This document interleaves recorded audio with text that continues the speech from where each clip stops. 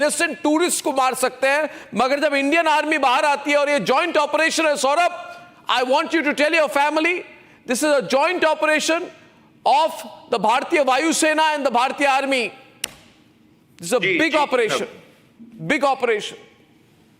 अर्नब, मेरे भाई की शहादत पूरे देश को एक तरफ जोड़ेगी. अगर पाकिस्तान युद्ध करेगा तो हम उसको बहुत बुरी तरीके से हराएंगे. इस बार उनको खत्म कर देंगे. सौरभ, हमने फायर पार तो अभी शुरू की है. मैंने आज कहा, जब ये अटैक हुई, मैंने कहा कि ये मुरीद के में तो हमारा ट्रेलर है, बहावलपुर में हमारी फर्स्ट चैप्टर है. अगर पाकिस्तान हिम्मत करे, इसके बाद मुझे नहीं लगता करेगी, सिंबॉलिकली कुछ कर सकती है, मगर इस बार छोड़ने वाले नहीं है. समरपाल तूर कुछ कहना चाहते हैं आप? हमारे रक्षा विशेषज्ञ कुछ कहना चाहते हैं आपको? समरपाल तूर, सौरभ द्विवेदी जी को कुछ कहना चाहेंगे? उनकी पूरी परिवार आज इसको देख रही है. क्या करेंगे वहां करके? सौरभ, मैं आपको विश्वास दिलाता हूं कि जो आज जवाब दिया है बहुत ही सोच समझकर प्लानिंग के साथ दिया गया है. अगर दुश्मन इस बात को आगे बढ़ाएगा तो मैं आश्वासन देता हूं कि शायद मैं इस टीवी स्क्रीन पे भी ना हूं, क्योंकि मैं भी जाऊंगा जंग लड़ने के लिए. तो आप फिक्र ना करें, और हम सब आपके परिवार के साथ इस वक्त खड़े हैं और पूरी जिंदगी भर खड़े रहेंगे. हम ये कुर्बानी और ये शहीदी कभी नहीं भूलेंगे, और अपने मरते दम तक कोई भी हिंदुस्तानी, आपके परिवार ने जो खोया है वो हमारा लॉस है, हम सब का नुकसान हुआ है, और हम सब आपके साथ कंधे से कंधे मिलाए खड़े हैं इस मुश्किल वक्त में. और आप अभी बस मैं इतनी दरख्वास्त करूंगा कि आने वाली पीढ़ियों को एक ये मिसाल बने, और लोग जय हिंद के नारे लगाएं और विश्वास. भारत माता की जय, भारत माता की जय. सौरभ, भारत माता की जय, भारत माता की जय, भारत माता की जय. इस बार नहीं छोड़ेंगे. और सौरभ, हम पूरी तरह से आपके साथ हैं. हम पूरी तरह से आपके साथ हैं. बहुत बहुत धन्यवाद. आपके पूरे परिवार को, पूरा भारत आपके साथ है, पूरा भारत आपके साथ. Prime Minister has been monitoring through the night. I'm told cruise missiles and drones have been used in this particular series of attacks. Very high technology. The Defense Minister is speaking to the Tri-Services Chief, and there's going to be a meeting, and there's going to be a press release and a media. The Indian Army will be doing the briefing fittingly at about 10 o'clock today. It's a big day for the country. Operation Sindoor has demolished Pakistan. We've hit Pakistan very, very hard, and we are going to be continuing to watch the situation very closely, because I think there's a lot of fake news doing the rounds. And fake news, if you disregard the fake news, the news on the Pakistani retaliation I have with me as of now, Colonel Shailendra, is that Pakistan did a lot of shelling. 3 people have died, across the LOC, and that's where it stands. Now, given the fact that we've carved out this press release very carefully, and we've said, we've attacked the terrorist targets. We have not attacked military installations. We have not targeted civilians. So we set the ground rules very clear. No, but Arnab, I tend to disagree. Any headquarter of any terrorist camp is managed by an army man. I'm hitting you. I'm prepared to hit you. आप लोगों ने बोला था ना पाकिस्तान ने कि आप करके तो दिखाइए. हमने तो कर दिया. उन्होंने बोला था ना कि हम तैयार हैं. हम आपकी तैयारी से पार आ गए. आप तैयार रहिए, अभी भी आप तैयार रहिए. There is nothing wrong in that. But as far as I am concerned, that by hitting a headquarter of a terrorist camp, I am also hitting the mind and the nerve center of Pakistan Army, ISI, which is managing such camps. Whether we kill Munir or not is only a secondary issue. I am very happy you said we are yet to. I tell you, I like that sentence, that we are yet to go beyond. I think we will go beyond. There's a point what you said, Arnab. Breaking news. Yeah, can I be told who's live from the news desk? Because I'd love some news updates right now. I think Shawan is with us. I think Aishwarya is with us. We need to have them light at all points of time. I have Gursimran with us. I have Rakshita with us. We're going to go live to our reporters. I'm going to go to Rakshita first. Rakshita from Srinagar tonight captured a brilliant visual. I think I can play Rakshita's video that was recorded at the very moment from our hotel room. And Rakshita, you can describe it as our producers pull it out. What did you see at that moment? at around 1:30 this morning when you sent me that feed?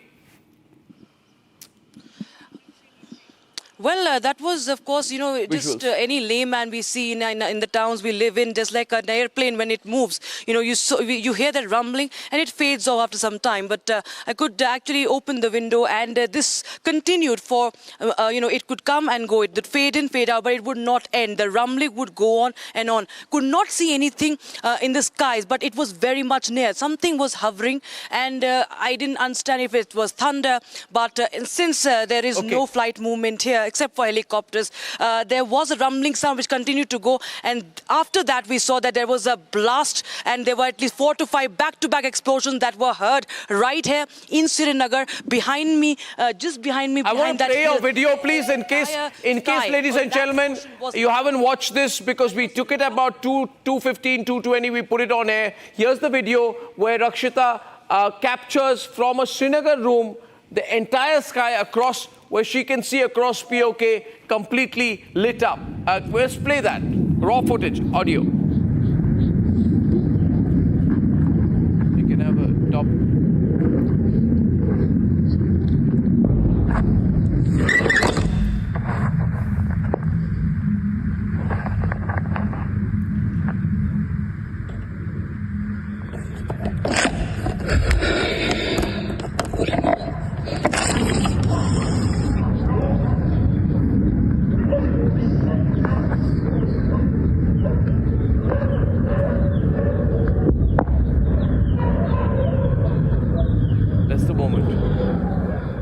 Captures. I think we can see an explosion. We hear an explosion. Jets hovering here right now in Srinagar, and we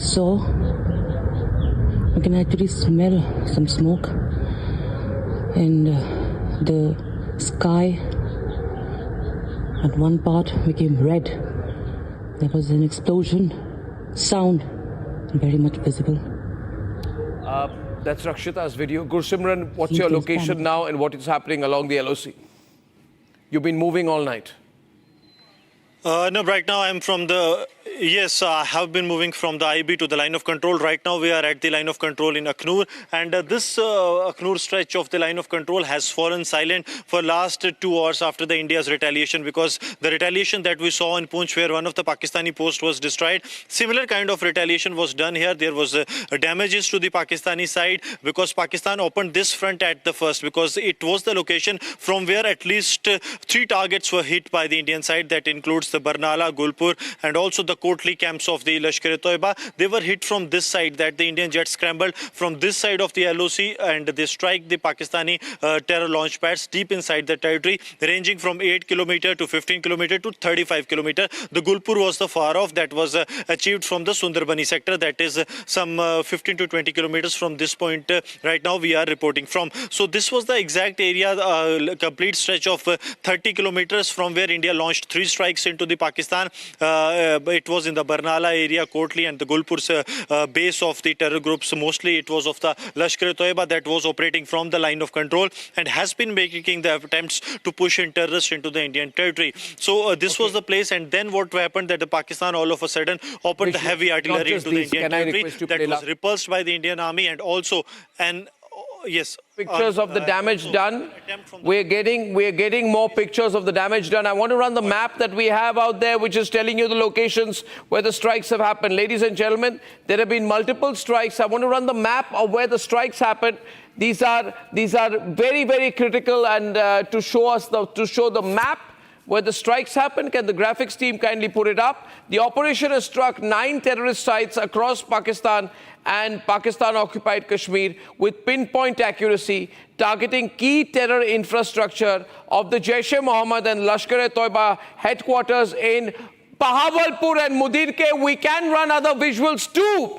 This level of coordinated can we get off the 5 window and run other visuals too?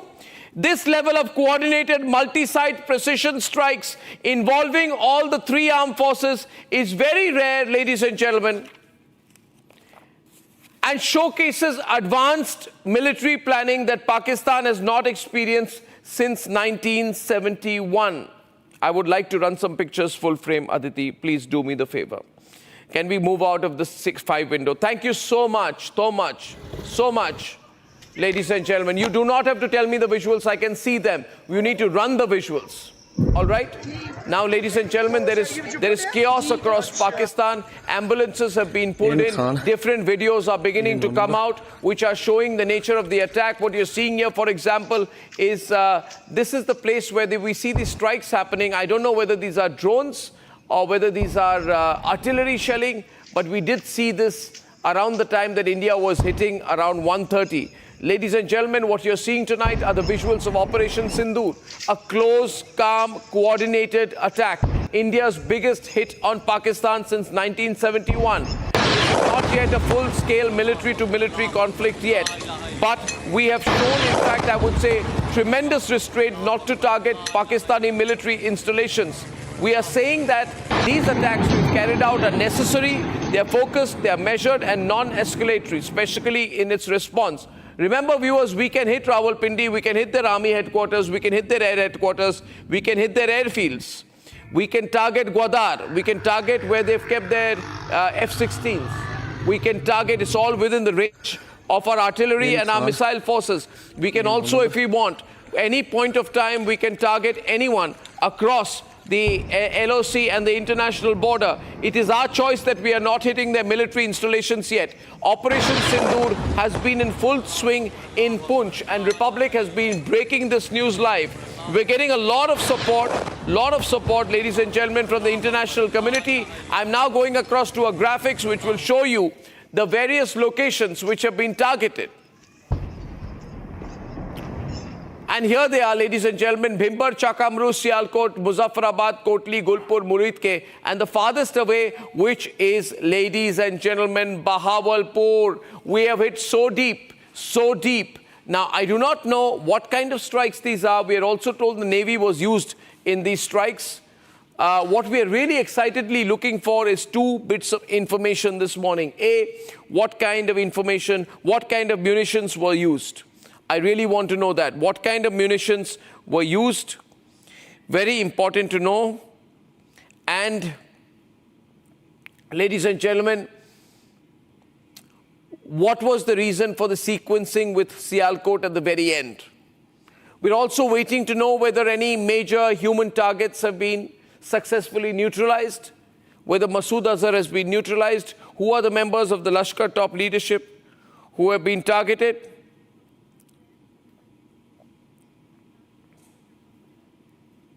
Later.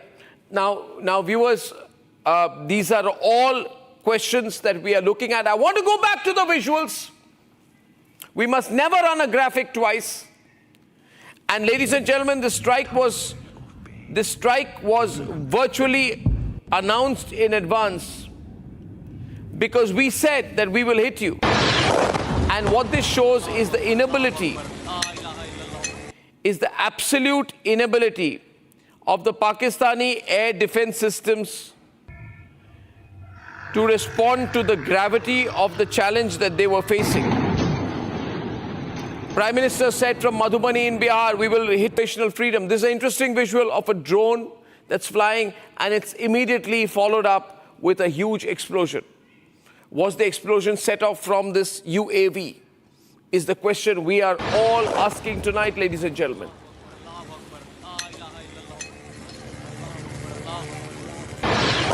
Captain Sham Kumar, previously from the Navy, is with me in the studio. Captain Sham Kumar, what do you think can be used from the Navy side on this? We're told Navy also was used here. The present reports which we are trying to consolidate is all coming through the media channels, etc. And 10 o'clock we are going to have a conference on this, and Armed Forces would give the exact picture. But the coordination between the armed forces of Army, Navy, Air Force has been very evident, especially the intelligence gaining and the kind of posturing that we had so that we keep the pressure on the adversaries in a well-coordinated manner. Yeah, absolutely. Please carry on. Can I get different sets of visuals, please? Two sets of visuals at one time. Two sets of visuals at one time. Ladies and gentlemen, my team is making me multitask tonight, which is not good, this morning, which is not good, but I will continue to do it till I get you the best information on the screen. Ladies and gentlemen, in previous attacks as well, India has always acted swiftly. After Pulwama, February 14th, 2019, and the Prime Minister gave a statement the very next day that the Balakot strikes followed 12 days later. This time it has happened within 2 weeks. The pictures on the right-hand side of the screen tonight are pictures around 3 a.m. when the Pakistani army was called off to cordon all the areas to try and make sure no media enters and shows what has happened. I also have some very interesting visuals. The Pakistanis have called machines to pull down the buildings so that they do not show up as the Jaish headquarters. They have brought in their own JCB type of equipment right now, bulldozers, to try and bring down what has already come down largely. Ladies and gentlemen, the pictures are revealing the extent of the devastation. I want to run you a clip from 4:21 a.m. when we were talking about the extent of devastation. This clip, in case you missed it, I'm going to bring you up to date with what has been going overnight. 4:21 a.m. 4:21 a.m. when we discussed the extent of the devastation. These are clips from our coverage overnight in case you missed it. I need a go from our director to fire that.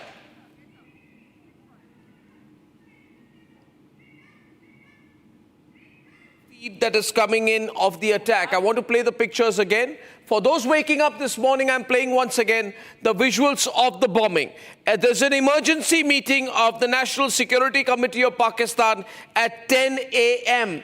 That is also the time, 10 a.m. on our grid, please. 10 a.m. is when we are going to have an official military Indian Army press conference. We're seeing the visuals of the shooting. This is when the missiles were hit out, and this is when they hit. The Prime Minister is monitoring Operation Sindoor. He has all the details with him. This has been monitored and super monitored by Prime Minister Narendra Modi, ladies and gentlemen. Dharamshala flights rerouted, Chandigarh flights rerouted. All global powers contacted by India, by Bharat. And this is the moment when we hit. These are the visuals going all across. And the entire terrorist machinery of Pakistan is being targeted clearly tonight. One of the targets is the Markaz-e-Taiba. The Markaz-e-Taiba, the nerve center of the Lashkar-e-Taiba, the group responsible for the 2008 Mumbai attacks. Ladies and gentlemen, Muridke, the city which has been hit, of which visuals you are seeing on your screen. Ladies and gentlemen, Muridke continues to be a key location for coordinating regional terrorism. That is what you're seeing tonight. This whole area, Muridke, is connecting the Lashkar-e-Taiba to the broader jihadist networks, including historical ties to the Al-Qaeda. So we have hit not just on our part, but we've also hit on behalf of the entire world, and the world is standing with us tonight.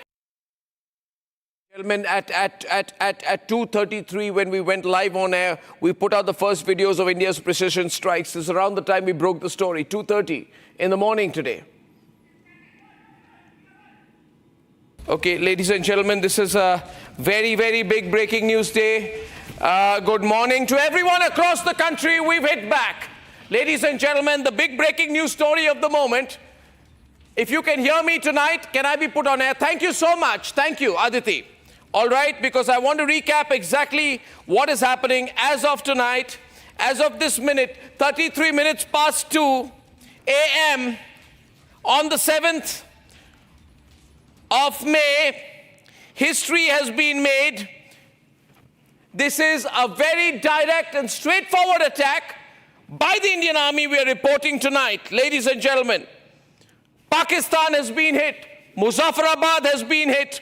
A total of 9 places in Pakistan have been hit. And the government has said very clearly that we are focused, we are measured. What we are doing is non-escalatory in nature.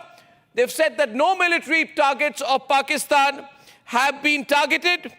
They've also said that we have demonstrated considerable restraint, and we have demonstrated considerable restraint in the selection of the targets and the method of execution. These steps come in the wake of the barbaric Pahalgam attack, in which 25 Indians and 1 Nepali citizens were targeted. and murdered. We are living up to the commitment that those responsible for this attack will be held accountable. And there was going to be a very detailed briefing on Operation Sindoor later today. This is the PR that I got from the Ministry of Defense. Ladies and gentlemen, my constant attempt right now is to update everything that is happening and to make sure that if you're watching this morning, 7:05 a.m., that you know what happened last night. I wish you were watching all night. Some of you have been, but I now need to show you the video of the aftermath.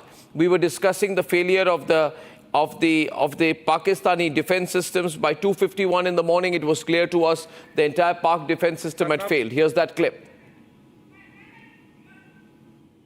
Ladies and gentlemen, the big point is the entire air defense capability of Pakistan has been totally exposed. Live visuals coming in. Live visuals. Ladies and gentlemen, latest visuals. You're watching this, let's listen to this. Ladies and gentlemen, these are latest visuals of Operation Sindoor. Ladies and gentlemen, second missile goes in the air. The third set of visuals, third set of missiles going into the air. The first live pictures of Operation Sindoor, ladies and gentlemen. You will remember this moment because you're seeing the firing straight on only the Republic Media Network. Ladies and gentlemen, only the Republic Media Network has brought you these visuals, these balls of flame. Let me show it full frame, please. Don't miss the moment. Do not go to the sixth window, for God's sake. Thank you. Ladies and gentlemen, I will play the visuals so you can watch and listen. The dramatic footage of the firing. Ladies and gentlemen, these are live shots of the firing. These pictures will be ingested. We'll play it once again. These are the visuals of Operation Sindoor being launched. We have seen 3 sets of what appear to be missiles, but I'm going to ask the military experts to deconstruct this. General Bakshi is looking very closely at it. It's like a ball of fire which goes deep into the air, and then we lose track of its luminosity. What are we seeing here? We'll circle those visuals. These visuals that you're seeing are probably, you know, the orb that goes right behind the missile. Okay, ladies and gentlemen, I'm going closer to the LOC where our Jammu and Kashmir Bureau Chief is joining us tonight, Zeenat. She has heavy shelling going on right behind her. Zeenat, over to you.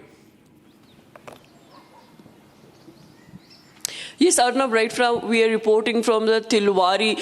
This is one of the last village of line of control, and the heavy shelling has begun here. In fact, this is the Haji Peak sector, and behind this is the Pakistan post, and we are hearing very loud bangs. We are hearing the shelling in a huge volume of fires are being instigated by the Pakistan army. In fact, this village presently it has been left all open, and most of the villagers have fled from this place. Some 1 or 2 house inmates are still present, but this is one of the very close posts of the North Kashmir's Haji Peer sector, where from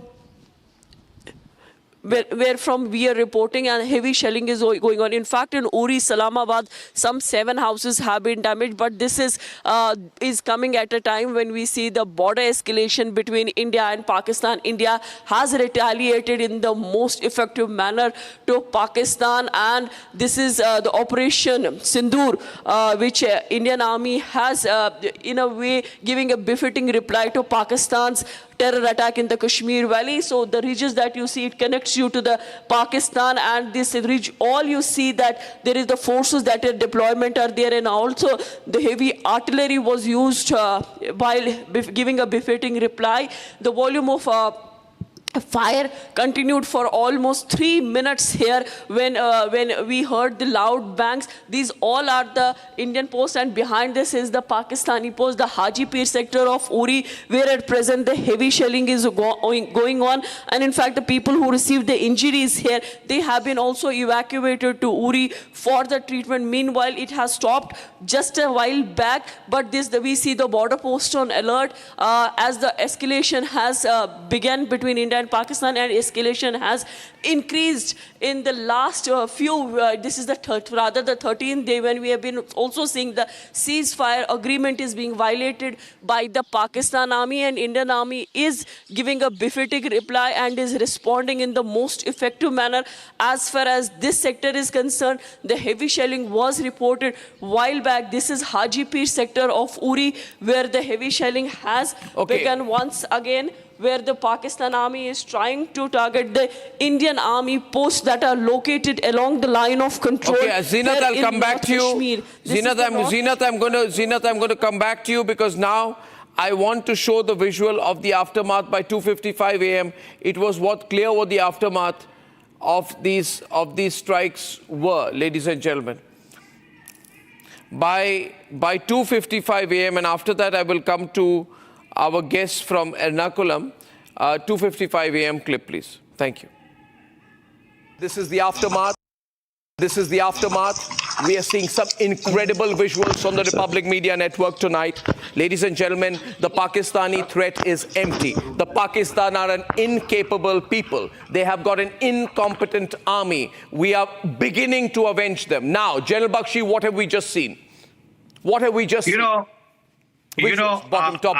if you recall, going by military history precedents, Iran fired a barrage of missiles on Pakistan in the wake of that incident when the Baluchi Sunni insurgents had hit them. Right?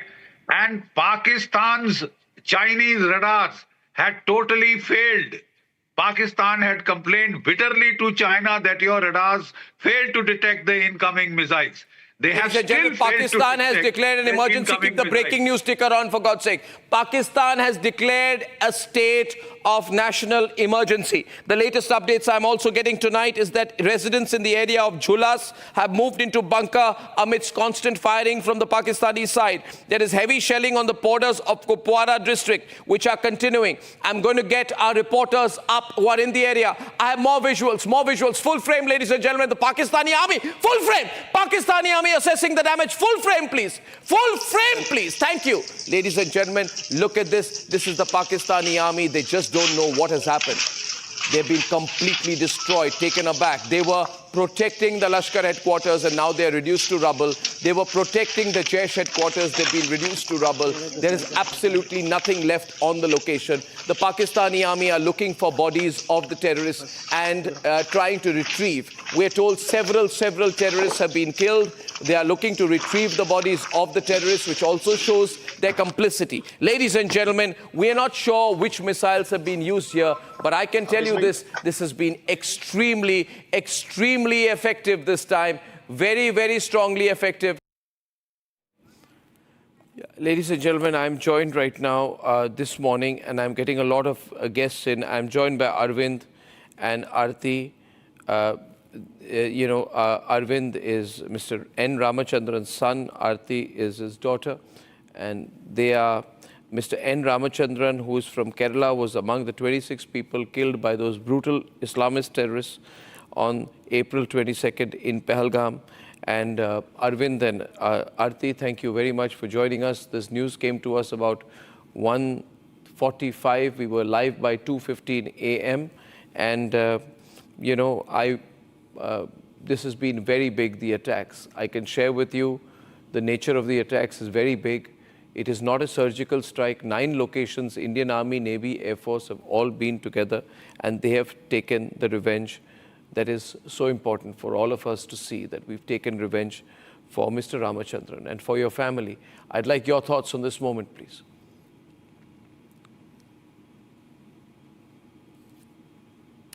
Up to the news of India replying to the Pahalgam terrorist attack.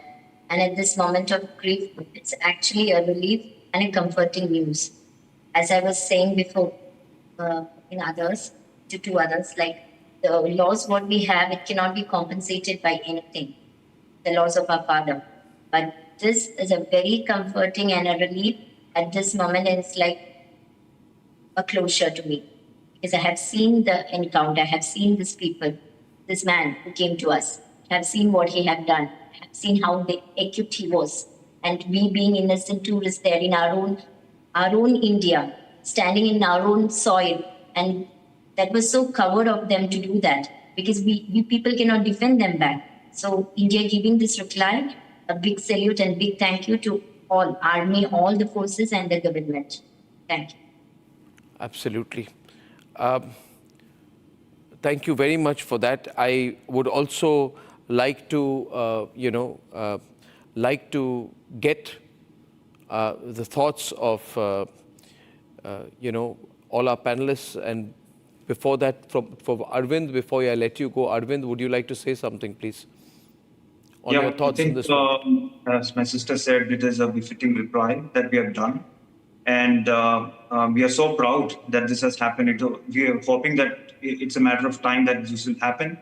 And I'm so happy that this has happened now. And I hope that this is just a starting. This is just a phase 1 of what we saw. And I hope the rogue state called Pakistan and every terror organization that operates from this rogue state is demolished and is put to ashes by the Indian forces. And we have full confidence in this government, Prime Minister Modi ji and Amit Shah ji and the entire forces, that they will ensure that no terrorist will ever think of taking their arms and attacking whether the forces or the innocent people of this country. Thank you very much, Arvind. Thank you very much, and my deepest condolences. My deepest condolences, to you and to your family. Samar, now we are getting some more information. I'm sure you're also swimming in information this morning. Samar, you've been valiantly live with us early morning onwards. I really appreciate that, my friend. Now, we are looking at the impact of this. We've seen no real response from the Pakistanis yet. We can't say there won't be, but all we've seen is some heavy shelling across the LOC. And we're seeing reports of a Pakistani F-17 jet that has been downed, on our side. But we've seen no effective response yet. We're seeing scrambling. Militarily, how do you view their response? Arnab, if you see militarily, they are going to strike back 99% by tonight or by tomorrow. They take 2 days. That is what they did in Balakot. So they actually Amritsar. Because you see, there has been a lot of troop movement, lot of armor movement in Lahore. So after the attacks, that is what the visuals have been coming in and the inputs that I've been getting. So I think it is very critical for places like Amritsar and bordering belts like Jalalabad, Firozpur, Fazilka to be on the extreme alert, because in case, even if they are not wanting to invade or come in, they will cause damage by artillery shelling somehow or the other. So we need to be on our toes and we need to coordinate everything that happens by each passing minute. Arnab.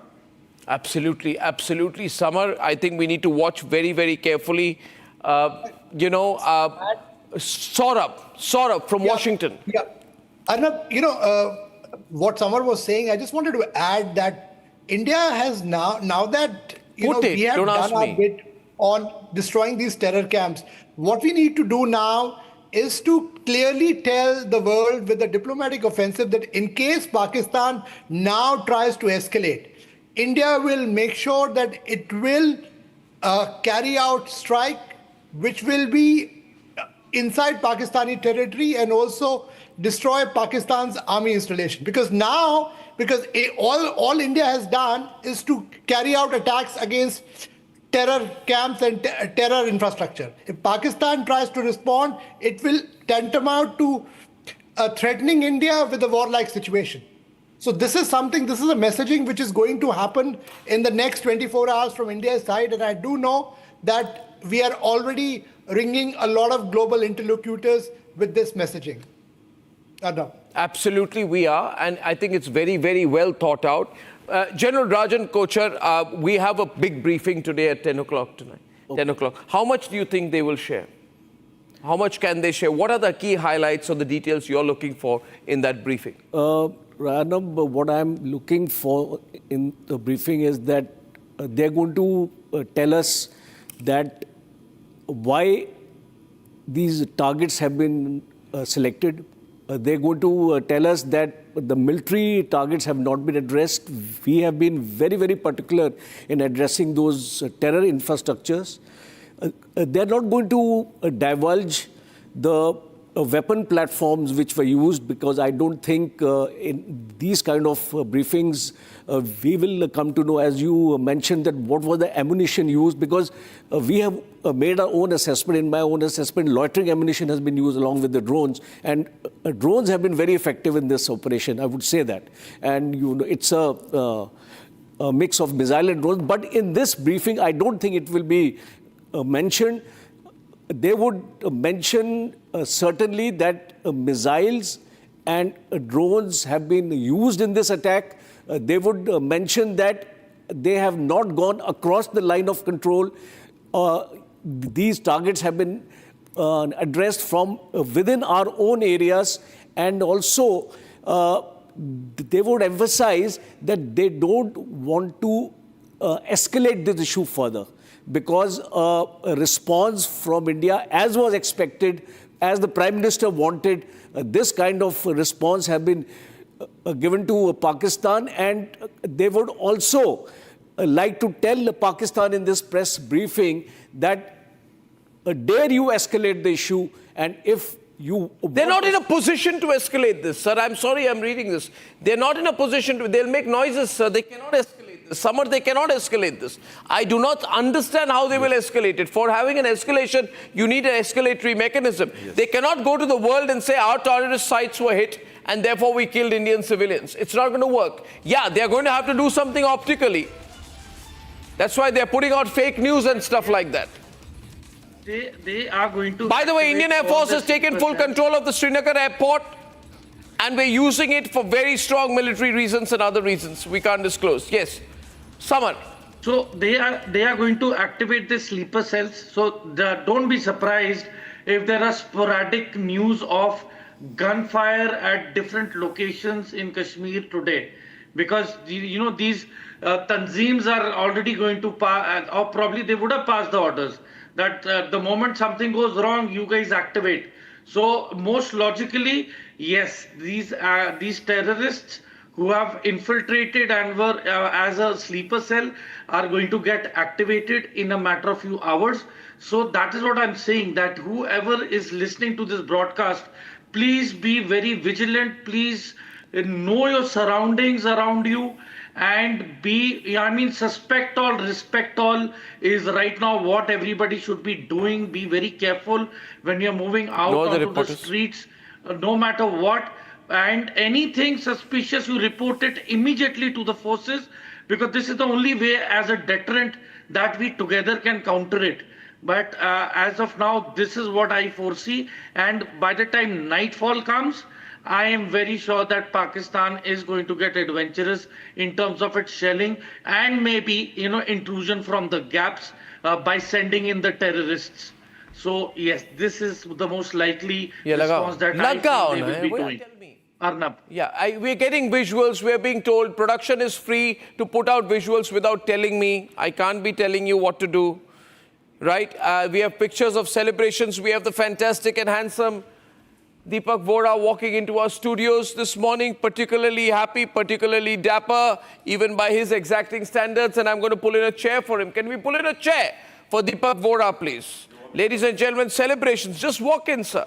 Celebrations here across the country. We can run the celebrations as well as run the pictures which we need to put out this morning so that we can have more visuals on air, more news on air, more graphics on air.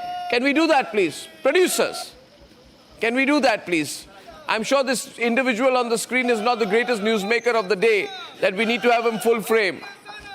Can we show the visuals we need to show? Thank you. My God, I've been prompting all morning. Deepak Vora, fantastic. How do you feel this morning, sir? Great to have you in our studio. This was unexpected, expected.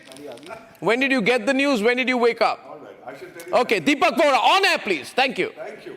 Thank you very much for giving me this opportunity. Sir, when I'm with you... Sir, can I have you on air, please, first, sir? All right. Thank you, sir. Please. Thank you, sir. Yeah, sir, go on. When I'm in your presence, sir. I feel I'm with divinity. I say this from the bottom of my heart. You exude goodness, and so do the other colleagues. Thank you, sir. Thank you. I heard about it at about 3 o'clock in the morning. An American friend woke me up. Now, sir, please listen to this. This American friend was with me. He was an American diplomat. When 9/11 happened, I was in Spain. And I told the American diplomat as I was signing the condolence register, today I am American because you have been hit by terror. You know the message from him? He said, Ambassador Deepak, today I am Indian because you are. Isn't that beautiful, sir? He remembered it for so many years ago. I am 6 feet 2 inches normally. Today I'm 6 feet 8 inches. Every Indian stands taller. Let me give you just one little thing, sir. If people have been monitoring what Prime Minister has been posting on X, he congratulated the British Prime Minister on the free trade agreement that we have signed with Britain. Not a mention about what we were planning to do. This is called strategic deception sir हम चाणक्य की संतान हैं ये कल के बच्चे हैं हमारे सामने चीन ने भी मुंह नहीं खोला किस बात के लिए खोलेगा सर कि आपने मेरी कॉलोनी पाकिस्तान को ठोक दिया चाइना's main interest is Taiwan not Pakistan is isolated even that Adha Darban what is his name Erdogan or something of Turkey even his ship has left. Who is on Pakistan's side, sir? Not even Allah. Now the people will be fed snake oil. They'll be told, we have killed so many, we have downed 5,000 Indian planes. I say we don't have 5,000. But they'll continue to talk this nonsense. And sir, my Pakistani friends tell me, these are credible people, sir, that mad fellow, sir, what is his name? Mad Mullah Munir. He has been ousted. Shahbaz Sharif is... Munir has been ousted? Yes, sir, he has been ousted. This is what they tell me. The army chief, sir. We also been hearing this, that he's been ousted. He has been You are the ousted. second or third person who's saying this morning. Can we leave the 5 window, please? Thank you so much, Aditi. We're talking to Deepak Vora, please. Thank you. You're saying that he's been ousted. This is the message I have from former Pakistani ambassadors based in Europe and in the United States, that they are persuaded that he has been removed by his own people because he is dragging his country into a situation from which it will emerge with lots of bandages on its body. Okay, we got a video of shelling by Pakistan that Gursimran, our reporter, has sent. Before I come back to this important news that you're sharing with us, that there is serious news that Asim Munir has been removed. Shahbaz Sharif is calling an emergency meeting. Now, can we have that report by Gursimran, please?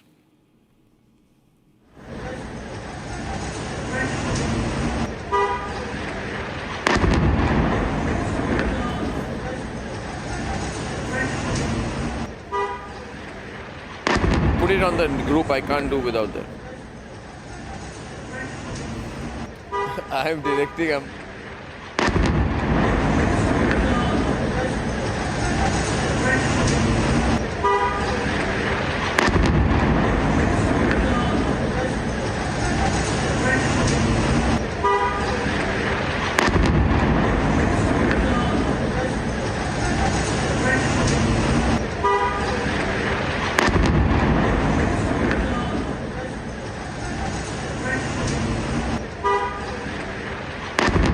What you're hearing is constant Pakistani shelling this morning.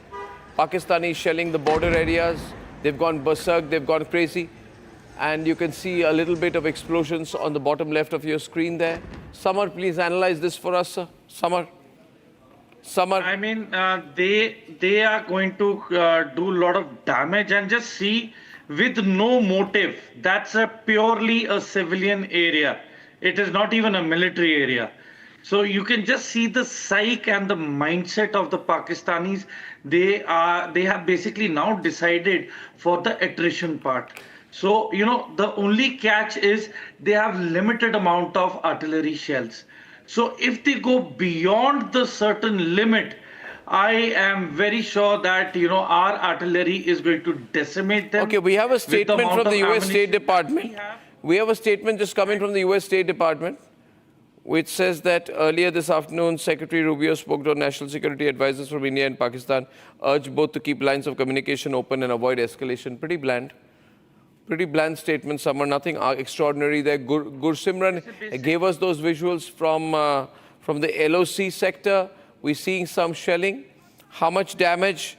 What information do you have, Gursimran? Over to you, Gursimran. Where was this shot? Which location? There has been these 3 civilian casualties because yes, this shot is from the Poonch line of control because Pakistan is now rattled and they are targeting the civilian areas. You see that how the Pakistani shells are landing directly into the civilian areas. They have started using the heavy artillery on the civilian areas in the Poonch and in the Mendhar area. These visuals are from the Poonch.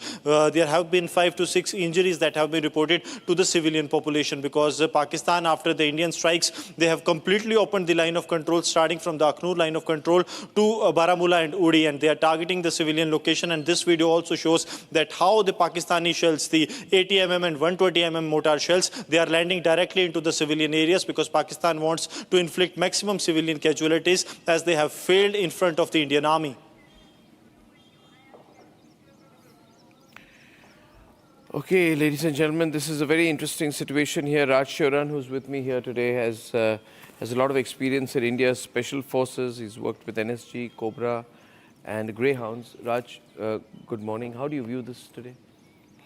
First of all, I'm very happy and delighted.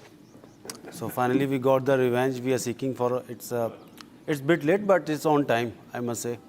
And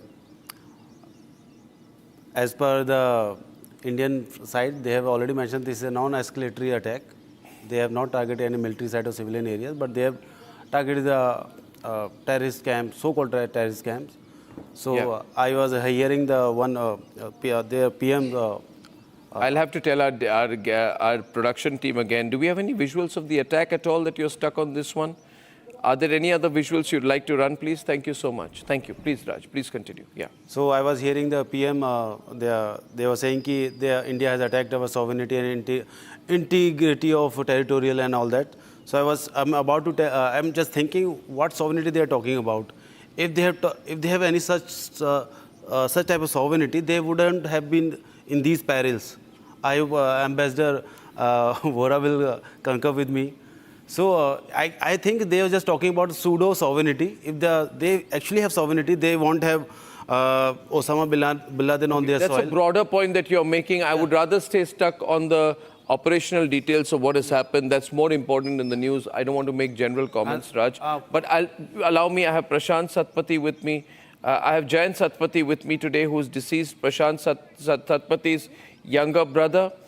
Prashant Satpathy is from Balasore, is among the 26 people who was killed in the April 22nd Pahalgam attack. But before I go across to him, I want to run a couple of visuals, just the explosions, just one after the other, the 4 sets of visuals I can play here, please. It'll be very useful if I run the visuals before I go across to my next guest so that we can give you a clear sense of what it was like. In case you missed some of that, then I can also take you back and tell you some of our viewers want clips of what happened last night.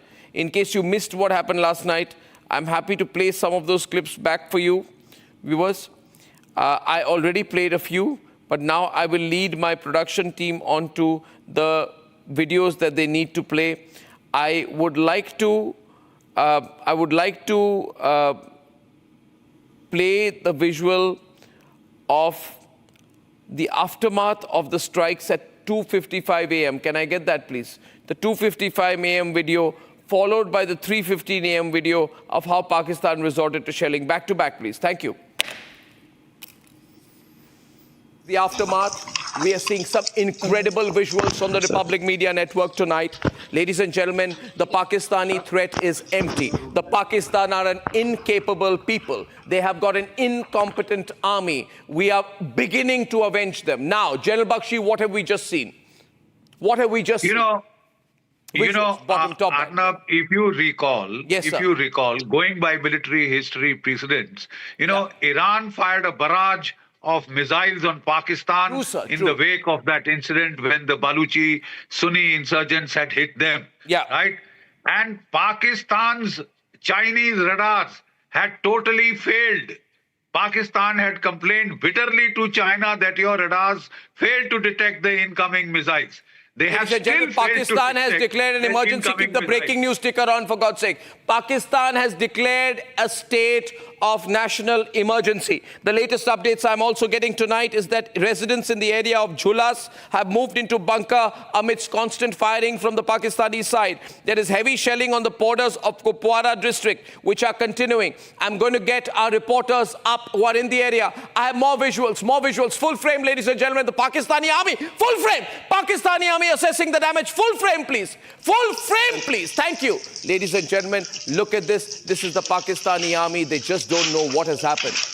They've been completely destroyed, taken aback. They were protecting the Lashkar headquarters and now they're reduced to rubble. They were protecting the Jaish headquarters. They've been reduced to rubble. There is absolutely nothing left on the location. The Pakistani army are looking for bodies of the terrorists and trying to retrieve. We're told several terrorists have been killed. They are looking to retrieve the bodies of the terrorists, which also shows their complicity. Ladies and gentlemen, we are not sure which missiles have been used here, but I can tell you this has been extremely effective this time.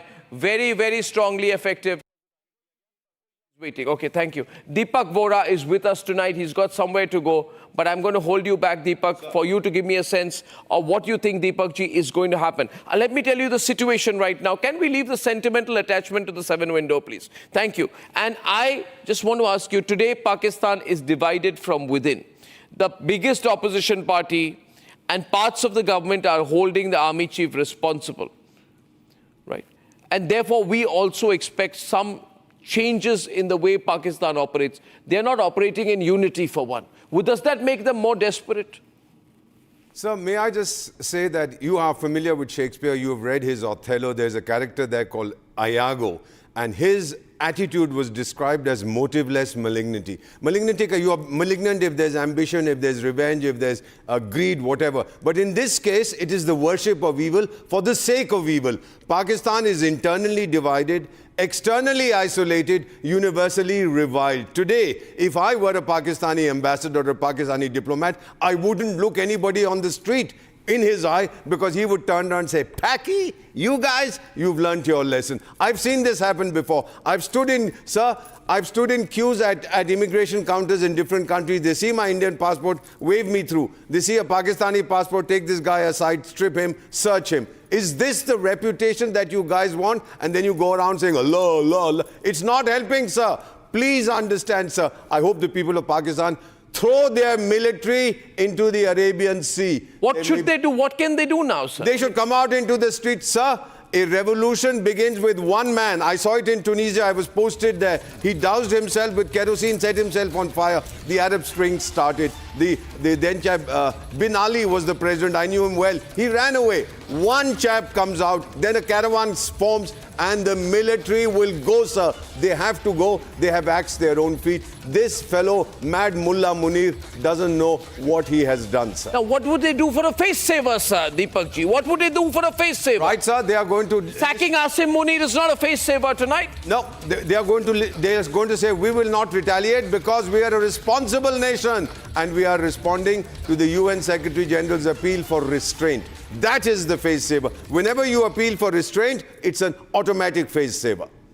Appeal for restraint is a face saver. Yes, sir. Do very nothing much is a face saver. Because then you Get say... smashed by India as a face saver and do nothing. Because then you say, I'm restraining myself in response to international appeals. Well, I think they're also very worried today. Very worried because... And last question to you. I know you have to go. Sir. They're worried because they have a JF-17 that's also crashed or been downed by us.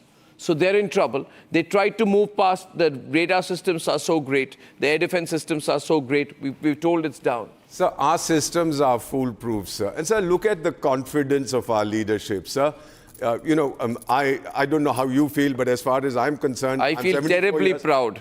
I'm 74 years and I've seen the best leadership this country has had in my life. The Prime Minister of India tweeted and he congratulated his British counterpart about the free trade agreement. Not a word about what we were going to do. This is strategic deception. If those jokers across the border were monitoring his tweet, saying, "Arey, ye kya baat kar raha hai? Iska matlab kuch hone nahi wala." Sir, they have been hit. They are not going to recover. And my only request to the people who decide India's destiny, we've put our destiny in your hands, sir. Now make sure that this scourge of terrorism is eliminated forever. The existence of Pakistan as a terrorist state is no benefit to anybody. Its disappearance as a terrorist state is no loss to anybody. Absolutely, Deepak ji, you light the studio with your intellectual ferocity. I learned from you, sir. And your sheer energy. You can only be matched by people like Saurabh and Samar, who've been laboring all night with me. Look at Saurabh Mr. Goswami, you are the best, sir. Please. No, sir, you're fantastic. Yeah, you go to whichever channel you're going to, but like a boomerang, we want you back here, sir. Right, sir. I'll come. Thank you very much, sir. Deepak Bora. Saurabh, this is a great day. This is a great day. Now, how is the international community going to look at this? I think every international news channel, every major news corporation is going to be reporting this and this and this alone. It is already happening, Arnab. I'm getting a lot of messages. Stepping out. I can tell you, and I want to say, Indian diaspora all over. Here in the US, there are a lot of ex-servicemen, people who, have known me. I'm getting messages that people are so happy that India has taken this action because, as I said earlier, last time the audio was not there. India's battle alone. This is a battle of every democracy facing terrorism from Pakistan, which has been the epicenter. Every terror attack across the globe had a Pakistani connection. And India has hit deep down this terror ayatollahs and terror infrastructure, which sends a strong message that you cannot dare to pose threat to democracies. From here on, this is a new edifice against terrorism, the new war against terrorism that has started today. This is the message that is coming from across the globe, Arnab. Yeah, I think that we were also told that the Defense Minister Asif Khwaja is under pressure to quit. Samar, Asif Khwaja under pressure to quit. You see, these are signs of their internal disagreements. None of them have been synchronized. As on date, none of the ministers came together in front of the television to depict as a single entity when their nation was, wanting to see them the most. So I'm telling you, this is the beginning of the downfall of PMLN, and PTI is going to make a big noise regarding this. Oh, it's going to be a civil war-like situation in Pakistan. Jayant Satpathy is joining us tonight. He is the brother of Prashant Satpathy from Balasore, who was unfortunately among the 26 people who was killed in the April 22nd Pahalgam terror attack. Jayant, can you hear me? This is Arnab here.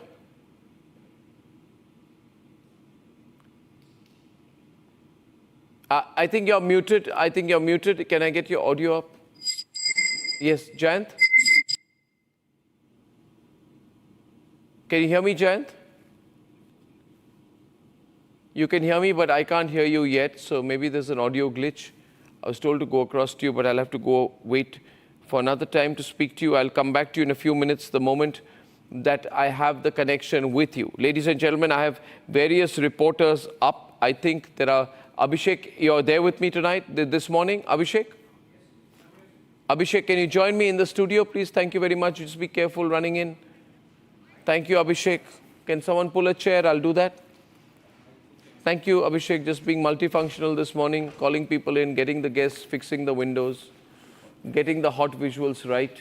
Abhishek is coming into the studio. Abhishek, you've been analyzing this situation today, and I want your understanding. You have connections at the highest levels of government, intelligence, and the security services and the forces. Are you mic'd up, Abhishek? Can you tell us the latest news updates you have with us this morning? So the latest is that we are looking at the joint briefing by the three forces and the Ministry of External Affairs. There would be a joint briefing with a united front being presented by India and a statement being made to the rest of the world about the details of the precision strikes which we have carried out. 9 locations, all terror targets, no military targets, and Pakistan has confirmed that 24 missiles of India struck those targets in those locations that we have already shared. and are on air. Yeah. And the joint briefing is going to be done by senior officials of the Army, Navy, Air Force, and the Ministry of External Affairs. Yeah. And we are going to see India making a statement. We have some reactions, global reactions coming in. Yeah. The United States has said that there should be no escalation. We have seen Turkey making a statement in support of... statement?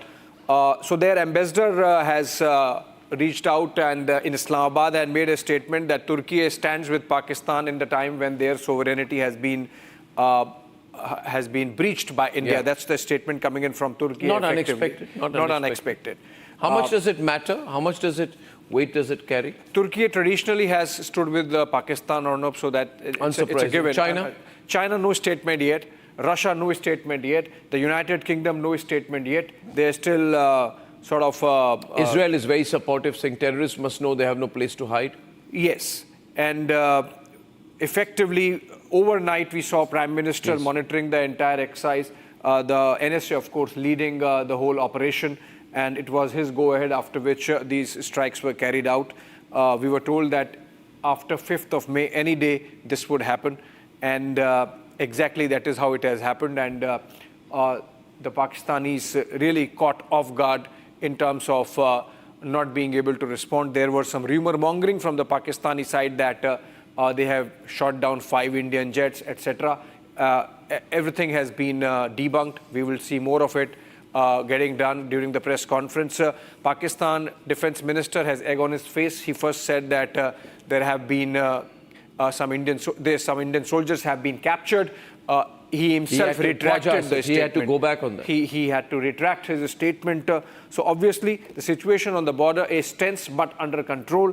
We are told our forces are retaliating to Pakistani ceasefire violations. There is heavy artillery fire going on in affected areas of Jammu and some parts of border, which is there, the line of control in Kashmir. And effectively, or no, what we are seeing is that India has avenged the Pahalgam terror attack with Operation Sindoor. In fact, Indian Army... but I think this is a point. Why should we call Turkey, Turkey? They should first learn to call us Bharat. Then we will do that. Right. But anyway, I think Abhishek, I'm getting your assessment of this present situation. I think it would be fair to say that we are very interested in knowing the nature of the military attack that happened, the nature of the armaments used, what are these loitering munitions which were used, however much I think the Indian Army will declare right now. They've not declared everything yet.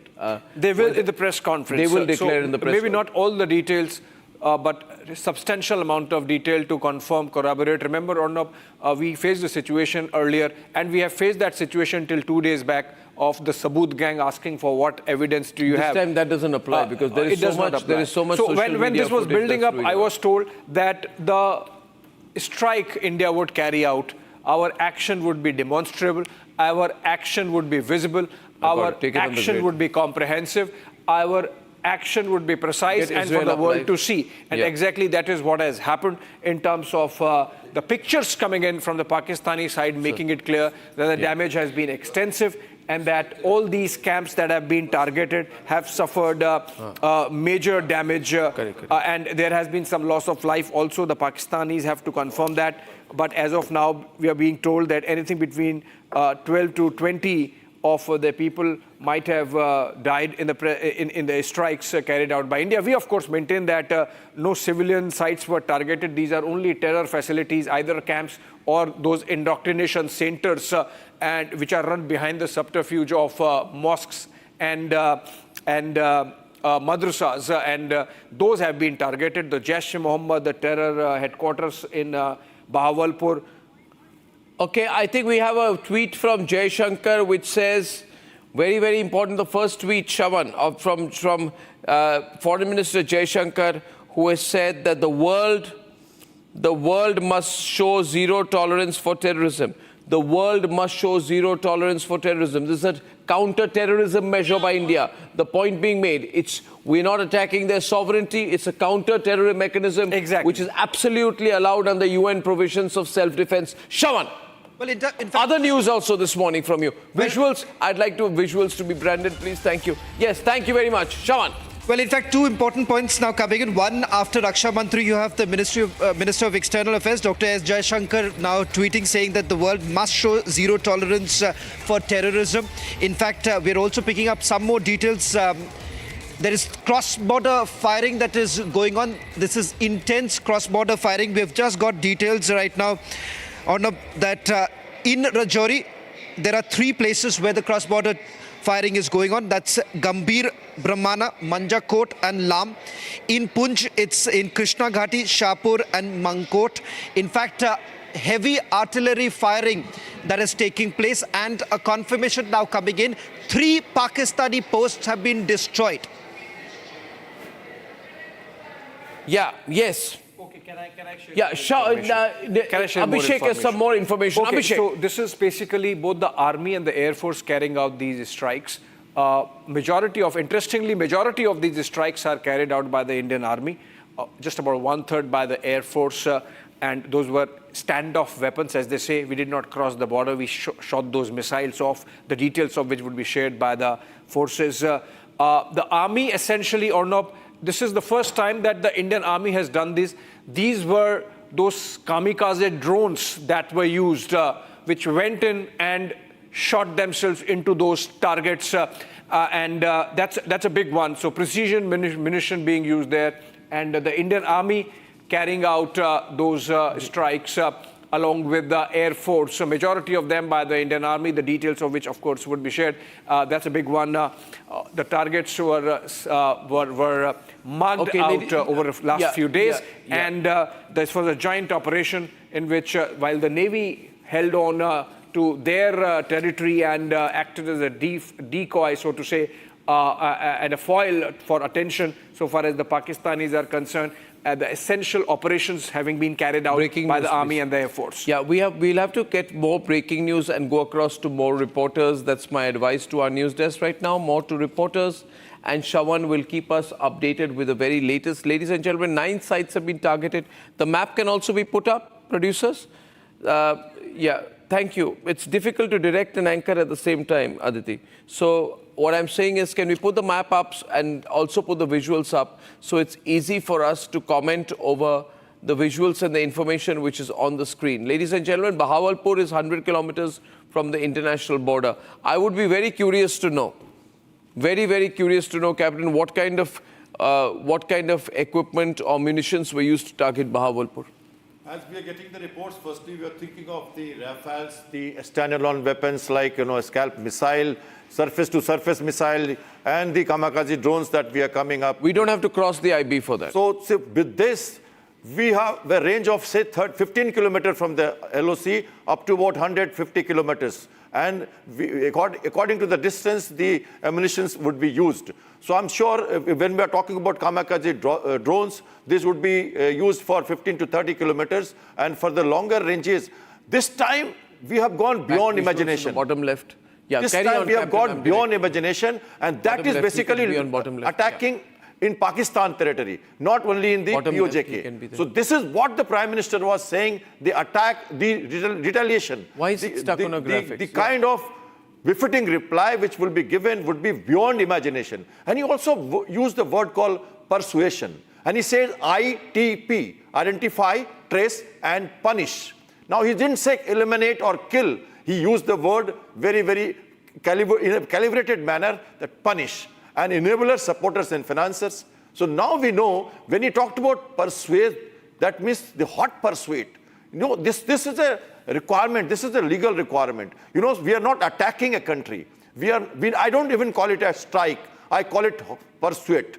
We have done a hot persuasion and we have actually hit the target, which is actually damaging the country by soft bleeding. So we must understand that we have not attacked Pakistan. We have done our job well within our rights, and we are at liberty to do so at the right place, right time, and right occasion. So therefore, hot persuasion has been done. The entire world has been taken into stride, and we are actually well within our rights. I'm sure Pakistan will know this. They will understand. They are under the pressure of the international community. They know they will not carry out any retaliation. If they do, the Army, Navy, Air Force is very much ready operationally at all fronts. I'm sure Pakistan would show restraint. They will show the mature democracy as we did. Our Prime Minister came from Saudi Arabia, did a CACS meeting, and then he gave some 5 decisions, went to Madhubani, and then he says, identify in English. He told the world, identify, trace, and punish. Yeah, I have Abhishek has information and Shravan have information, both Abhishek and Shravan. First, the information that Abhishek has on kamikaze drones. Can you tell us that on more? Well, yes or no. So I said exact details. I'm just picking up information Breaking as news, I've been please. sent. Exact details come in during the press conference, but Indian Army using kamikaze drones and precision munition riding on those kamikaze drones and hitting those targets. In all, 24 of those drones and Air Force missiles used. Exact numbers, again, we have to wait for a while to get, but a total of 24 missiles or drones hit those targets, those 9 locations in Pakistan and Pakistan-occupied Jammu and Kashmir. The Army and Air Force coordinating which targets to be picked by which force, and that has been done. So we didn't cross the border. This has been done from our side, yes. And the Air Force has shot from our side. We have some more information from Shravan before the 10 o'clock briefing. Ladies and gentlemen, Shravan. Well, in fact, the division was Army and the Air Force. 70% of the targets that was engaged by the Army, 30% by the Air Force. As far as the Indian Air Force is concerned, they have essentially used standoff weapons. As far as the Army is concerned, it's drones and precision munitions. And this was decided on the basis of the kilometer that it has to basically strike within. That is how the targets were selected and handed over to the Army and the Air Force. Absolutely. Now, viewers, we are getting these details, and now I'd like to go across to Soumya near Kupwara, and Zeenat will be joining us from North Kashmir. Can we have them on air? Gursimran is joining from near the LOC. Soumya, your location, please, and give us a ground report from where you are, the mood around you, and what you've seen overnight.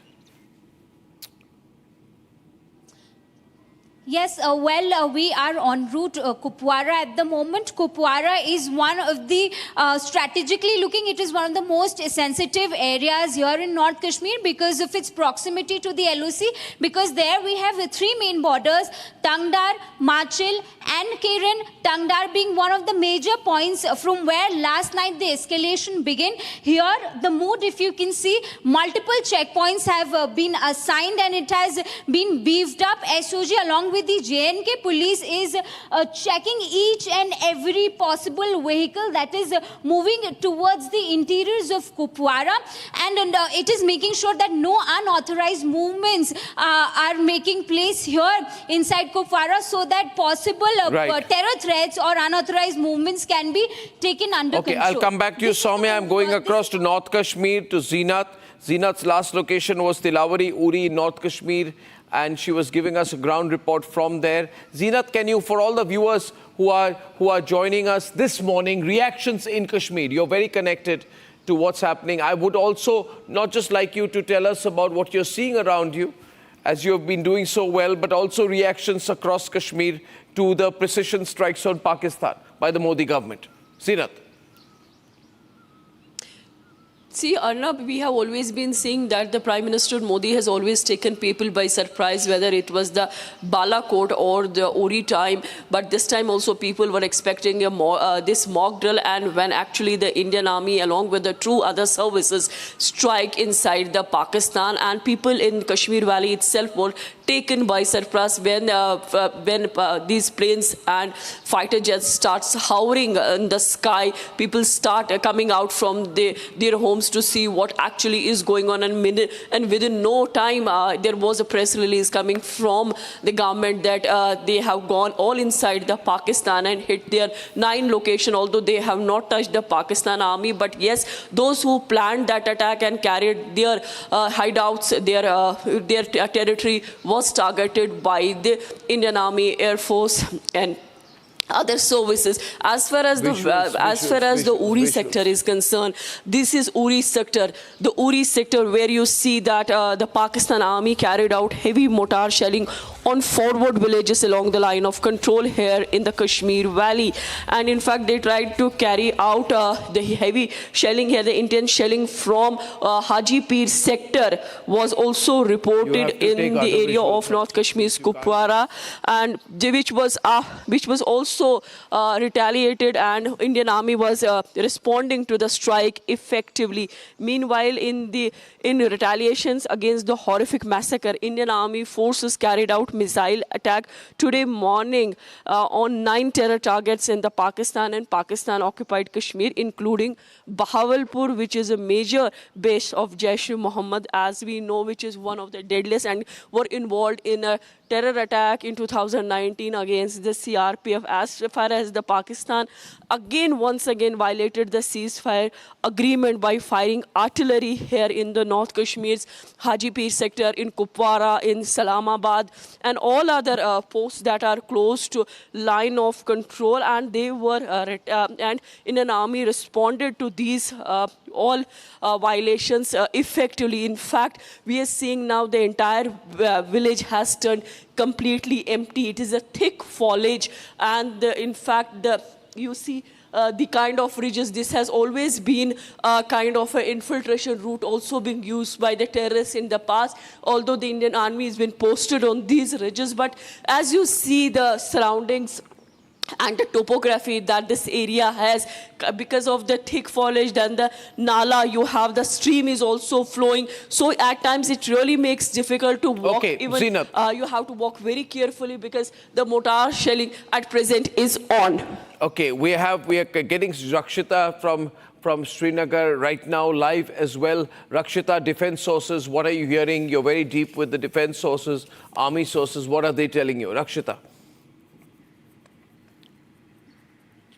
Well, there is going to be, of course, a press conference that we understand is, and then as far as the, the ceasefire violations continue, we've seen that happening, and this was the moment when all these cells got activated right after this strike that happened. There has been, of course, there have been 3 innocent civilian lives that have been lost. Indian army has responded, of course, proportionately. India continues to, maintain that it is not looking for escalation right now. This is just the first step, or not, as we were talking about. But India has avenged the attack with Operation Sindoor, and as far as the briefing is concerned, the latest we have is that in Delhi there is going to be a briefing today by 9:30 by around 10 a.m. So 10 a.m. is the time when the army will be holding a press conference.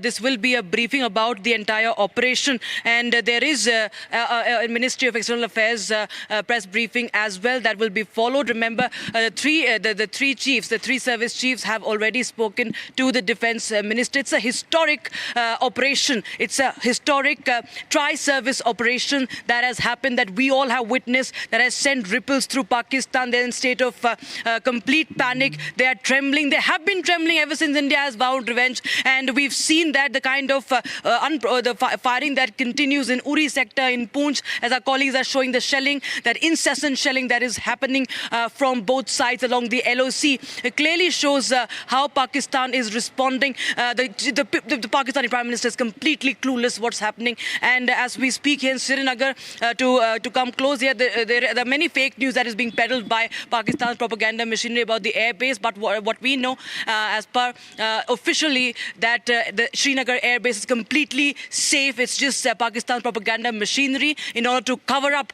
to its own people. Pakistan knows it's already breaking, but the Srinagar airbase is completely safe. Srinagar airport has shut down. Amritsar airport has shut down for the safety reason. No civilian movement can happen. There's no air traffic for civilians. All the flights have been cancelled. But yes, there has going to be a briefing. Everybody will be having their eyes on that briefing by the Indian forces, because all want to know how this history was made, how revenge was, how this operation was carried out. Yeah. Absolutely. You know, in previous attacks, just pointing this out here before I go to Gursimran, can I get another set of clips, please? It'll be very useful because I'd like to update our viewers with the action that happened overnight. And I do not think that we have used all our clips, have we? So at 3:22 a.m., ladies and gentlemen, by 3:22 a.m., we were getting a good sense of the kind of shelling that was going on. So we got a report around 3:22 a.m. when shelling was going on around the IB and the LOC, and Republic was live at that time. I'm running that clip now.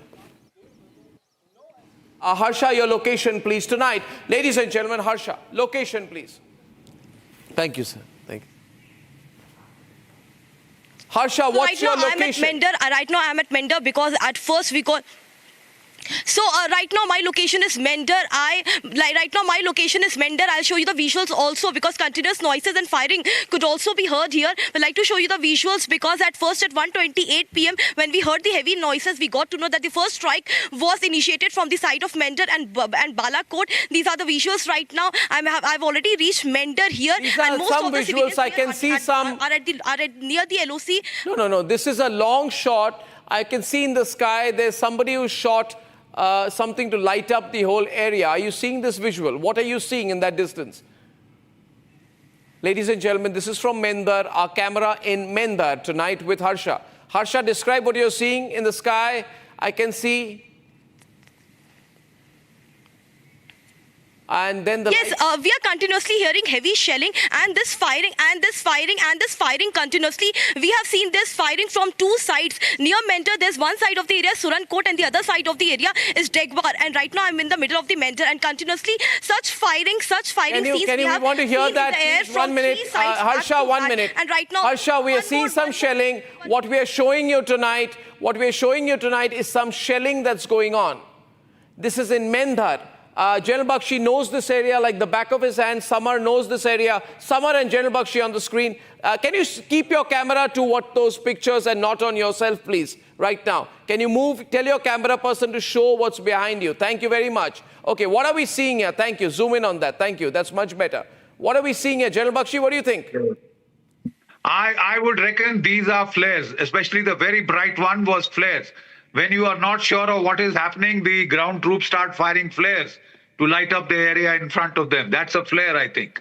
That is a flare. This is a flare from our side? No, flares would be from the Pakistani side to find out what the hell is going on. Acha, Arnab, I have a very important piece of information. Bawalpur is 565 kilometers inside Pakistan. So quite obviously our jets have been used.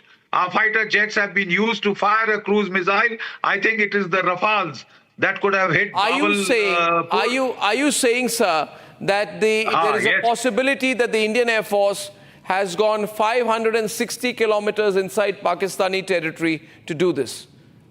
Not necessarily they have to go in that deep. From a standoff range, they can fire that missile. It might entail some level of penetration. The French cruise missile on the Rafale has this range 500 to 600 kilometers. So I think Bawalpur has been definitely hit by the Air Force cruise missile. The other targets in Muzaffarpur and Kotli, etc., have been hit by either the army cruise missiles, or they could also have been hit by. I think those are within 120 kilometers. They could have been hit by smaller range missiles also. We have a whole range of them. Okay. Coming in from where the press conference is going to happen. This is the press conference. This is live, ladies and gentlemen. We are already live. There are cameras are placed there. Our reporters are placed there. I hope we've got a reporter deployment, Abhishek, as well. This is where, yeah?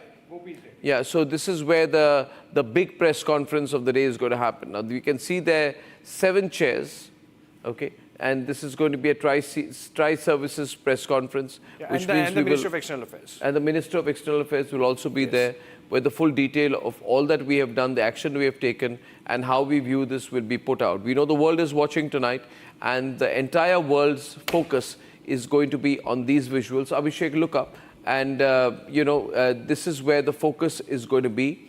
Prime Minister Modi, I'm not sure if he's going to issue a statement here. Abhishek, shouldn't the Prime Minister be also issuing a statement, or as of now, is he just watching the situation? The series of where events is the Prime Minister? What is his schedule this morning? Because he has been up overnight and he has monitored the operation closely. And After that, we had NSA, speaking to Marco Rubio, and then the Ministry of External Affairs diplomats have briefed other countries, including the key partners like Japan, South Korea, and the United Kingdom and France. And now, as things stand, 10 o'clock is the press conference, which is by the three services and the Ministry of External Affairs, a joint press conference. Then 11 o'clock is when the cabinet begins. Remember, it's Wednesday. And before the cabinet, there is a cabinet committee on security, which is going to be briefed by National Security Advisor and the Chief of Defense Staff, and possibly the chiefs of the three services on Operation Sindoor, its coordinates and its success. And then the cabinet is going to have a resolution passed, and possibly after that we can expect the Prime Minister speaking, but it's not slated for now. As of now, is it part of the Prime Minister's itinerary? Is there a schedule in the day when he's possibly could be doing that today? No, so as of now, there is no public event as such, except for the cabinet meeting. Whether he speaks after the cabinet is going to be decided later, if at all or not. As of now, there is no brief on that. But there is a joint briefing by the forces and the Ministry of External Affairs. And then post-cabinet, there is a cabinet briefing also, which is slated to take place at 3 p.m. as of now. The times could change depending on whether the Prime Minister decides to speak himself. Okay, watching the situation closely, we have General Sanjay Soy also joining us back, and Samarpal, indefatigable Samarpal Toor, who is with us tonight. This morning, sorry, I'm losing sense of time. I don't know when I was anchoring last night, but I must say this, that before I go to General Soy, that yesterday the Prime Minister attended a media event where he gave away nothing. And he just spoke about the Indus Waters Treaty, and he spoke about the fact that our water will be ours. And that was great deception by the Prime Minister. We have with us General Sanjay Soy with us. You've had some time to look at the visuals, to see the information that we are getting in, to see the extent of the damage on the ground, to see some really panicky Pakistani reactions. And you also got a sense of the Pakistani responses. We're getting news about a J-17 Chinese Thunder jet of the Pakistanis, which has apparently been brought down. And we've seen some heavy shelling and the loss of 3 civilian lives, predictable sectors. Beyond that, not very much. And the ISPR press conference didn't communicate much, but acknowledged 6 targets, not 9. How do you view the overall response from Pakistan so far? Arnav, thank you so much. And I would say that first thing you had mentioned of deception and surprise, I think this was 100%. If you see, today was a day for mock drill. I mean, everybody announced, and we have been talking to other people, other countries also. So Pakistan would have thought that probably we will be doing a couple of more mock drills and then carry out if anything we want to do. He's not giving. So they were taken totally by surprise. That is one part. And as you have rightly mentioned, the Prime Minister's body language did not give away anything. So that is very, very important at highest level. These kinds of things have to be maintained. Second thing, Pakistan is totally rattled. They are used to telling lies. They have said that only 8 people have died. The kind of activities which are taking place in hospitals, in Murid Ke, Kotli, Bawalkot, and the damage visuals of the damages are there, which you have been showing, which have been shot by the civilians. Also, a lot of visuals have been shot. So it shows that kind of precision attack we have carried out. This is I feel proud, Arnav, that I am Indian and I am a Fauji.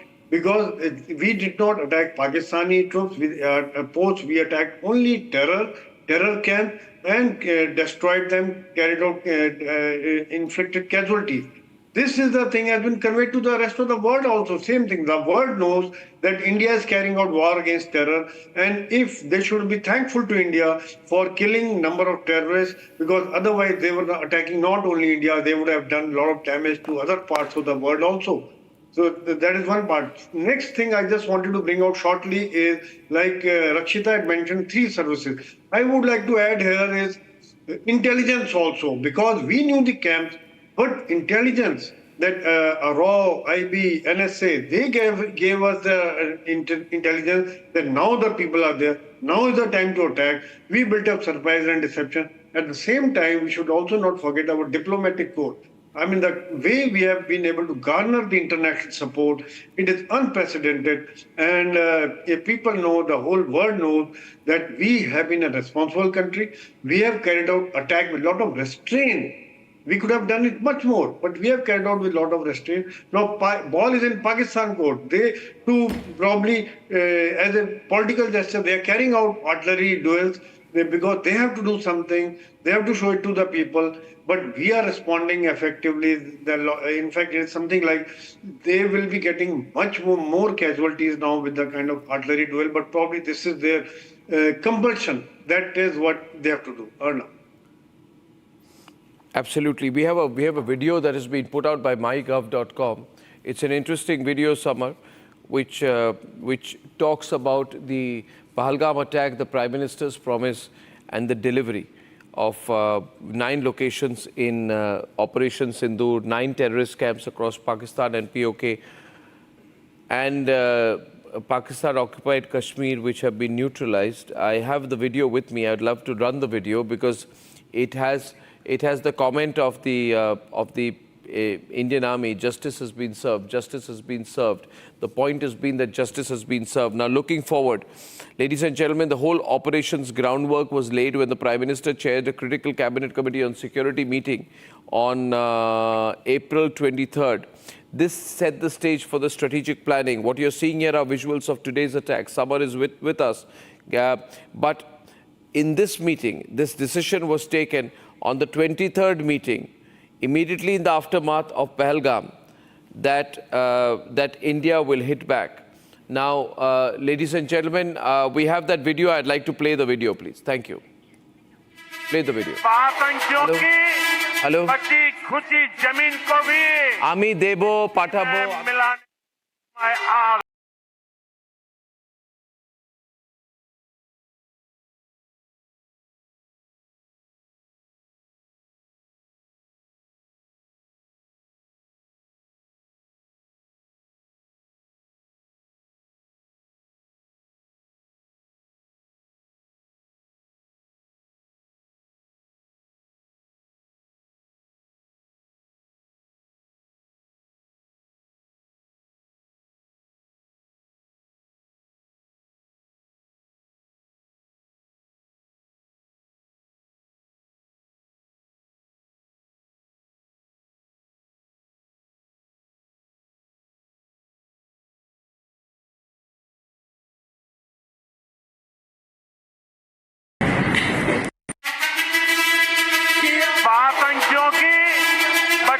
खुशी जमीन को भी मिट्टी में मिलाने का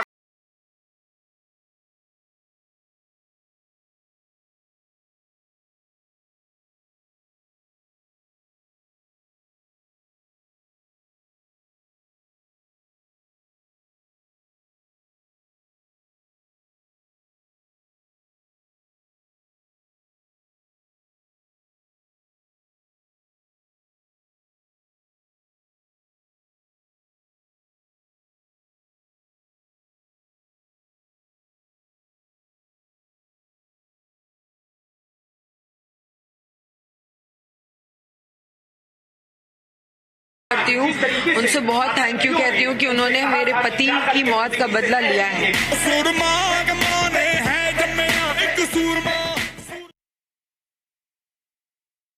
Okay, ladies and gentlemen, this is a very, very big breaking news day. Good morning to everyone across the country. We've hit back. Ladies and gentlemen, the big breaking news story of the moment. If you can hear me tonight, can I be put on air? Thank you so much. Thank you, Aditi. All right, because I want to recap exactly what is happening as of tonight, as of this minute, 33 minutes past 2 a.m. on the 7th of May. History has been made. This is a very direct and straightforward attack by the Indian Army we are reporting tonight. Ladies and gentlemen, Pakistan has been hit. Muzaffarabad has been hit. A total of 9 places in Pakistan have been hit. And the government has said very clearly that we are focused, we are measured. What we are doing is non-escalatory in nature. They've said that no military targets of Pakistan have been targeted. They've also said that we have demonstrated considerable restraint, and we have demonstrated considerable restraint in the selection of the targets and the method of execution. These steps come in the wake of the barbaric Pahalgam attack, in which 25 Indians and 1 Nepali citizen were targeted and murdered. We are living up to the commitment that those responsible for this attack will be held accountable. And there was going to be a very detailed briefing on Operation Sindoor later today. This is the PR that I got from the Ministry of Defense. Huge visual coming in right now. Just see the extent of the devastation in Pakistan tonight. Just see that go through. This is a huge strike, ladies and gentlemen. Just see that visual, the level of devastation. The first visuals brought to you here only on Republic, and all the Pakistanis watching in shock and horror as India begins a mammoth strike. Now you're seeing the kind of armory and ammunition being used here. What does this look like to you? General Kochar, you've been with the ordnance. I want to show you this visual. General Kochar, are you there? Are you seeing this visual with you, sir? You see the nature of the visual, the nature of the explosion. What does it look like to you, sir? My assessment is, Arnab, from what I can see on your screen. Yes, sir. This is a combination of a drone and a missile strike. A mix of drone and missile? Yeah. Because I don't. One second, sir. One second. Can the drones go so deep? I also want you to expect, General Bakshi, how deep did we go? General Bakshi, how deep have we gone when we go to Pahalgam, when we go to Muridke? How deep have we gone into their territory? Muridke and Bhavalpur, Muzaffarabad, Kotli, all these have been hit. Targets deep into Pakistan have been hit. Pakistan main, not just POK. So to that extent, I would extend, in all probability, it is the BrahMos cruise missiles, which have a range of 400 kilometers plus. I was telling you the circular error of probability is 1 meter, and the warhead that it carries is hundreds of kilos. Ladies and gentlemen, the big point is the entire air defense capability of Pakistan has been totally exposed. Live visuals coming in. Live visuals. Ladies and gentlemen, latest visuals. You're watching this, let's listen to this. Ladies and gentlemen, these are latest visuals of Operation Sindoor. Ladies and gentlemen, second missile goes in the air.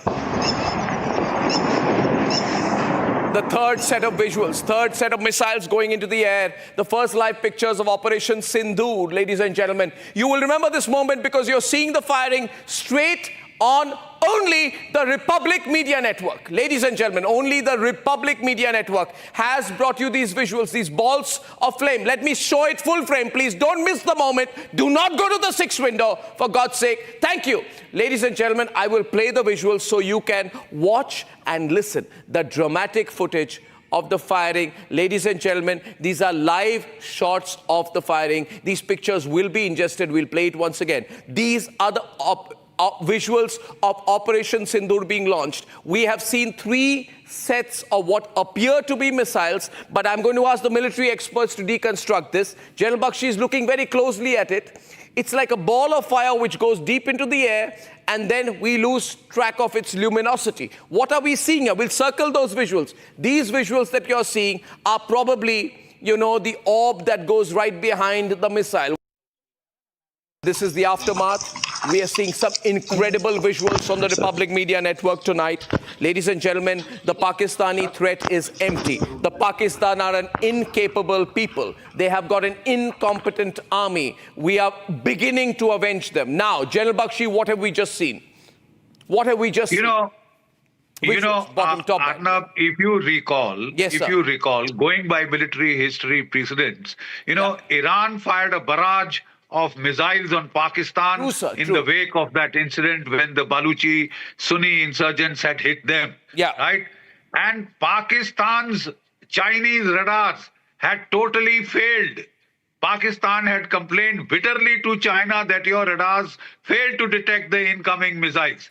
They have still failed to Pakistan has detect declared an the emergency. incoming Keep the breaking news ticker on, for God's sake. Pakistan has declared a state of national emergency. The latest updates I'm also getting tonight is that residents in the area of Jhulas have moved into bunker amidst constant firing from the Pakistani side. There is heavy shelling on the borders of Kupwara district, which are continuing. I'm going to get our reporters up who are in the area. I have more visuals, full frame, ladies and gentlemen. The Pakistani army, full frame. Pakistani army assessing the damage. Full frame, please. Full frame, please. Thank you. Ladies and gentlemen, look at this. This is the Pakistani army. They just don't know what has happened. They've been completely destroyed, taken aback. They were protecting the Lashkar headquarters and now they're reduced to rubble. They were protecting the Jaish headquarters. They've been reduced to rubble. There is absolutely nothing left on the location. The Pakistani army are looking for bodies of the terrorists and trying to retrieve. We're told several terrorists have been killed. They are looking to retrieve the bodies of the terrorists, which also shows their complicity. Ladies and gentlemen, we are not sure which missiles have been used here, but I can tell you this has been extremely effective this time. Very strongly effective.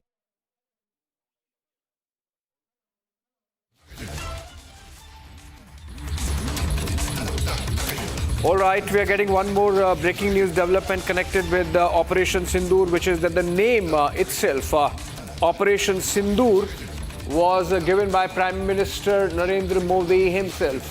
While briefing the forces, he had given the name, is what we are hearing, and that really gives you an idea of the kind of involvement that the Prime Minister has had in this entire exercise. From the first Cabinet Committee on Security he held with the ministers and briefed by the National Security Advisor at that time. That was on April 23, the next day of the Pahalgam terror attack.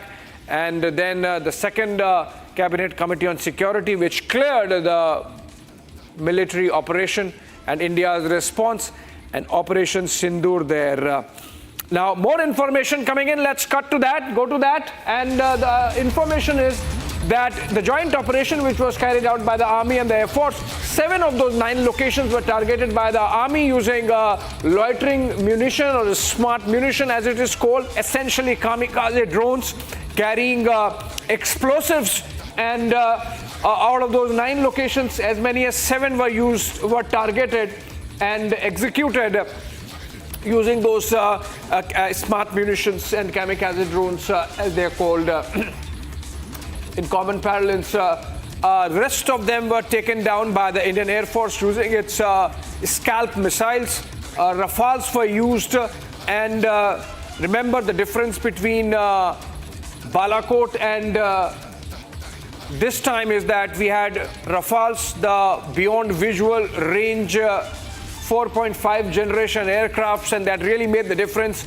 Indian Air Force did not need to cross the border and the line of control, and could carry out those strikes from well within our own territory, punishing Pakistan and targeting those camps. So the 7 camps of the terror factory in Pakistan that were targeted by the Army and its smart munitions included the LET camp in Muridke, the LET camp of Sawai, the Jaish-e-Mohammed camp in Bilal, the Lashkar-e-Taiba camp in Kotli, the Barnala pad or the launch pad of terrorists in the Jaish-e-Mohammed camp in Sarjal, and the Hijbul camp of Mahmumna. And these are the camps that were targeted by the smart munitions. The Air Force, of course, targeted Bahawalpur and Gulpur. Remember, Bahawalpur is about 100 kilometers inside the Pakistani territory, and that's the longest distance that the targets were there. And so Air Force was used for Bahawalpur, while the rest of the targets, 7 locations, being targeted by the Army smart munitions. Our guests continue to be with us, and we have General Sohi and Major Tur. General Sohi, coming to you. You believe this is an innovation, the Indian Army using smart munitions, and nobody really crossed the border or the line of control? Absolutely. In fact, I would say that our strategic planning was such that we carried out so much of restraint. We could have done it by crossing border also. We had all the options open. However, Army using smart ammunition, because whatever targets were close by, There the Indian Army used, and the targets like Bhavalpur and Noor, they were far away. That is why Air Force had used the scalp missiles or other missile system which could go deep inside without crossing the border. So aim was because our statement, the government of India has issued that statement, we did not want to escalate it. We still maintain a lot of restraint in spite of all kinds of irrational and immature statements by Pakistan leadership.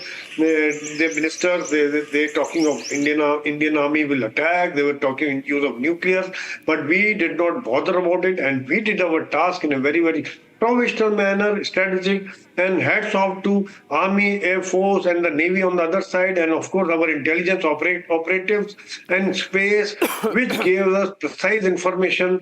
And this also shows the professional attitude, professionalism of Indian Armed Forces, where no collateral damage, no attack to Pak Armed Forces, only attack on terror operatives, attack on their camps.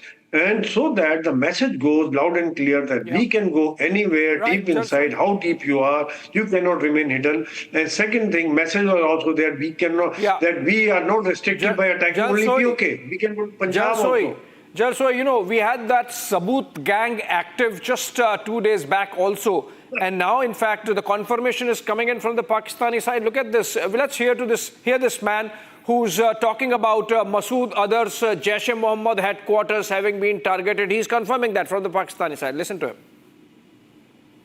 Pakistani और India ने जंग शुरू कर दी है। अभी मेरे Bahawalpur city के अंदर मौलाना मसूद अजहर साहब के जो है मदरसा है उसके ऊपर 4 मिसाइल दागे गए हैं। 4 मिसाइलों के साथ हमला किया गया है मौलाना मसूद अजहर साहब के Balakot. These are the visuals right now. I've already reached Mender here, and most some of the visuals I can see some are near the. Pakistani और इंडिया ने जंग शुरू कर दी है। अभी मेरे बहावलपुर सिटी के अंदर मौलाना मसूद अजहर साहब के जो है मदरसा है उसके ऊपर 4 मिसाइल दागे गए हैं। 4 मिसाइलों के साथ हमला किया गया है मौलाना मसूद अजहर साहब के मदरसे के ऊपर। हम अपनी अफवाज पाकिस्तान के साथ खड़े हैं, लेकिन मेरा सवाल है कि हमारी एजेंसीज कहाँ सोई हुई थी, हमारी अफवाज पाकिस्तान कहाँ सोई हुई थी जब ये हमला हुआ। मुजफ्फराबाद की भी खबर आ रही है कि मुजफ्फराबाद वाली साइड पर भी ये अटैक हुआ है, लेकिन सबसे पहले मेरे बहावलपुर सिटी के अंदर अटैक हुआ है ब्लास्टिक मिसाइल के साथ। उन्होंने हमला किया है मौलाना मसूद अजहर साहब के मदरसे के ऊपर। 4 मिसाइल मारे गए हैं। अभी ये कहना कबल वक्त है कि गोया कितनी सच्चाई है इस खबर के अंदर, किस साइड से ये मिसाइल आए हैं, ये अभी कंफर्म होना बाकी है, लेकिन ये कंफर्म न्यूज़ है कि उनके मदरसे के ऊपर 4 मिसाइल मारे।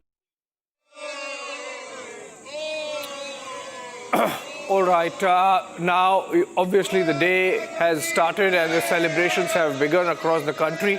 A sigh of relief also to the families who suffered from that terror attack. Shawan is with us live, and Shawan, more information with you.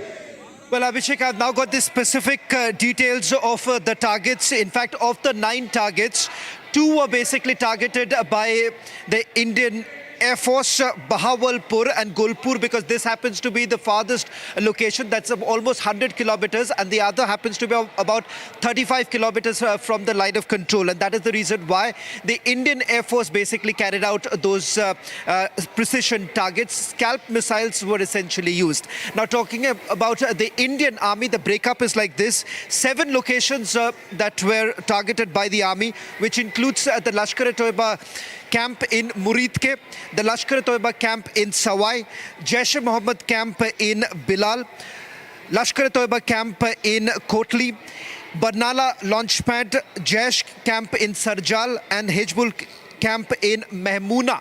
In fact, this was with the help of smart ammunitions that were basically used by the Indian Army. So that's the division here.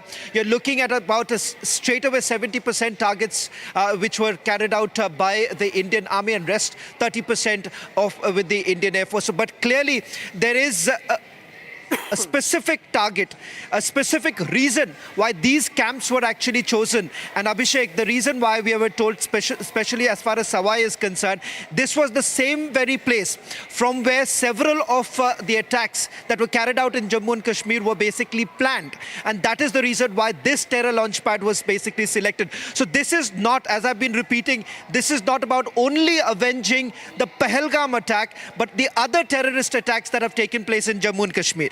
Absolutely, and India has made a bold statement to the world. And I'm told Lieutenant General Arun Sahni is joining us live, and he's former Army commander and, of course, a strategic thinker. Very good morning to you, General Sahni.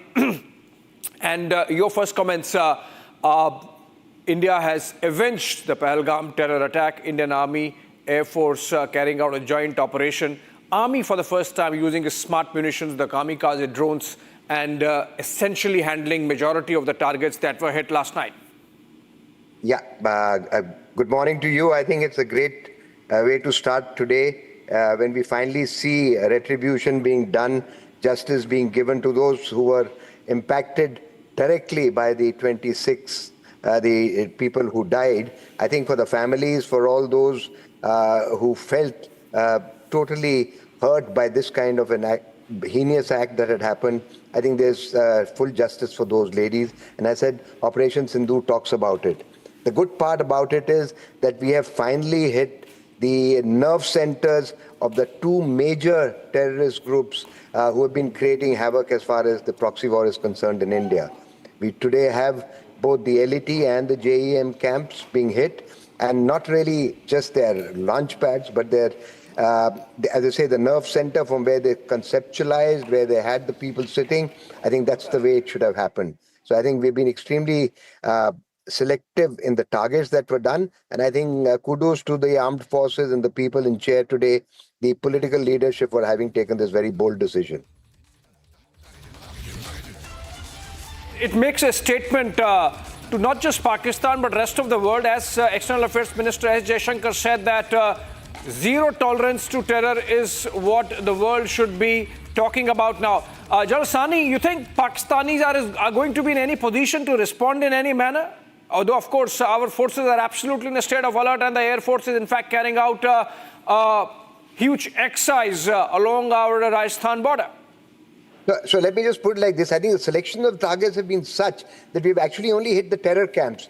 So really speaking, we have made sure that they have no justification or moral justification to react. But as you said, armed forces and the nation is prepared that if there is some kind of a reaction from them, our forces are currently deployed both on the ground, air, and the naval flotillas are out.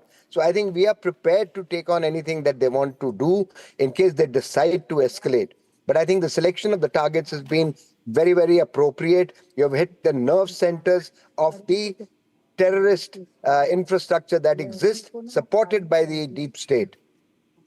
Yeah, that's a huge one. And you rightly mentioned that our naval deployments are there in full strength. Our flotillas, our aircraft carriers, there in the Arabian Sea. So if need be, a blockade on Karachi and the Pakistani coast can be implemented, and we can make sure that there is no misadventure from the Pakistani side. And I believe that's why those those exercises by the IAF, big ones, already in place, which means that our forces at all levels are completely ready for any retaliatory misadventure by the Pakistani side. Niranjan joins me in the studios, and Shawan, I'm told, has more information. Shawan, over to you. Well, in fact, more details coming in with regards to the ammunition. As I just pointed out, the scalp ammunition that was basically used by the Indian Air Force, artillery firing that has also been done by the Indian Army. This was immediately after the precision munition. So essentially what you're looking at is that after the strike was carried out, this is roughly around 1:44 in the morning. We're getting in more clarity right now as to the exact timing when the precision strikes actually began. And immediately thereafter, you've had the Indian Army also responding to the ceasefire violations that have taken place, but importantly, okay, the briefing is starting. Briefing is starting. Let's cut to it live. Let's cut to it live.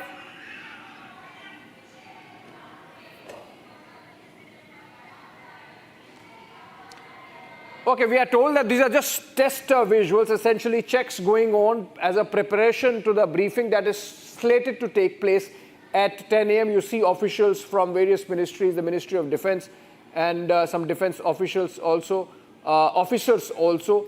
And then, of course, you have people from the Ministry of Information and Broadcasting. I can see some. And this is essentially prep visuals. These are essentially prep visuals coming in. We also have Gopi live. Can we cut to Gopi and just check with her what's really happening. Gopi, if you're getting me, what are the preparations going on? We can see some in your backdrop. Who are these officers? Can you tell us? Well, in fact, what in fact you can see here is this is the National Media Centre's conference hall, and we are awaiting the most important press conference to begin, which will jointly be addressed by the Ministry of Defence as well as Ministry of External Affairs. What we are learning, what we are picking up from our sources is it will also be the MEA spokesperson Randhir Jaiswal will be here along with the Army as well as Air Force Chief. This is what we are picking up from our sources as of yet. But yes, we are yet to confirm who all will be holding this press conference. As you are seeing the live visuals, the preparation is underway. All eyes at this press conference, which is going to begin at 10 a.m. The preparations are going on in full swing. What we are expecting is Randhir Jaiswal will be here along with the Army as well as Air Force Chief. That is what we are picking up from our sources as of now. All right, building up to that big moment when our forces together with the Ministry of External Affairs hold that press conference, brief the world, brief India first and rest of the world, of course, about India's Operation Sindoor, India's avenging the Pahalgam terror attack, India's massive anti-terror strike on Pakistan and targeting of the terror factory that Pakistan harbors. Even now we are getting those pictures, Niranjan, of Pakistanis giving away the fact that they have been harboring terrorists. There are visuals coming in of Jaish-e-Mohammed sympathizers talking about how those camps have been hit, their headquarters has been hit, and many of their facilities have been hit. Abhishek, these are visuals that we've accessed, and we are doing some background checks before we put that video on air. But what primarily we see is because one of the stills that we also saw from this video, one of the stills matches that of the initial picture that comes in. So this is from a hospital in Pakistan. It is a Pakistani army officer in the hospital. Now we are checking the details of what they have said in that video. What it confirms is that Pakistan army was backing Jaish because they are seen in that video. Secondly, some slogans are being chanted. Jaish slogans are being chanted, which will only confirm what we have been saying, that we have struck Jaish and Lashkar targets. Now, on Operation Sindoor, you just saw the preparatory visuals in New Delhi. The joint Ministry of Defence, Ministry of External Affairs news conference lined up in just about 90 minutes from now, 80 minutes from now. It will be live from Delhi where the full details will be given. But let's tell you a little bit about Operation Sindoor. We have successfully struck 9 targets in Pakistan. We have gone deep into Pakistan territory, which means we haven't just gone into PoK, not just PoK, we've gone deep inside Pakistan and struck targets even close to big cities in Pakistan. Let's tell you that we have specifically targeted terror camps, and the strikes began a little after midnight. Some of the details show that perhaps it started a little after 12:10, 12:15, lasted perhaps anywhere between 20 minutes to half an hour. And the first visuals started to come in a little after 1 a.m. And that is when even our reporters who are in Srinagar in different parts along the international border and line of control reported some activity. The timings match, and essentially India has gone after Lashkar-e-Toiba, Jaish-e-Mohammed, Jamaat-ud-Dawa terror camps, and specifically we have the name of the camp, name of the terror group that was operating out of that camp. Markaz Shubhanallah in Bahawalpur, where the Jaish-e-Mohammed was primarily operating from. Markaz Taiba Muridke, where the Lashkar-e-Toiba's headquarters are based. Sarjal Tehra Kalan, where the Jaish-e-Mohammed's terror camps are based. Markaz Abbas Kotli, where the Jaish-e-Mohammed terror base camps are based.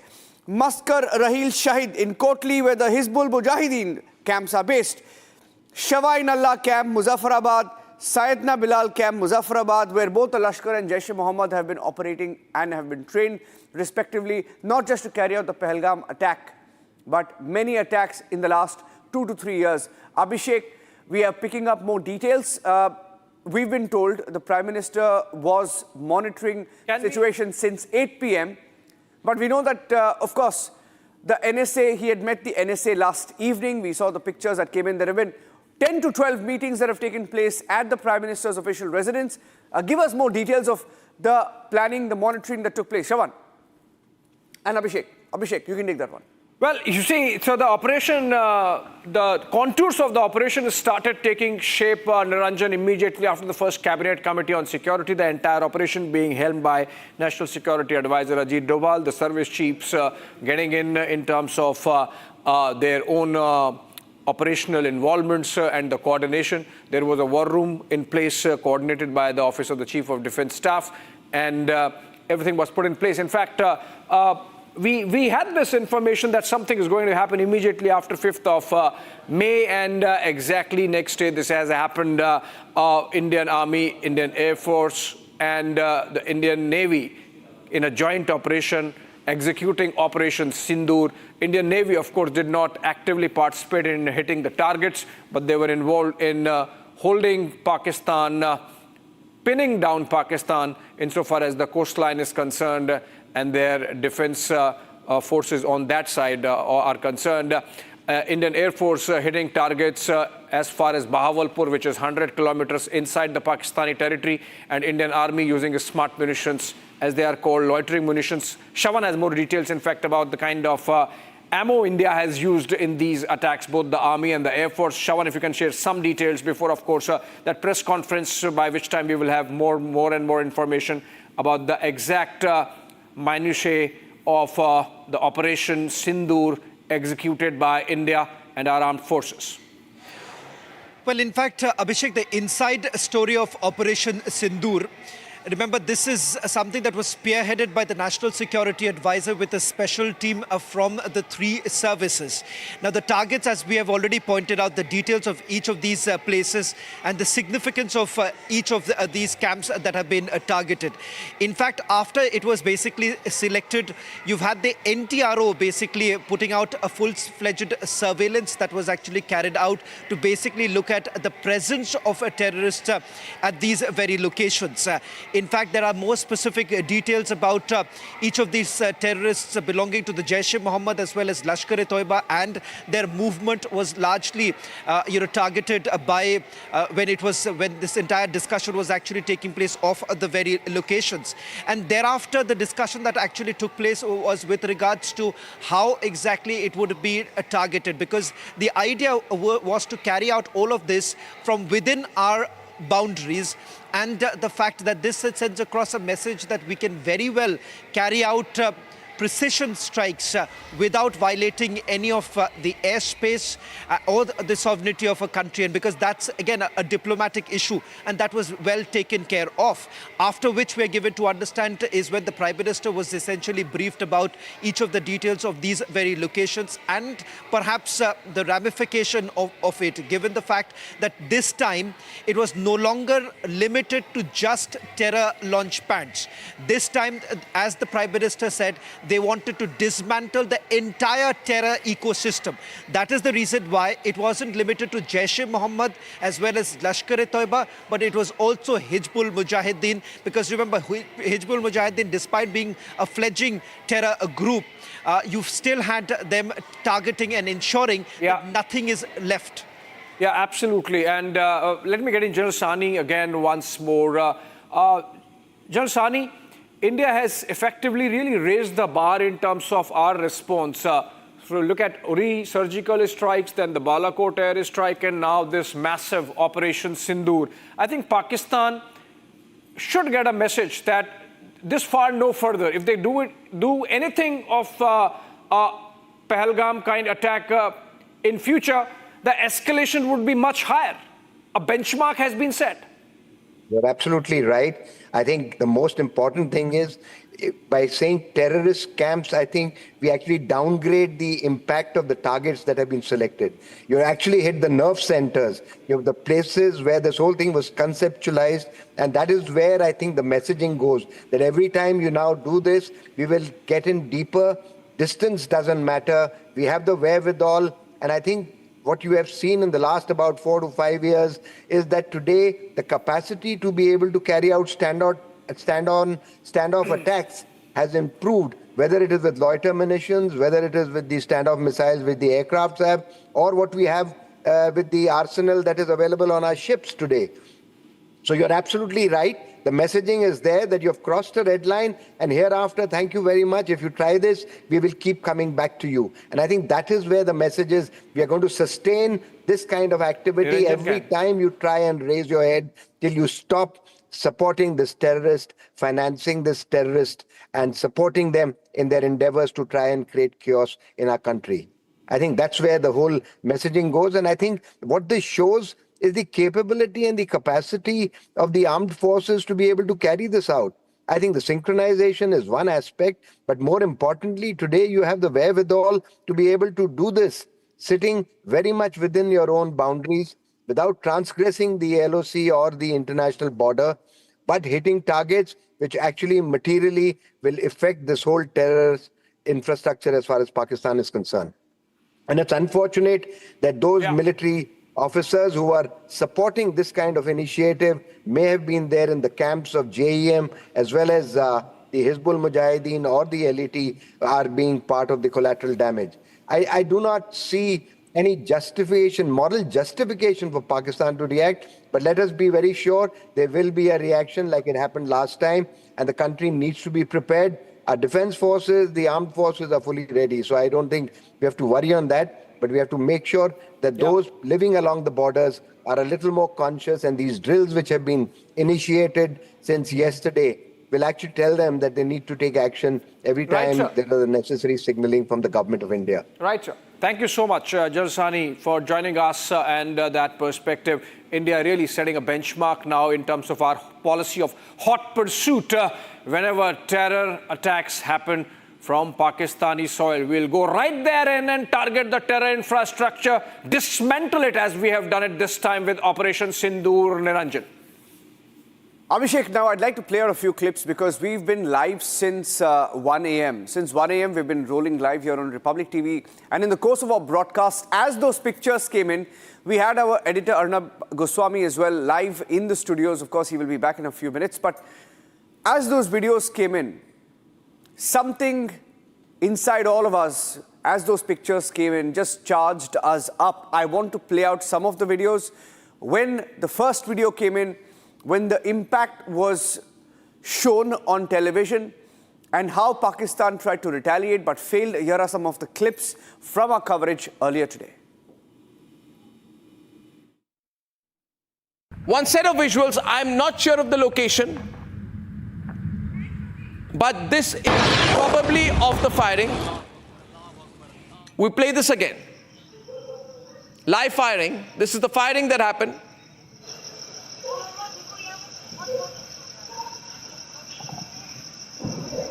Ladies and gentlemen, in the still of the night, the firing is happening. In the still of the night, you will hear the firing now. Ladies and gentlemen, now we just heard something. These are live visuals, I'm told, that we are getting right now. Live. I'll show you the visuals also because continuous noises and firing could also be heard here. We'd like to show you the visuals because at first at 1:28 p.m. when we heard the heavy noises, we got to know that the first strike was initiated from the side of Mender and Balakot. These are the visuals right now. I've already reached Mender here. These are and most some of the visuals. I can see some. Are near the LOC. No. This is a long shot. I can see in the sky there's somebody who shot something to light up the whole area. Are you seeing this visual? What are you seeing in that distance? Ladies and gentlemen, this is from Mendar, our camera in Mendar tonight with Harsha. Harsha, describe what you're seeing in the sky. I can see.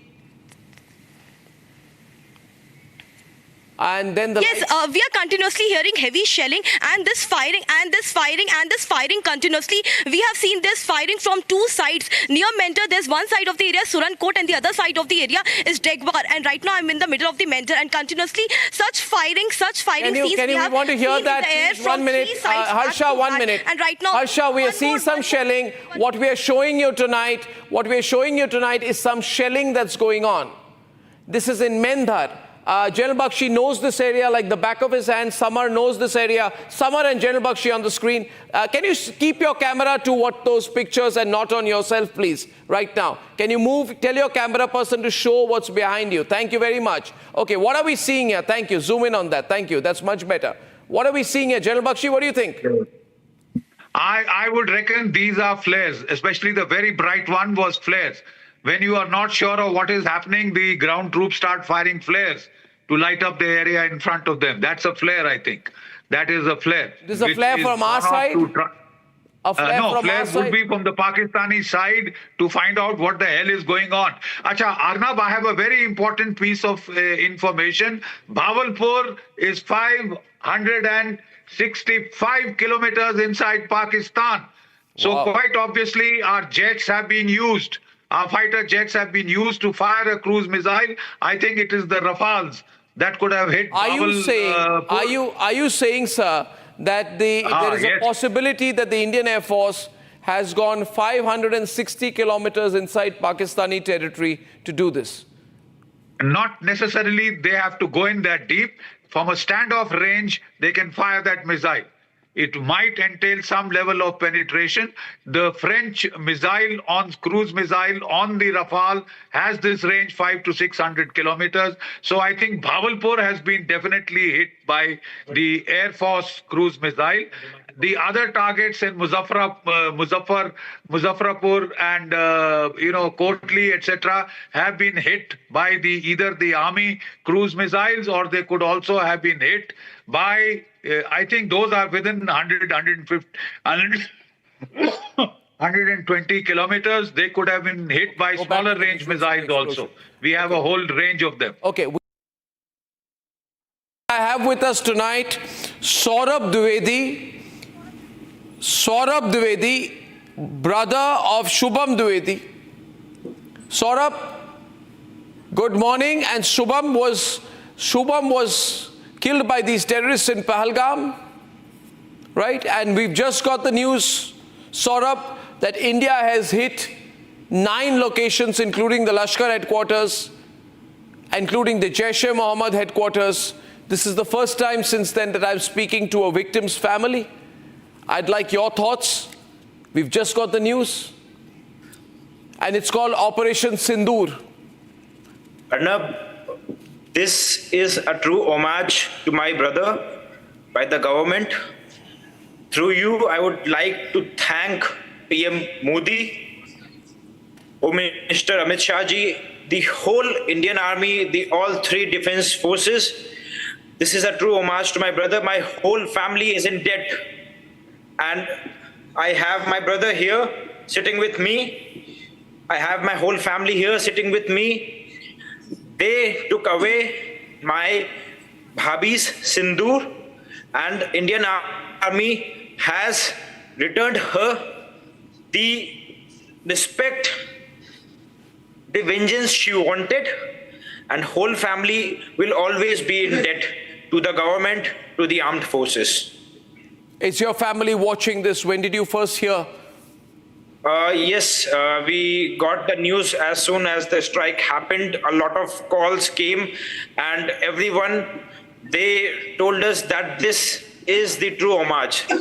Everyone was saying कि सरकार ने श्रद्धांजलि दी है शुभम को आज. बहुत बड़ी श्रद्धांजलि तो दी है सौरभ जी, मगर इसके लिए जो प्राइस देना पड़ा आपको, आपके पूरे परिवार को, ये तो कभी वापस नहीं आ सकते. मगर मुझे लग रहा है कि जिस तरह से मोदी सरकार ने इस बार मुरीद के, बहावलपुर, जो अलग अलग टारगेट्स है, इतनी डीप गई है, एक तरह से जो दृढ़ता हमारे सरकार ने दिखाई है कि कोई ये डेकोरेटिव स्ट्राइक नहीं है. पाकिस्तान को बहुत क्लियर मैसेज है. इस वक्त अगर आप और आपके परिवारजन ये तस्वीरें देख रहे हैं तो मैं कहना चाहूँगा आपको, और आपके लिए एक खबर मैं देना चाहता हूँ कि वही पाकिस्तानी आर्मी, वही आसिफ मुनीर जिसने पहलगाम करवाया, उसी ने अभी अपने फौज को भेजकर कहा है कि जहां जहां भारतीय सेना ने अटैक की है उस पूरे एरिया को कॉर्डन ऑफ कर दो, ताकि पाकिस्तान की जनता को पता ना चले कि कितनी बुरी तरह से हमारे मिसाइल्स ने अटैक किया है.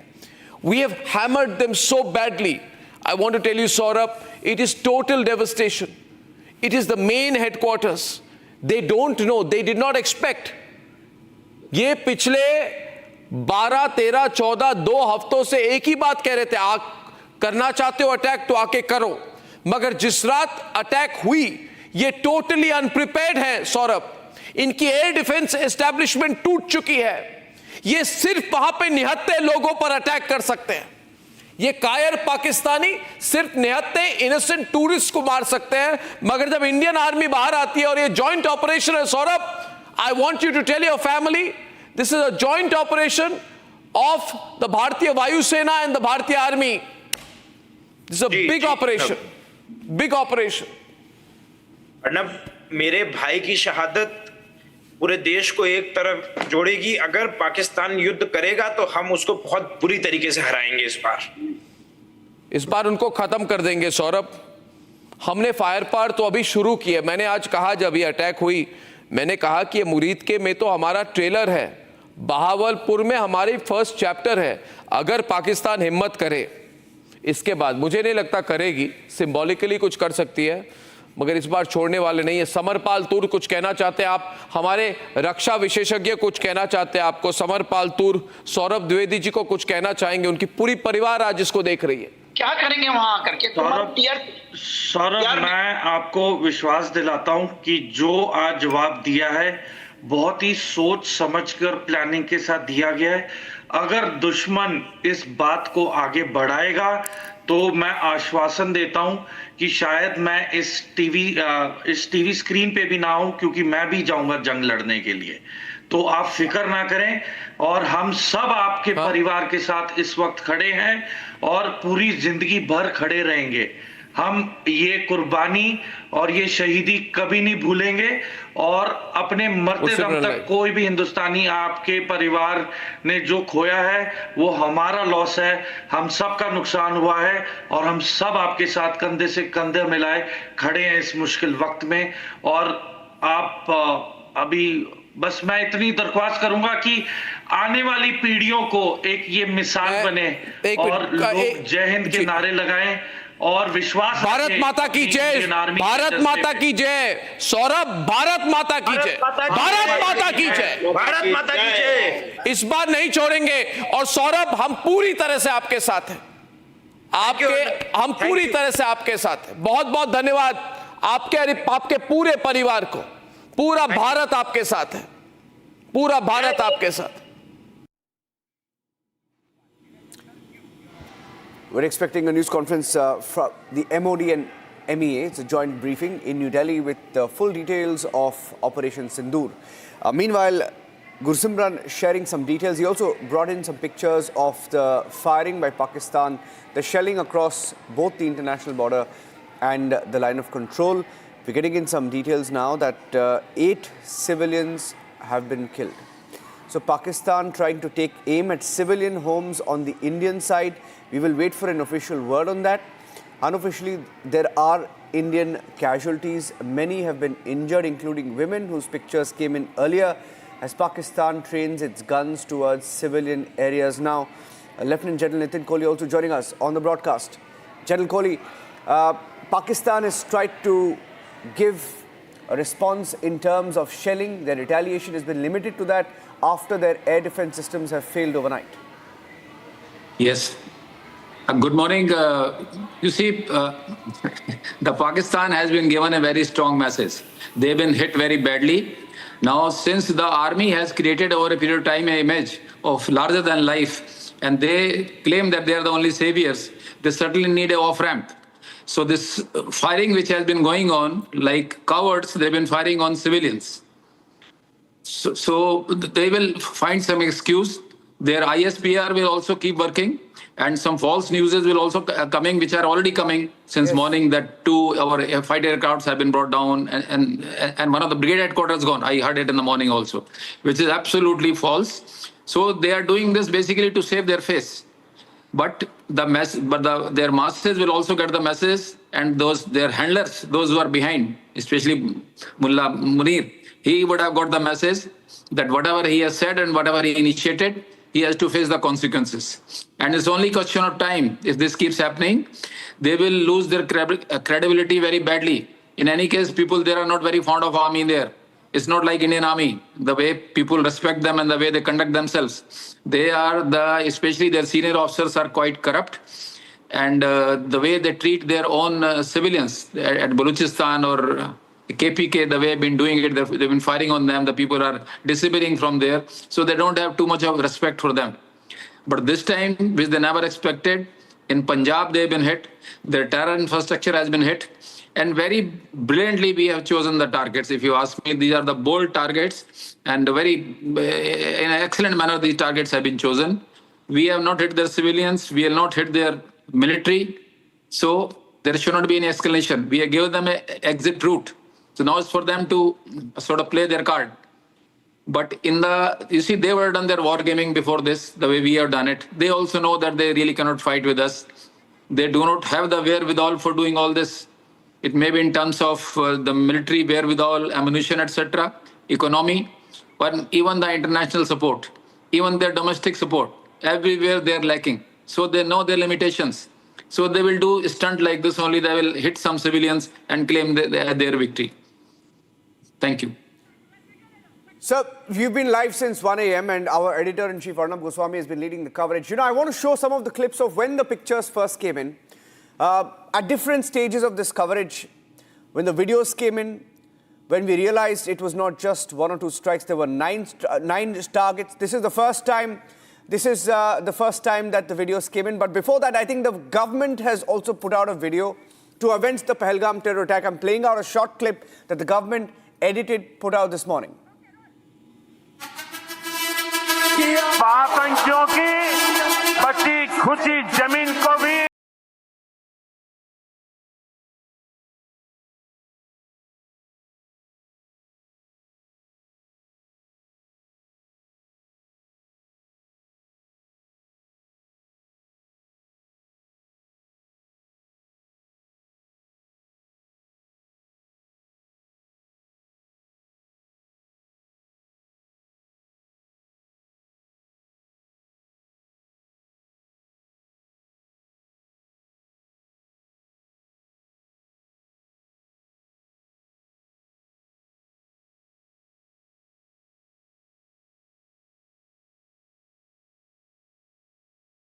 उनसे बहुत थैंक यू कहती हूँ कि उन्होंने मेरे पति की मौत का बदला लिया है. All right, let's go back to the moment when those strikes happened, and Arnab Goswami was there in the newsroom, in the studio for you. Look at the broadcast of that moment to understand how it all panned out. Okay, ladies and gentlemen, this is a very, very big breaking news day. Good morning to everyone across the country. We've hit back. Ladies and gentlemen, the big breaking news story of the moment. If you can hear me tonight, can I be put on air? Thank you so much. Thank you, Aditi. All right, because I want to recap exactly what is happening as of tonight, as of this minute, 33 minutes past 2 a.m. on the 7th of May, history has been made. This is a very direct and straightforward attack by the Indian Army we are reporting tonight. Ladies and gentlemen, Pakistan has been hit. Muzaffarabad has been hit. A total of 9 places in Pakistan have been hit. And the government has said very clearly that we are focused, we are measured. What we are doing is non-escalatory in nature. They've said that no military targets of Pakistan have been targeted. They've also said that we have demonstrated considerable restraint, and we have demonstrated considerable restraint in the selection of the targets and the method of execution. These steps come in the wake of the barbaric Pahalgam attack, in which 25 Indians and 1 Nepali citizen were targeted and murdered. We are living up to the commitment that those responsible for this attack will be held accountable. And there was going to be a very detailed briefing on Operation Sindoor later today. This is the PR that I got from the Ministry of Defense. Huge visual coming in right now. Just see the extent of the devastation in Pakistan tonight. Just see that go through. This is a huge Huge strike, ladies and gentlemen. Just see that visual, the level of devastation. The first visuals brought to you here only on Republic, and all the Pakistanis watching in shock and horror as India begins a mammoth strike. Now you're seeing the kind of armory and ammunition being used here. What does this look like to you? General Kochar, you've been with the ordnance. I want to show you this visual. General Kochar, are you there? Are you seeing this visual with you, sir? You see the nature of the visual, the nature of the explosion. What does it look like to you, sir? My assessment is, Arnab, from what I can see on your screen. Yes, sir. This is a combination of a drone and a missile strike. A mix of drone and missile? Yeah. Because I don't. One second, sir. 1 second. Can the drones go so deep? I also want you to expect, General Bakshi, how deep did we go? General Bakshi, how deep have we gone when we go to Pahalgam, when we go to Muridke? How deep have we gone into that territory? Muridke and Bhavalpur, Muzaffarabad, Kotli, all these have been hit. Targets deep into Pakistan have been hit. Pakistan main, not just PoK. So to that extent, I would extend, in all probability, it is the BrahMos cruise missiles, which have a range of 400 kilometers plus. I was telling you the circular error of probability is 1 meter, and the warhead that it carries is hundreds of kilos. Ladies and gentlemen, the big point is the entire air defense capability of Pakistan has been totally exposed. Live visuals coming in. Live visuals. Ladies and gentlemen, latest visuals. You're watching this. Let's listen to this. Ladies and gentlemen, these are latest visuals of Operation Sindoor. Ladies and gentlemen, second missile goes in the air. The third set of visuals, third set of missiles going into the air. The first live pictures of Operation Sindoor, ladies and gentlemen. You will remember this moment because you're seeing the firing straight on only the Republic Media Network. Ladies and gentlemen, only the Republic Media Network has brought you these visuals, these balls of flame. Let me show it full frame, please. Don't miss the moment. Do not go to the 6th window, for God's sake. Thank you. Ladies and gentlemen, I will play the visuals so you can watch and listen. The dramatic footage of the firing. Ladies and gentlemen, these are live shots of the firing. These pictures will be ingested. We'll play it once again. These are the visuals of Operation Sindoor being launched. We have seen 3 sets of what appear to be missiles, but I'm going to ask the military experts to deconstruct this. General Bakshi is looking very closely at it. It's like a ball of fire which goes deep into the air, and then we lose track of its luminosity. What are we seeing here? We'll circle those visuals. These visuals that you're seeing are probably, you know, the orb that goes right behind the missile. This is the aftermath.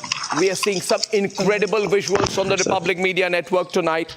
Ladies and gentlemen, the Pakistani threat is empty. The Pakistan are an incapable people. They have got an incompetent army. We are beginning to avenge them. Now, General Bakshi, what have we just seen? What have we just seen? Arnab, if you recall, going by military history precedents, Iran fired a barrage of missiles on Pakistan the wake of that incident when the Baluchi Sunni insurgents had hit them. Right? And Pakistan's Chinese radars had totally failed. Pakistan had complained bitterly to China that your radars failed to detect the incoming missiles.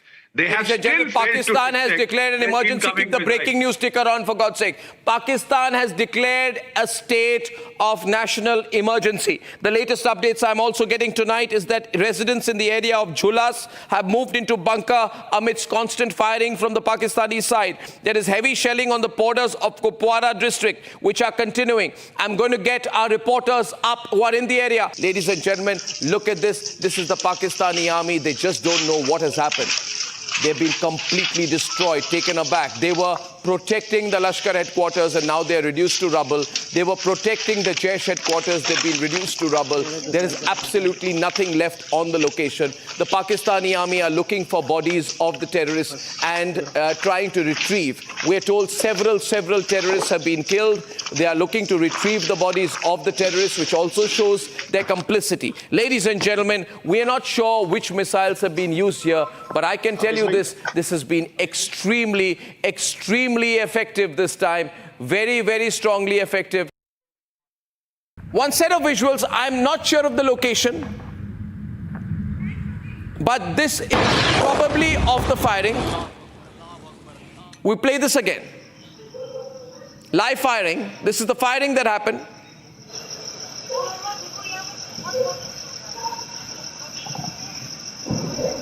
Ladies and gentlemen, in the still of the night, the firing is happening. In the still of the night, you will hear the firing now. Ladies and gentlemen, now we just heard something. These are live visuals I'm told that we are getting right now. Live news agency feed coming in, and another news agency feed coming in of the devastation on the right. Can we go to the international news agency feed? Multiple crew are reaching the ground, but across the world right now, this is the network to watch. It's only and only Republic. Secretary of State in the United States, Mr. Rubio, has spoken to National Security Advisor Ajit Doval. Everything's very good and totally under control. The Pakistanis are taken aback. They have a weapons problem, they have a tanks problem, they have an artillery inventory problem, there is panic in the army, and we are told there are calls going back and forth, ladies and gentlemen, after these precision strikes that have happened at the terror camps. Shawan, this situation is building fast, very fast. Is the army talking much right now? They're waiting. We were the first, ladies and gentlemen, the first reaction of China on Pakistan, on India's strike, counter-strike, and they played the Pakistan card predictably. The first reaction of the Chinese Foreign Ministry, Shawan, regrets India's strikes on Pakistan. Unexpected lines, Abhishek, regretting India's strikes. So they've obviously taken Pakistan's side. Absolutely unexpected lines. It's a shame that the Chinese are doing this. They are saying that they are concerned about escalation, possible escalation, and they regret India having taken this action against Pakistan. Remember, we have only hit the terror infrastructure of Pakistan. We have not hit any civilian targets. We have not hit any military target also, because we know that we don't want escalation. And the world should see the message in this, and the Chinese refusing to do that. Their first reaction, expressing regret at India's military strikes. Okay, we have a two-window right now. We have a Ministry of External Affairs press conference that is expected very soon. There's some movement at the press conference venue. I'd like to go to those pictures, ladies and gentlemen. There's a movement at the press conference venue. They are seating. The seating is being fixed. Who's going to sit where? The preliminary round of officials has come. This is a big news briefing that we are waiting for on Operation Sindoor. Ladies and gentlemen, Operation Sindoor, which is a result of a series of steps that we've been taking. 10 o'clock is the press conference. People are asking, what do we expect at the press conference? Well, I think we will be explaining our strategic posture. We'll talk about how we finalize the operation. We'll talk about the successes of the operation. Probably any high-value targets that we've struck. We'll give details of that. And then we'll also give a detail of the diplomatic and non-military steps that we've been taking since the 22nd of April. Ladies and gentlemen, it's a huge press briefing. All eyes are on that press briefing of the Ministry of External Affairs, and you're with me here on Republic. In fact, you've been with me since about 2 o'clock this morning. Now, this is fantastic, Abhishek. We have to look at the situation. I'd like to go across to some of our reporters waiting for that press conference. Zenat, your location, please. Let's line up all our reporters. First to Zenat. Ladies and gentlemen, Sensex is down by about 400 plus points tonight. But of course, Sensex is sentimental. It'll go up. This is just nervousness. In the Sensex, 0.12% means nothing. I'm just giving you this information as trivia tonight. I don't take the Sensex seriously. Zenat. Now, from your defense sources, yes, I'm reporting what from is the situation the around LOC and IB overall? See, I'm reporting from Uri sector of North Kashmir's Baramulla, and as far as the situation on ground is concerned, we see the borders have they have felt silent for some time. We don't see any movement or not hearing even the shelling or anything, but there is a process that is taking place, that is of the evacuation. The evacuation is taking place for the safety of the border residents, and there has been a directions that all those who are living close to line of control, these border belt residents should be shifted to safer locations, and government is ensuring the boarding, lodging and the food and the Medicare and the transportation of all those individuals who are living close to line of control. As far as the border shelling is concerned, Pakistan Army has been resorting to unprovoked violation and was targeting the Uri, Karna and Tangdar sector of North Kashmir, where some damage has been done to the residential houses, and also few of the people have suffered injuries. They all were evacuated and were given medical aid first at a place, and they were later shifted to the medical facility where they are being treated by the doctors. As of now in Srinagar, we see the divisional administration has asked for the closure of the schools of the two districts. In fact, movement is not being allowed close to Srinagar airport because it has been taken over by the Indian Air Force and all other I'm going back to the press conference venue. I'd like to go to it full frame. I've been told our reporter Gopi is already at the press conference venue. In case she is, if Gopi, you're hearing me there you are, Gopi, one of the first reporters live from the press conference venue. This is a huge opportunity for you, one of the biggest press conferences. You're going to probably remember this all through your rest of your reporting career, journalistic career, Gopi. Now tell me what's happening around you, who's at the stakeout, how many reporters there, who's expected there. Take us through the works there, Gopi. Well, in fact, I would ask my camera person to kindly show you the visuals. The stage is all set for the press conference. It is rather not an interactive press conference, what we are learning from our sources. It is a joint press conference which would be held by the Ministry of Defence as well as the Ministry of External Affairs. What we are also learning from our sources is the MEA spokesperson Randhir Jaiswal is going to be here along with the Army and Air Force Chief. These are the preliminary information which we are sharing with our viewers, while there are heavy media personnel here, as this is a very, very important press conference. All eyes at 10 a.m. We will have to see what kind of statement is released by the Ministry of Defence for Operation Sindoor. Back to you. Okay, we've just been told here that due to unavoidable circumstances, the press conference stands delayed by about 30 minutes. The brief will commence at 10:30 a.m. Inconvenience is regretted. This flash has just come in. Shawan. The reason why there is a bit of a delay, I'm given to understand that there is a preliminary report that is essentially being prepared, and also the aim is to bust the Pakistani narrative, because remember what has happened in the last few hours is this on the fact that they're basically peddling fake news, particularly with certain fighter jets of ours being down, which is absolutely incorrect. And that is the reason why perhaps a little bit more time is now being taken by the forces to put together the statement to tackle not just what's really happened in the last few hours, and also a little bit more development taking place with regards to the assessment of damage that has taken place. Because the latest being that at least 7 locations which were targeted by the Indian Army, there they've got the maximum number of terrorists who have been killed. 7 is what we are being told from the 7 camps that have been completely demolished. 2 which has been done by the Air Force, that's Bahawalpur. They're getting in more details right now in terms of the number of terrorists who have been killed in Bahawalpur. That details are yet to come in. Okay, I don't know. Now, Rakshita is live and through to us from the Srinagar airport to give us a factual report of the airport, which has now been closed down for civilian aircraft. It's only going to be used for military reasons. Rakshita, over to you from Srinagar airport, please. Well, Arnav, right now we cannot obviously show much of the security personnel positions, as we've not been allowed to do that. But yes, this is the airport, and here no civilian air traffic is allowed. All the flights have been cancelled, and they have been requested to please contact the airlines for their rescheduling for today, at least until further notice. No civilian air traffic will be allowed.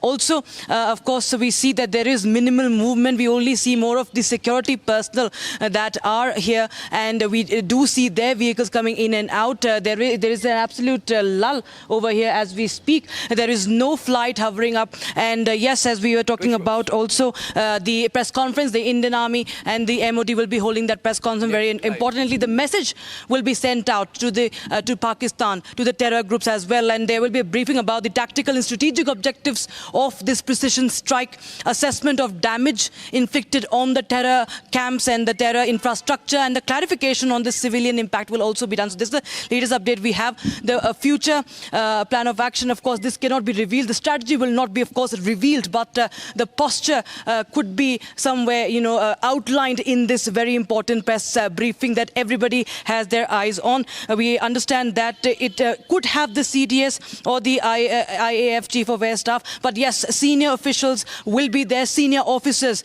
will be there, and this press conference will be very important. Everybody who has, who has been seeing those tears of the victims, the families, those Indians who have been bleeding, the sindoor that has been wiped off the, the heads of the women. Everybody will be now watching that, press conference and understanding how India has avenged those innocent killings, Arnav. And we are quite eagerly waiting for what is going to happen next, as we were discussing with the defense experts. Over to you.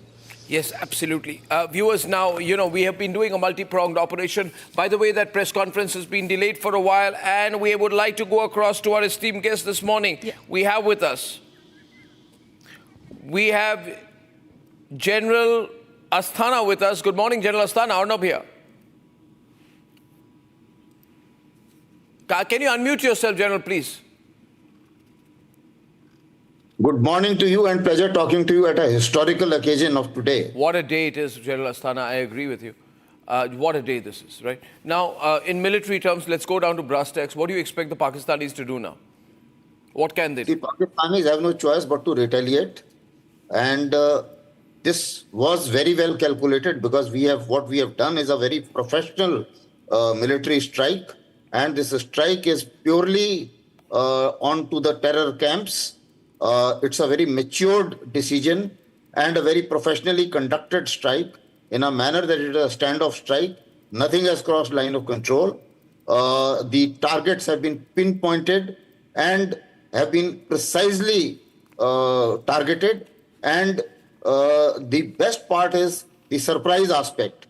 Nobody would have dreamt in Pakistan that previous day we were talking of that today morning we will start the mock drills. Everybody would have thought that we would be doing such actions only after mock drills, and that has caught everybody by surprise. Even in our country, maybe perhaps nobody would have imagined because of these mock drill announcements. And also with the kind of secrecy of plans which we have taken. Similarly, it's a non-military engagement. It's an engagement which is a non-escalatory engagement, but we would have worked out at least 2 to 3 steps in the escalation ladder. And having worked that out, we are absolutely prepared as to whatever kind of retaliation they give. We will be able to handle that, number one. And number two, it is playing up to our advantage. We didn't want to start a war, but if they want to do it, we are absolutely prepared. So let them take a call. Ball is in their court now.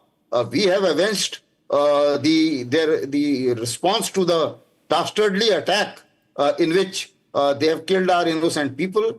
A nation wanted a revenge of this kind, and I think it has been delivered appropriately. And my compliments to defense forces and to the leadership which took a decision of this kind. Back to you. Yeah, well, that's very interesting. I mean, we have a visual of, ladies and gentlemen, some Pakistani, explosives that have been fired into civilian areas. Can I run those visuals, please, viewers? And that just shows that Pakistan is really flailing its hands about right now. It is not sure how to respond. It wants to inflict damage, but it has not, it does not have a strategy in place, especially because of the press release of the Ministry of Defense that accompanied the attacks, which made it amply clear. We are not, Abhishek, they said, we are not targeting military installations. Why was that clarification made for layman terms? Because that's how Pakistan can justify, carrying out some kind of military retaliation. So we are making it clear that we have target, and there is a moral high ground, because if terror emanates from these terror factories, these madrasas, these terror outfits, Jaish-e-Mohammed headquarter, Lashkar-e-Taiba headquarter in Bahawalpur and Muridke respectively, so we have to hit them. And yeah, okay, now we have a call coming in here. Abhishek is taking a call from an important source, so we'll let him do that. And viewers, as of now, I want to mention here that this entire operation has been overseen personally by the National Security Advisor, the incredible, brave Ajit Doval. He has been commandeering the operation, and I think, Shaman, we must say he's done a brilliant job, because, with Ajit Doval in charge, you have strategy, covert, clandestine, overt, all rolled into one, but nobody really can predict what his next step is going to be. So Shaman, I lost you out there, but I can see you on the screen. Could you like to say something about Ajit Doval's role in this?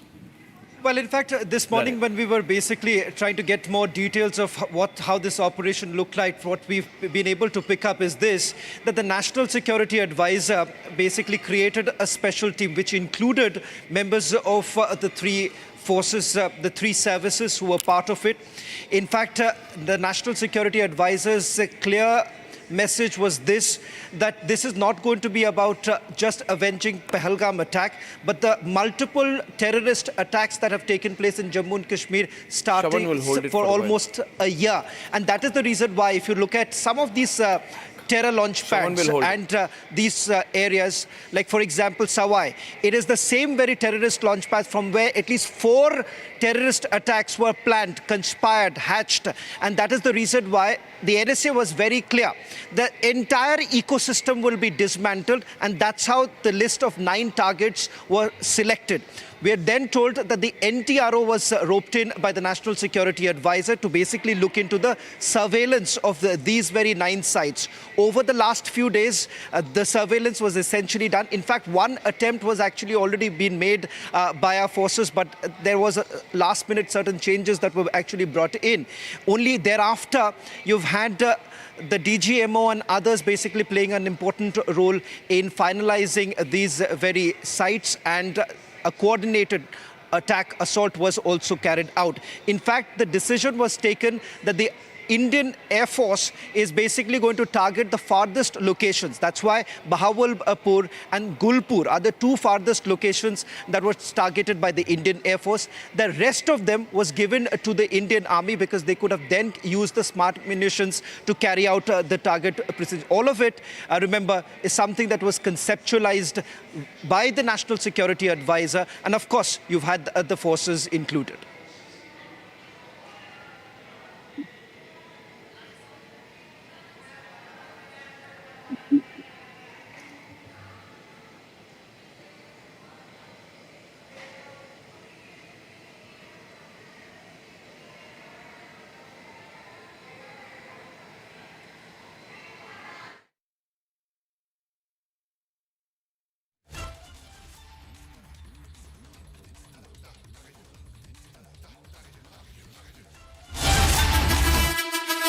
आतंकियों की बची खुची जमीन को भी मिट्टी में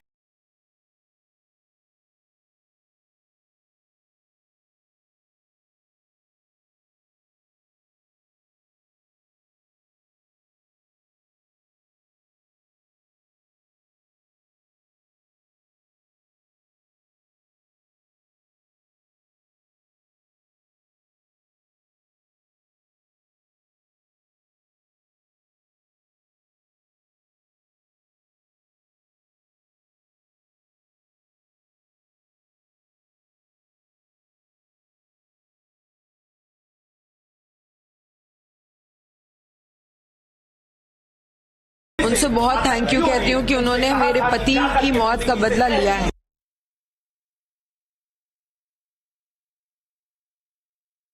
This is the aftermath. We are seeing some incredible visuals on the Republic Media Network tonight. Ladies and gentlemen, the Pakistani threat is empty. The Pakistan are an incapable people. They have got an incompetent army. We are beginning to avenge them. Now, General Bakshi, what have we just seen? What have we just seen? Arnab, if you recall, going by military history precedents, Iran fired a barrage of missiles on Pakistan in the wake of that incident when the Baluchi Sunni insurgents had hit them. Right? And Pakistan's Chinese radars had totally failed. Pakistan had complained bitterly to China that your radars failed to detect the incoming missiles. They have still Pakistan has declared an emergency. Keep the breaking news ticker on, for God's sake. Pakistan has declared a state of national emergency. The latest updates I'm also getting tonight is that residents in the area of Jhulas have moved into bunker amidst constant firing from the Pakistani side. There is heavy shelling on the borders of Kupwara district, which are continuing. I'm going to get our reporters up who are in the area. Ladies and gentlemen, look at this. This is the Pakistani army. They just don't know what has happened.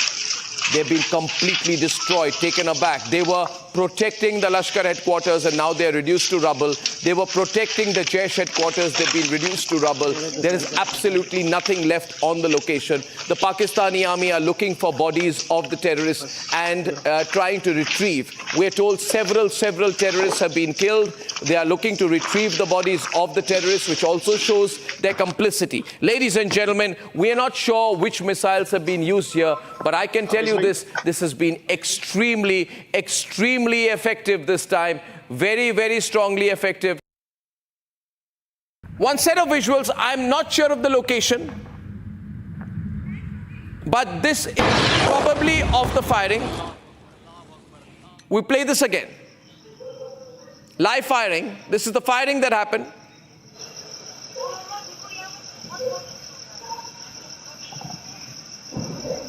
Ladies and gentlemen, in the still of the night, the firing is happening. In the still of the night, you will hear the firing now. Ladies and gentlemen, now we just heard something. These are live visuals, I'm told, that we are getting right now. Live news agency feed coming in, and another news agency feed coming in of the devastation on the right. Can we go to the international news agency feed? Multiple crew are reaching the ground, but across the world right now, this is the network to watch.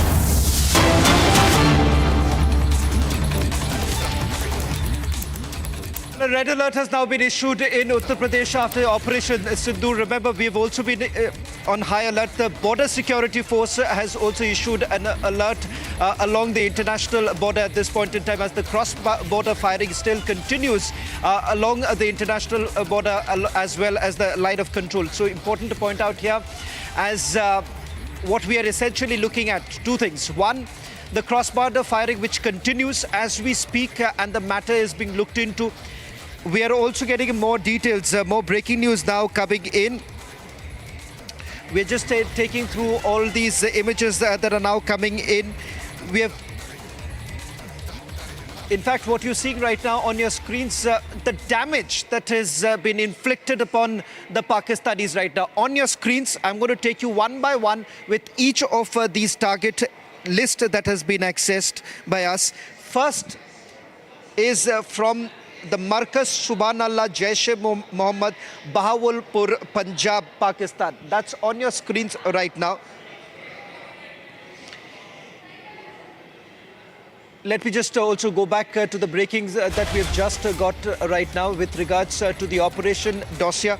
In fact, each of these places, if I can also have Abhishek with me just to help me break it down, because this is a 28-page full list of the pictures of each of these targets, and the fact that we are given to understand. Abhishek, we've got the full list of the targets And the significance of it, if we can just break it down, because there is a thought behind each of these targets. And as we just pointed out, that for the National Security Advisor, this time it was important that this is not going to be just symbolic, but it sends across a very strong message to the Pakistanis right now. Absolutely, Shravan. And these are pictures. Can we put those pictures on air? And these pictures that we have accessed, Shravan, you have accessed. Aditi, can we put these pictures on air? These are important pictures. This is evidence. This is a slap on the face of the Saboot gang, and some of them are already active. These are pictures of the terror targets that have been eliminated, that have been hit. And these are pictures of those places, those targets after India's Army and Air Force carried out those strikes. These are pictures of the damage that these targets suffered after India carried out those strikes. Shravan, there are more details of the terror targets and the manner in which those have been hit. And let's break it down for our viewers. Right. So the information contained, Shravan? So the first is in Bahawalpur, that's the Jaish-e-Mohammed headquarters. The picture that we're going to put out in a short while from now. This also details what really happens at the headquarters and the fact that who are present there. Because remember, you have Masood Azhar being there at the headquarters. We do not know when the strike took place, whether at all he was present there or not. But the number of terrorists, as Abhishek is now reporting, has actually gone up. It's almost 100 terrorists who have been eliminated in this precision strike that has been carried out by the Indian Armed Forces. So that's the other big breaking news now coming in. 100 terrorists eliminated by India in the precision strikes that have been carried out. 9 sites where these strikes have been carried out. So first, on your screens that we're going to put out is of Bahawalpur, that's the Jaish-e-Mohammed headquarters. Then you have Markaz Taiba, that's the Lashkar-e-Taiba's headquarters in Muridke.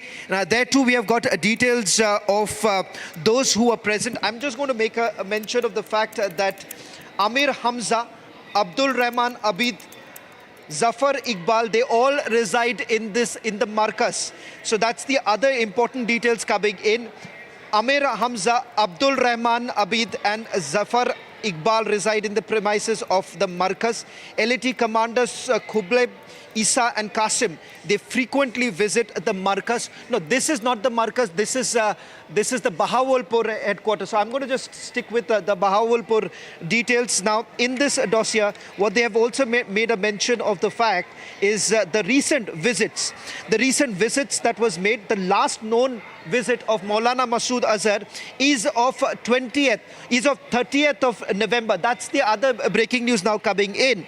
Now, the other, let's move to the other. This is the first picture that we have just got. The first picture is of the Bahawalpur headquarters. Now the other, they also make a mention that Masood Azhar was seen on 20th. Now can we move to the other? Can we move, Aditi, if we can move to the other, Muridke in Markaz. That's the headquarters. Yeah, if we can have that visual in right now, because this is the Bahawalpur visual that we have just put out. That's the headquarters. Can we move to the second picture, which is of the Markaz Taiba, which is the Lashkar-e-Taiba's headquarters in Muridke. Yes, that is the picture that you have. Now, what is important to point out here, they make a mention of those who are present there and the recent activities that have actually taken place inside this Markaz, where they have made a mention of, I'm just going to put out the names right now. It is Amir Hamza, Abdul Rahman Abid and Zafar Iqbal who reside in the premises of the Markaz. Now, we cannot confirm whether at all they were present. Whether they were present when the attack took place.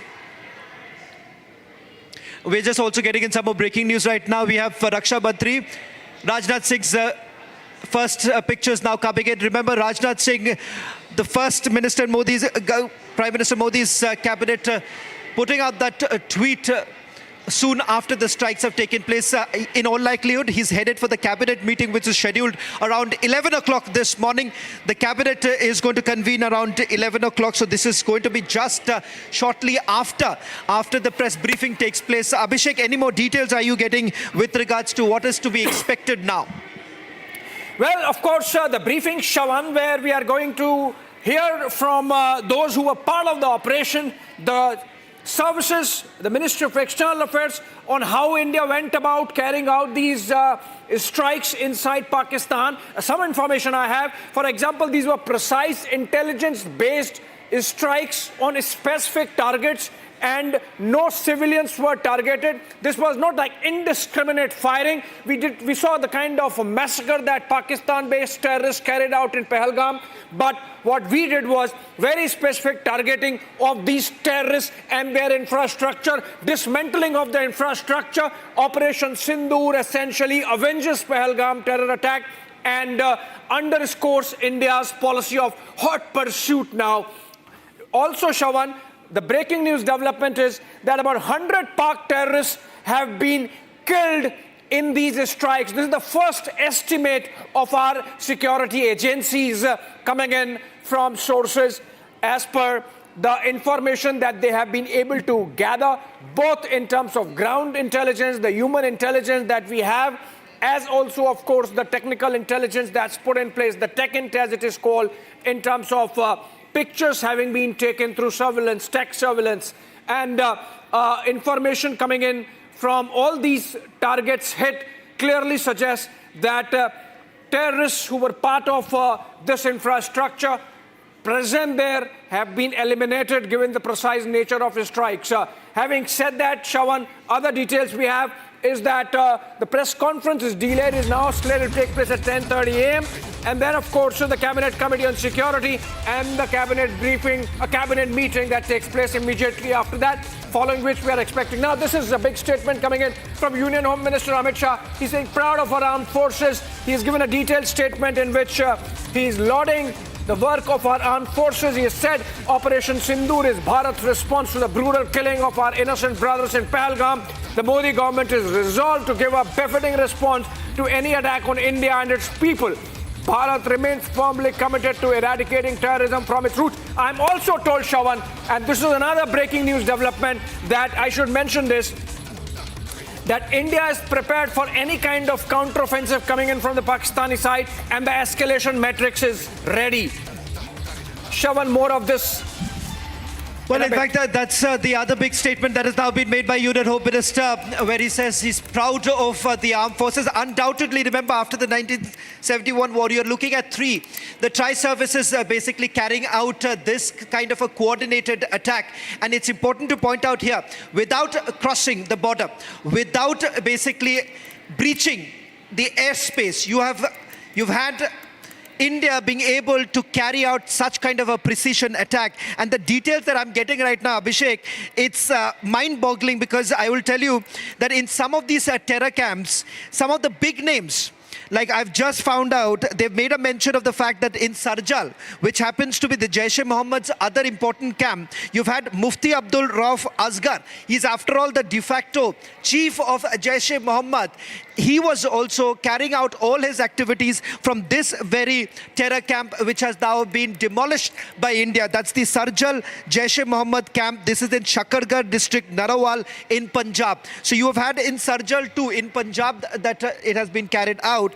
Now, I'm just going to take you through this, maybe the Sarjal visual. Yes, that's the Sarjal terror camp, and the details coming in. Mufti Abdul Rauf Asghar, de facto chief of Jaish-e-Mohammed, supervises operations of Jaish-e-Mohammed from this very facility, from this very terror camp where he was operating. Can we also now move to the other details coming in? Apart from that, we are being told that this was the same very terror camp from where Shahid Latif, he's now already been killed, Shahid Latif was operating. Apart from that, Ali Jan, Kashif Jan was also operating from Sarjal facility of the Jaish-e-Mohammed. So that's the other important details now emerging of the first pictures of these terror camps. Now, it's very interesting, Abhishek, that you have the Hizbul Mujahideen that has also been targeted. The first breaking news that we brought in this morning, unlike the other networks which were saying that this is only limited to Jaish-e-Mohammed and Lashkar-e-Toiba, we have got a confirmation about the Hizbul Mujahideen, and in fact that Mehmoona Joya facility was also targeted. Now, this yes, that's the Mehmoona Joya facility, that's of the Hizbul Mujahideen, and the confirmation now coming in that when the reconnaissance was carried out by our security agencies, Muhammad Irfan Tanda, which is the commander of the Hizbul Mujahideen facility, was actually present in this particular facility, was operating out of it. Just a caveat here, Abhishek. Now, this is part of the reconnaissance, so we do not know whether they have now been eliminated or not. But this is the last known intelligence input about the presence of these terrorists at these very facilities. So it's important to point out here that the reason why they were selected, how they were selected, and what has essentially happened. The other important is coming in from Markaz Al-Hadith, that's in Barnala, that's a Lashkar-e-Toiba camp, that's in Bimbar district of Pakistan occupied Kashmir. And here we are being told that two of them who are part of the Lashkar-e-Toiba, and they were operating from this Markaz. That's LET terror operatives Qasim Gujjar and Qasim Khanda Anas Jarar were operating from this Markaz, and they were residing in its vicinity. So that's another. These names are now coming in of each of those locations where the attacks have taken place. All right, another round of breaking news development coming in, Shawan. We keep breaking very crucial information connected with Operation Sindoor, which is that coming from very top sources, that in case Pakistan indulges in any misadventure, India is ready with its escalation metrics. We have our retaliatory response ready. In fact, there is an Operation Sindoor 2 which is in place, and the war rooms are buzzing, and our forces are at it.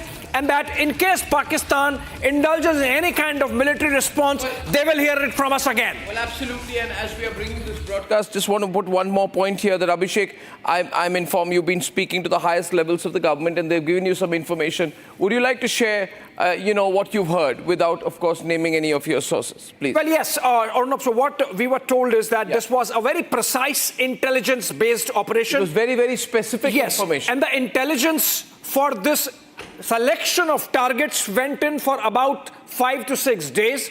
And in fact, I was told that this operation could have happened maybe 3-4 days earlier also, but then it was delayed because we were looking at very specific location of certain targets that we were after. Are there any human targets here? Yes, there were. And in fact, we are told that in a bit we should be hearing about the scale of achievement in terms of what we hit and whom we hit.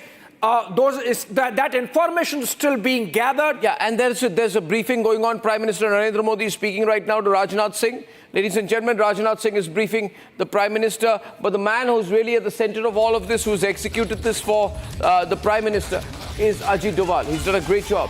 He's coordinated the Tri-Series sort of operation out here.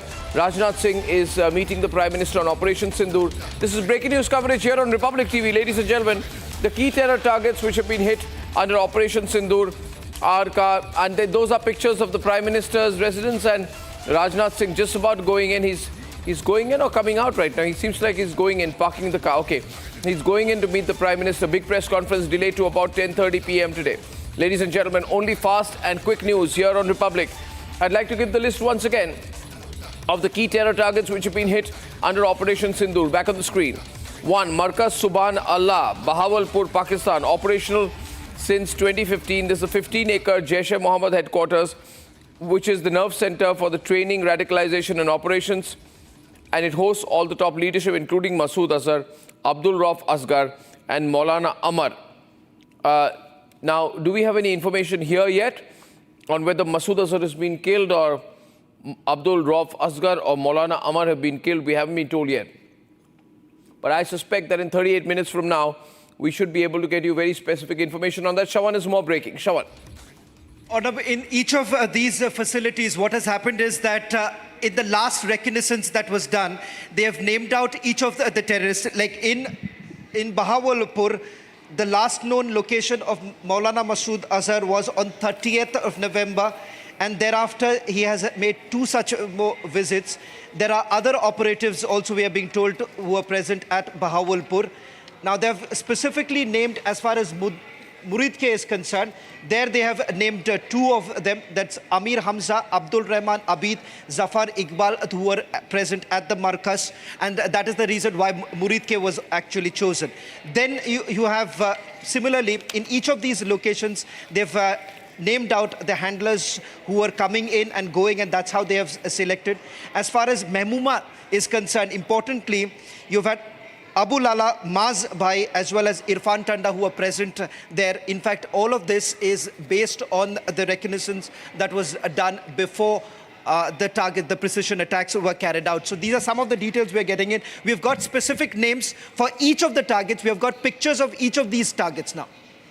Now, also the Hizbul Mujahideen has also been hit here, Shawan. We need to mention the Hizbul Mujahideen target here, which is also, been very much on the radar. We are speaking about the Markaz Abbas. The Markaz Abbas is the center of the Jaish-e-Mohammed in Kotli. But there's also centers of the Hizbul Mujahideen which have not been spared either, have they, by this attack? Can I just share this? This morning, all the other networks were largely saying that this was only about Jaish and Lashkar. But this was clearly a bigger message, because Hizbul Mujahideen, remember, this is one of the most important terror camps that have been hit. And here, they make a mention of some of the attacks, the recent attacks that were basically carried out in Jammu and Kashmir by the Hizbul Mujahideen. Their operatives were basically present, and that's the reason why in Mehmuma, there were about 5 of the terror operatives directly linked to attacks that have taken place in Jammu and Kashmir. They have now been targeted. Ladies and gentlemen, what you're seeing here are pictures of the installations. We are now going to show you pictures of the attacks themselves. This is very targeted, very focused. And as I said, National Security Advisor was looking into this extremely closely. Now, National Security Advisor was basis a lot of covert information, and nobody understands Pakistan quite as well as he does. Obviously. And he understands Pakistan, he understands sensitivity. But I am still not clear about... I spoke to somebody, Arnab, okay, and I said, what's next? That was my question, what's next? And I was told that we are ready with Operation Sindoor too, if need be. Okay, government sources, we are ready with Operation Sindoor too, if need be. Breaking news from the highest levels. If Pakistan escalates, we're ready with Operation Sindoor 2 if need be. Ladies and gentlemen, so we're completely prepared. There's nothing, we're actually testing the Pakistanis out. And my sense is that they will, the next 24 hours is extremely critical, Shawan. Next 24 hours, they'll have to decide how, to what extent they need to respond, how much they're going to be egged on by the Chinese, how much the Chinese will actually back them. Because I think the Chinese are only doing empty words out here. But that's also very irresponsible enough to say that they regret India taking action. Why not? On terrorist targets? Yes. On terrorist targets? Yes. Yeah, so they've been partisan on this whole thing. Absolutely partisan. China and Turkey coming as absolutely partisan on this whole episode.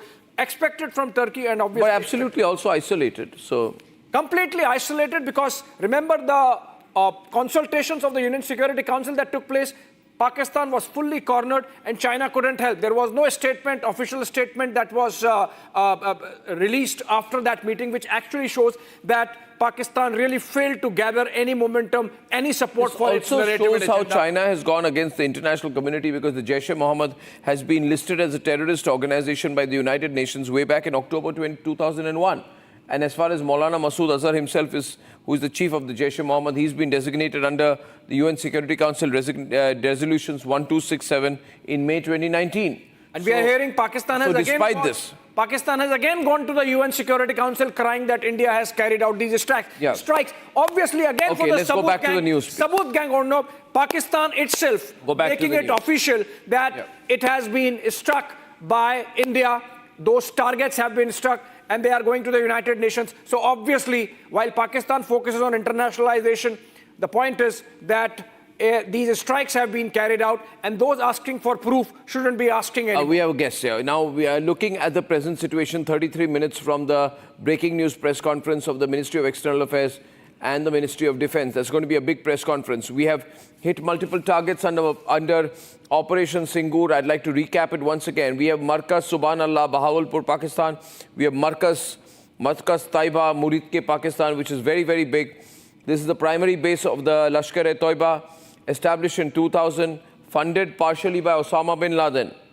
Trains 1,000 hardened terrorists annually. This is where David Headley was trained. This is where Tahabur Rana was trained. And this whole center includes mosques and combat training centers. And that's why the Pakistanis are trying to say, oh, mosques have been targeted. No, the mosques have been targeted in the primary base of the Lashkar-e-Toiba. Ladies and gentlemen, another place which has been targeted is in Narowal in Pakistan, Sarjal Tehra Kalan launching facility. This is a covert Jaish-e-Mohammed launch pad disguised as a primary health center. It's 6 kilometers from the international border. It's made out to be some kind of a primary health center, but this is the place which is used to dig cross-border tunnels, launch drones, and do all kinds of narcotic smuggling. I think this is Ajit Doval's stamp all over it. Absolutely, 100%. This has got Ajit Doval's stamp all over it.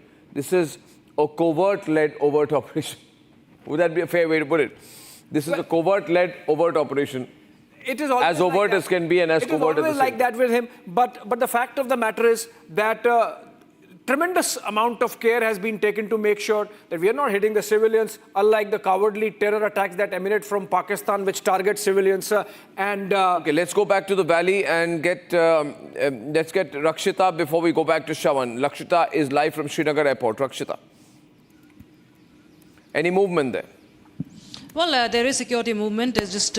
Yes, there is security movement, of course. We cannot exactly show, but yes, there is presence of the BSF, of course. It's always there at the airport here, and also the CRPF, the SOG of Jammu and Kashmir Police. Also, we've seen them entering the airport. The civilian air traffic is, of course, halted until further notice, and there were people, of course, wondering that when they can take their next flight, can they take the route or not? So yes, there has been, of course, a disruption as far as the travel is concerned. There's completely the security forces have taken over the Srinagar airport and the Srinagar air base as well. That has been completely sealed and taken over by the Air Force and the security personnel. Other security forces are also present over there. And as we speak, we continue to track more developments. But yes, the flights have been cancelled right now until further notice, because as we were talking about, the enemy, of course, continues to fire and target the civilians. The latest we have to understand is that what will be the next move,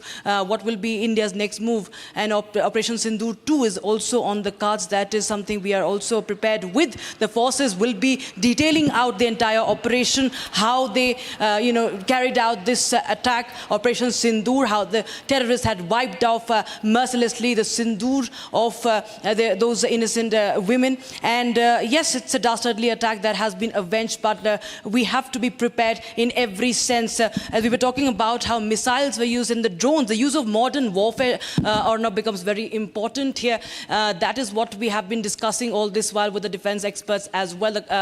We will have more details from the Ministry of Defense and the Indian Army and the Indian Air Force in this impending press conference also. But yes, the role of the drones, the loitering drones, how they hover around, as Abhishek was pointing out, that it could have taken place 3 to 4 days back. But they continue to hover around and hit the target with precision. So 100% precision is right now one of the biggest takeaways as far as this operation is concerned.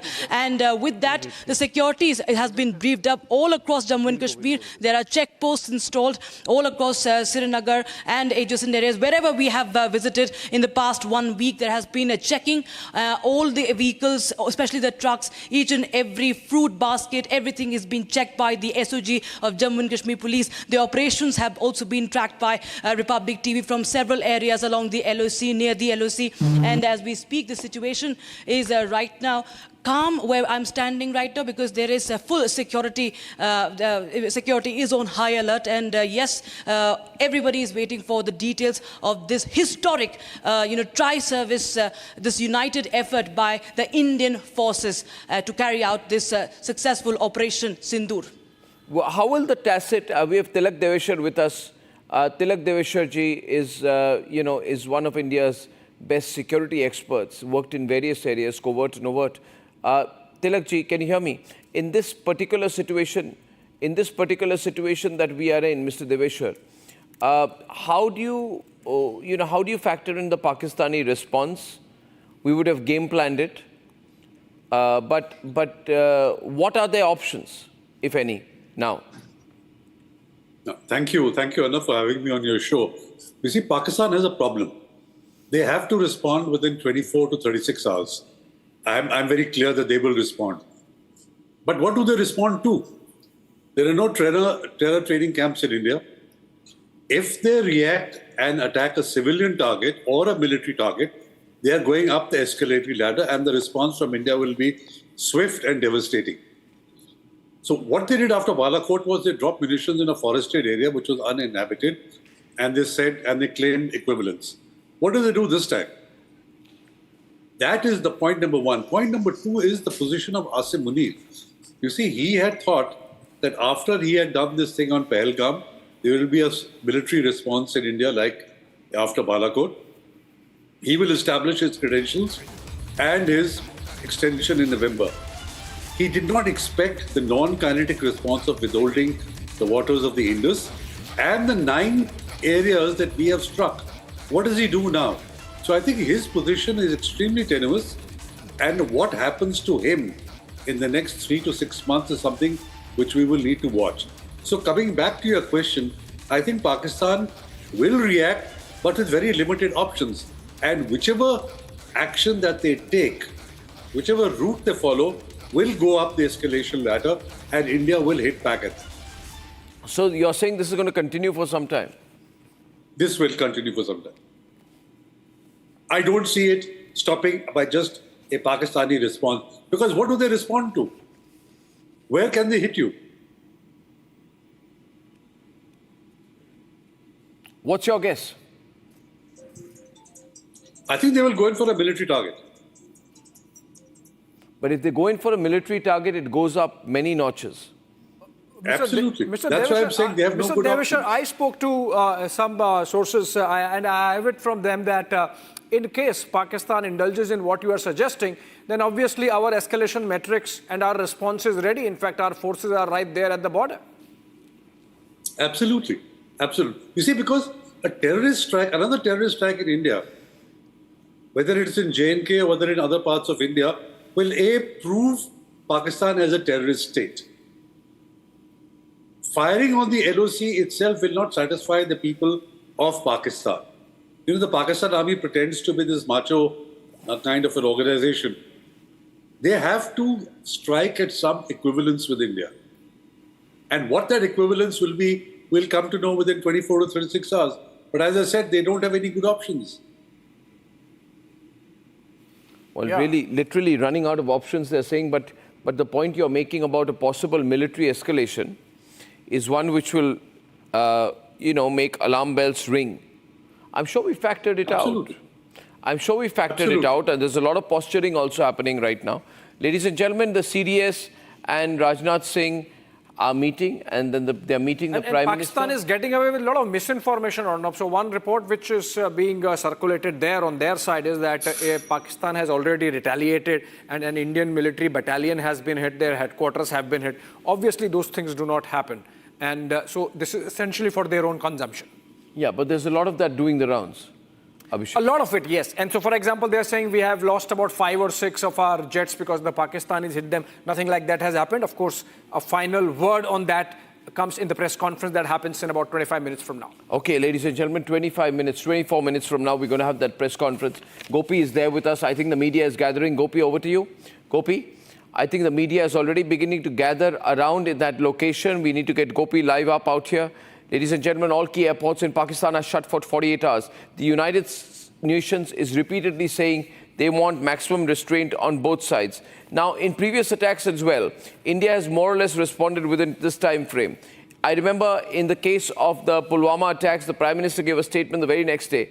The Balakot airstrikes happened about 12 or 13 days later on the 26th of February, if I'm not mistaken. Similarly, after the Uri attack happened September 18th, 2016, 2 years into the Prime Ministership of Narendra Modi, and the surgical strikes happened within 10 days on the night of September 28th. So if you actually see the nature of responses from India, after Uri, we had the surgical strike. Now, Pulwama, we had Balakot within 12 days. This time, between the attack in Pahalgam and now, it's been 2 weeks. But each time, the length is also slightly more, by 2 or 3 weeks. But it can be roughly said that anyone who's trying to analyze the Pakistani military establishment, they would know that their assessment of the Indians would be that you generally take some action within 2 to 3 weeks. So 2 to 3 weeks seems to be a bit of a outer limit as far as Indian military response is concerned, almost becoming predictable there, which is not bad. It's very Israel style. And Prime Minister, remember, when he said that India is going to go after these terrorists and their perpetrators and the soil from where this is happening and to the end of the earth, which was clear indication that India's position now is hot pursuit. And that's institutionalized policy now in terms of going after following the international precedent. But going back to Tilak Deveshwar, Tilak, that is one of the scenarios, or is there another scenario that you'd like to put out? In case of a Pakistani strike? Yeah, in the case of various Pakistani options. Yeah. So, one option is that they win the Twitter war. As Abhishek mentioned, downing 3 aircraft, taking out a battalion headquarters. Yeah, they can probably use that as one of the options. But like I said, because they have no good options, I'm thinking very hard that if I were a Pakistani, what would I do? Because they can't climb down. And they know that any of the options that they exercise will lead up the escalatory ladder. And they know that the Indian reaction is going to be swift. In case it's a military target, and especially if it's a civilian target. Because there are no terror camps in India. India has that, well, if you can call it an advantage, scores of terror camps to choose from, especially the snake pits of Muridke and Bhavalpur, which we have taken out. So where does Pakistan go? It can't use its navy because it'll get blown out of the water. It can't use ground troops. It doesn't have fuel for its tanks. Air Force it can use, but what does it strike at? Right? So I think in the next 24 hours, we will see, or maybe like after Balakot and they want to diffuse the whole situation, they'll drop munitions in the Rajasthan desert and claim equivalence. But beyond that, any kind of escalation from Pakistan will be met with very swift retribution. No, of course, we are absolutely ready. And if at all that happens, then the entire spectrum of options is open to us. Yes. And in fact, I was also told that the war room remains abuzz and the mechanisms that are there to respond to Pakistani response are going to be active for a while. It's not like for the next 24, 48 hours, even longer. So this is a mobilization of our national security architecture as we are seeing it at unprecedented levels. Remember, this is an escalation of India's hot pursuit to a level where for the first time since 1971, Arnab, we have effectively hit targets inside Pakistani territory. Remember, Bahawalpur is 100 kilometers inside Pakistan from international border. And first of all, this has been completely meticulous, this whole operation. And it's been a very, very well coordinated operation.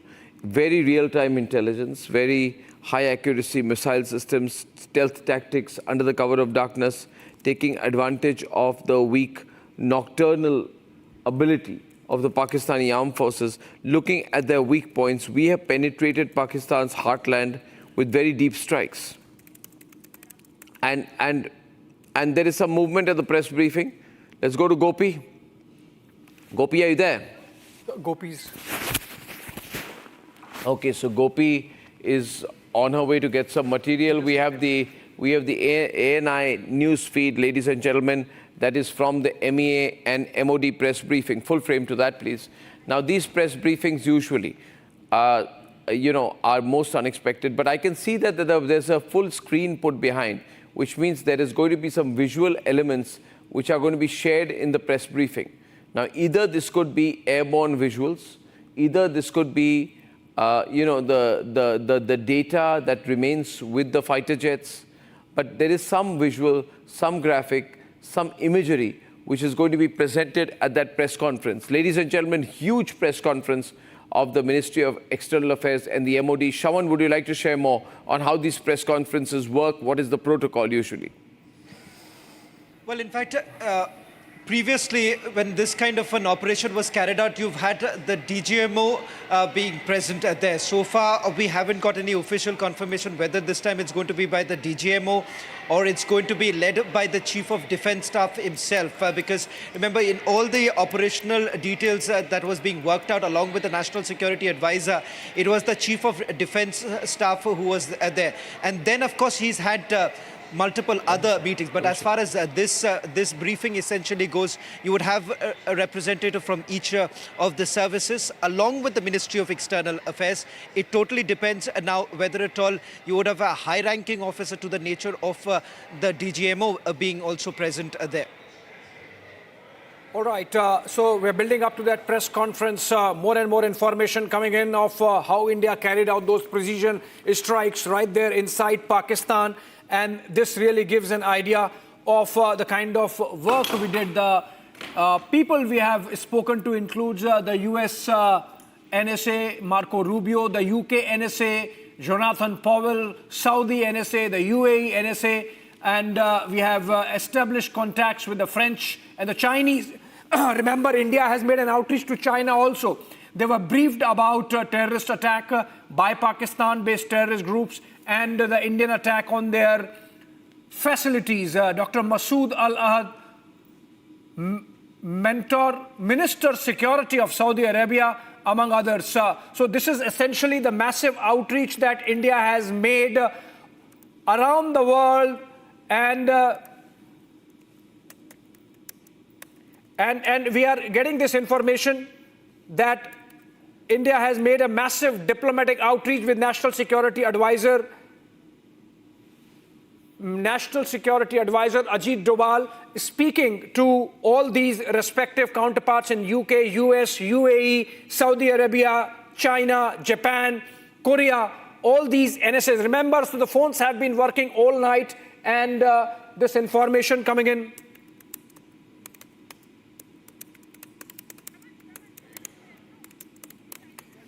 All right, so can we break this information? Yeah, Abhishek, I'll just help you out. Yes. Put it on the wall, put it on the BBG, get this information out. This shows the kind of diplomatic engagement, Shawan, that has happened overnight since the strikes. This is massive here because the engagement the national security has had with his counterparts in the US, UK, Saudi as well as UAE, all we are being told have already been briefed about this Operation Sindoor. Contacts have also been established with the French as well as Chinese NSA. Now that's important to point out here that the attempt that is being also made by India to let the Chinese know that we are going to carry out this attack, and the fact that this was basically to eliminate what the Prime Minister has been saying, the terror ecosystem that exists within Pakistan right now. They were all briefed about the terrorist attack by Pakistan-based terrorist groups and the Indian attack on their facilities.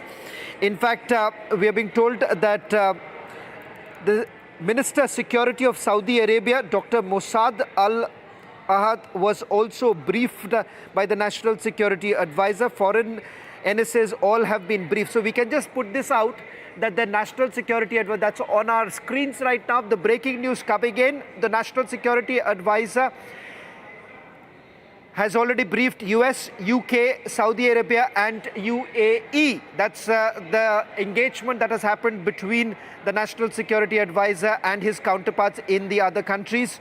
Contacts have also been established with the French as well as the Chinese. We do not know whether at all there has been any communication any further with the French and the Chinese as of now. But as far as the national security advisors in these countries are concerned, they were all basically told, they were briefed about the involvement of the Pakistani groups in the attack that was carried out on 22nd of April. Basically, India has now put out all the evidence in abundance to show how Pakistan was basically involved. Two of these terrorists who were basically involved in the Pahalgam attack have been directly linked to the Pakistani terrorist groups. And that is the reason why India has essentially said that this is a justified action. Remember, several of these countries have said that it is a right for India to essentially ensure that justice is provided to those who have suffered. And that is the reason why General G.D. Bakshi is also joining us on this broadcast. General G.D. Bakshi, it's a diplomatic strike also. If you really look at the way the National Security Advisor has conceptualized this, it's a clear imprint of the National Security Advisor. Of course, you also have the three services playing a very, very important role. But the National Security Advisor has sent across a very strong message that this is not just about Pahalgam. All terrorist attacks linked to Pakistan, Pakistan will have to pay for each one of them. Absolutely, absolutely. You know, the simple fact is that it has been an excellent example of the whole of the government approach, coordinated at the highest level, you know, by the NSA, who has coordinated, you know, more or less coordinated the diplomatic pressure, the economic warfare pressure, and now the kinetic action, the marvelous, the magnificent kinetic action, and so evocatively named Operation Sindoor. इन्होंने सिंदूर उजाड़ दिया हमारी बेटियों का, 26 बेटियों का. But they will pay for each with compound interest. They have paid already.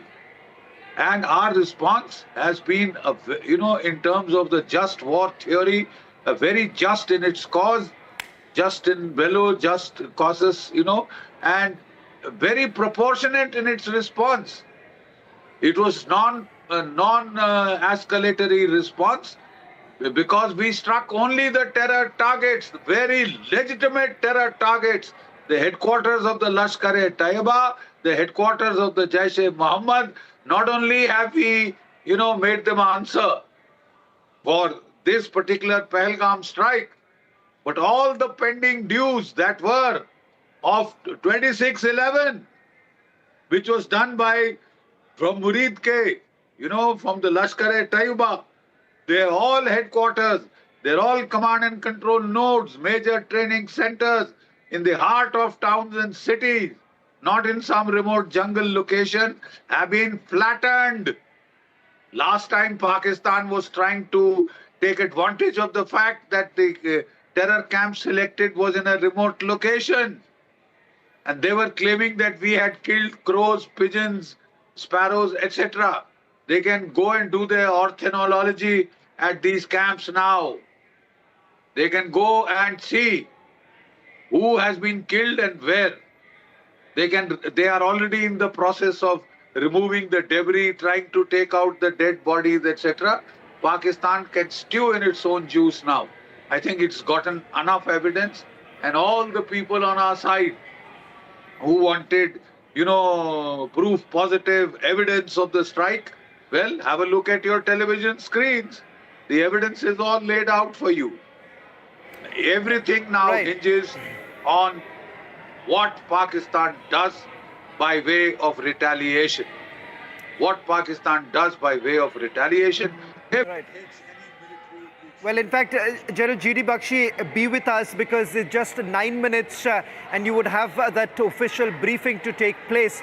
In fact, India is all set to tell the world that this is a strong messaging that we are essentially doing right now, and the fact that a country which has essentially relied on non-state actors, a country which has basically relied on terrorism as part of their foreign policy, it is time to basically show them the mirror. It's time to show them their place.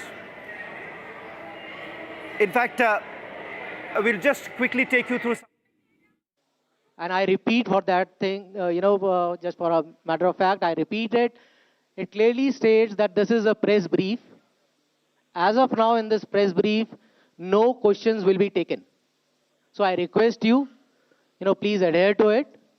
And 10:25 we start. Request to please settle down. Thank you.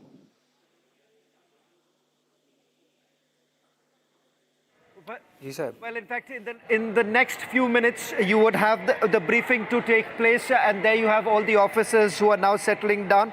The latest information now coming in as far as those officers who will be involved in a briefing. You have two young women officers, Colonel Sophia Qureshi, Wing Commander Vyomika Singh. In attendance, you would also have the Foreign Secretary Vikram Misri, who would be briefing about Operation Sindoor. That's the latest now coming in. Also, visuals coming in of Raksha Mantri Rajnath Singh, who's left from the South Block. In fact, immediately after this briefing actually takes place, you would have the cabinet meeting to take place. That's scheduled for around 11 o'clock. A joint briefing of the Ministry of Defence and External Affairs is also expected in a short while from now. In less than 3 minutes or so, it's expected to begin. Around 10:25 is the latest announcement that has been made. So it's going to be very crucial.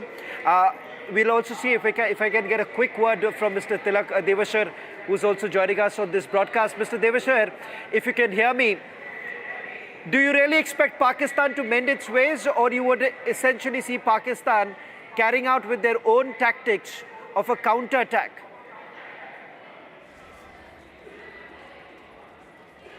Unless it is forced to. Because the very nature of Pakistan is such that it is built on hatred for India. So it will not change its spots as far as India is concerned. But you have to make sure that the costs for not changing its behavior and the costs that you impose on it for doing this kind of terror strikes on India are so high as to threaten the very existence of Pakistan. It's only on that circumstances that Pakistan will change its spots, otherwise it will not.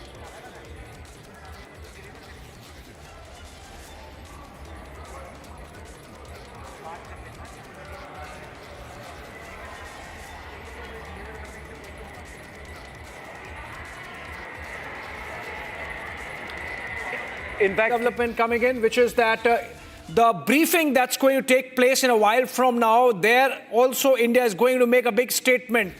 And the statement is that the official briefing would be done by two young officers, one each of the Indian Army and the Air Force. From the Army, it would be Colonel Sophia Qureshi, and from the Air Force, it would be Wing Commander Vyomika Singh. Of course, assisted by Foreign Secretary Vikram Misri. The press conference is going to start in a while from now. And India's big statement to the world: Pahalgam terror attack avenged, and Pakistan and its terror infrastructure put in its place. The terror infrastructure eliminated, and Pakistan shown the mirror on how it is going to pay the price of indulging with terror. And not only that, given the fact that women were target of this terror attack, while Pakistan has been saying or projecting that no, these terrorists were holier than thou, they were not targeting women, they were only targeting men. These young women were targeted by killing their husbands, murdering their husband in front of their eyes. And so India making a statement, two young lady officers would be addressing that press conference in a while from now. Colonel Sophia Qureshi from the Indian Army and Wing Commander Vyomika Singh from the Indian Air Force. All right, we are building up. Let's go back to the conversation we were having. Saurabh Shukla is there joining us from Washington, D.C. Okay, I go back to Shawan. Shawan is in the newsroom. Shawan, coming back to you. Shravan, coming back to you, any more information before we start the press conference broadcast? Well, you know, the choice of the officers to brief the media is also significant, because if you take a look at Wing Commander Vyomika Singh, she's got an illustrious background, particularly as far as the combat roles are concerned. And the fact that I'm not very sure about Colonel Sophia Qureshi, I do not have the details at this point in time, but there is certainly some sort of a symbolism that has been attached to this very choice this time. And it's different than what you remember. If you remember, Abhishek, when the surgical strikes were carried out and the Balakot strikes were carried out, the officers who were basically present, I'm told, I think so, that the briefing is expected to start right now. We can just cut to that. Yeah, we can cut to it. We can cut to it? No, I think it's still just preparation, Shravan. It's still just preparation. The briefing is to start any time now, but of course... Abhishek, I want to add a quick word here. Yeah, Saurabh, quickly. Yeah, you know, I think the messaging from India is that this is an operation against terror. This is an operation against... if you see the whole messaging that's coming out, fielding young officers here for the briefing, so the whole zero tolerance to terror approach, you will see, will be the mainstay of the briefing, and how India is going to expose Pakistan in the next few coming days. You will see post this briefing as well. That's what I wanted to just quickly add.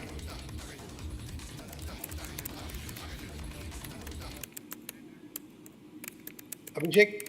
Yes, thank you so much, Saurabh. In fact, we have a breaking news development, which is that Union Home Minister Amit Shah has spoken to Omar Abdullah, the Chief Minister of Jammu and Kashmir. This is important because, remember, internal security aspects are also under the focus now of our government. And while today is the day we are carrying out mass mock drills of civil defense to make sure that there is a whole of the nation approach in defending India, and the citizens are also involved in this entire exercise, sensitized to what they need to do whenever, if at all, there are military escalations building up, given India's response. We have General Bakshi with us. General Bakshi, sir, you were mentioning about the possibility of Pakistani counter-move. You think with the kind of mobilization we have across the border, Pakistan would have the stomach to really indulge in any kind of military misadventure? Look, Pakistan knows very well that it will be tempting fate if it tries to escalate to the next step. Because that next step, if it takes by attacking any armed forces, installation, personnel or civilians of the Republic, Indian Republic, India will have the full justification to strike at Pakistan's armed forces. That is what we are looking for. That is what we need. Because the real head of this monster, this Hydra-headed monster, is the Pakistani army and the ISI. You know, they are the real source of the trouble. They are the real planners. Yeah. So ultimately we have to get to them, but to get that justification, we are just waiting for Pakistan to trigger its response, and it will trigger the escalatory ladder. We will take Pakistan as far as it wants to go. If this is sufficient, we will leave it for the time being here. The choice is Pakistan's. The choice is Mullah Munir. And I'm sure he's a very, very harried man today. Yeah, absolutely. Absolutely. Sir, the fact that we have had absolute precision strikes. We picked up the targets. It was essentially intelligence-based. It was not indiscriminate. So we are sending across a message to the world. Let me take this to Mr. Deveshwar on this. Mr. Deveshwar, this is essentially India's message to the world that in gravest of provocation, we have conducted ourselves with utmost responsibility. Absolutely. Absolutely. In fact, all the targets, the 9 targets, are all terror training camps. And the narrative that Pakistan is trying to push out is that mosques were destroyed. You know, the fact of the matter is that both in Muridke as well as in Bahawalpur, they have the terror training camps and they built a mosque in front of it and a medical center on the side. trying to make sure that they have protection. And now they're trying to build the narrative that India has targeted mosques, which has a communal connotation. But we must not fall for this narrative and emphasize that these were terror training camps which the cowards were trying to protect by keeping women, children and mosques in front of it. And India, through precision strikes, has attacked the terror training camps and not targeted the mosques. I think that's the important thing to remember. So I think India needs a lot of congratulations for having done, 9 attacks at one time is something which requires the meticulous planning. Mr. Deveshwar, just hold on to your thoughts. We have another breaking development coming in, which is that Defence Minister Rajnath Singh has just reached 7 LKM, Prime Minister's residence, and fast-paced developments taking place as we build up to that announcement by India of its strike against terror infrastructure in Pakistan under Operation Sindoor. All right, we are cutting live pictures to 7 LKM from where we're getting information that Defence Minister Rajnath Singh has reached there, and we are told that in the war room, everyone was watching these strikes live, and Prime Minister, the service chiefs, the NSA, everyone was hot there in terms of making sure that the operation is executed to the last detail, and that's the information. So, Mr. Deveshwar, coming back to you, huge lessons there for India's national security architecture in terms of how to execute and escalate and yet be in control. Yes, absolutely. I think it was very, meticulously planned. And, one thing you realize that India is still not mobilized. Normally what happens in mobilization is you cancel leave, you requisition trains, troops, move to the border areas. Unlike Pakistan, we have done nothing of that sort. So India's messaging that we are hitting you, we are punishing you for what you have done. If you want to take the next step and move up the escalatory ladder, we are going to be prepared. And that is the important thing. Yeah, Mr. Deveshwar, sorry to interject again.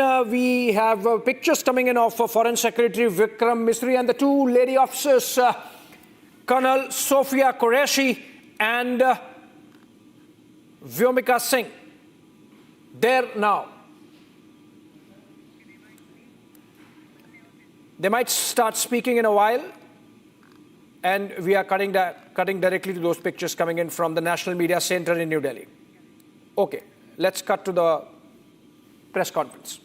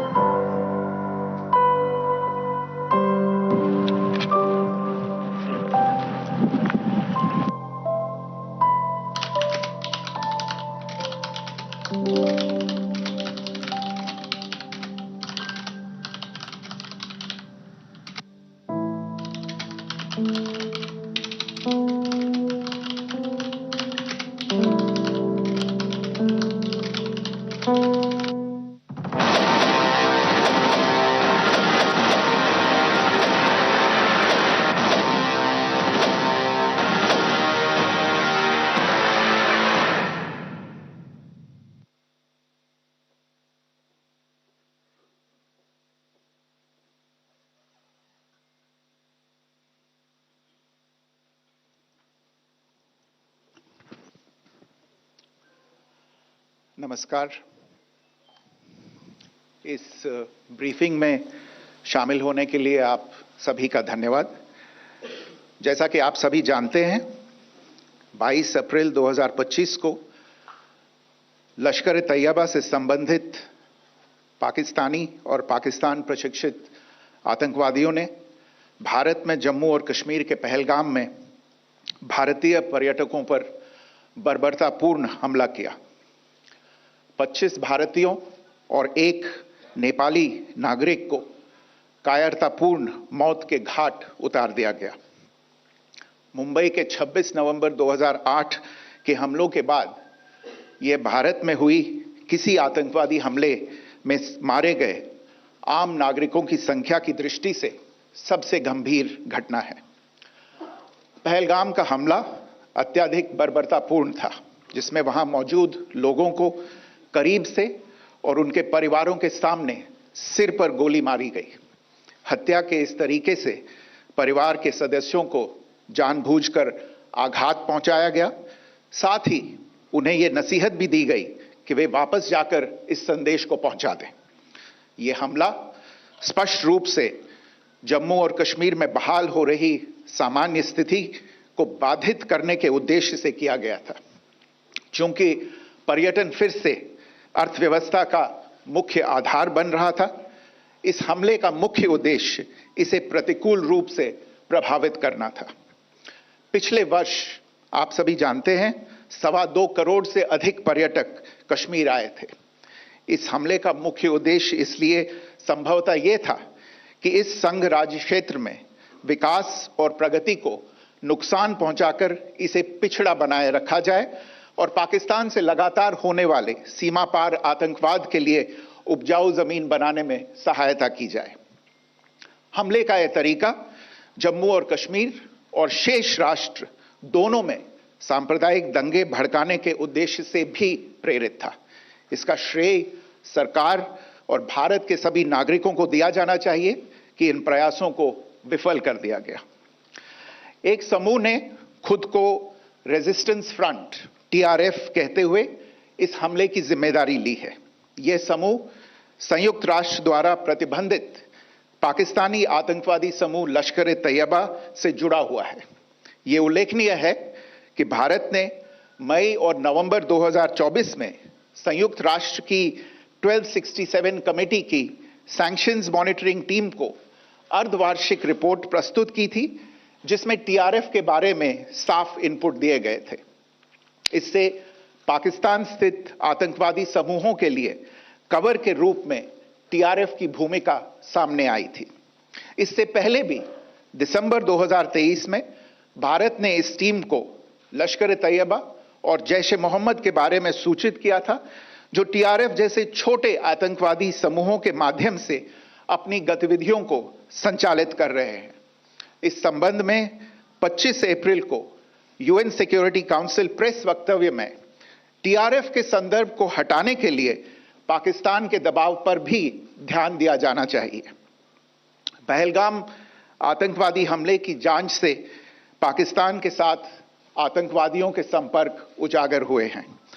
Resistance front द्वारा किए गए दावे और लश्कर तैयबा से ज्ञात social media handle द्वारा इसको repost किया जाना इसकी पुष्टि करता है। चश्मदीद गवाहों और विभिन्न जांच एजेंसियों को उपलब्ध अन्य सूचनाओं के आधार पर हमलावरों की पहचान भी हुई है। हमारी इंटेलिजेंस ने इस टीम के योजनाकारों और उनके समर्थकों की जानकारी जुटाई है। इस हमले की रूपरेखा भारत में सीमा पार आतंकवाद को अंजाम देने के पाकिस्तान के लंबे ट्रैक रिकॉर्ड से भी जुड़ी हुई है, जिसके लिखित और स्पष्ट दस्तावेज उपलब्ध हैं। पाकिस्तान दुनिया भर में आतंकवादियों के लिए एक शरण स्थल के रूप में पहचान बना चुका है। यहां अंतर्राष्ट्रीय स्तर पर प्रतिबंधित आतंकवादी सजा पाने से बचे रहते हैं।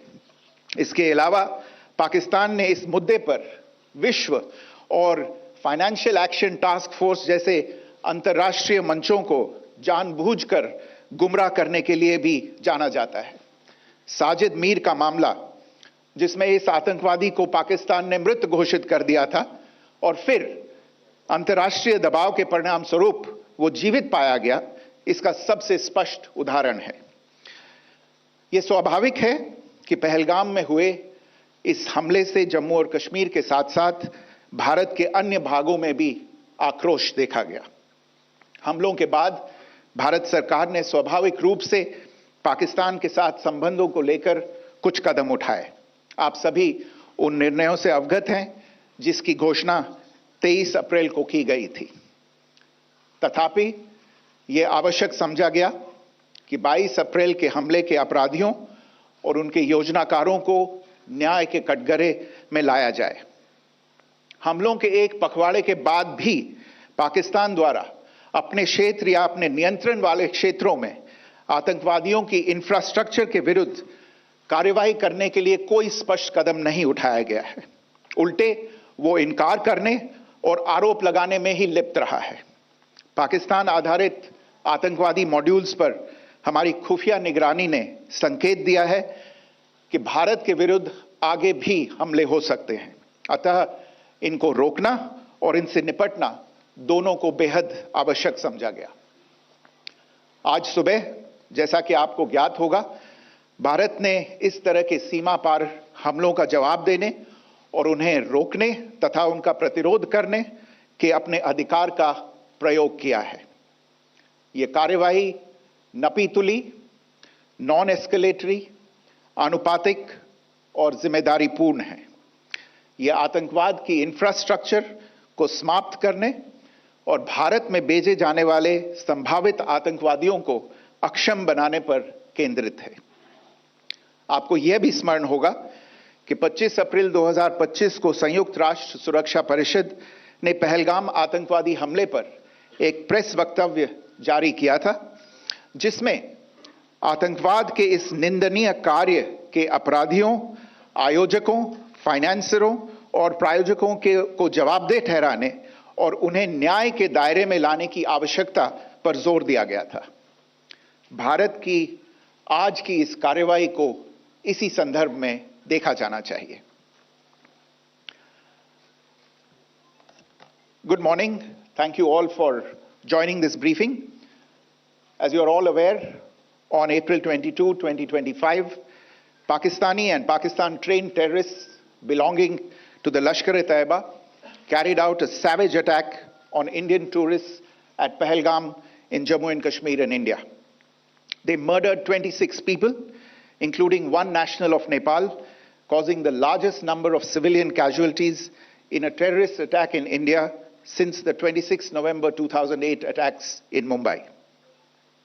The attack in Pahalgam was marked by extreme barbarity, with the victims mostly killed with headshots from close range and in front of their families.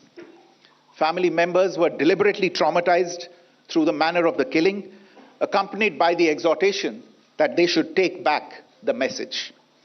The attack was clearly driven by the objective of undermining the normalcy returning to Jammu and Kashmir.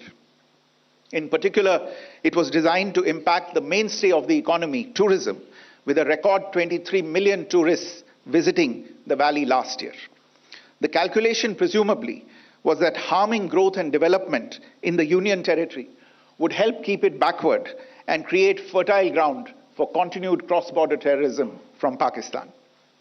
The manner of the attack was also driven by an objective of provoking communal discord, both in Jammu and Kashmir and the rest of the nation. It is to the credit of the government and the people of India that these designs were foiled. A group calling itself the Resistance Front has claimed responsibility for the attack. This group is a front for the UN-proscribed Pakistani terrorist group Lashkar-e-Taiba. It is notable that India had given inputs about the TRF in the half-yearly report to the monitoring team of the UN's 1267 Sanctions Committee in May and November 2024, bringing out its role as a cover for Pakistan-based terrorist groups. Earlier too, in December 2023, India had informed the monitoring team about Lashkar and Jaish-e-Mohammed operating through small terror groups such as the TRF. Pakistan's pressure to remove references to TRF in the April 25 UN Security Council press statement is notable in this regard. Investigations into the Pahalgam terror attack have brought out the communication notes of terrorists in and to Pakistan, the claims made by the resistance front and their reposting by known social media handles of the Lashkar-e-Taiba speak for themselves. Identification of the attackers based on eyewitness accounts as well as other information available to law enforcement agencies has also progressed.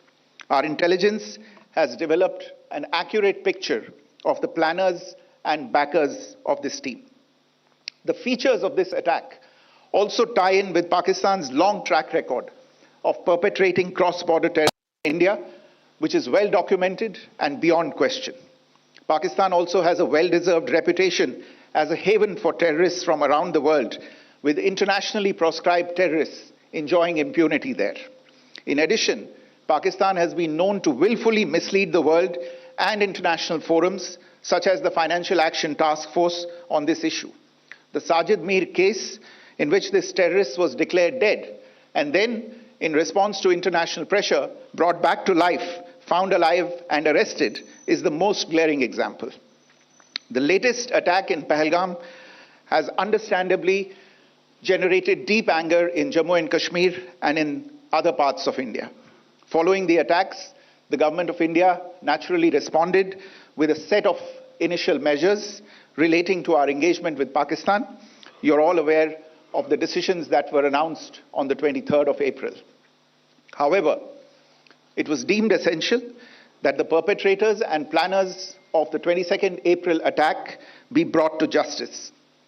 Despite a fortnight having passed since the attacks, there has been no demonstrable step from Pakistan to take action against the terrorist infrastructure on its territory or on territory under its control.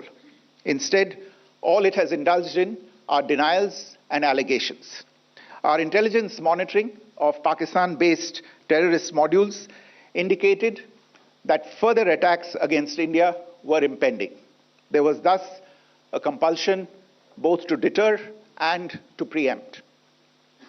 Earlier this morning, as you would be aware, India exercised its right to respond and preempt as well as deter more such cross-border attacks. These actions were measured, non-escalatory, proportionate, and responsible. They focused on dismantling the terrorist infrastructure and disabling terrorists likely to be sent across to India. You would also recall that the Security Council on 25th April 2025 had issued a press statement on the Pahalgam terror attack, underlining, and I quote, the need to hold perpetrators, organizers, financiers, and sponsors of this reprehensible act of terrorism accountable and bring them to justice, unquote. India's latest actions should be seen in this context. Joining me for this briefing on our actions earlier this morning are Colonel Sophia Qureshi and Wing Commander Vyomika Singh. I will request them to share some details regarding Operation Sindoor with all of you.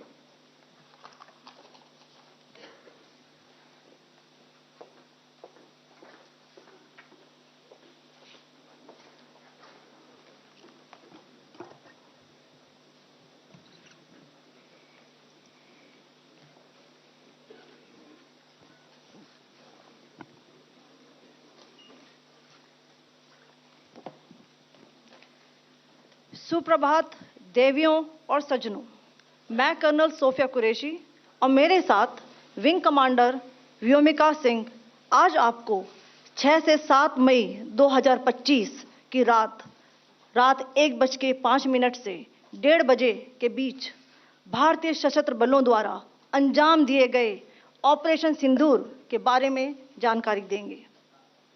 Operation Sindoor 22 अप्रैल को पहलगाम में हुए विभत्स आतंकवादी हमले के शिकार मासूम नागरिकों व उनके परिवारों को न्याय देने के लिए लॉन्च किया गया था। इस कार्रवाई में 9 टेररिस्ट कैंप्स को टारगेट किया गया और पूरी तरह से इसे बर्बाद किया गया। पाकिस्तान में पिछले 3 दशकों से टेरर इंफ्रास्ट्रक्चर का निर्माण हो रहा है। इसमें recruitment, indoctrination centres, training areas व लॉन्च पैड शामिल थे, जो पाकिस्तान और पाक अधिकृत जम्मू कश्मीर PoJK दोनों में फैले हैं। Operation Sindoor was launched by Indian Armed Forces to deliver justice to the victims of Pahalgam terror attack and their families. 9 terrorist camps were targeted and successfully destroyed. Over the last 3 decades, Pakistan has systematically built terror infrastructure. It is a complex web of recruitment and indoctrination centers, training areas for initial and refresher courses, and launch pads for handlers. These camps are located both in Pakistan as well as Pakistan-occupied Jammu and Kashmir areas. Some of the well-known training camps are located, as you can see on the screen. They are distributed from Savai Nala in the north, counting to approximately 21, ending at Bhagalpur to the south. इन लक्ष्यों का चयन विश्वसनीय intelligence सूचनाओं के आधार पर हुआ, ताकि आतंक गतिविधियों की रीढ़ तोड़ी जा सके, और यह खास ध्यान दिया गया कि निर्दोष नागरिकों और सिविलियन इंस्टॉलेशन को नुकसान न पहुंचे। The selection of these targets for Operation Sindoor was based on credible intelligence inputs and role of these facilities in perpetrating the terror activities. The locations were so selected to avoid damage to civilian infrastructures and loss of any civilian lives.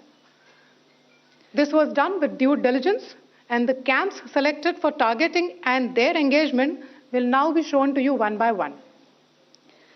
PoJK के target मैं आपको बताना चाहूंगी। सबसे पहले सवाई नाला camp Muzaffarabad, जो कि PoJK के लाइन ऑफ कंट्रोल से 30 किलोमीटर दूर है। यह एक लश्कर तौयबा का ट्रेनिंग सेंटर था। 20 अक्टूबर 2024 सोनमर्ग, 24 अक्टूबर 24 गुलमर्ग, 22 अप्रैल 2025 पहलगाम, इन हमलों के आतंकियों ने यहीं से प्रशिक्षण लिया था। सैयदना बिलाल कैंप मुजफ्फराबाद, यह एक जैश मोहम्मद का स्टेजिंग एरिया है। यह हथियार, विस्फोटक और जंगल सर्वाइवल ट्रेनिंग का केंद्र भी था। गुलपुर कैंप कोटली, यह LOC से 30 किलोमीटर दूर था। लश्कर तौयबा का बेस था, जो रजौरी पुंछ में सक्रिय था। 20 अप्रैल 2023 को पुंछ में और 9 जून 2024 को तीर्थ यात्रियों के बस हमले में यहीं से आतंकी को ट्रेन किया गया था।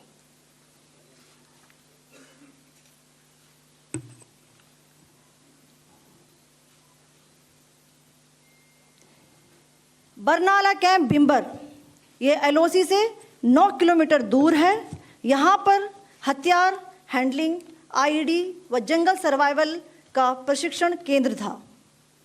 अब्बास कैंप कोटली,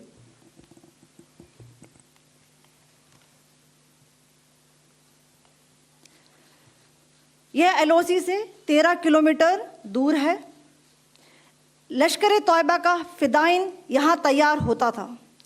इसकी कैपेसिटी 15 टेररिस्ट को ट्रेन करने की थी।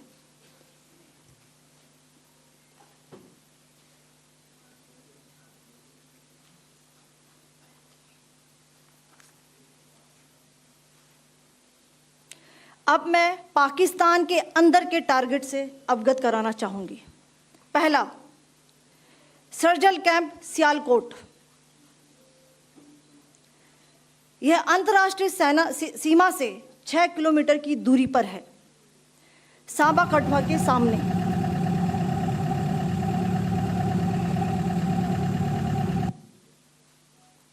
मार्च 2025 में जम्मू एंड कश्मीर पुलिस के 4 जवानों को की जो हत्या की गई थी, उन आतंकवादियों को इसी जगह पर ट्रेन किया गया था। दूसरा, महमूना जाया कैंप सियालकोट, यह 18 से 12 किलोमीटर IB से दूर था। हिजबुल मुजाहिदीन का बहुत बड़ा कैंप था। ये कठुआ जम्मू क्षेत्र में आतंक फैलाने का नियंत्रण केंद्र था। पठानकोट एयरफोर्स बेस पर किया गया हमला भी इसी कैंप से प्लान और डायरेक्ट किया गया था। मरकज ताइबा मुरीद के, यह आईबी से 18 से 25 किलोमीटर दूरी पर है। 2008 के मुंबई हमले के आतंकी भी यहीं से प्रशिक्षित हुए थे। अजमल कसब व डेविड हेडली भी यहाँ ट्रेन हुए थे।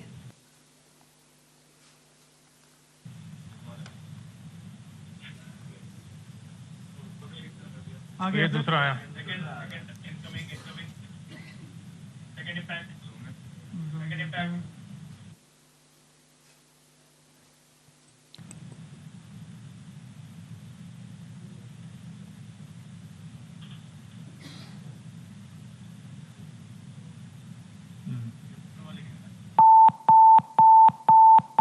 टारगेट 10 हुआ है सर अभी। टारगेट 10 हुआ है, एंक्लोजर सेम ही है। 7 it is hit the target. हाँ हाँ।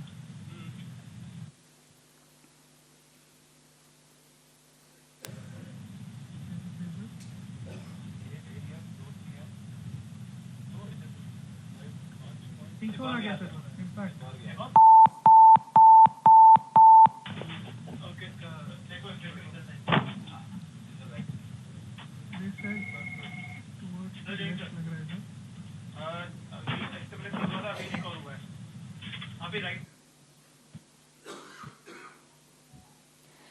मरकज सुभान अल्लाह भावलपुर, ये इंटरनेशनल बाउंड्री से 100 किलोमीटर दूर है। जैश ए मोहम्मद का मुख्यालय था। यहाँ पर रिक्रूटमेंट, ट्रेनिंग व इंडॉक्ट्रिनेशन का केंद्र भी था। शीर्ष आतंकी अक्सर यहाँ आते थे। मैं आप सबको बताना चाहती हूँ कि किसी भी सैन्य ठिकाने का निशाना नहीं बनाया गया और अभी तक किसी तरह की नागरिक क्षति की रिपोर्ट नहीं है। धन्यवाद। जय Hind. The strike on the terror camps were undertaken through precision capability, as shown to you. A niche technology weapons with careful selection of warheads was ensured so that there will be no collateral damage. The point of impact in each of the target was a specific building or a group of buildings. All the targets were neutralized with clinical efficiency, and the results reiterate the professionalism of the Indian Armed Forces in the planning and execution of their operations. No military establishments were targeted. India has demonstrated considerable restraint in its response.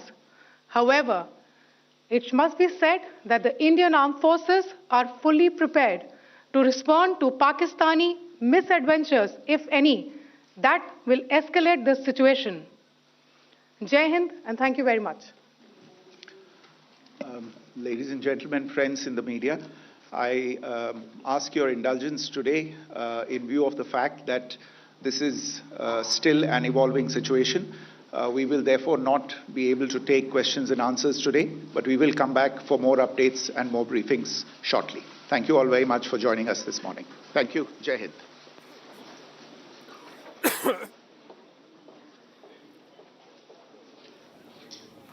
All right, the most comprehensive statement yet coming in from India, led by Foreign Secretary Vikram Misri and two lady officers. We had Colonel Sophia Qureshi of the Indian Army and Wing Commander Vyomika Singh of the Indian Air Force briefing there. Now, a couple of points that become clear. We had this was essentially an intelligence-based precision operation targeting the terror infrastructure both inside Pakistan and in PoJK. Terror pads, terror headquarters, and essentially terror headquarters of Pakistan-based terror organizations, Jaish-e-Mohammed, Lashkar-e-Taiba, Hizbul Mujahideen, all targeted. And those were precision-guided bombs, missiles, and kamikaze drones that were used. And India making it clear that no military installation or infrastructure was hit, that no civilian casualties have been reported. And India inflicting costs of terror on Pakistan, making it sure that the world hears it loud and clear that we are not going to let go of an opportunity to inflict costs of terror at the soil from where the terror emanates. Saurabh Shukla continues to be with us. That was a huge statement, Saurabh, coming in from India, that we have demolished terror infrastructure, we have targeted all terror organizations, and we have gone deep inside Pakistan. 100 kilometers is where Bahawalpur and the headquarters of Jaish-e-Mohammed in Bahawalpur is, and we have targeted that. India also making a diplomatic statement there, with 2 lady officers making that statement. Saurabh, your first comment. Absolutely. Abhishek, unequivocal message from India that this is a strike for zero tolerance on terrorism. This is a strike for which India was well within its right. India was well within its international obligation to save its people. Saurabh, the fact that we made sure that there is no collateral damage. The weapons, in fact, the choice of weapons was such that there is no collateral damage. The fact that India is ready to respond to any Pakistani misadventure. The fact that Foreign Secretary Vikram Misri ended by saying that this is still an evolving situation, and that is the reason why we are not taking questions, not for any other reason, that there is a likelihood that we might have to respond even further or escalate even further if need arises. I think, and the fact that the Foreign Secretary Saurabh mentioned more than a couple of times the UNSC statement and many UN resolutions under which India has carried out this strike as a right to defend itself. Also the fact that Foreign Secretary mentioned that there was intelligence that further terror operations were being planned or were being conspired to from all these locations, and that is why those places have been targeted. Abhishek, there is a reason why he said that, because Pakistan, in all likelihood, will try to take this issue to the UN Security Council. This is India's preemptive diplomatic strike as well.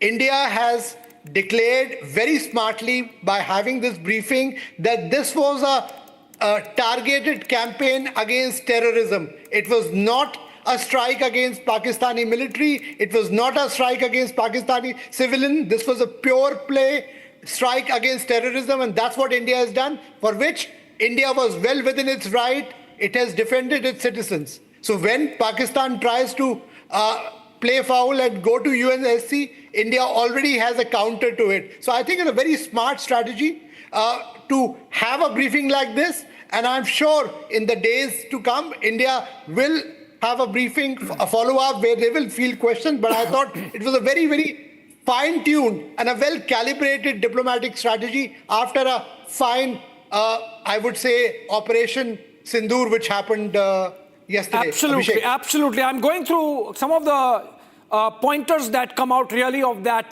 briefing by MOD and MEA. We have General Bakshi continuing with us. Essentially, Jaish-e-Mohammed's Tehra Kalam facility destroyed, Hizbul Mujahideen's Mehmoona Joya facility destroyed, by MOD and MEA. Lashkar's Markaz Hadith Barnala in PoK destroyed, Jaish-e-Mohammed's Markaz-e-Abbas destroyed in Kotli, that's the Kotli terror camp, and we have Lashkar-e-Tayyiba's Markaz-e-Tayyiba Indoctrination Center destroyed, JEM's Markaz-e-Subhan Allah destroyed, terror camps selected for strikes exposed in that briefing by the joint briefing by the Ministry of Defense and the Ministry of External Affairs. And as it was mentioned, the strikes were based on credible inputs accessed by India through its technical intelligence and, of course, ground human intelligence. Remember, we have deep sources there also in Pakistan. And we ensured that civil installations or civil infrastructure or even civilians were not targeted. even military installations or military infrastructure was not targeted. It was out and out an attack on the terror infrastructure on the Pakistani soil. Go back to the statement made by Prime Minister Modi that we will go after these terrorists to the end of the earth and make sure that the soil from which it emanates is targeted. I think Prime Minister could not have been more forthright, General Bakshi, in making that statement that we are going to do what we are going to do. I mean, there was no hiding behind the cowardice, hiding behind in any manner like the Pakistanis do, in the cowardly manner that they do behind these non-state actors.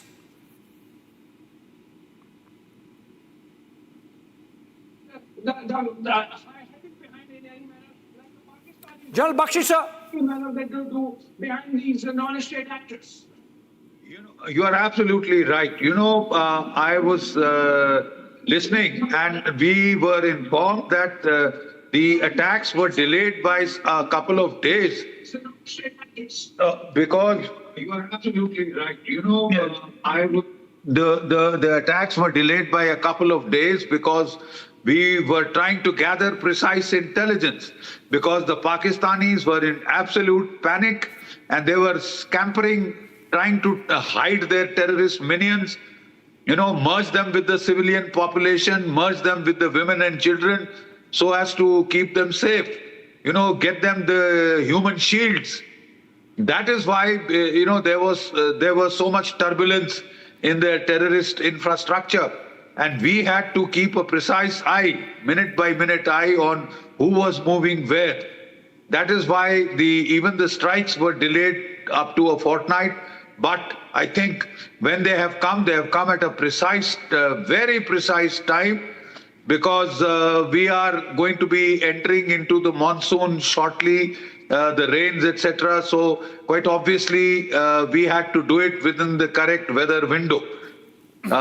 We have exploited that weather window, that Met window. Yeah. We have hit 9 terror camps.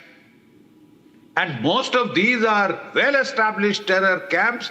Their command and control headquarters, with massive, buildings, very grand buildings of the Subhanallah camp at Bhavalpur.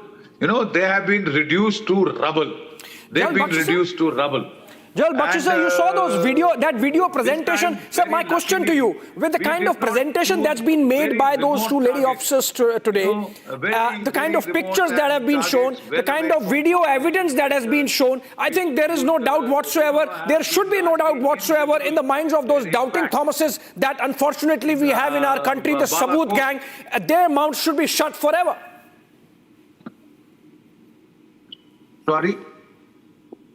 Sorry, I couldn't catch what you said. General Bakshi, sir, I'll come back to you with the rephrasing of my question that I was asking you. We have a soundbite coming in of Jammu and Kashmir Chief Minister Omar Abdullah. If it's ready, we can play out. I think he has made a statement. भी video conference में शामिल हो सका, हालांकि वहाँ पे अभी भी उनके घर के नज़दीक जो है शेलिंग चल रही है। उन सब से बात करके मैंने हालात का जो है जायज़ा लिया है। कुछ जगहों पे नुकसान की खबरें आ रही हैं, लेकिन उनको हम अभी जो है उन रिपोर्ट्स को जमा कर रहे हैं।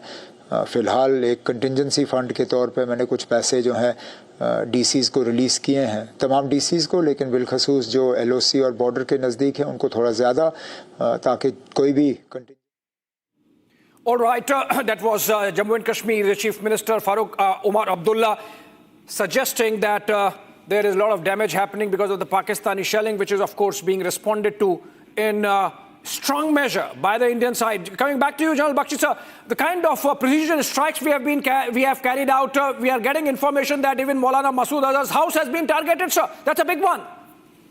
Absolutely, absolutely, because they are the top planners, Maulana Masood Azhar, and not only have we equaled up the score for Pahalgam, for good measure, we have even hit the headquarters where 2611 was planned and the training was given to David Headley and Ajmal Kasab. That camp lies flattened. Thank God we've taken our nemesis, even after so many years. It is so poignant that in one fell stroke, in one strong, retaliation, We have flattened all the terror infrastructure that was visible, that was clearly visible in Pakistan. That has been there for decades. Being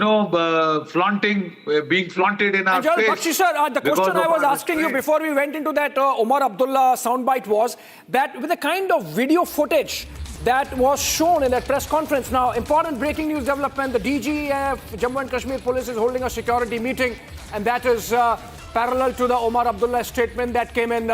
But there is another breaking news development. We keep it fast-paced. Let's keep breaking and get this information out on air for the benefit of our viewers who are joining us in this broadcast live. And the information is that apart from carrying out this strike on 9 targeted locations of terror infrastructure, one specific target of which India should be proud of is the residence or the living quarters of Maulana Masood Azhar inside the Jaish-e-Mohammed headquarters in Bahawalpur. We are yet to ascertain whether Masood Azhar was there at that time.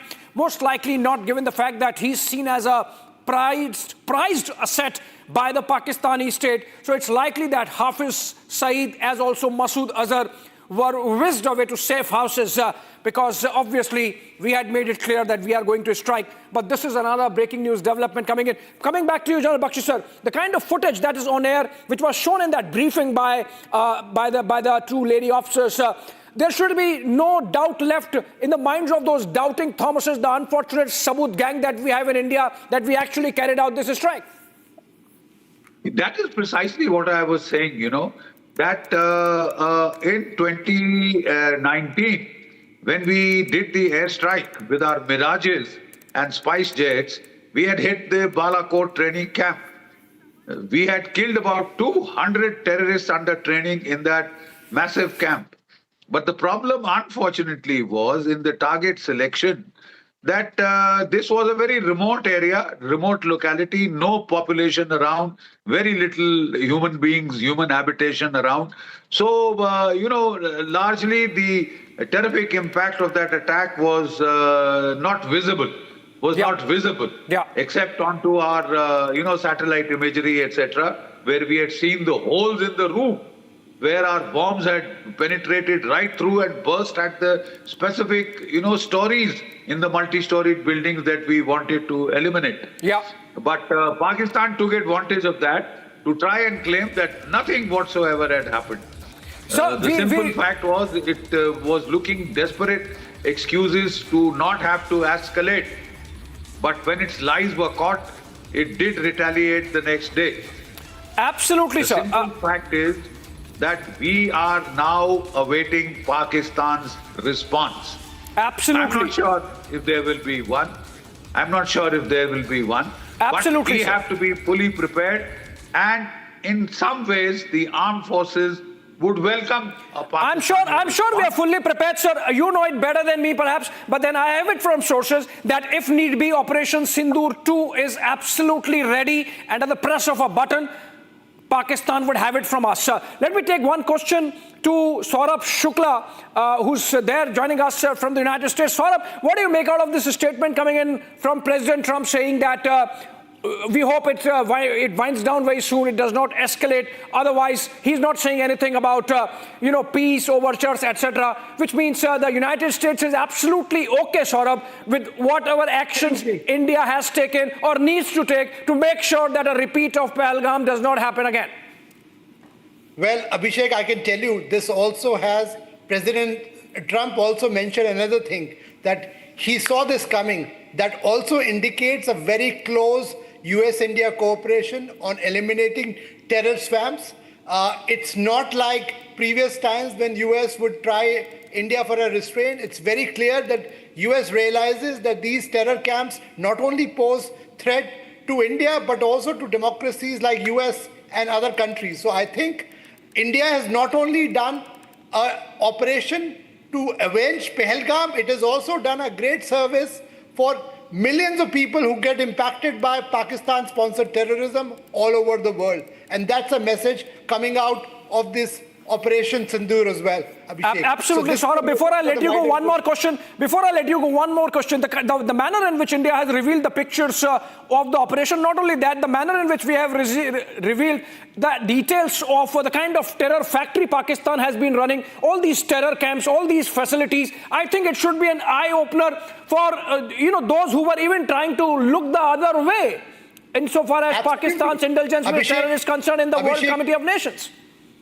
Absolutely. This is a very, very clear message to anyone doubting India's proof. India had made it very clear that in the past, whenever they used to give dossiers to Pakistan, Pakistan used to erase these proofs and tried to relocate these terrorists. This time, they did not give any opportunity to Pakistan, took strategic action, took an operation which took down some of these terrorist epicenter in the heart of Pakistani territory. Don't forget, they've struck in Pakistani Punjab, from which Pakistan's Prime Minister comes. There is no way now they can get away from this, that they were hiding these terrorist leaders right in the heart of their own territory under the patronage of Pakistani army and ISI. And they have to explain it to the world. And this is what India has exposed today. Yeah, absolutely, absolutely. Going back to General Bakshi sir. General Bakshi sir, what happens next? Our Air Force is exercising in Rajasthan. Our Navy is fully deployed in the Arabian Sea. Army absolutely pounding Pakistan retaliation of their ceasefire violations. I think there is no scope of any escalation from the Pakistani side. General Bakshi sir, what do you think? Yes, there could be. There could be, because Pakistan has always been idiotic in its approach. Absolutely non-rational and idiotic. Mullah Munir wanted this escalation, want to get his, second extension. He's already gotten one, he wants his second extension, right? Like Ziaul Haq, like Parvez Musharraf, he wants to hang on for about 10 to 11 years, a decade plus, till he is either assassinated or thrown out by the people. That might happen earlier than usual now. But the fact is that in the 2019, Pakistan had done swift retort, etc., and reacted the very next day. This time, I think they will have to think it over very carefully. They would be under pressure right now from the United States. I'm sure Foreign Secretary Marco Rubio would be putting pressure, other American officials would be putting pressure, because Donald Trump does not want escalation. We have said that we've done what we wanted to do. We have knocked out not just those camps involved in Pahalgam, but the camps that were involved even in 26/11, we paid back that old debt, and should Pakistan choose to escalate, target Indian military installations or civilian targets, Pakistan will be signing its death warrant. The simple fact is, it will give us the precise justification we need to escalate to military targets in Pakistan and take on the real head of that terror infrastructure, the terror ecosystem that they have been, sustaining for all these decades. Right. So, even as we have this broadcast, there are intense rounds of meetings going on. One at 7 LKM, Prime Minister's official residence, where Union Home Minister Amit Shah and Defence Minister Rajnath Singh both are closeted with the Prime Minister, having a discussion on, obviously, the fallout of Operation Sindoor and how to take it forward. But let's look at those pictures that were shared by the Government of India in that joint press conference by the Ministry of Defence and the Ministry of External Affairs.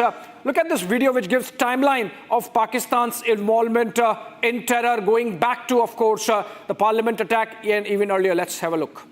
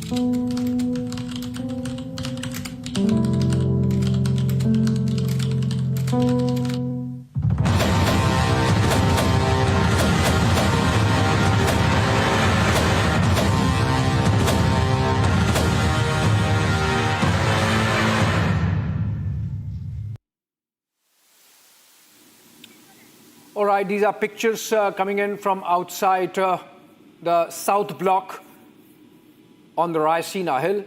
These are pictures of our forces. Remember, South Block is the headquarters of the Ministry of Defense, as also, of course, the Ministry of External Affairs, where that briefing took place. In the backdrop, you can see Rashtrapati Bhavan. These are pictures, in fact, of the mock drill that's going on around the country, in fact. And these people have come out after sirens. So even as those meetings go on inside, outside the drill continues in case there is a military escalation. This is, of course, happening around the country at the behest of the Ministry of Home Affairs. Shawan is with us. Shawan, over to you with more details on what's really happening on the civilian side in terms of preparing in case there is an escalation from the Pakistani side. Well, in fact, I'm given to understand the Ministry of Home Affairs has already directed all the state governments to take the necessary precautions. In fact, a meeting that is being chaired by the Jammu and Kashmir DGP, which Gursimran was basically highlighting. I can just add one more information that we are basically getting in right now is with the fact that they are basically preparing for some sort of a counter, strike by the Pakistanis, and that is on the expected lines at this point in time. In fact, if I can also bring in Gursimran right now, because he's also tracking what's really happening in Jammu and Kashmir, because there has been an intense cross-border firing that's actually going on. Gursimran, what's the latest? Because in Poonch and Rajouri, it had basically intensified. Has it stopped now?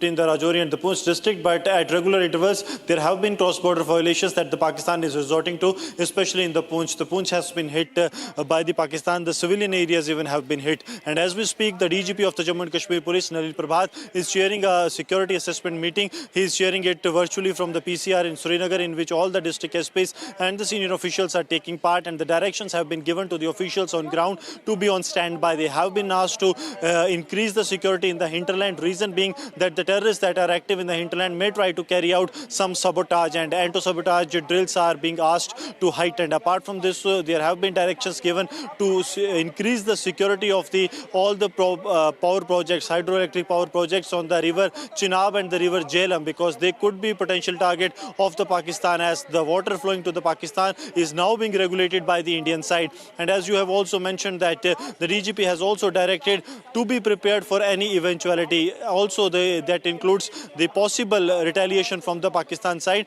because the LG administration has already given directions for the evacuation of the civilians from the areas that are prone to the Pakistani shelling, because 10 precious lives have been lost in Poonch in the Pakistan's cross-border shelling, and that's why the decision was taken that the evacuation will also take place shortly from the vulnerable areas. That is what the Jammu and Kashmir Police has been asked to ensure at an earliest. Shawan.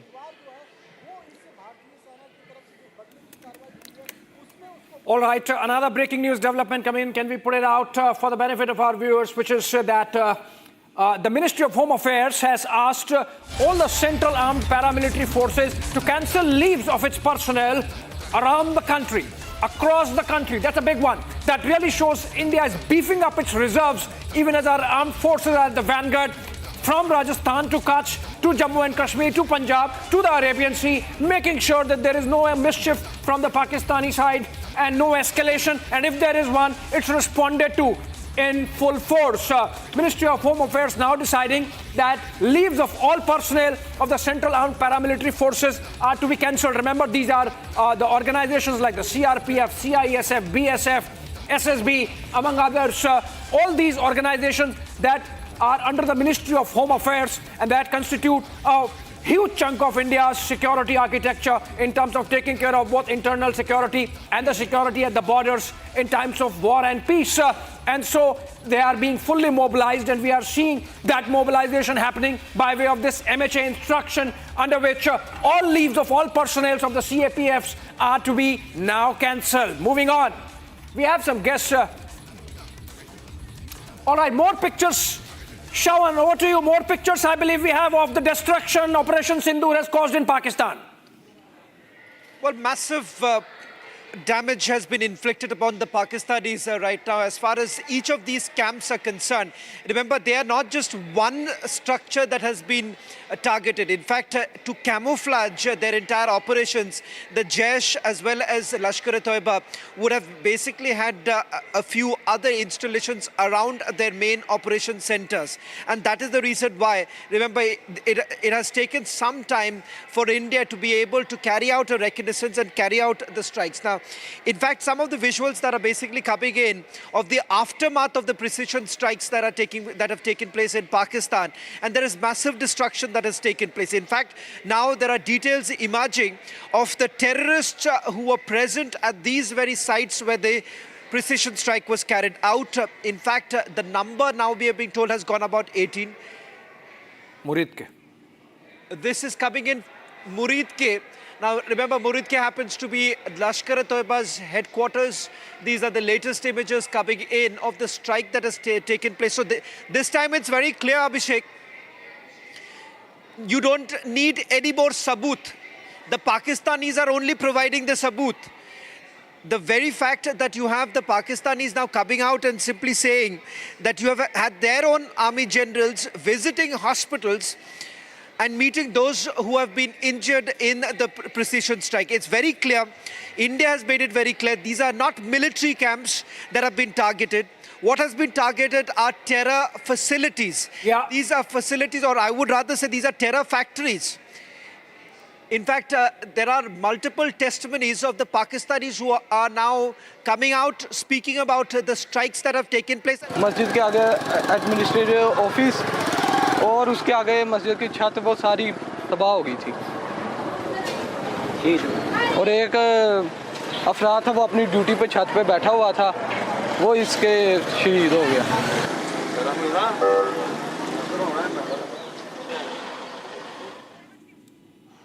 Well, a clear indication of what the Pakistanis are now going through. It's very clear that these strikes have gone right deep inside. And this time, remember, these are not strikes just in Pakistan-occupied Kashmir. It has gone all the way inside Punjab. Remember the stronghold of the Pakistani army. The stronghold of the Pakistani army. बस इसी तरह ही रात गुजरी है जाकर खौफ और रात में खौफ ही बहुत था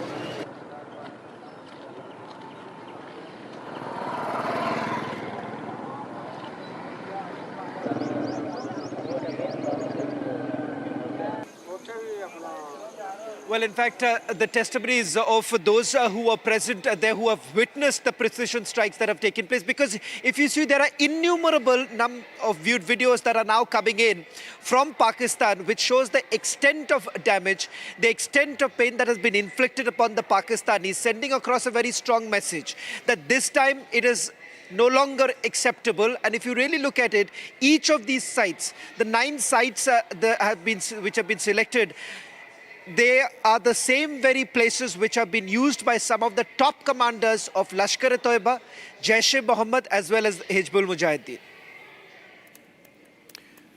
All right, in the studios, Shawan, we have Colonel Shailendra Singh continues to be with us, and we have... okay, fine. So let me begin with Colonel Shailendra Singh first. Colonel Singh, you have been watching these developments over the last couple of hours. We are hearing from the Pakistani side that there is a lot of damage that has happened. They are admitting, unlike earlier, in the case of Uri surgical strikes and the Balakot air strikes, they were saying nothing has happened. Now they are admitting that India hit 24 missiles inside their territory, that we hit 9 targets, that we killed some people. Obviously terrorists, because these are terrorist, that this is terrorist infrastructure. So there is no doubt whatsoever now that this has happened. Jai Hind, Namaskar, Abhishek ji. I can only tell you one thing in my language. Na bhulenge aur na chodenge. Ab hum sirf tumhe todenge. I think India is right now going on that. And that is why you are finding first time Pakistan is accepting that the damages are there. Why? Why will they accept? This country doesn't accept anything. It doesn't accept its soldiers, it doesn't accept its government, it doesn't accept its own population. What to do? Why? Because they want to kill this topic here now. Yeah.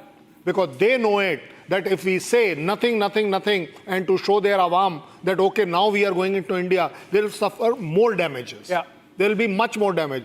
What they are trying to do is, which is a very smart act, I will agree to that. Pakistanis are smart enough that way, that bhai sahab, ab yahin par baat khatam kar dijiye, don't come again for another 90 targets. Yeah. The bigger problem for Pakistan is 9 targets they can bear. They can bear the losses. पिछले बार 2 कौवे मरे थे, इस बार 10 कौवे मरे हैं. कोई बड़ी बात नहीं है. बड़ी बात यह है that they will get stuck with us if they get into any kind of conventional or even non-conventional. They will be stuck. Right. Let me take this to Colonel Anurag Shukla, who's also there with us in the studios. Colonel Shukla, what's next? What happens next? You think Pakistan would have the temerity really to do any counteroffensive, to indulge in any kind of counteroffensive? They should be shaken. They must be scared now. That has already been evident. That you see their statement which is going on, their own defense minister admitting, and they are trying to cool down the situation. And internationally, they have been isolated on this particular situation where they have been exposed. Now, wherever India has tried, they have tried in such a places where anybody can pinpoint and say what exactly has been targeted. It is coming out to be terror locations. So they are stuck. But what exactly you are asking, what is going to be the next, that is up to them to decide, because India is a very great mood. We want to destroy. If you want to come out, we are ready to destroy you, and we will be ready to annex our own territory, which you have been occupied for quite a long time. Absolutely. Maybe, you know, the kind of... Yes. Give me a second. Constantine, quickly, yes. When you say counter-offensive, it's this big a word. Yeah. You dare not. They cannot. Yeah, and the kind of mobilization we have across the frontier, across the borders, from the Arabian Sea to the what I'm saying. Gulf of Kutch, to the border in Kutch, to Rajasthan, to Punjab, to Jammu and Kashmir, everywhere, full-scale mobilization. And obviously, that's something which presents a kind of wall which should scare the Pakistan. They are already doing dummy deployments. My regiment has observed, I had given them a drone only for observation post ke liye. And they are finding that, sir, they have deployed models of that. It is part of the propaganda. You know, one of the terrorists had said, go tell Modi in that dastardly cowardice, act of cowardice. And now, of course... Modi has heard it. Modi has heard it, and Modi has heard it. What he heard and what you should be hearing, what they should be hearing. Yes. Okay. I'm told... Very naming of this operation says what Modi has heard and what has been conveyed. Absolutely. Modi has heard and Modi has responded. And let's go to Erawat Miraz. He's reporting from the line of control in Uri sector, somewhere there. Erawat, we are told that Pakistanis are trying to make the LC hot by violation of ceasefire agreement. How is our response? How is it going there on the ground, Erawat? Yes, Abhishek, we have seen that after this strike, we have seen there are some posts of the Pakistani in the various sectors of the Kashmir Valley. In fact, earlier we have seen they have put it down their flags, but this time they have left their bunkers empty, and they have left some 12 kilometers from the line of control areas where the bunkers of the Pakistani troopers were. But right now, we are being told from the sources that they have shifted from these bunkers towards some, they have stepped back towards some 16 kilometers from the location, the various sensitive locations along the line of control.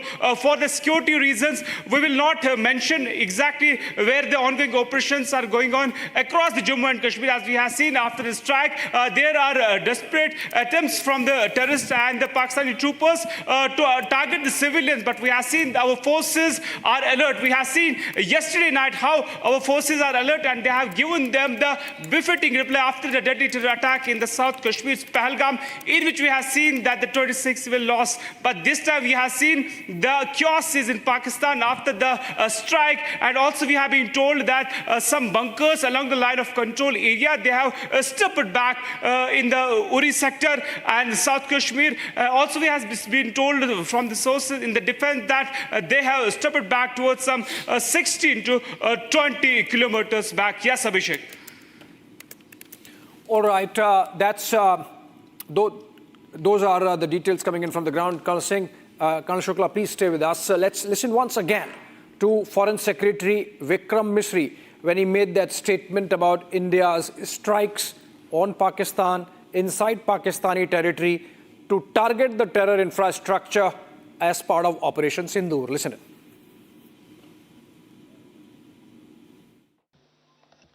Good morning. Thank you all for joining this briefing.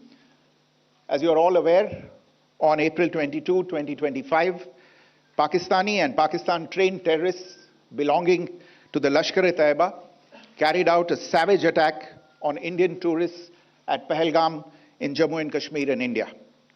They murdered 26 people, including one national of Nepal, causing the largest number of civilian casualties in a terrorist attack in India since the 26 November 2008 attacks in Mumbai. The attack in Pahalgam was marked by extreme barbarity, with the victims mostly killed with headshots from close range and in front of their families. Family members were deliberately traumatized through the manner of the killing, accompanied by the exhortation that they should take back the message. The attack was clearly driven by the objective of undermining the normalcy returning to Jammu and Kashmir. In particular, it was designed to impact the mainstay of the economy, tourism, with a record 23 million tourists visiting the valley last year. The calculation, presumably, was that harming growth and development in the Union territory would help keep it backward and create fertile ground for continued cross-border terrorism from Pakistan. The manner of the attack was also driven by an objective of provoking communal discord, both in Jammu and Kashmir and the rest of the nation. It is to the credit of the government and the people of India that these designs were foiled. A group calling itself the Resistance Front has claimed responsibility for the attack. This group is a front for the UN-proscribed Pakistani terrorist group Lashkar-e-Taiba. It is notable that India had given inputs about the TRF in the half-yearly report to the monitoring team of the UN's 1267 Sanctions Committee in May and November 2024, bringing out its role as a cover for Pakistan-based terrorist groups. Earlier too, in December 2023, India had informed the monitoring team about Lashkar and Jaish-e-Mohammed operating through small terror groups such as the TRF. Pakistan's pressure to remove references to TRF in the April 25 UN Security Council press statement is notable in this regard. Investigations into the Pahalgam terror attack have brought out the communication notes of terrorists in and to Pakistan. The claims made by the Resistance Front and their reposting by known social media handles of the Lashkar-e-Taiba speak for themselves. Identification of the attackers based on eyewitness accounts as well as other information available to law enforcement agencies has also progressed. Our intelligence has developed an accurate picture of the planners and backers of this team. The features of this attack also tie in with Pakistan's long track record of perpetrating cross-border terror in India, which is well documented and beyond question. All right, General Bakshi sir, you heard that statement again. We have been playing it again and again for the benefit of viewers who might be joining the broadcast now. And essentially, General Bakshi sir, the narrative that's coming in from the Pakistani side is that they also inflicted some damage on Indian side. They are claiming, for example, that they downed some of our aircrafts. Is it not essentially for the consumption of their own population, just fooling them around? It is utter crap. The simple fact is that our aircraft have used standoff fire. They have fired from this side of the border and destroyed these targets, incinerated these bloody targets. But it has been done from one side of the border. So this crap that they started giving the disinformation, they have downed 2 aircraft, is absolute, fact checks prove it is absolute nonsense. The other fact is they are claiming, the ISPR was claiming that they have opened artillery fire on the line of control. They claim to have hit one of our brigade headquarters and one forward post.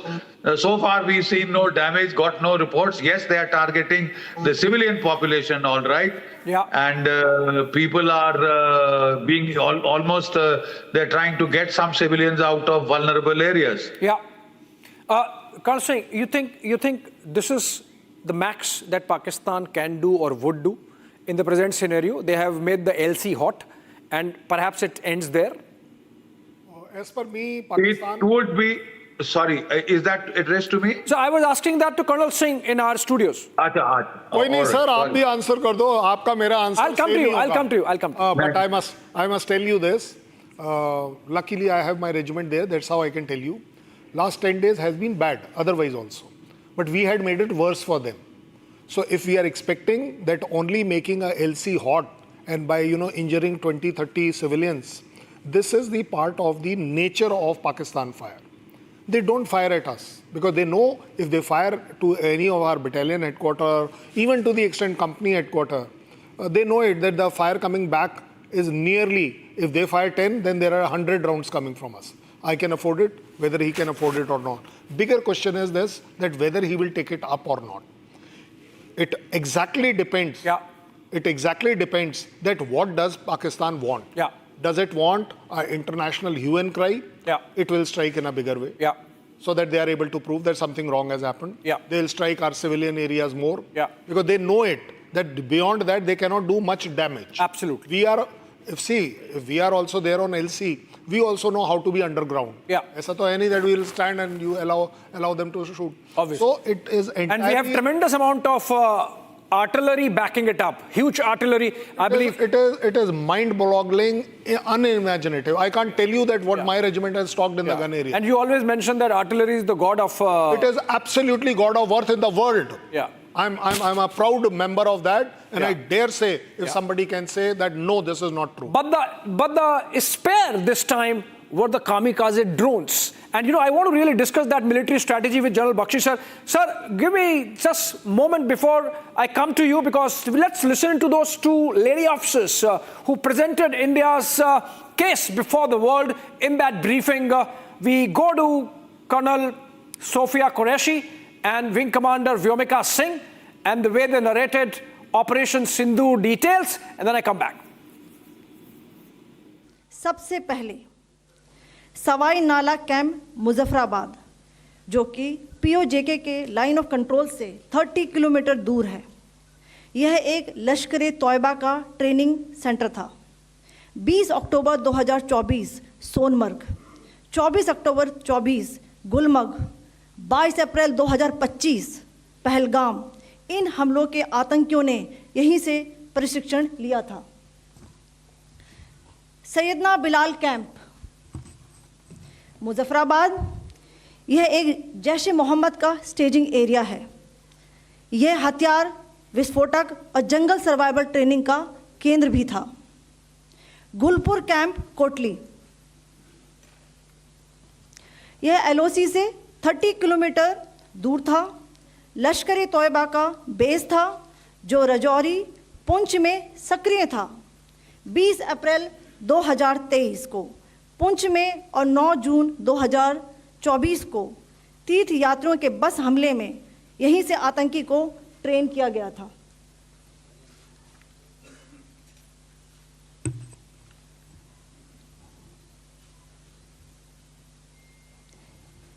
Barnala camp बिम्बर, ये LOC से 9 kilometre दूर है। यहाँ पर हथियार, handling, IED व जंगल survival का प्रशिक्षण केंद्र था। अब्बास कैंप कोटली,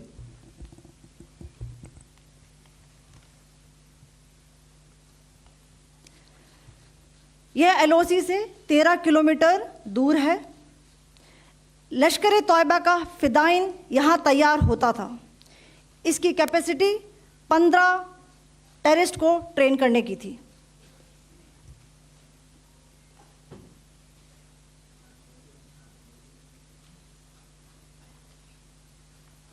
अब मैं पाकिस्तान के अंदर के टारगेट से अवगत कराना चाहूँगी।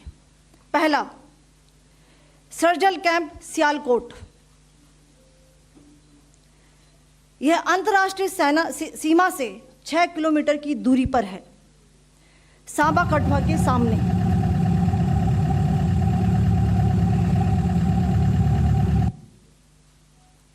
मार्च 2025 में जम्मू एंड कश्मीर पुलिस के 4 जवानों की जो हत्या की गई थी, उन आतंकवादियों को इसी जगह पर ट्रेन किया गया था। दूसरा, महमूना जाया कैंप सियालकोट। यह 18 से 12 किलोमीटर आईबी से दूर था। हिजबुल मुजाहिदीन का बहुत बड़ा कैंप था। यह कठुआ जम्मू क्षेत्र में आतंक फैलाने का नियंत्रण केंद्र था। पठानकोट एयरफोर्स बेस पर किया गया हमला भी इसी कैंप से प्लान और डायरेक्ट किया गया था। मरकज ताइबा मुरीद के, यह आईबी से 18 से 25 किलोमीटर दूरी पर है। 2008 के मुंबई हमले के आतंकी भी यहीं से प्रशिक्षित हुए थे। अजमल कसब व डेविड हेडली भी यहां ट्रेन हुए थे। मरकज सुभान अल्लाह भावलपुर, यह इंटरनेशनल बाउंड्री से 100 किलोमीटर दूर है। जैश ए मोहम्मद का मुख्यालय था। यहाँ पर रिक्रूटमेंट, ट्रेनिंग व इंडॉक्ट्रिनेशन का केंद्र भी था। शीर्ष आतंकी अक्सर यहाँ आते थे। मैं आप सबको बताना चाहती हूँ कि किसी भी सैन्य ठिकाने का निशाना नहीं बनाया गया और अभी तक किसी तरह की नागरिक क्षति की रिपोर्ट नहीं है। ऑपरेशन सिंदूर 22 अप्रैल को पहलगाम में हुए विभत्स आतंकवादी हमले के शिकार मासूम नागरिकों व उनके परिवारों को न्याय देने के लिए लॉन्च किया गया था। इस कार्रवाई में 9 टेररिस्ट कैंप्स को टारगेट किया गया और पूरी तरह से इसे बर्बाद किया गया। पाकिस्तान में पिछले 3 दशकों से टेरर इंफ्रास्ट्रक्चर का निर्माण हो रहा है। इसमें recruitment, indoctrination centres, training areas व लॉन्च पैड शामिल थे, जो पाकिस्तान और पाक अधिकृत जम्मू कश्मीर PoJK दोनों में फैले हैं। Operation Sindoor was launched by Indian Armed Forces to deliver justice to the victims of Pahalgam terror attack and their families. 9 terrorist camps were targeted and successfully destroyed. Over the last 3 decades, Pakistan has systematically built terror infrastructure. It is a complex web of recruitment and indoctrination centers, training areas for initial and refresher courses, and launch pads for handlers. These camps are located both in Pakistan as well as Pakistan-occupied Jammu and Kashmir areas. Some of the well-known training camps are located, as you can see on the screen. They are distributed from Savai Nala in the north, counting to approximately 21, ending at Bhagalpur to the south. The selection of these targets for Operation Sindoor was based on credible intelligence inputs and role of these facilities in perpetrating the terror activities. The locations were so selected to avoid damage to civilian infrastructures and loss of any civilian lives. The strike on the terror camps were undertaken through precision capability, as shown to you. A niche technology weapons with careful selection of warheads was ensured so that there will be no collateral damage. The point of impact in each of the target was a specific building or a group of buildings. All the targets were neutralized with clinical efficiency, and the results reiterate the professionalism of the Indian Armed Forces in the planning and execution of their operations. No military establishments were targeted. India has demonstrated considerable restraint in its response. However, it must be said that the Indian Armed Forces are fully prepared to respond to Pakistani misadventures, if any, that will escalate this situation.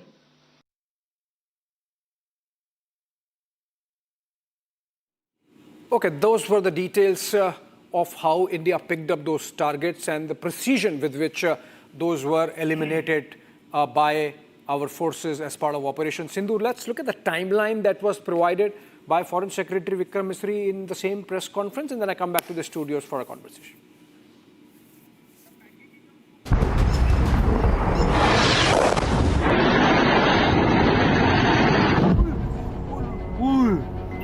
A little after midnight on the 7th of May, 9 targets struck inside Pakistan. Nobody saw it coming. Not even those in this video.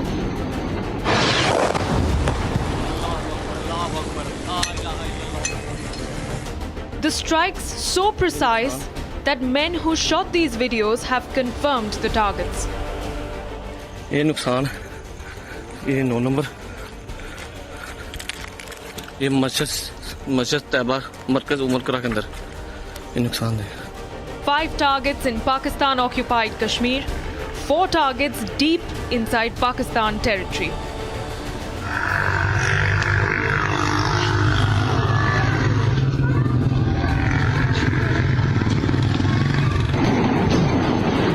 Terror camps struck with multiple hits on some targets. These visuals captured in the dark of the night describe what unfolded deep into the territories of PoK.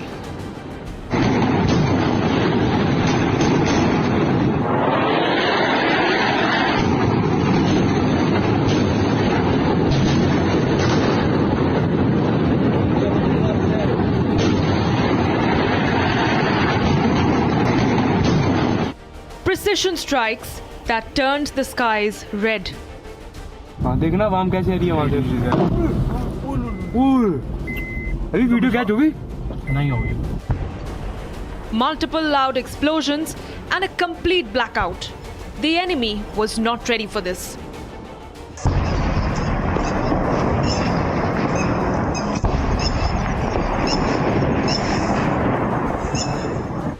Indian fighter jets hovered over the valley. 14 days after the Pahalgam killings, India has hit Islamabad hard. And as the world wakes up to Operation Sindoor, it's only the beginning of the end for the terror ecosystem of Pakistan.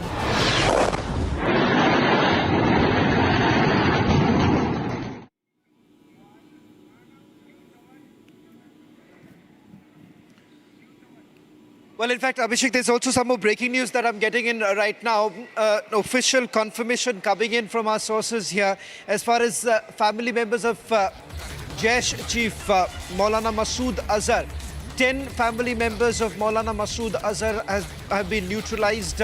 In fact, we are being told this includes the sister of Masood Azhar as well as brother-in-law. What we do not know right now is the presence of Masood Azhar, because Masood Azhar, as per the document that we have accessed and the reconnaissance that was carried out by the security agencies, one of the last known visit that he made to this particular site was back in the month of November, and another visit a little later. So we do not know at this point in time as far as Maulana Masood Azhar's presence, where has he been moved out by the Pakistanis? That clarity hasn't come in. But the big blow to Masood Azhar, family members of Masood Azhar have been killed in the precision strike that was carried out at Bahawalpur. That happens to be the headquarters of Jaish-e-Mohammed. Now we're getting in more details of the family members who have been killed. Remember, Jaish Chief, his appearances also had actually reduced, Abhishek, and the fact that certain movements that were made by Masood Azhar was under heavy security of the Pakistani army. Well, yes, naturally so, Shawan, because the likes of Masood Azhar and Hafiz Saeed, terrorists for India and for the world, are seen as some kind of prized asset.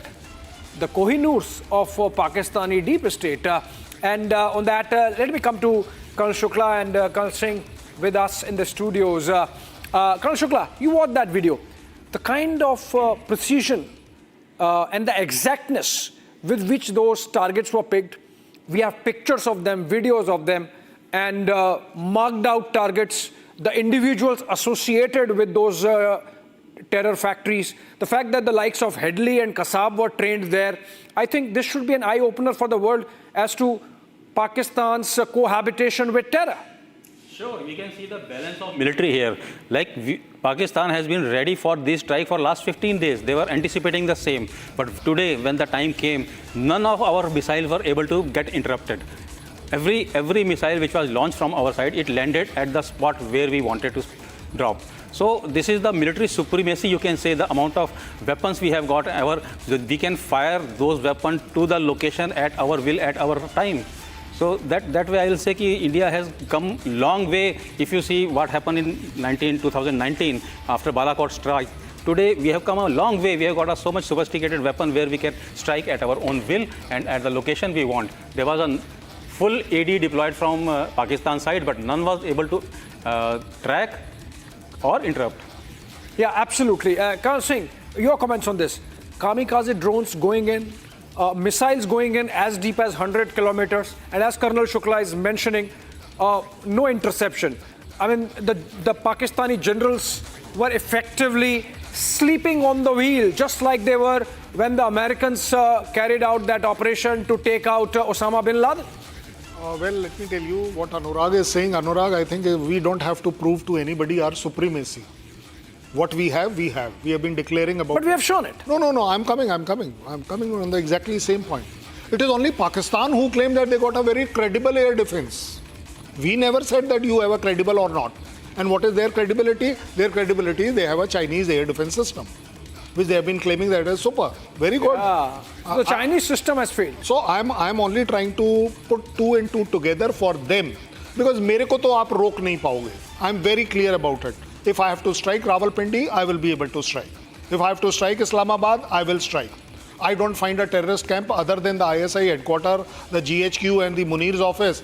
That's the only thing we are waiting for. And for that two motorcyclists who are roaming around with those two chaps in helmet, who have already eliminated 23 terrorists there.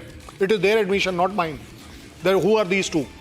What is this pair doing? Well, that task must be given to them. I will tell you like that. Now, coming to this point about whether we can reach or not is not the question now. The question is, we have already done it. Yeah. Now, you like it, you don't like it. Now, I would like the Chinese ministry and the Chinese government to come out how effective and credible are the systems of theirs. S-400 is a weak system as per Pakistan. Yeah. It's a dud thing. But your Chinese material was very good. So it is proving time and again that whether it is the man behind the machine or the machine, F-16 was brought down by a 50-year-old Bison, MiG-21. Nobody in the world is flying that. And still, so I will rather say that it is always the man behind the machine who matters a maximum. You have a credible system, well, your credibility is established. I have stuck, I have come back. Do what you like. I think very clearly we have spelled it out. We have the capacity, capability and will to strike. You want more, please react. Yeah, and Colonel Shukla, the fact that Masood Azhar's... Oh yeah, very important. Masood Azhar's hideout inside the JEM headquarters specifically was targeted. That really gives you an idea of the kind of intelligence we have. This is not just about TechInt. You know, this is about human intelligence also. While you can mark out the JEM headquarters with TechInt, with human intelligence there on the ground, you can mark out which room of this complex Masood Azhar stays, which means we have information coming in. We have ears to the ground. And that should be something about our capacity to really take care of our security. Yes, and these capabilities we had quite long time ago also. Only thing there was a political will missing. We have been giving these information to United Nations as well as Pakistan, but nobody reacted. Nobody reacted on our request. So today, when we have been able to strike at their home, that Masood is getting the taste of his own wine. Today, he have understood that how bad it feels to lose your own people, lose your own family member. We in India, we have been losing on this terrorism for quite decades. Now it is time to give them back. Absolutely, and we are going to be joined in by more guests in a bit, but what we are essentially getting for you, friends, is... It's not only Masood's residence we knew. We know the Saeed's house also. And if you can please refer back, 50 yards from that house there was a blast. So if we can do that, well, we know pinpointedly that room of Masood is known, whether he is inside or not. All right, another breaking news development coming in. Prime Minister has cancelled his tour to Europe. He had a tour lined up beginning 9th of May, which was to take him to the Netherlands, Norway and Croatia.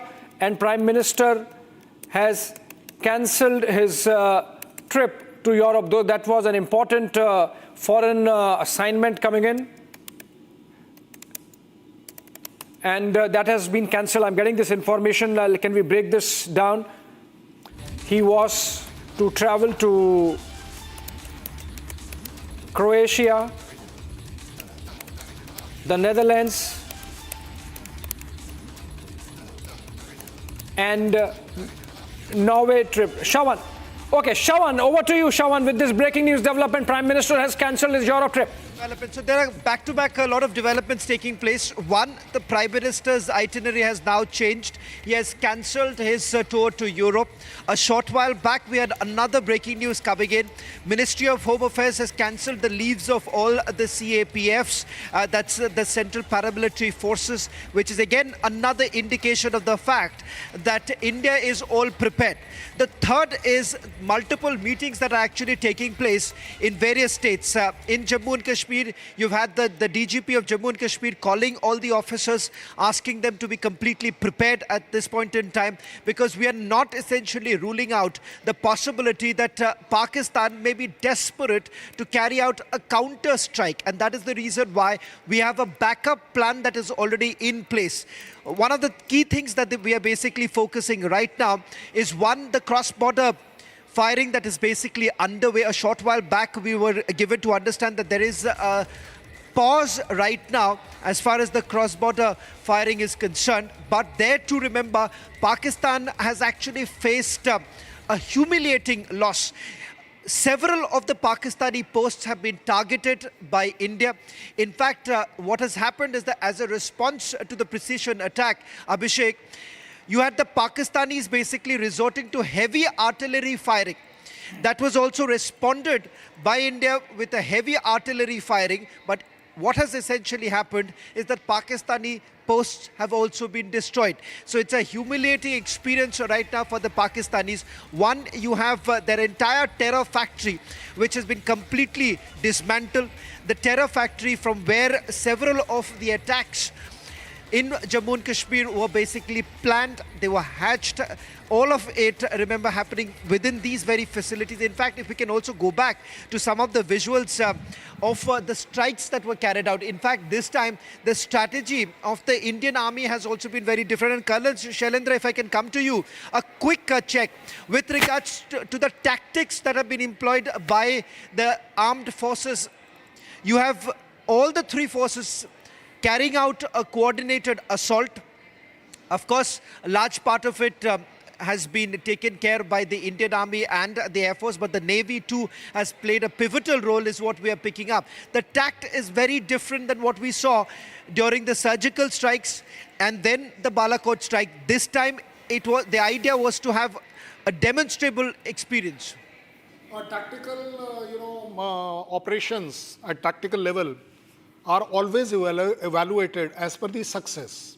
I think with this kind of success, nobody should even ask whether it was a good tactical operation or not. This is number one. Number two, what we had done at a strategic level, that is what confused Pakistan. At strategic level, we had so much of movement in the Navy.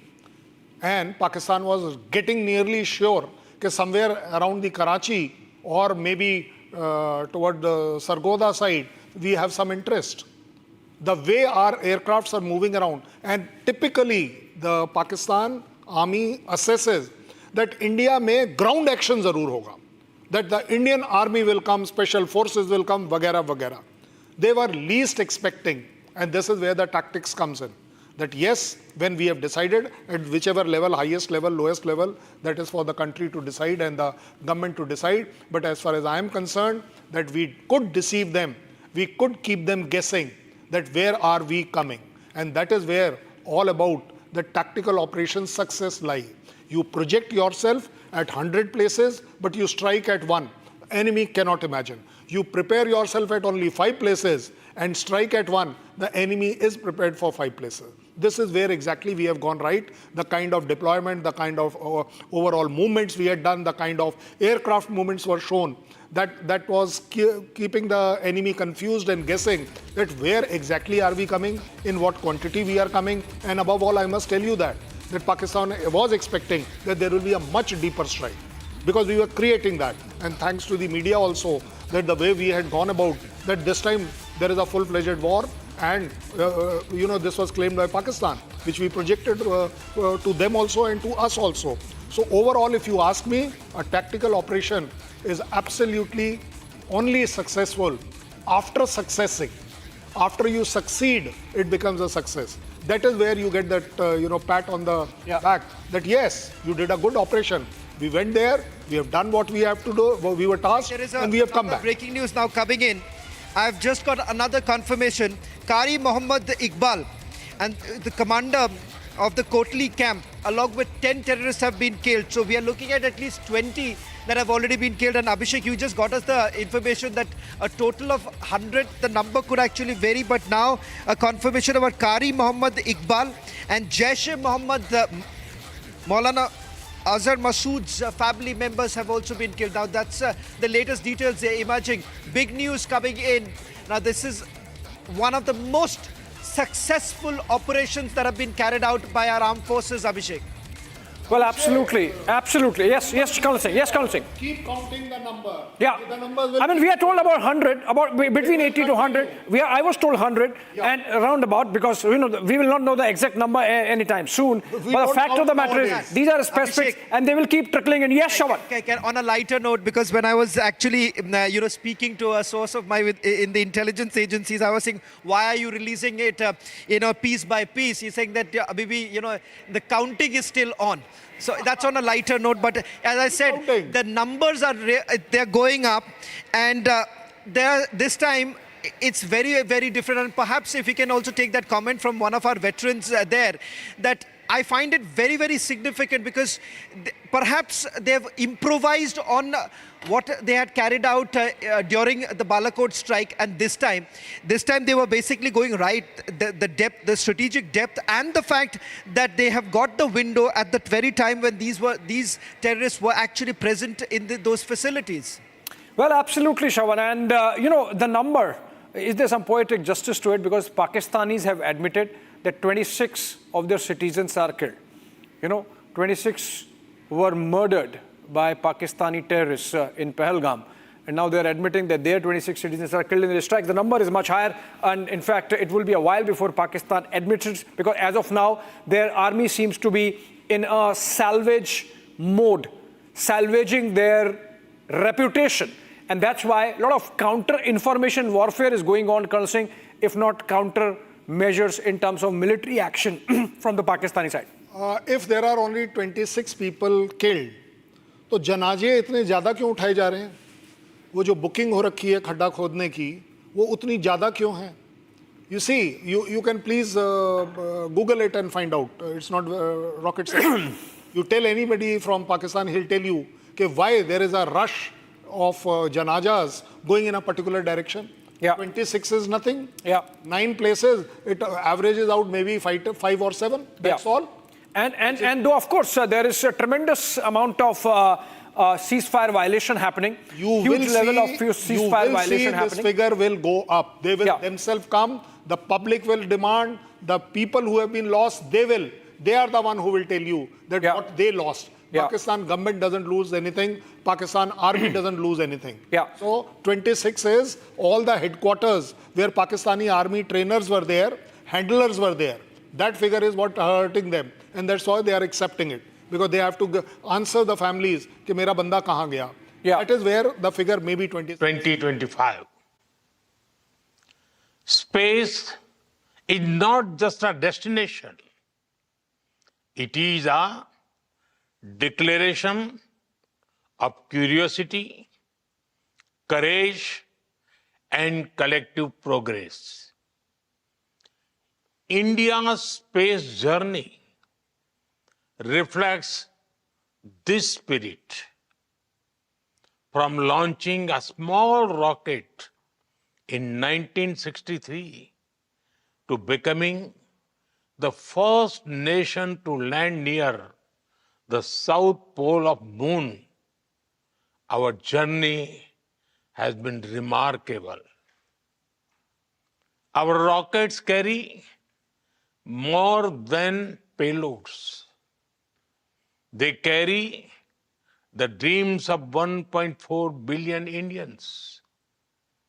India's achievements are significant scientific milestones.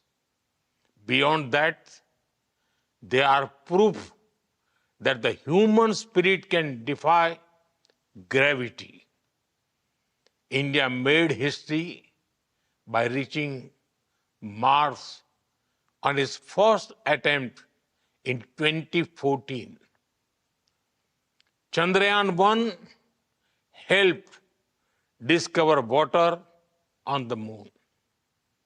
Chandrayaan-2 gave us the highest resolution images of the moon. Chandrayaan-3 increased our understanding of the lunar south pole. We built cryogenic engines in a record time. We launched 100 satellites in a single mission. We have launched over 400 satellites for 34 nations on our launch vehicles. This year, we docked 2 satellites in space, a major step forward. Friends, India's space journey is not about racing others. It is about reaching higher together.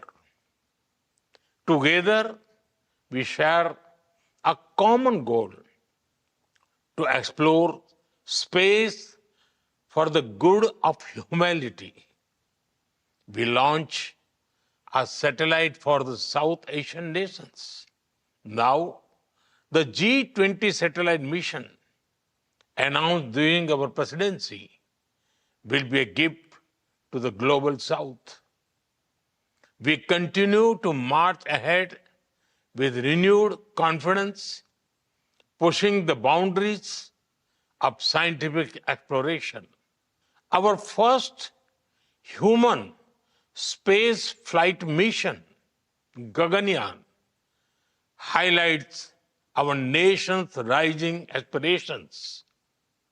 In coming weeks, an Indian astronaut will travel to space as part of a joint ISRO-NASA mission to the International Space Stations.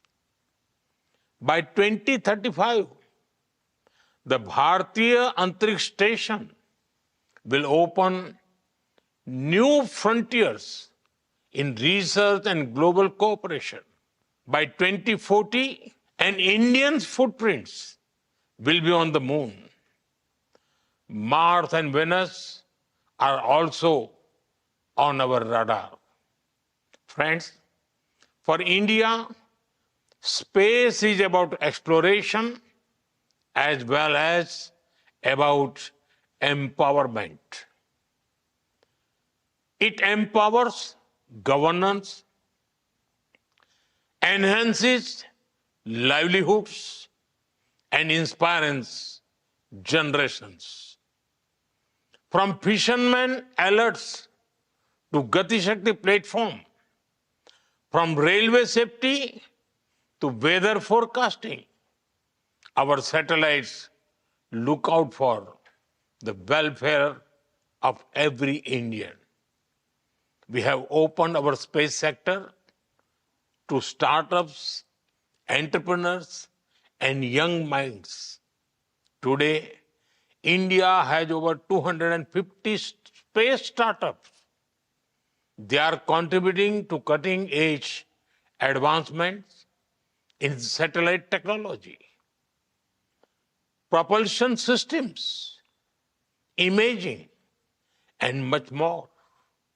And you know, it is even more inspiring that many of our missions are being led by women scientists. Friends, India's space vision is grounded in the ancient wisdom of Vasudhaiv Kutumbakam. That is, the world is one family. We strive not just for our own growth, but to enrich global knowledge, address common challenges, and inspire future generations. India stands for dreaming together, building together, and reaching for the stars together. Let us together write a new chapter in space exploration, guided by science and shared dreams for a better tomorrow. I wish you all a very pleasant and productive stay in India. Thank you. No,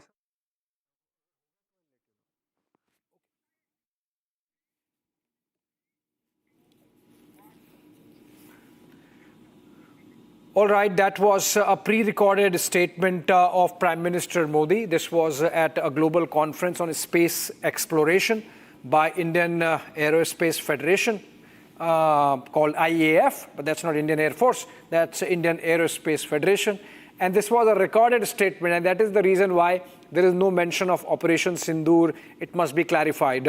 This was a recorded statement. Prime Minister had recorded this statement yesterday to be played at this conference, obviously, because people there would have known what is going to happen overnight, and that's why this statement recorded earlier. Coming back to you, Colonel Singh, we were discussing some of the military aspects. Now I have information of some specific information, Colonel Shukla, about the kind of damage that our strikes have caused. So, for example, there is this statement from Bahawalpur, and it's their hospital there, local hospital, which is giving a list of those who have come to the hospital. So it's a list of 1 to 12, and out of those 12, 6 are received dead, like brought dead, as we say in our hospitals, and then other 6 with some injuries, varying degrees of injuries. Some have burns in their legs.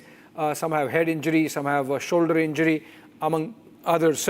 What do you make out of these dead? Obviously, this is terror infrastructure. So these are places where Headley and Kasab were trained. These are places where, on a non-stop basis, Pakistan continues to indoctrinate and get ready next round of terrorists, which it then infiltrates across the line of control and across the international border into Kashmir. Definitely what is being projected is some part of the bigger picture which we are seeing. Social media is full of other casualty figures, and there are very many photographs which are rotating around. So I can say that yes, definitely the damage has been done. Second thing, the cadre which is being brought, they can be identified and they can be seen, what you correctly brought out, that yes, this is a part of the same cadre which has been indoctrined and they are being pushed to the future terrorists. So definitely our strike has been correctly struck to the right place, and the right audience has been killed, right people has been killed. We are proud of it, proud of our security forces and Air Force, which has brought down this intelligence and brought down this infrastructure. All right, this is basically just one list from one hospital. So obviously 9 locations spread across 6 districts of Pakistan. There would be more lists, obviously. Colonel Singh. When you're discussing about that statement that somebody said 6 dead or 10 dead, whatever dead, Abhishek ji, just make a wild guess as a logical human being. Will you have a training establishment with 6 people? Will Pakistan have so much of wherewithal, money to train 6 people? If that is the state, then why are they claiming that they have got such huge number of terrorist training camps? There cannot be a camp. A camp cannot be called a camp with 6 to 10 people. It has to be more, logically also. even if you are thinking, absolutely mad, you are insane, that you have no, terrorism-related knowledge or military-related knowledge. भाई मुझे आप एक बात बताओ, let's ask Anurag only, that 6 आदमियों वाला camp होता क्या है? What is that camp? Yeah. What will that camp do? Yeah. So, now I'm prepared to go by that hospital, by the way. I'm not denying that. But what I'm saying is, that is a particular dispensary, that is a particular hospital of our level. There are hospitals of 10 bed, 20 bed, 30 bed, 300 bed, 700 bed, 1500 bed. So, a particular hospital receiving 6 may be only a, stopgap arrangement. There are 9 places. Colonel Singh, also we are getting the sense from the Pakistani side that they are really scared, because they have, I think, understood that Operation Sindoor is just 1.0. If they do anything, yes, there is going to be Operation Sindoor 2.0 also, because look at the statements. They are saying that we have inflicted enough costs on India. We have downed their planes, which obviously they have not. They are saying we have hit back at some of their targets. They have escalated the ceasefire violation along the LC and of course the IB. They have made statements to the effect that if India does not do more, we will not do more. We have it from Khaja Asif, the Pakistani defense minister. Now we are hearing reports that they are going to take journalists to these affected areas of Muzaffarabad, Muridke, Bahawalpur, Adampur, Kotli, etc. Which means obviously, as of now, there is no further escalation. So Pakistan perhaps has realized that this time it's not going to be Operation Swift Retort, because India is much more prepared than it was earlier. That figure which they themselves are claiming, 26 killed. Just visualize it. 26 tourists killed, 26 people killed. They want that, okay, fine, you have had your revenge. Yeah. This is what they are coming to this point regarding going to that, taking the journalists there. Take me there, na? Invite my journalists. You people say transparency. So let's have transparency. Please invite Republic. Let us see. Why are you not inviting us? Yeah. That if you are so confident that 2 kauwe bhi nahi mare is baar, then please invite us. Yeah. Whereas you are talking about international, jaanch kara lo, nispaksh jaanch kara lo. Yeah. Let's call the international core of media. Yeah. Include me also in that. Yeah. Where is the problem? Yeah. You see, this dramatics, what they have been earlier also doing, every time doing. It's nothing new. Not only to their own awam, to me and to the world. We all know. Otherwise, by now, 107 countries would have chosen their side to be on their side. Yeah. Not 3 countries. Yeah. And maybe the 4th one, which is claiming Malaysia. Yeah. That yes, we are also with them. Yeah. Oh, fine, you are with them. So all 4 of you are terrorist states. Yeah. You are also sponsoring state terrorism, as far as I am concerned. Yeah. Let the world see it. Yeah. If not today, tomorrow, somebody will suffer from their country, and then they will realize. Yeah. The problem is that Jaishankar ji said very well, your terrorism is terrorism. Yeah. My terrorism becomes a freedom fight of somebody. Yeah. So even if it is that way, let me and my country decide. You didn't take us in confidence about Osama bin Laden.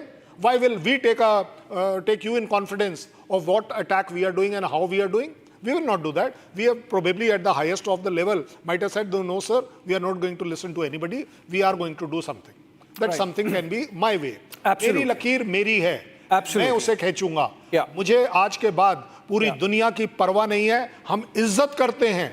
लेकिन ये हमारी कमजोरी नहीं है. Yeah. And viewers need to know the kind of preparations that are already in place and the arrangements that are in place in case we have to escalate in response to any Pakistani misadventure. So we have airports in Amritsar, in Srinagar, in Leh, in Jammu, and a couple of other places that have been shut. They are not available for civilian use. Also, the flights are, rerouted, and all those arrangements, even as, of course, an important meeting going on at the 7 LKM, which is, of course, the official residence of the Prime Minister, which also has his office. And we are getting these pictures live of the CCS having ended, and Union Home Minister Amit Shah seen leaving the place, which means the meeting has ended. Remember, the Home Ministry just a while back issued a notice and asked all the Central Armed Paramilitary Forces to cancel leaves of all personnel, which means the internal security front is being beefed up. The reserves are being strengthened just in case, it seems does not happening as of now, but if it happens, we are there ready with at all levels of mobilization. We are not even cancelling our mock drills for the public. You see, we know how immoral can be Pakistan. When it can attack an innocent tourist, then it will always target our civil areas also, maybe whatever we may claim. But they have this habit, characterlessness, that they can come. So if the last target available to them, because other targets are all generally VPs, very important areas and points, are already protected. We will have air protection also, everything. But for the public, now the public also stood up to be ready by the mock drills. I want to go to Colonel Shukla.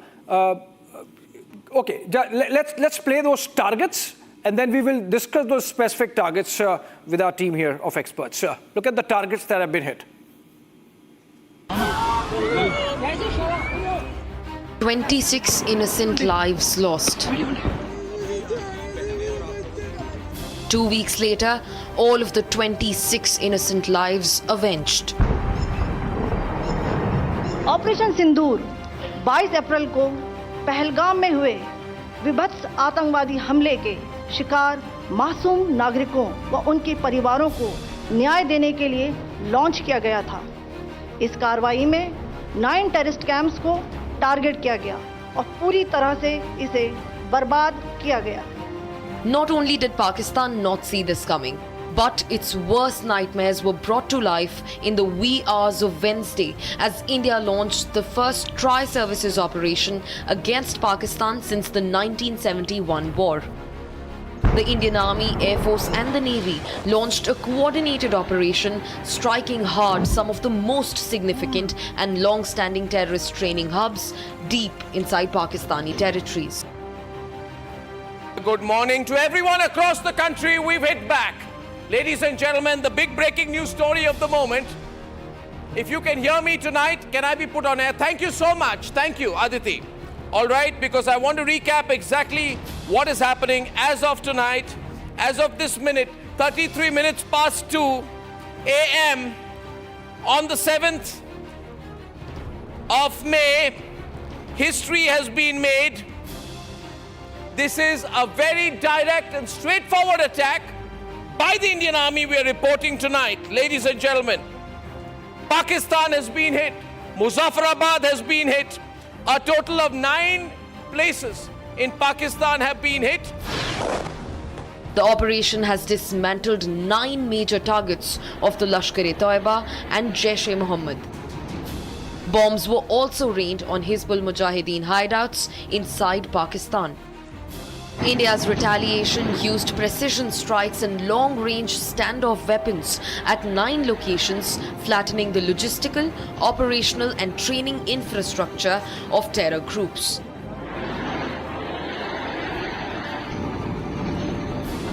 The 9 targets included 4 Jaish-e-Mohammed targets, Bhawalpur in Punjab, Tehra Kalan, Kotli and Muzaffarabad. The Jaish has claimed responsibility for major attacks in India, including the 2001 Parliament attacks and the cowardly 2019 Pulwama suicide bombing.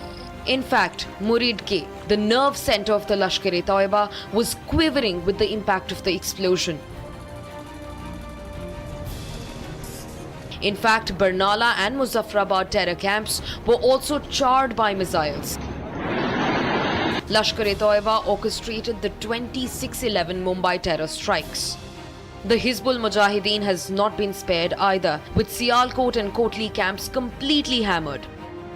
The terrorist group has been active in multiple attacks across the Kashmir Valley. Each of the 9 sites selected for the operation had a history of association with major terror plots and infiltration attempts directed at India. India has hit back, and it has hit back harder than ever. The message is as clear as it can get: zero tolerance towards terrorism and its dirty state sponsors. All right, we are also joined in by Lieutenant General Rajendra Singh, but before I go to him, Colonel Shukla, you were mentioning about we having this capacity earlier also, but this time we have come out really hard we have really escalated in terms of our hot pursuit also, from Uri to Balakot to now Operation Sindoor. This is really next level, and it would become very difficult for Pakistan to get into any misadventure without realizing that the next time could be even worse than this in terms of we inflicting costs on them. Sure, and Pakistan should also understand what there lies in their arsenal. If we are going to strike, how they are going to protect themselves, and if they plan to strike us back, what they have got for us. See, in last 5 years, if we start from discussing from 2019 onwards, the amount of weapon which we have acquired, including the drones technology and the precise weapon technology, then satellite, we have got our own satellite system, then NVDs and other things, sophisticated technologies which we have absorbed. This is much, much, much way beyond what Pakistan could have.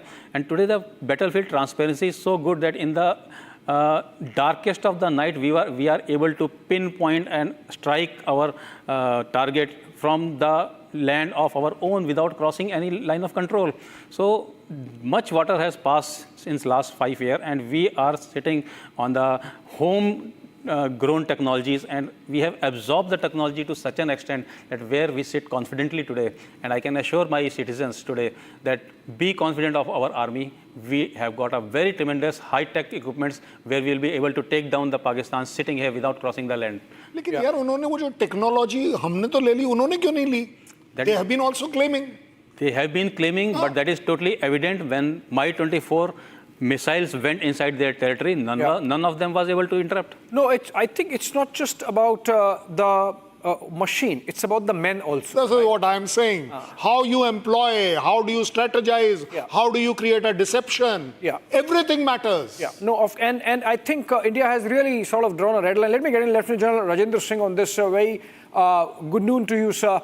And thanks for joining us in this broadcast. Your first comments after whatever India has told the world with that press conference, a statement at multiple levels in terms of making clear the targets, making clear the proof with the videos, making a statement of sorts with those two lady officers addressing press conference, given the fact that women were actually targeted by those cowardly terrorists. It's not the men who were killed. It's about the women who were widowed by those mountain rats there on that day of April 22. Your first comment, sir. Yeah, thank you very much. Thank you very much for inviting me to your channel. I think today is a great day. It is a great day for a number of reasons. Firstly, I think the way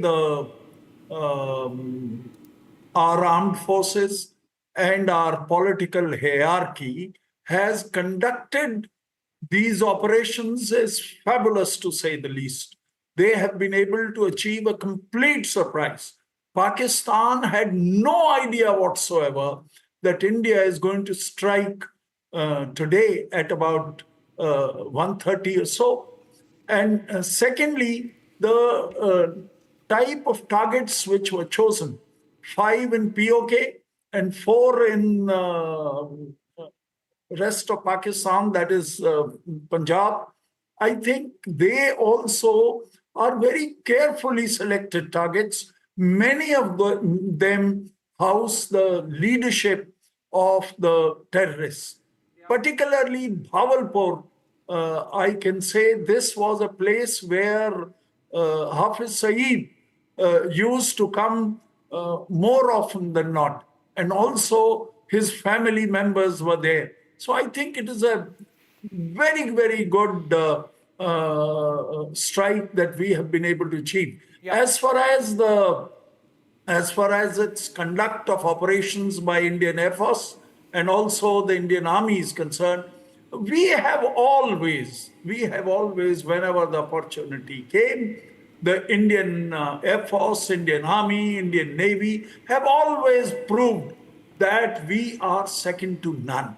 As far as Pakistan is concerned, he is no patch in front of us. Yeah, absolutely. I had the pleasure of commanding 43 country troops as first commander of the UN. And I can say without any doubt whatsoever that our troops are the finest. They are the ones who have tremendous amount of josh. determination, and professionalism. And I think the same was evident today. But having said all this, let's not be complacent. I think Pakistan is going to strike back. And if it is strike back, we must strike them even harder, which I have no doubt that they will do. And Indian Army, Indian Air Force, and the Navy, we are fully ready to strike them back.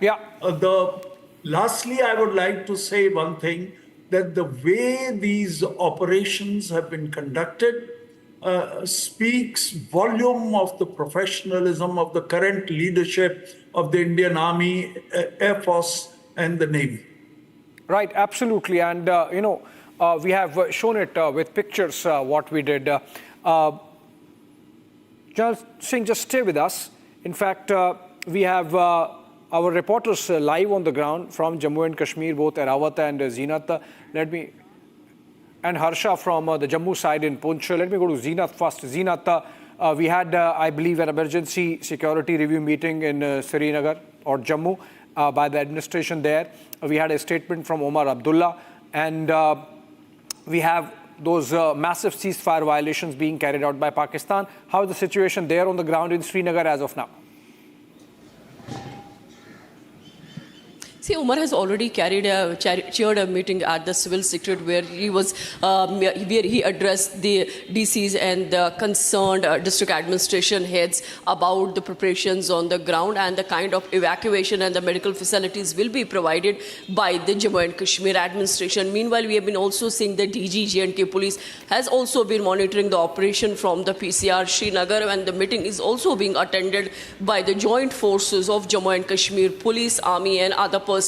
Meanwhile, as far as the situation along the line of control is concerned, my VJ Mubashir will show you the Abhishek. This is the area of the Uri along the line of control. This ridge connects you to Uri as well as the Kupwara. Even this connects you to the Gurez, Poonch and all. This is the entire ridge that connects line of control with the international border, where we have been seeing unprovoked ceasefire violations being reported, and this time the Pakistan army carried used heavy artillery, like the artillery and the mortar shells were used towards the Indian posts, and also the border belts, the border residents were affected in this. Many of the people have left the villages, and they have been now adjusted in the makeshift accommodations and the other accommodations, and the food material is being provided by the administration there. Meanwhile, as far as the toll of injury or the death is concerned, we are picking up from our sources that the death toll in Jammu and Kashmir due to unprovoked ceasefire carried by the Pakistan army has come down to now almost 10 people, and meanwhile some 41 people have received the injuries. Although the injuries are not that grave, and most of the people who have suffered the injuries are stable, but the emergency back-to-back meetings we are seeing on ground. Right, as far as the Uri market here from I am reporting, you can see the market is completely shut and hardly the movement is there on the ground, when we see that life is trying to limp back. But most of the installations and the institutes and other things have been shut by the administration, as the divisional administration has already ordered closure of 2 districts. One is Kupwara and Baramulla. Both the border belt districts have been asked by the divisional administration to remain closed for 2 days for the school kids and for other things. Absolutely, and those are the measures which are being put in place across the country, in fact, as part of India's preparedness. Zeenat is reporting from the Uri town, but we have Erawat, in fact, closer to the line of control, where all the action is, the LC having become hot. Let's go to Erawat also. And Erawat, over to you. What's the situation there on the ground? Have the guns sort of got contained a bit after India's response?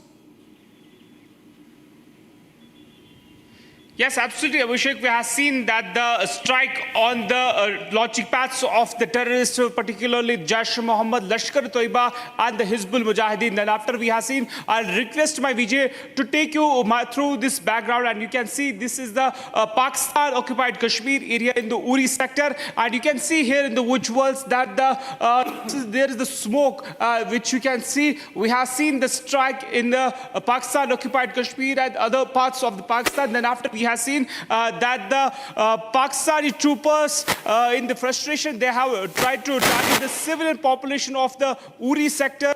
particularly we have also seen in the Tangdar sector, but you can see there is the smoke of the mortar shelling that was done by the Pakistani troopers, but we have seen that our forces has given them the befitting reply to that firing. That after we have seen that the high alert is on across the line of control areas in the Jammu and Kashmir. Yes, Abhishek. All right, thank you so much. And let's go to Harsha now from Poonch in the Jammu side. And Harsha, your situation on the ground from where you're reporting? So, Abhishek, right now I am in the Mendar block in the Poonch district. This is the same place from where yesterday India initiated its Operation Sindoor. The airstrike was launched from this very place. This place is very near to LC. I'd like to show you the visuals as well, how far I am from the LC. Not much far, just 20 meters. And if I'll give you the sense of the entire area, after the airstrike, the Pakistan also resorted to the mortar shelling from their post, which is behind these mountains. But as far as we know, there has been no collapse or destruction in the villages for now. Also, at that particular time, many villagers shifted to the bunkers which they have constructed. There have been no casualties which has been reported so far. So right now the situation seems to be normal. But yes, 15 minutes back also we heard the mortar shelling from the side of the Pakistan. Also, the response was continuously being given from this side of our post, which is right 20 meters from where I am reporting. This is the same place, Abhishek, where yesterday night also I was reporting. I'm camping here because when the mortar shelling began, the major affected areas and the major targeted area by Pakistan is mostly this region of the Mendar, the Manjakot area, Poonch district, the below in the Poonch district, in the city area as well. We have seen how Pakistan wanted to destroy some of the important places like the DC office and the other important places, but nothing has been reported so far. Right, Harsha. In fact, we have some more breaking news information coming in. Let's go to Shawan in the newsroom for that. Shawan, over to you. Well, in fact, there is more details coming in with regards to the other Sarjal camp, where we are being told that they are making an assessment. Another top commander as far as Sarjal camp is concerned, where they've been able to neutralize. Now, that's the other big important news coming in. I do not have the name as of now, Abhishek. I'm just waiting for an official confirmation to come in from our sources in the defense. Right now, there is another assessment that is basically going on with the number of terrorists who are present in Sarjal, because there too, remember, you've had some of the key commanders who were present when the strike actually took place. So effectively, what's happening, just in a nutshell, if you allow me, Abhishek, just to tell our viewers, what has happened is that they've had the last intelligence input that has come in. So one of the reasons why they have also calculated the timings of the attack and simultaneously carried out is because of the presence of these commanders at the various camps, and the last known, based on the last known intelligence input, that they have carried out the attack. Now, as of now, we have got the full details of Bahawalpur, and we have also got some more details coming in from Kotli. In both the cases, you've had about 10 terrorists who have been eliminated. As far as Sarjal is concerned, there too you have another top commander, but I'm not being able to put out the name right now because I'm waiting for a second confirmation to come in. Okay, Shawan, thank you so much with those updates. Look at these minutiae now that are emerging from this strike that India has, or multiple strikes that India has carried out, Colonel Singh and Colonel Shukla. What is your sense? The kind of precision that's there. I mean, we are getting those pictures and we are verifying, and then we'll play specific buildings and specific parts of a certain geography that have been targeted. And the kind of, you saw in the pictures some of those bombs going down into those structures. The kind of pinpointing of targets that we have done, this is clearly a first of its kind insofar as India's military tactics go. Abhishek, I'll request Shawan. Shawan, don't get after the names. Naam mein kya rakha hai? The chap is dead. Very simple. We wanted him dead. Now coming to your point very specifically. When Shawan says 10 people's report has come, why? What you said, it is because of that. We were very selective. We were very pinpoint. Let the gentleman get the benefit and get away that he was staying in the next building or in the next room. But we bombed a particular place. If I wish, you can blow up that on the screen and it will draw a lot of clarity for the public to understand that what precision are we talking about. वो जो white वाले जो 4-5 building में जो आपको दिखाया जाए, इधर भी देखिए ये वाला जो अभी आपका चल रहा है. Now this, the way there's also another breaking news. The buildings around it. On the more information coming in, more information. Abhishek, Aishwarya has just got us the details that the Prime Minister has now congratulated the team that was behind the strikes that were basically carried out. He's congratulated the forces in the cabinet meeting that has taken place. He's also told the Raksha Mantri to be with the forces as soon as possible. And Raksha Mantri, there's a high possibility, could actually move to the border areas also. Now, that's the big breaking news now coming in. The Prime Minister has basically instructed the Raksha Mantri to move to the border areas. Now, when would that visit take place? That is not known. But in the cabinet, the Prime Minister, of course, was full praises for the kind of fantastic work that our forces have essentially done. And this, ladies and gentlemen, Abhishek and all our veterans who are there in the studio, this by far is one of the best intelligence gathering that we have essentially done. And that is the reason why, now that the report has basically come in of the number of terrorists who have been killed, and Colonel Shailendra, I completely agree, naam mein kya rakha hai, but at the same time, these are the same very terrorists.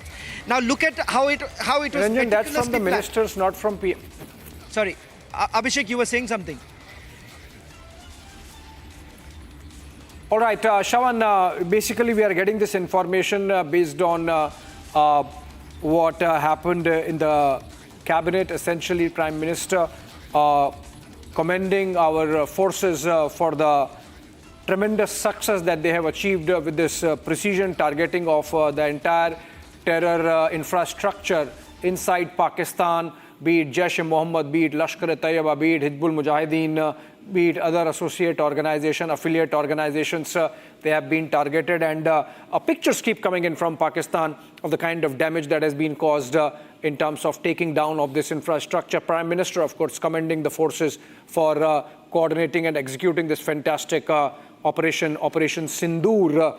He has also asked Defense Minister Rajnath Singh to be with the forces, and obviously which means that he would have to travel and be with the forces at the border. Remember, this has been, in fact, one of the underpinnings of this government, to be seen with the forces and to strongly back them in times of war and peace. So while Defense Minister Rajnath Singh would travel to the border areas now, we have seen Prime Minister himself during occasions like Diwali, among others, not spending time at his home, but being with the forces at the borders every year that he does.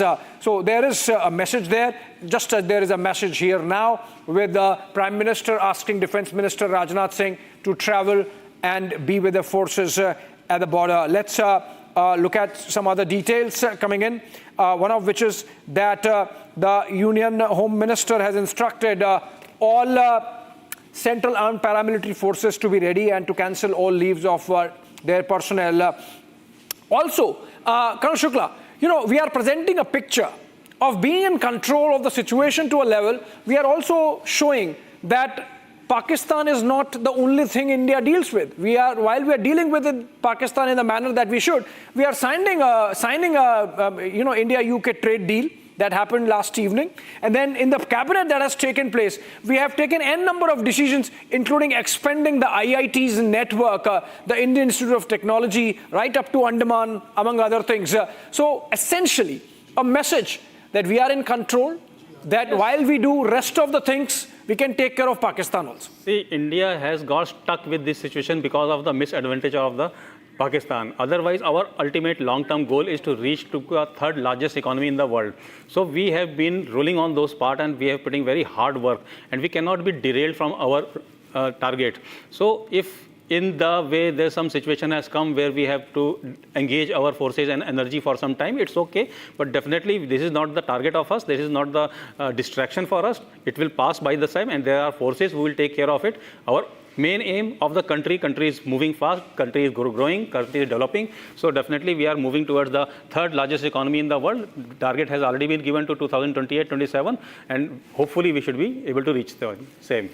Absolutely. In fact, we are getting pictures from outside the Pakistan High Commission in New Delhi, and these are evocative because remember, a day after the Pahalgam terror attack, when we had our cameras, media teams there, outside the Pakistan High Commission, not day after the terror attack, but the day that India had decided to reduce the mission size and to cancel all Pakistani visas. There was someone carrying a cake inside the Pakistan High Commission, and now we have those pictures. Can we play those pictures coming in from outside the Pakistan High Commission, as I am told, in New Delhi?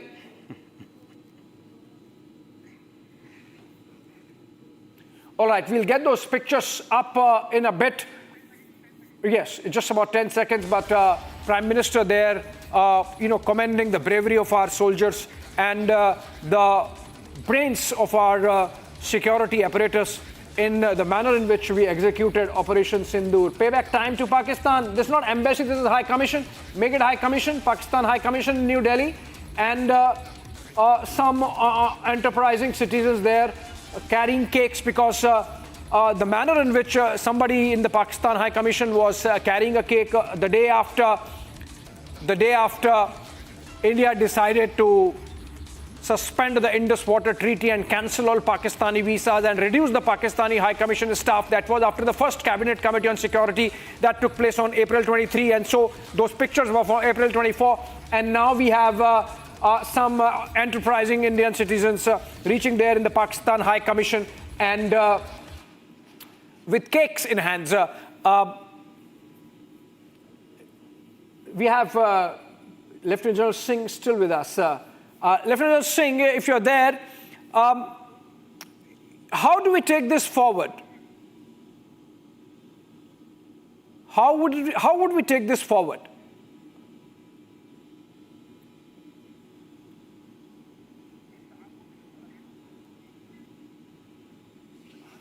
Okay, we in fact have a reporter there outside the Pakistan High Commission. Komal is there. Komal, if you are getting me, आपको अगर मेरी आवाज आ रही है, ये बताएं कौन लोग हैं और वहां अभी क्या माहौल है पाकिस्तान हाई कमीशन के बाहर? देखिए, बिल्कुल आतंकिस्तान को एक करारा जवाब मिल गया है और उसके बाद अगर हम देश की बात करें तो देश में देखिए लोग जो है वो खुश है, कह रहे हैं कि बदला ले लिया गया है। लेकिन इस बीच देखिए पाकिस्तान हाई कमीशन के बाहर की तस्वीरें दिखा रहे हैं, केक लेकर के आप पहुंचे हैं और अब देखिए केक भी कटिंग करेंगे। साफ तौर पर इनका ये कहना है कि जब पहलगाम में आतंकी हमला हुआ था तो एक शख्स केक लेकर के जा रहा था और अब ऑपरेशन सिंदूर हुआ है, इसलिए आप केक काट रहे हैं। देखिए, जब पहलगाम में हमला हुआ था तो कुछ लोगों ने यहाँ केक काटकर जश्न मनाया था और आज हम अपनी सेना को धन्यवाद करते हैं। हमारी सेना और हमारे प्रधानमंत्री जी ने जो देश का नाम रोशन किया है और उन लोगों को जवाब दिया है जो देश के अंदर रहकर देश विरोधी काम कर रहे थे। तो मैं अपनी सेना को, आज ये हमारी इंडियन आर्मी ने जो काम किया है, मैं सबसे पहले सेना का धन्यवाद करता हूँ और ये इसी खुशी में हम केक काट रहे हैं और अब अपने लोगों को केक खिला रहे हैं। ये सब इंडियन आर्मी ने जो काम किया है उसके लिए और सभी को, जो भी लोग हैं हमारे, केक खाएंगे। हमने दिखाई थी सबसे पहले, देखिए रिपब्लिक भारत में ही वो तस्वीरें हमने दिखाई थी कि किस तरह से पहलगाम में हमला हुआ और उसके बाद देखिए एम्बेसी से एक शख्स बाहर निकलता है, पाकिस्तान का वो रहने वाला होता है और यहाँ पे पाक हाई कमीशन में चूंकि वो कार्यरत था, केक लेकर के बाहर जा रहा होता है। उस पिक्चर को देख करके देशवासियों में काफी ज्यादा गुस्सा देखने को मिला था और उसी कड़ी में देखिए अब चूंकि ऑपरेशन सिंदूर हो गया है और आप केक लेकर के पहुंचे हुए, केक भी खिला रहे हैं, क्या कहना चाहेंगे इंडिया के इस जवाबी कार्रवाई पर? देखिए, अभी तो ये उनको छोटा सा जवाब है। पाकिस्तान ने हमेशा से हमारे ऊपर आतंकी हमले कराए हैं, लेकिन हमारी सेना ने, हमारे प्रशासन ने इसका जवाब दिया है। तो कोई झुकने वाला नहीं है। इंडिया का हर एक नागरिक भारत सरकार के साथ और सेना के साथ और हमारे प्रशासन के साथ खड़ा है। पाकिस्तान कमजोर ना समझे और मैं मोदी जी का बहुत बहुत धन्यवाद करता हूं कि उन्होंने ये काम किया और भगवान उनको लंबी आयु दे, हमारी आयु भी उनको लगाए। और ये उन लोगों के लिए जो हमारी बहनों का सिंदूर उजाड़ दिया गया था, ये आज उनको ऑपरेशन सिंदूर करके उनको जवाब दिया गया है। और इसी तरह से हम ये चाहेंगे कि जो भी बचे कुचे आतंकवादी हैं, इन सभी के खिलाफ कार्रवाई करके एक बार सारा ही साफ कर देना चाहिए कि दोबारा हमारी बहन बेटियों का सिंदूर नाम पूछकर, जाति पूछकर किसी की हत्या करना, ये बहुत ही शर्मनाक और नाम पूछ करके, जाति पूछ करके कलमा पढ़ने को भी बोला जाता है। और ऐसे में देखिए आप भी यहाँ पे पहुंचे हुए हैं, जी, इंडियन आर्मी का ये लेकर के जिंदाबाद। बिल्कुल, क्या कहेंगे इस कार्रवाई पर? मैं तो ये कहूँगा जो कुछ हुआ है ये बहुत अच्छा हुआ है और हमारी सरकार जो कर रही है बहुत अच्छा कर रही है और ऐसी करती रहेगी तो बहुत अच्छा रहेगा, हम सबके लिए अच्छा, हमारे पूरे देश के लिए अच्छा रहेगा। ये हम लेके आए हैं Indian army. Well, Abhishek. Go ahead, Shawan. Go ahead. You have a breaking news development coming in. Abhishek, I've just got some more details. And this is as far as the operation at Sialkot is concerned. In fact, in Sialkot, they have been able to destroy 2 launch pads. Interestingly, the backstory of how they were able to pin down at least 2 of them, because when Chuck Amru's name actually came up, there was a bit of a surprise because Chuck Amru's name so far hasn't been widely spoken about. But it turns out that during the interrogation of a few OGWs and the GPS coordinates of gunned down terrorists, based on which the security agencies were able to identify at least 2 launch pads in Sialkot. And that's how they were able to carry on with a reconnaissance, and the NTRO thereafter basically looked at the movement of the terrorists at the Sialkot launch pad. And Sialkot launch pad, it turns out, was one of the main areas from where the infiltration bids have actually taken place. Remember, there was an attempt that was made to create absolute havoc in the Punj area, particularly with the infiltration route being very, very active. It turns out that questions were basically raised right now about how they were able to identify these GPS coordinates and thereafter carry out this precision attack at Sialkot. So that's the backstory that I'm getting to you right now as far as the Sialkot is concerned. Can I also just quickly go to Colonel Shailendra also? Colonel Shailendra, if you can hear me. Oh, yes, I can hear you. I can hear you. Colonel Shailendra, I just had a word with a source of mine in the agency, and they've just given me a brief because right now we're not being able to get, full details of it. A snippet that I was just told about Sialkot, and Chuck Amru is when I asked them the question about Chuck Amru. They said that, look here, this is how we got. It was based after the interrogation of certain OGWs and some of the terrorists who were basically gunned down, and the GPS coordinates from where, that they actually got. And that's how they realized that Chuck Amru, that was the second launch pad in Sialkot. Shawan, I'll correct you. I think we decided it once. There is nothing called as ODW. They are OGW terrorists. There is only one word for them. They need to be treated like a terrorist. But before I answer your question, I would like that cake issue which Abhishek brought out. Well, let me tell you, when the cake was brought by the Pakistani for his embassy, that's the time we had said, you can have the cake, but you can't eat it. Today, what we have shown outside the High Commission, we will have the cake, we will cut it, and we will have it also. We have proved it. That's the difference between Pakistan and us. When they make a claim, it is only a claim. We don't make a claim, but what we do gets proved as a claim. There is a lot of difference between what they are doing and what we are doing. But at the same time, the way these strikes have taken place, I'm still surprised that how could we still restrain ourselves that we will selectively only go for those targets where the terrorists are there. There's a lot of work done. There's a lot. Otherwise, it should have been that particular village should have vanished where they were. As per my philosophy, there's nothing called as humanitarian grounds when it comes down to anybody who's harboring terrorism. He needs to be treated like that. Kashmir should get up and start treating OGWs as terrorists. There is no third word. Let the police, CRPF, everybody get onto this system. And it is exactly the same. जब आपने पत्थरबाजों को पकड़ना शुरू किया, that it will be treated as a crime and terrorism, you can see what is the result. डंडा चलाना पड़ता है. आपको एक बार जरूर चलाना पड़ता है. That is how Pakistan understand. That is how OGW understand. And that is the language of the terrorists which they understand. I am very clear about this.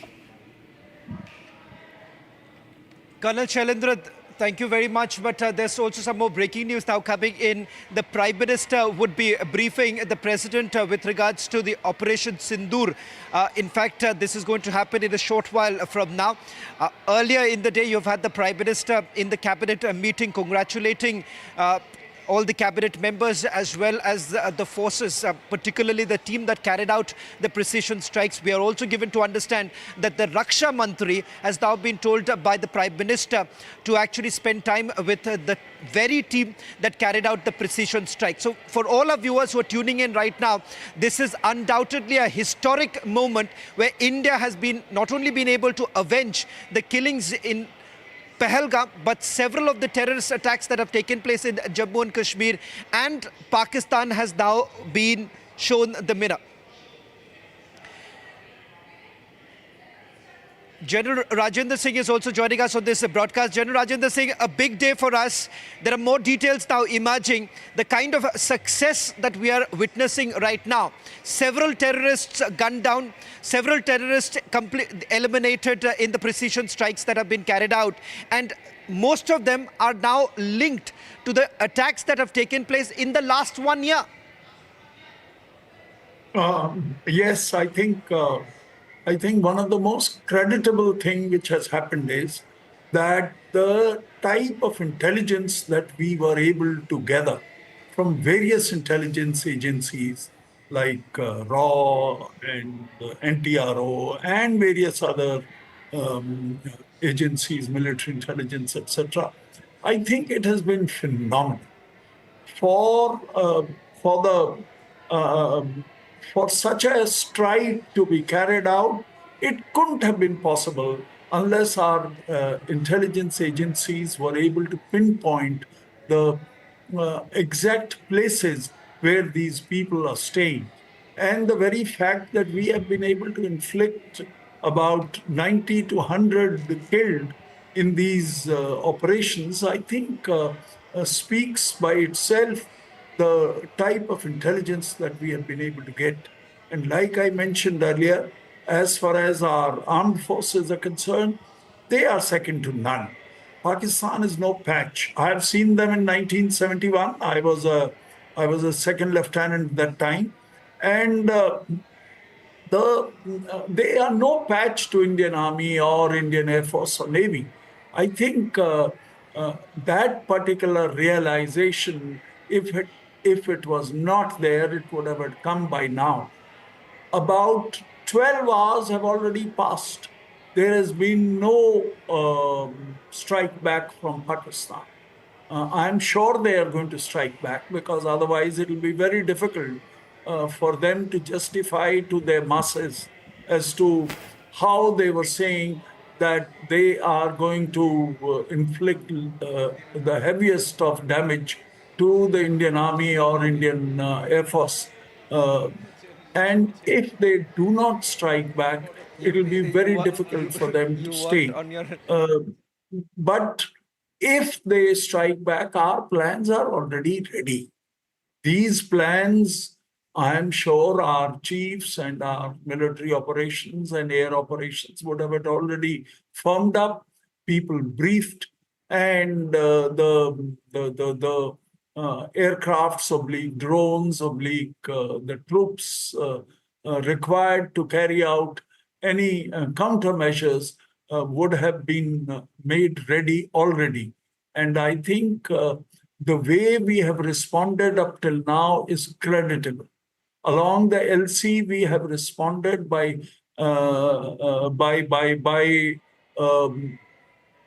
responding to their artillery barrages with our own heavy volume of artillery onto their posts. I think the same thing is going to be carried out in case they further escalate the situation in LC.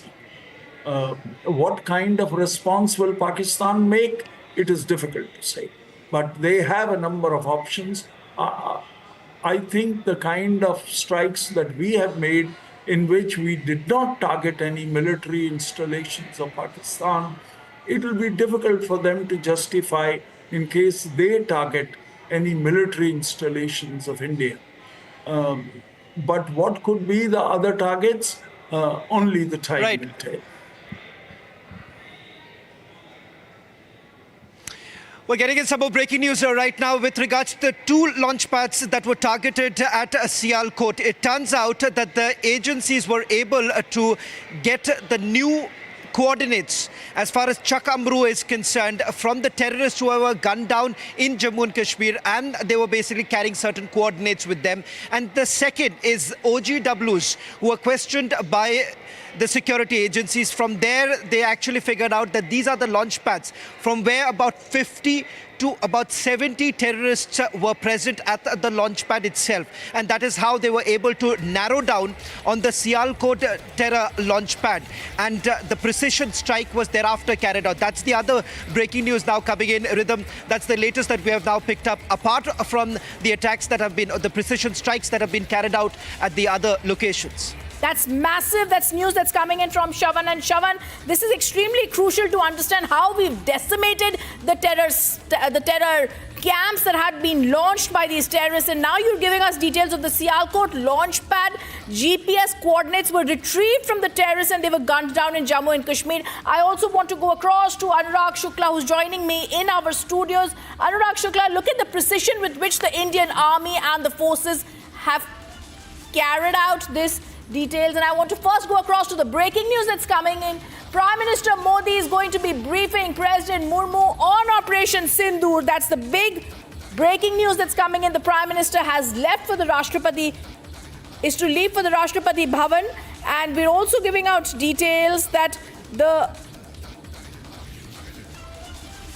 Colonel Anurag Shukla is also in the studio with us. Colonel Anurag Shukla, this is massive. Two bits of information that's coming in. First, the way Colonel Anurag Shukla, the Sialkot launch pad GPS coordinates were retrieved from the terrorists, and the way this decimation of the 9 terror camps took place in 25 minutes by our forces.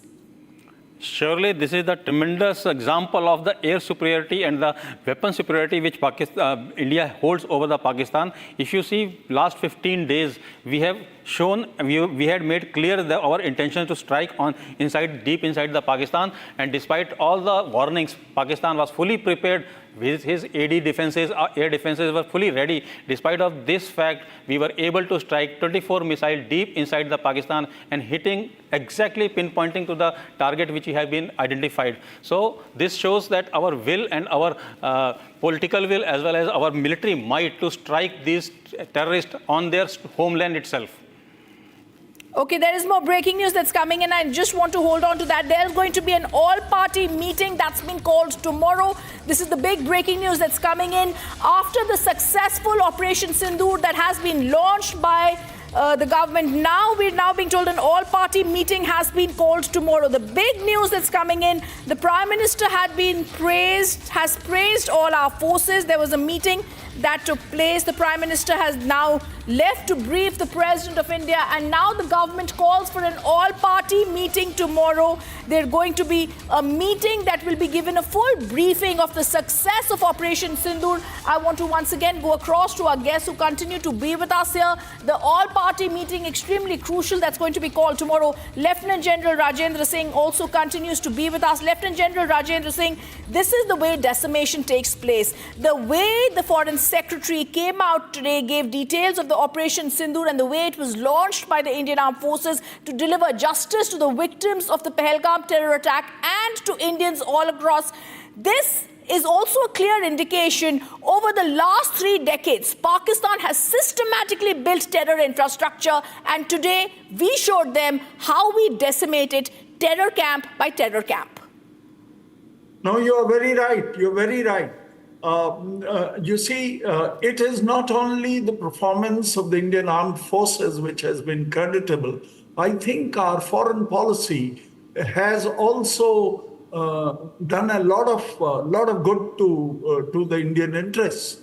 We have been able to successfully steer the international opinion against Pakistan, despite the fact that Pakistan was the non-permanent member of the Security Council presently, and they had asked for.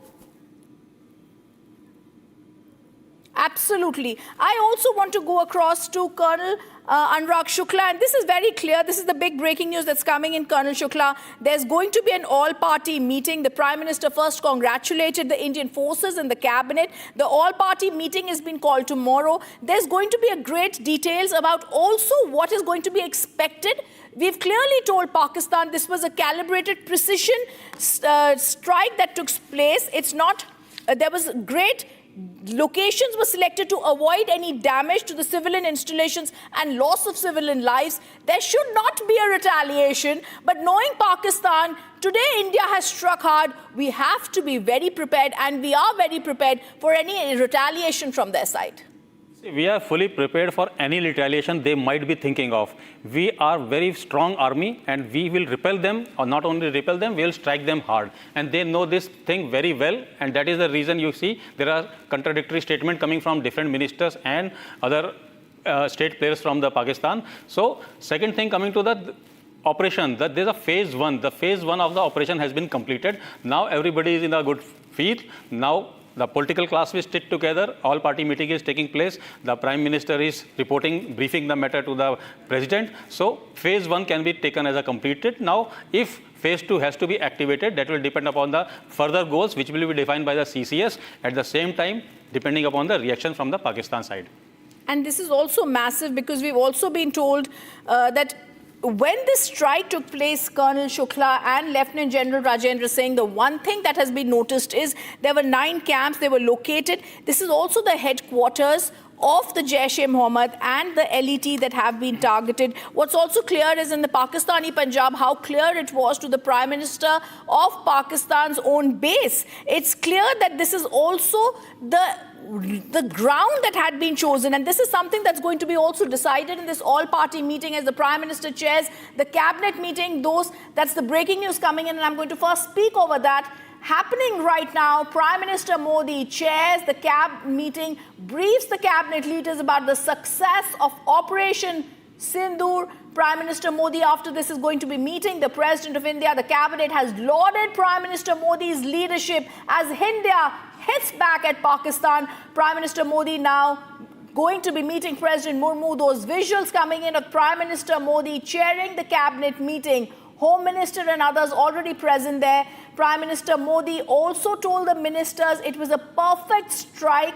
Top government sources tell us cabinet ministers lauded Prime Minister for the exemplary leadership. And I think that's the only thing we can call this, Colonel Anurag Shukla, because look at the kind of precision with which we've targeted the nerve center for training of suicide bombers of the LET, the facilitators and the key training ground of Hizbul Mujahideen, the place where Ajmul Kasab, the Mumbai terror attack terrorist captured alive, Markaz Taiba Muridke that was captured, and Bhavalpur, the headquarters of the JEM, where they indoctrinated JEM terrorists. The way with which we've struck in 25 minutes 9 terror camps with precision capability, using niche technology, selection of warheads, the targets have been neutralized with clinical efficiency, Colonel Shukla. This clearly shows the professionalism of the Indian Armed Forces and the intent of the Prime Minister. Sure, this should have been done much years earlier, but now the political will has come. Now the direction has come clearly to the armed forces. Our ability has been purely demonstrated, as you have seen the precise strikes which we have done, and we have pinpointed the building and destroyed. There is no left and right damages has been done. So you can say a political will could have created much earlier when the parliament attack was done or the other Mumbai attack was taken place. That time we should have struck them hard. So we should have eliminated these criminals who have been nurtured by the Pakistani on their own soil in the middle of the population. So we should have done it much earlier, but nevertheless, anything which is done now is also welcome, and we hope that Pakistani understand this and never repeat the same in future. And look at the way the meeting's also taking place, Colonel Anurag Shukla, and we stay with those visuals where Prime Minister Modi had, after the cabinet huddle, also met the Home Minister and Defence Minister. This was a crucial meeting that took place. This meeting after the cabinet huddle, the pictures on the screen where Prime Minister Modi chairs a crucial cabinet meeting. Prime Minister Modi is also going to be going to Rashtrapati Bhavan to brief the President on Operation Sindoor. And it's also not just retaliation. This was the clear answer that was given by the Prime Minister when he coined the words Operation Sindoor. The JEM chief Masood Azhar says 10 members of his family have also been killed in India's strike on his headquarters. But we stay with the Prime Minister, briefing his cabinet right now first in the meeting. An extremely proud moment for all of us, and that's exactly the message Lieutenant General Rajendra is saying, that Prime Minister Modi is giving out to his cabinet. This is a moment where India strikes back. This is a moment of pride for India. Prime Minister Modi congratulates the armed forces for Operation Sindoor, and this is also a place where the cabinet has lauded, praised, we can see the visuals on the screen, praised Prime Minister Modi. There is a clear smile, there's a clear praising of the Prime Minister Modi, the precision strikes that have jolted Pakistan, and how Lieutenant General Rajendra is saying the Prime Minister is now briefing the cabinet. Yes, you are right. Actually, the leadership of our Prime Minister Modi needs to be lauded. It needs to be lauded not only for ensuring that he takes sharp and quick decisions, it also needs to be lauded that he takes the correct decisions which are going to deter anybody from trying and trifling with us. And I think it is a moment that all of us need to applaud the efforts of the current leadership led by Prime Minister Modi. I would also like to say that in all operations, our country has come together as one. And I'm very happy to note that during these operations also, each and every one of our citizens, whether he is from one party or the other, I think they are behind the Prime Minister in lauding these actions that he has taken and in complimenting the armed forces of our country. I think it's also the video proof that we are putting out there, Colonel Anurag Shukla, that has stunned Pakistan.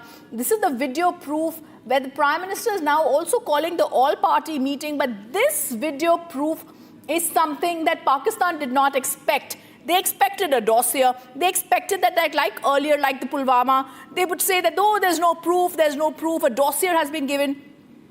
But as I'm going to go across and give you the latest information coming in, where the Prime Minister is going to be holding a meeting with President Murmu, Colonel Shukla, I want to ask you, the videos that have been released where the 9 terror camps have been decimated that I was talking about, and before I come across to you, I just want to give out names of these.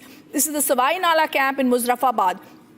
30 kilometers from the LOC, a key LET training facility. The Saidana Belal camp in Muzaffarabad, a camp of Jaish-e-Mohammed terrorist organization, where they were trained in weapons, explosives.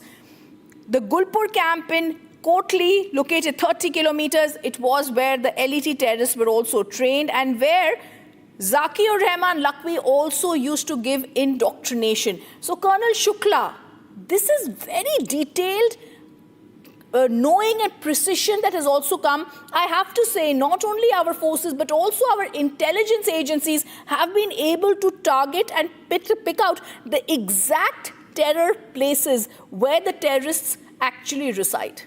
Definitely, and these things we have been doing for quite a long time. If you see, we have given the proof in earlier terror attack to the Pakistan as well as United Nations, to all the big countries whom we have been asking for support, but nothing happened. So today the strike which we have done, it has given us a not only proof, but this strike has given itself a very bold statement to the world. Now world wants to know why and where the strike has taken place, and when world wants to know, they themselves come to know exactly what activities were going on in these locations. So our purpose is twice. Once we are able to neutralize our enemies, at the same time we have been able to make the very bold statement to the world in the global arena, where people all across the world come to know exact activities taking place at that particular locations. Okay, I also want to tell our viewers that we're just going to show right now Colonel Shukla and Lieutenant General Rajendra Singh, who continue to be with us. In the wee hours today, India avenged what it promised: the death of the 26 innocent civilians in what became the worst terror attack in Kashmir in the last 2 decades.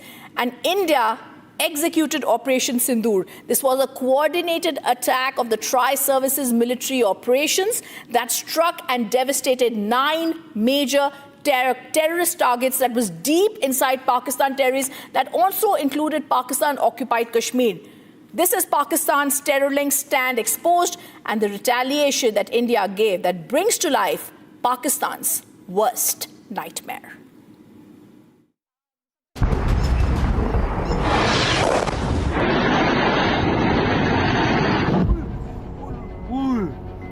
A little after midnight on the 7th of May, 9 targets struck inside Pakistan. Nobody saw it coming. Not even those in this video.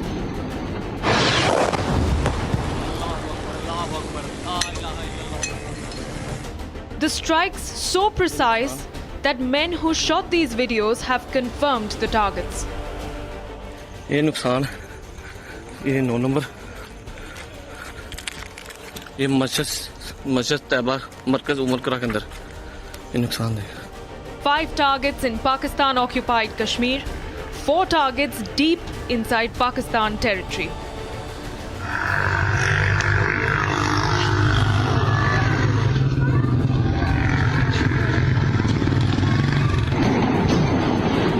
Terror camps struck with multiple hits on some targets.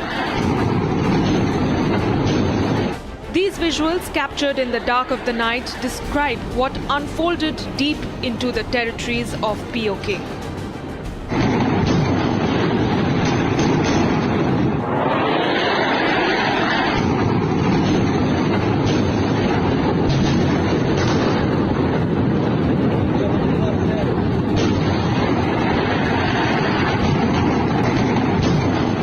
Precision strikes that turned the skies red. देखना वाम कैसे आ रही है वहां से अभी video catch होगी नहीं होगी Multiple loud explosions and a complete blackout. The enemy was not ready for this.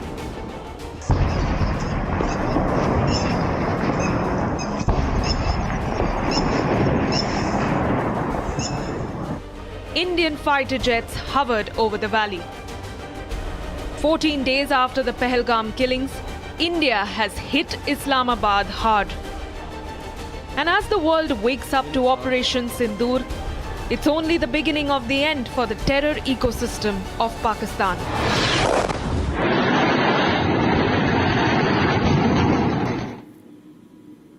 This is India's fury. This is India's retaliation. This is also 9 targets where India has shown no mercy to a rattled Pakistan. As India has shown and unleashed its anger, terror hubs have been obliterated. We're going to show you how swift, how silently, and how surgically with precision India carried out these attacks.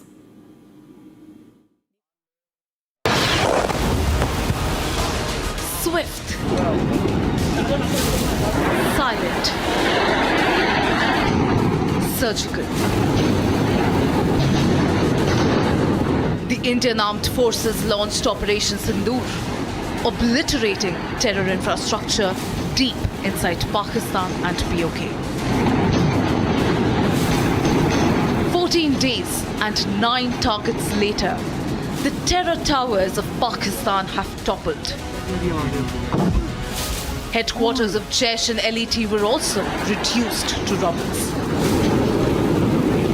The escalation followed days of mounting anticipation after the dastardly Pahalgam terror attack, which left 26 innocent civilians dead. In an official statement, the Ministry of Defence confirmed that 9 terror sites were struck with precision and no Pakistani military installations were targeted. Pakistan Army spokesperson Lieutenant General Ahmad Sharif Chaudhry said that Indian missiles struck Kotli and Muzaffarabad in Pakistan-occupied Kashmir and Bahawalpur in Punjab province. Meanwhile, following the strike, a rattled Pakistan threatened India. Echoing a hollow threat, Shehbaz Sharif, the Prime Minister of Pakistan, said that Pak will react forcefully. Reacting to the developments, US President Donald Trump said that the US was aware that something was about to happen and hoped that the situation would de-escalate quickly. No, it's a shame. We just heard about it just as we were walking in the doors of the Oval. Just heard about it. I guess people knew something was going to happen based on a little bit of the past. They've been fighting for a long time. You know, they've been fighting for many, many decades and centuries, actually, if you really think about it. No, I just hope it ends very quickly. According to the reports, India has reached out to various countries across the globe, including US, Russia and the UK, to brief them about the military strike. With India tightening its ironclad fist around Pakistan's neck, Operation Sindoor echoes the message of Prime Minister Modi from the grounds of Bihar.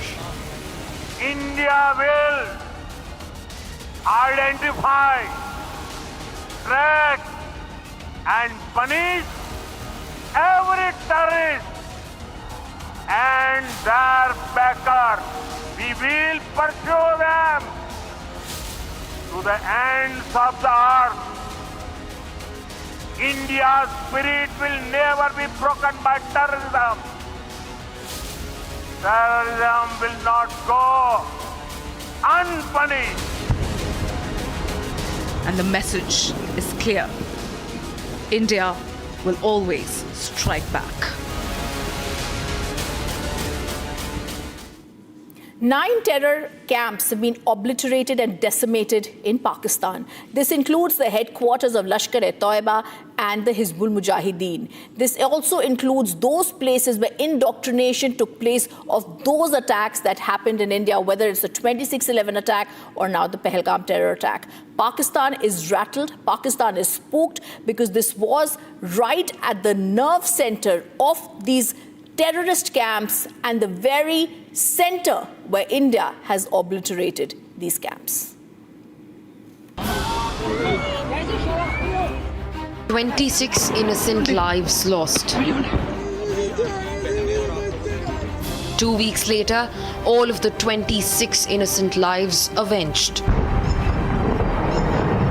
Operation Sindoor 22 अप्रैल को पहलगाम में हुए विभत्स आतंकवादी हमले के शिकार मासूम नागरिकों व उनके परिवारों को न्याय देने के लिए लॉन्च किया गया था। इस कार्रवाई में 9 टेररिस्ट कैंप्स को टारगेट किया गया और पूरी तरह से इसे बर्बाद किया गया। Not only did Pakistan not see this coming, but its worst nightmares were brought to life in the wee hours of Wednesday as India launched the first tri-services operation against Pakistan since the 1971 war. The Indian Army, Air Force and the Navy launched a coordinated operation striking hard some of the most significant and long-standing terrorist training hubs deep inside Pakistani territories. We've hit back. Ladies and gentlemen, the big breaking news story of the moment. If you can hear me, all right, because I want to recap exactly what is happening. As of this minute, 33 minutes past 2, history has been made. This is a very direct and straightforward attack by the Indian Army. We are reporting Pakistan has been hit. Muzaffarabad has been hit. A total of 9 places in Pakistan have been hit. The operation has dismantled 9 major targets of the Lashkar-e-Toiba and Jaish-e-Mohammed. Bombs were also rained on Hizbul Mujahideen hideouts inside Pakistan.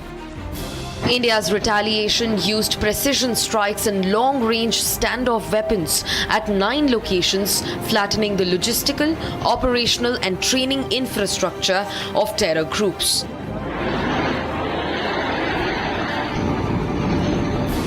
The 9 targets included 4 Jaish-e-Mohammed targets: Bahawalpur in Punjab, Tehra Kalan, Kotli and Muzaffarabad.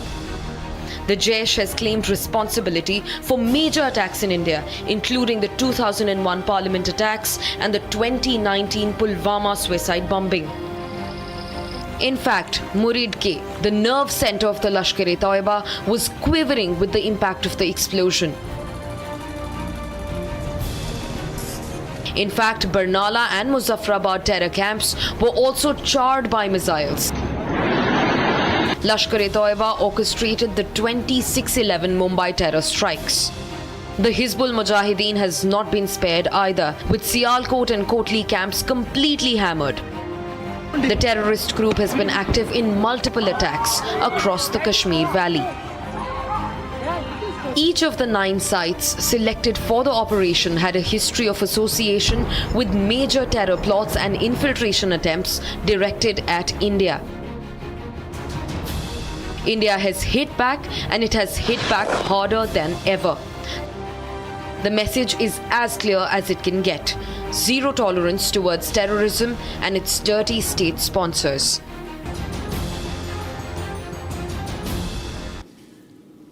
And we're going to tell you how, while the world slept, Indian Army and the Air Force in a coordinated operation had striked at a precision back at Pakistan. We're also going to tell you when this strike happened, how we're going to tell you some breaking news that's coming in. And this is about how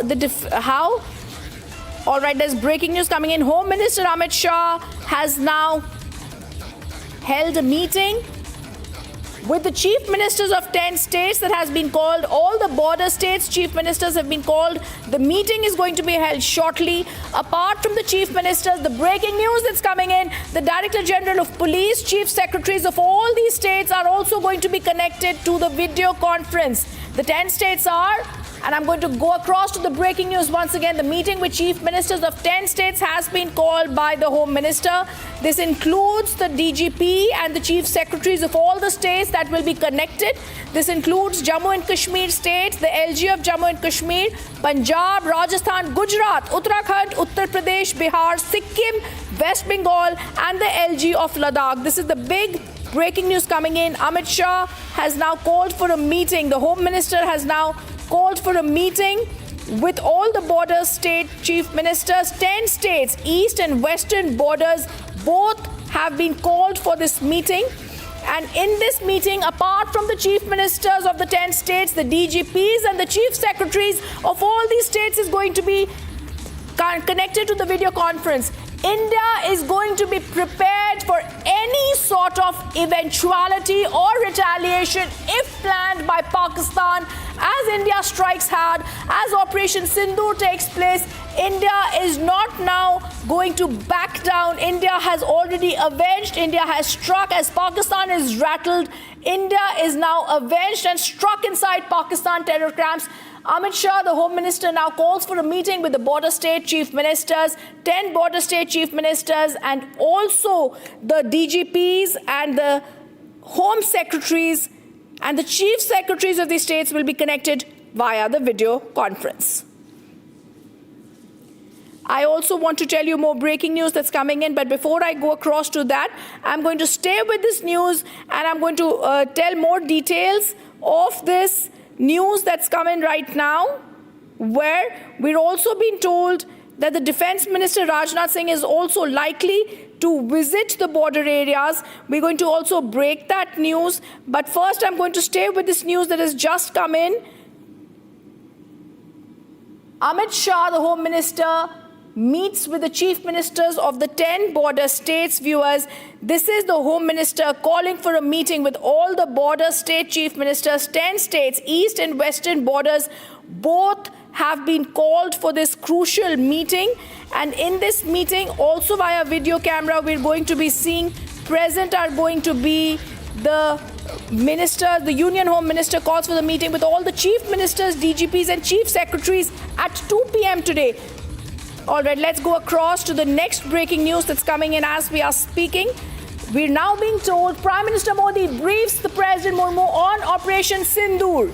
The Prime Minister has reached Rashtrapati Bhavan. The Prime Minister briefs President Murmu on this. The Prime Minister has reached Rashtrapati Bhavan to brief. This is after the cabinet went into a huddle on the precision strikes and this Operation Sindoor successfully, where Pakistan has been beaten. These are shots coming in of Prime Minister Modi's cavalcade that has now reached the Rashtrapati Bhavan to brief the President of India, President Murmu. Happening right now, there have been high-level meetings that have taken place since morning, and now Prime Minister Modi at Rashtrapati Bhavan to brief President Murmu on Operation Sindoor. This happens after the cabinet meeting. The Prime Minister heads to meet President Murmu. Simultaneously at 2 p.m. we're being told the Union Home Minister is going to be having a meeting with the chief ministers of all the 10 states. Prime Minister Modi is going to brief President of India, President Murmu, on Operation Sindoor. And this is the beauty of a democracy, where there's a cabinet meeting that is held. The Prime Minister briefs the cabinet on how the Operation Sindoor was launched and how successfully it was done. The Operation Sindoor was lauded by the cabinet. The Prime Minister now, after a very successful Operation Sindoor, is at the Rashtrapati Bhavan to give a briefing to the President of India. We've got those live shots of the cavalcade of the Prime Minister, who's going to be reaching the Rashtrapati Bhavan any moment now, coming in, where Prime Minister Modi is going to brief President Murmu on Operation Sindoor. And remember, after the cabinet meeting, Prime Minister Modi meets President Murmu as India strikes back. Home Minister also convenes a high-level meeting. Prime Minister Modi reaches Rashtrapati Bhavan to meet President Murmu. And this is the big breaking news that's coming in as the Prime Minister is going to brief President Murmu on Operation Sindoor. At 2 p.m. we're going to see Amit Shah, the Home Minister, going to be having a meeting with the crucial 10 border states' chief ministers. We're also being told that the Raksha Mantri is also going to be in important and crucial meetings today that are going to be held. And the big breaking news that's coming in, we're going to say an all-party meeting is also going to be called tomorrow. But happening right now, we stay with those live visuals where Prime Minister Modi has gone and is meeting the President to give details of Operation Sindoor that had been launched. And this is extremely crucial to understand the significance of this, because there are several people over, and I also want to remember there are also people, viewers, the wife of Shubham Dwivedi, who lost his life in the Pahalgam attack, and how she says she wants to thank the Prime Minister for taking revenge for her husband's death. There were visuals earlier of the cabinet meeting where the Prime Minister gave details of Operation Sindoor. It was chaired by Prime Minister Modi, and the Indian Prime Minister had lauds the Indian military for targeting Pakistani terrorists inside Pakistan. He's also been lauded for the successful Operation Sindoor that has been carried on. The Home Minister also calls for other meetings, but these visuals that we stay with show how the Prime Minister is going to brief the President of India on this operation. And viewers, I want to give out more details of this operation, where these areas that have been hit right now, India avenged what the Prime Minister had promised. He said, we're going to go inside Pakistan, we're going to be hitting out at those terror spots, we're going to go to the ends of the earth, the Prime Minister had said, to mark out those terrorists, and that's exactly what India has done. We have avenged in the wee hours today what the Prime Minister promised. India executed Operation Sindoor. This is the coordinated tri-services military operation. We attacked and devastated 9 major terrorist targets deep inside the Pakistan territories, which includes the Pakistan-occupied Kashmir.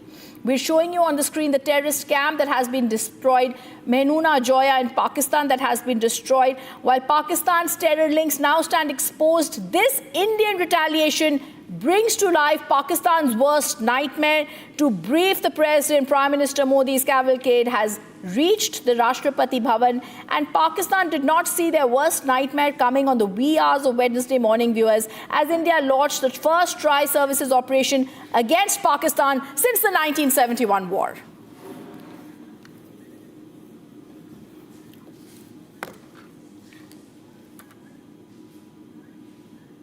While the world was asleep, the Indian Army and the Air Force in a coordinated operation struck back at Pakistan and Pakistan-occupied Kashmir. We destroyed 9 terror dens 14 days after the dastardly Pahalgam attack. India sent a clear message through Operation Sindoor. We have zero tolerance against terror. Meanwhile, several global leaders backed India and also the zero tolerance policy towards terror.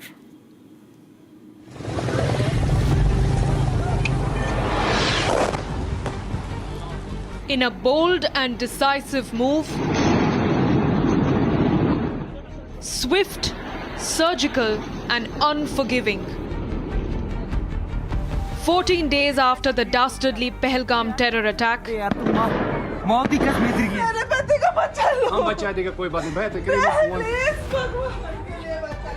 India avenged what it promised.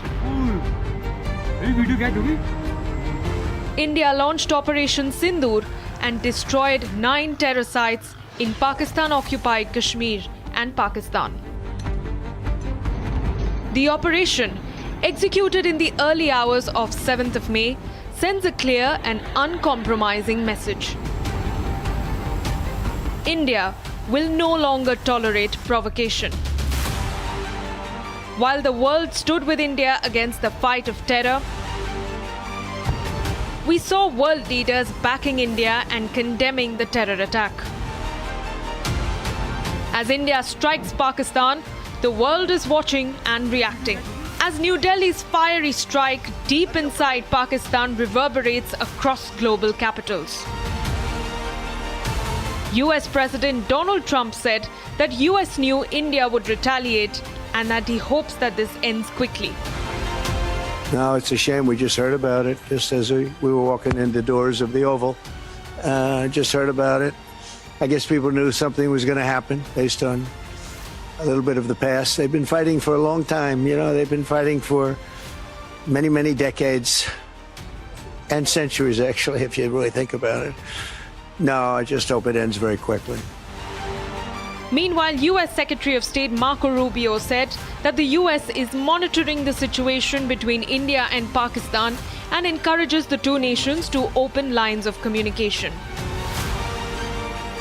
Reacting to India conducting precision strikes, Israel envoy to India showed solidarity, saying that Israel supports India's right to self-defense. The operation targeted 9 locations, including Jaish's base in Bahawalpur and Lashkar's hub in Mudrike. Operation Sindoor, as the Indian Army stated, is India's answer to Pakistan. Justice is served.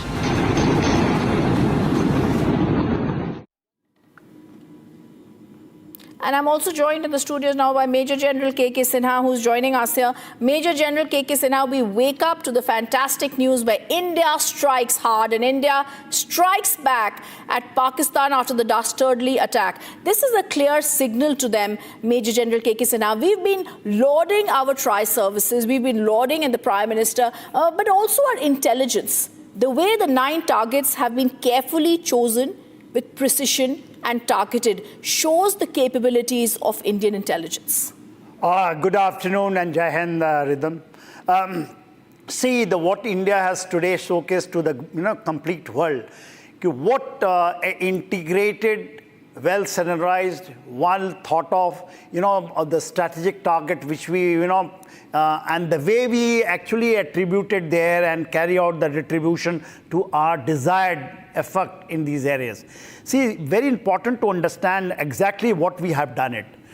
India, I take it from 22nd when these, they carried out a very heinous crime when 26 of, our people lost their life.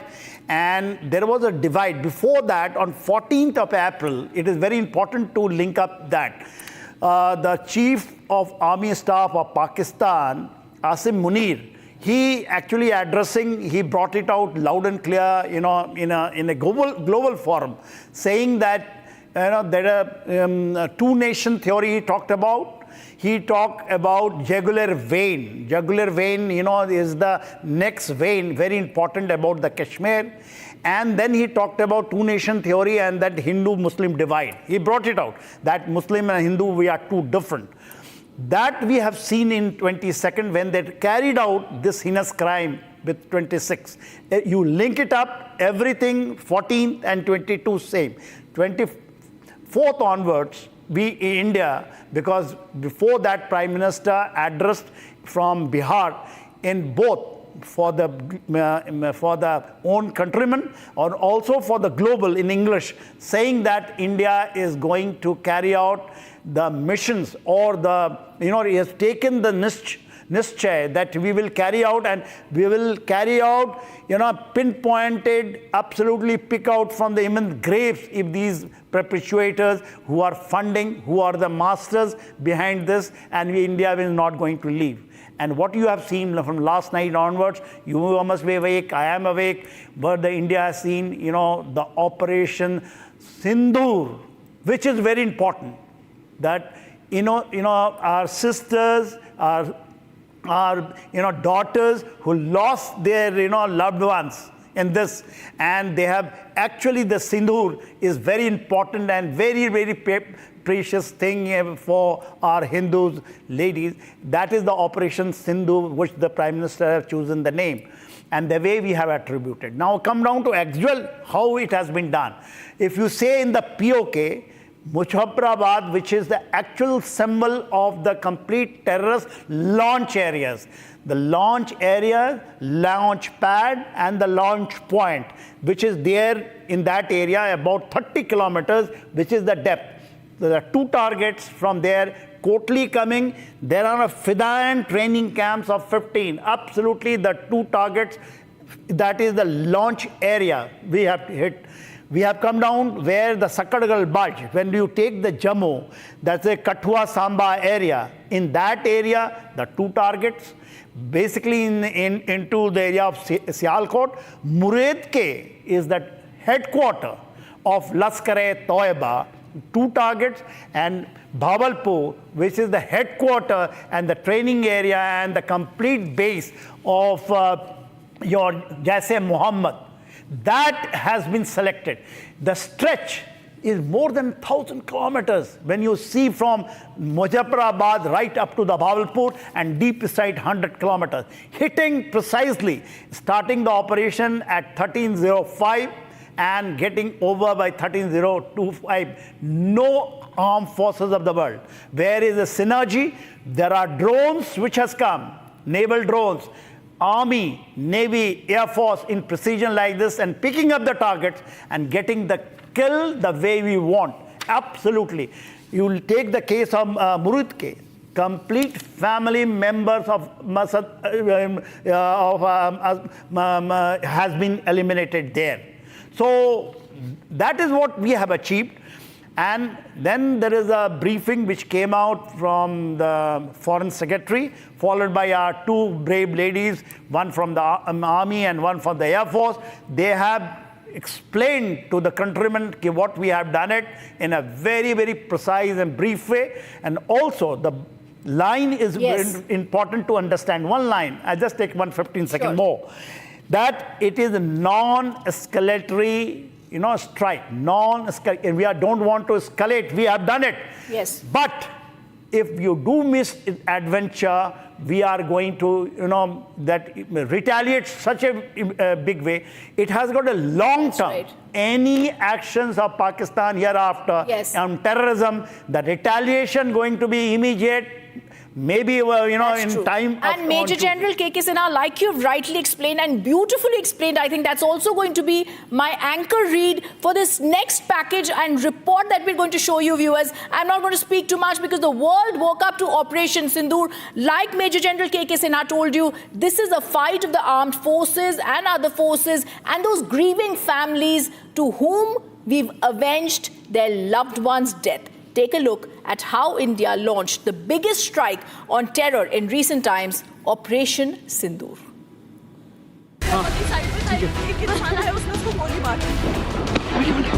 The April 22nd Pahalgam terror attack claimed the lives of 26 Indians, families that were witness to the killings of their loved ones. Women and children left grieving a deep and unbearable loss.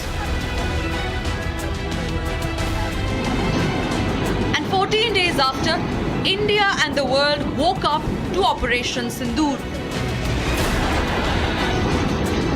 Operation Sindoor, India's response to Pakistan's terror ecosystem. Operation Sindoor, an invocation of grief, memory, and resolve. Official sources say that it was Prime Minister Modi who picked the evocative term Operation Sindoor to name the Indian Armed Forces strike on 9 terror sites in Pakistan and Pakistan-occupied Kashmir. India's stand could not be more lucid. The human cost of this attack is unpardonable. The operation itself was a rare display of tri-service coordination. The Indian Army, Navy and Air Force jointly executed a multi-domain assault, precisely hitting the 9 targets. For 25 minutes, Operation Sindoor executed precision strikes at multiple terror camps, and it's only the beginning of the decimation of Islamabad's terror network. And while India mourns the loss of those who fell prey to the Pakistani butchers, Operation Sindoor is a testament to the unwavering resolve of the surviving women, of the armed forces' determination, and of Bharat's fight against terrorism.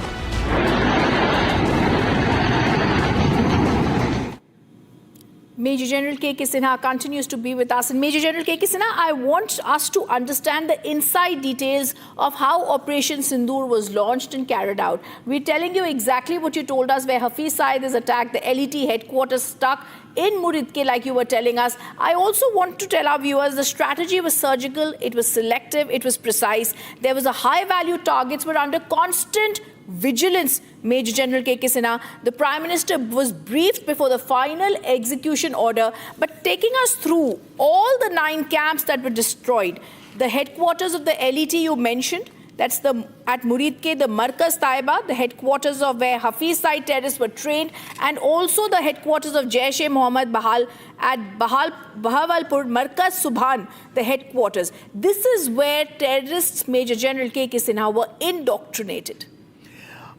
You are absolutely right.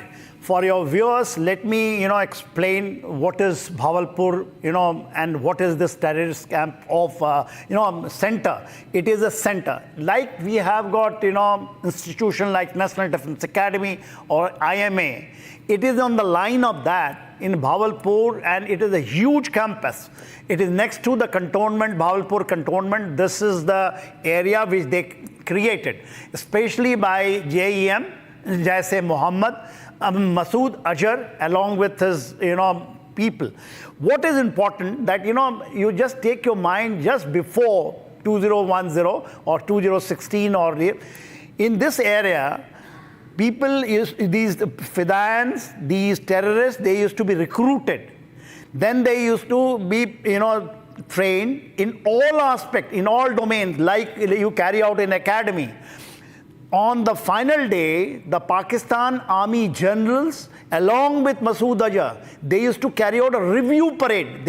You just dig the photograph, you'll find in a jeep, Masood Azhar and the generals taking the salute in the passing out parade of these guys.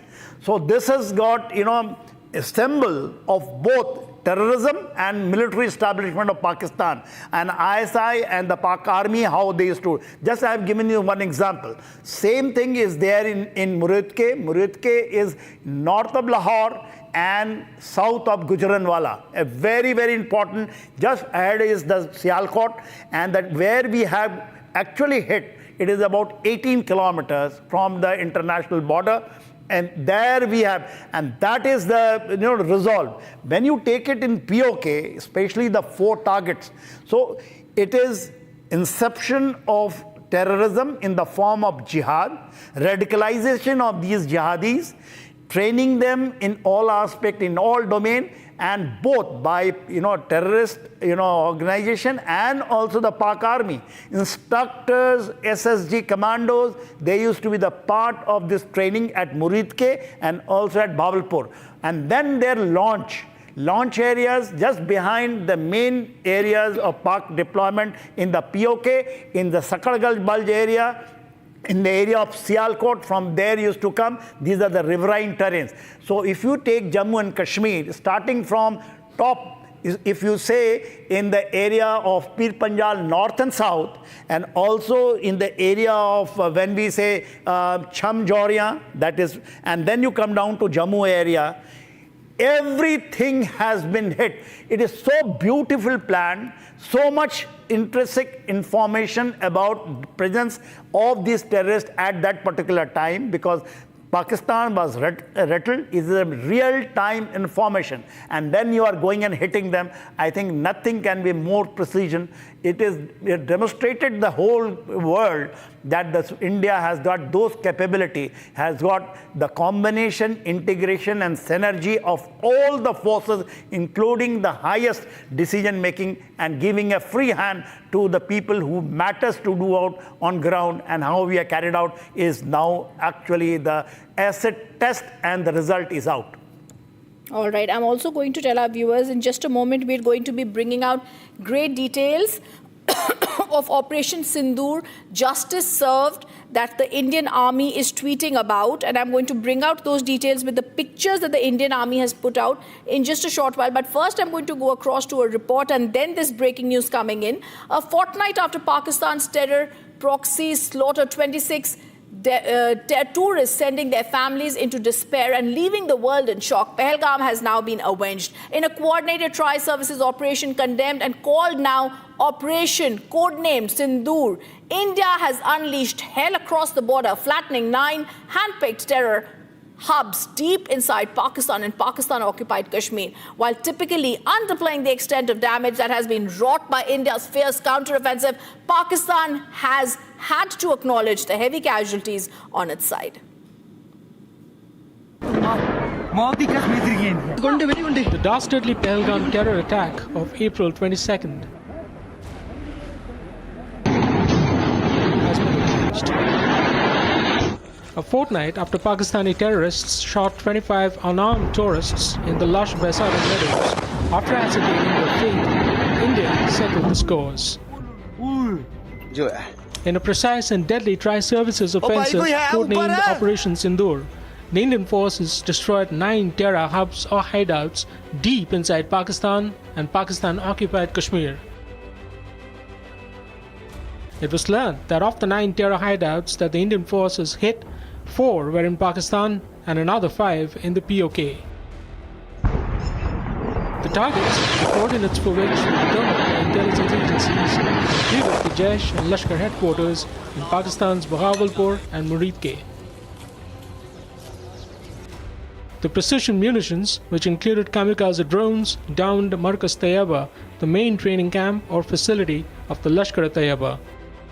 Huge visual coming in right now. Just see the extent of the devastation in Pakistan tonight. Just see that go through. This is a huge strike, ladies and gentlemen. Just see that visual, the level of devastation. The first visuals brought to you here only on Republic, and all the Pakistanis watching in shock and horror as India begins a mammoth strike. Now you're seeing the kind of armory and ammunition being used here. What does this look like to you? General Kochar, you've been with the ordnance. I want to show you this visual. General Kochar, are you there? Are you seeing this visual with you, sir?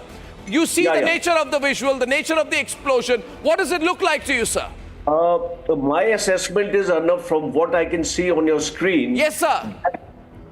This is a combination of a drone and a missile strike. A mix of drone and missile? Yeah.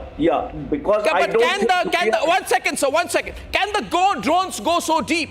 I also want you to expect, General Bakshi, how deep did we go? General Bakshi, how deep have we gone when we go to... And there's breaking news that's coming in, and I'm also going to get my guests involved in this. This is the big breaking news. The Indian Army has now given out details of Operation Sindoor, the Target 1. The Army posts the video of destroying Target 1, which we're going to publish. It's a 34-second video. They talk about the Abbas terrorist camp at Kotli, the distance 13 kilometers from the line of control. We're going to play out that visual of 36 seconds, and then we're back.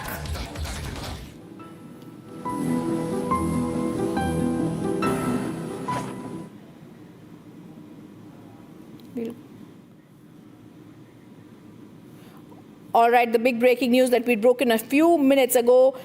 Home Minister Amit Shah in that meeting that's going to be held. The government sources had said the Prime Minister had briefed the cabinet, and now the big breaking news that's coming in. This is a meeting that the Home Minister is having.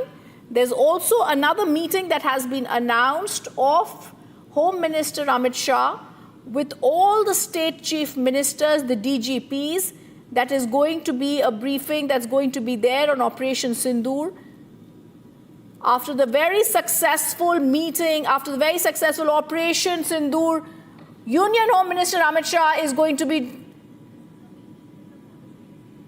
This is the meeting that the Home Minister Amit Shah had called for with the 10 border states and the chief ministers. He'd also called for the 10 DGPs to be present here, or they could join via the virtual image, and also the chief secretaries of the states. The 10 states where the chief ministers had been called by the Home Minister Amit Shah, that meeting that is about to begin by the Home Minister, in which the Home Minister is going to be briefing the 10 border states. The chief ministers and DGPs and the chief secretaries of the 10 border states are going to be present here. This includes the state chief ministers of Jammu and Kashmir, of Punjab, of Rajasthan, Gujarat, Uttarakhand, Bihar, Uttar Pradesh, Sikkim, West Bengal, the LG Ladakh. They'll all be attending the meeting that has been called by the Union Home Minister after the success of Operation Sindoor.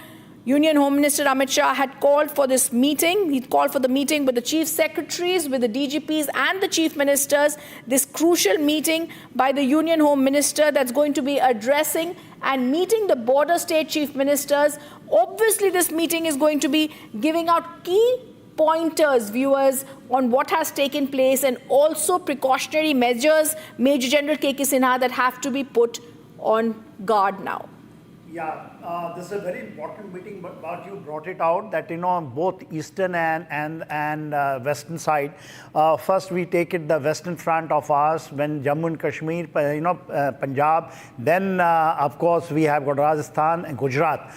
Those 4 and 6 of them of the northeast. Sir, I'm just interrupting you for 1 minute. And now the meeting that the Prime Minister has with the President of India, Draupadi Murmu, those are the first visuals coming after an extremely successful Operation Sindoor, where India decimated 9 terror camps. After having met the cabinet, the Prime Minister of India on the very successful Operation Sindoor then briefs the President of India, Draupadi Murmu. We'd seen earlier he was going towards the Rashtrapati Bhavan, Prime Minister Modi, who was lauded by his cabinet on this success of Operation Sindoor, briefing, giving, discussing, deliberating Operation Sindoor with the President of India. There is this beautiful namaste that is being shared between the President and the Prime Minister, Major General K.K. Sinha. And we're also, I just want to go across to this tweet that's come in from the President of India, Major General K.K. Sinha, and then I ask you to please comment on it. The President of India has said that Prime Minister Shri Narendra Modi called on President Draupadi Murmu at Rashtrapati Bhavan and briefed her about Operation Sindoor. And as we go back, I want you to speak on both sets of visuals that we are putting out, Major General K.K. Sinha. The beauty of the Indian democracy, where even now the Prime Minister goes and briefs the President after the successful operation. On the other side, all the 10 border states, like you mentioned, the eastern side and the western side, now being briefed by the Home Minister.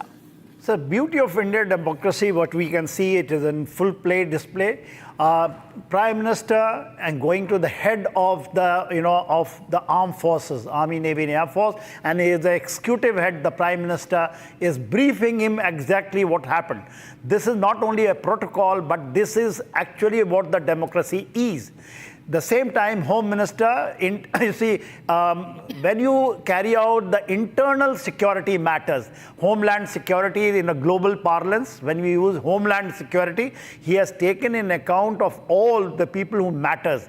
And we have got 2 neighbors, which is immediately of concern. One is Pakistan and towards the Bangladesh. I think, he has left the Chinese part of it for the time being, because I think there is no threat. This is what the threat assessment for the immediate requirement. But there is a huge threat requirement which is coming from Bangladesh, because it is against the terrorism. And terrorism is also coming from the Bangladesh, the way the situation is there internally inside the Bangladesh. I think is a very, very good visual, where all and everyone, including the DGP of the state, has been brought, and that will give the resolve, because today onwards, Yes. there was supposed to be, mock drills also starting. Yes, sir. Sir, I just want you to just now speak over what I'm going to show for 34 seconds to our viewers. Let's break that now. Breaking news that had come in. The Indian Army has now tweeted the target one of Operation Sindoor, the Abbas terrorist camp at Kotli, at 13 kilometers from the line of control. The destruction that took place at 1:04 a.m. on the 7th of May, 2025. We play out that visual.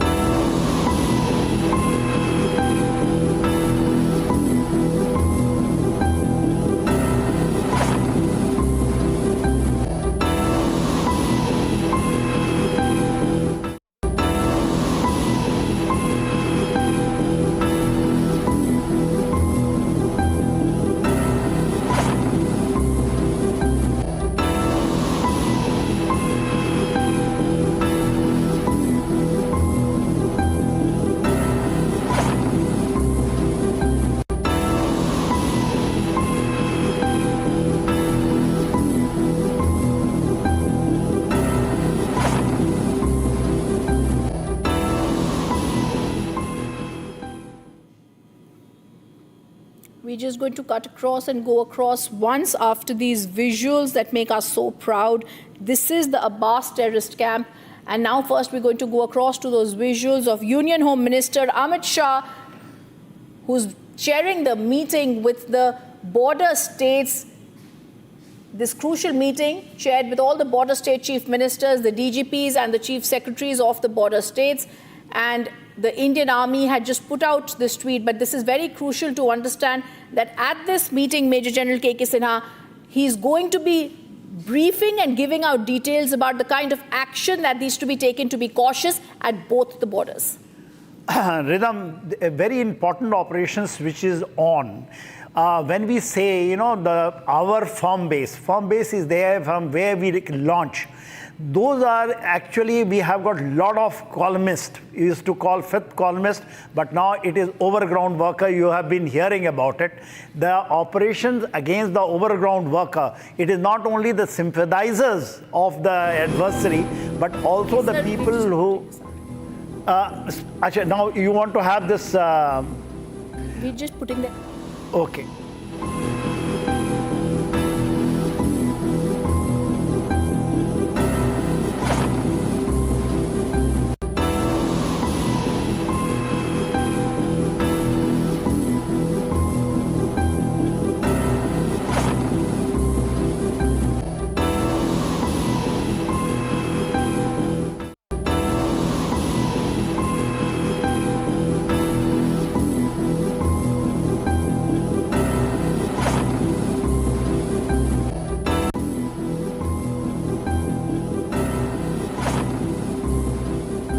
Pakistan. This is the Abbas terrorist camp at Kotli that has been shown 13 kilometers from the line of control in Pakistan-occupied Jammu and Kashmir, the nerve center for training suicide bombers of the Lashkar-e-Toiba, destroyed at 1:04 a.m. on the 7th of May. See, this Abbas, Kotli, Muzaffarabad and Kotli. Kotli is Downpur and then there Mirpur. This is the area, this camp, which is about 13 kilometers. The Fidayan group is based here. When the Fidayan group will say the people are ready to give their life, but they carry out the terror. They are the deadliest terrorists of Lashkar-e-Toiba, which is actually supposed to be here, and they have been destroyed. If you see amount of, it is not the missile. It is just 13 kilometers from there, and I feel that it is the fire power of our mighty Indian Army which has actually destroyed this. So when the country is saying that is a mix of Army, Air Force and naval assets which has been unleashed on this, this is the true example. This camp, Kotli camp of Abbas terrorist camp, is the most dangerous camp because from there the Fidayans are launched. There is supposed to be a number, I think 327, brigade they used to call it, of the Fidayans, which are basically earlier they used to be trained in Afghanistan. Now it is being trained in those two centers of Bahawalpur and Murudke, and then brought over here. Even earlier they used to be having a camp somewhere in Khyber Pakhtunkhwa, which has been shifted now into the Abbas training camp, and the capacity is 15. If you see amount of polymerization which is being done, where what can you see, it has been hit by, I think, either Pinaka, by a grad, maybe artillery. I will not speculate, but certainly not by missile. It is polymerization in an area, whatever the area you destroy each and everything, assets over there. I think it is a great action, deep inside 13 to 15 kilometers. I think Indian Army has released this. I think any response that has to be given to this, Pakistan needs to understand that anything they do will be met with an unprecedented, overwhelming response that is going to be there. And we also need to understand, like you're speaking to us, Major General K.K. Sinha, we're going to once again play out that, where we're going to show the viewers how India has obliterated 9 terror camps, but not only Kotli, even the headquarters, like you mentioned, of the Jaish-e-Mohammed and the Lashkar-e-Toiba that have been obliterated, the Markaz Taiba at Muridke, like you were speaking about, where Ajmal Kasab also got his training. These are very critical, precision, pinpointed targets that the Indian forces chose.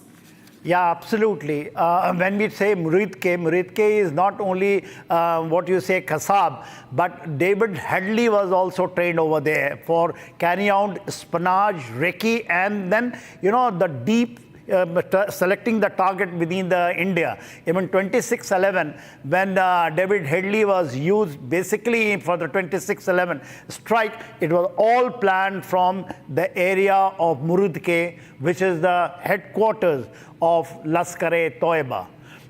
That is very, very important. And of course, Bahawalpur we know. And see, the complete ecosystem of terrorism, which is there, where these people are recruited, trained, then they are made radicalized, they made the jihadis, and then from where they come and launched, those are all destroyed for the time being. And until unless Pakistan chooses to again create this thing, I think in that retribution will come if he tries a misadventure, which has been told by our Foreign Secretary in his briefing today. I also want to go across to pictures that we are getting, sir, and we're going to put those out. India has successfully, like you said, destroyed the Markaz Subhanallah, the Jaish-e-Mohammed terror headquarters. This is also the training facility in Bahawalpur that we're going to show. This is the key base for terror operations in Bahawalpur. The site had been reduced to rubble that we had showed. The pictures clearly show that. And this is also signaling a very strong response that is going on the cross-border terrorism that India has been seeing for decades, sir. You are absolutely right. Bahawalpur, as a crow fly, when we take it from international border, it is 100 kilometers deep inside. When you move on road, and this is along with NH5 of Pakistan, and along with the canal system which is going from Bhawal Nagar to Bahawalpur.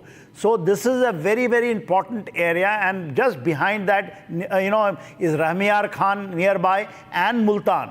These are the heart and soul of Pakistan military and also the terrorism. So that has been destroyed. And I was told that there are 4, missiles which has landed over there.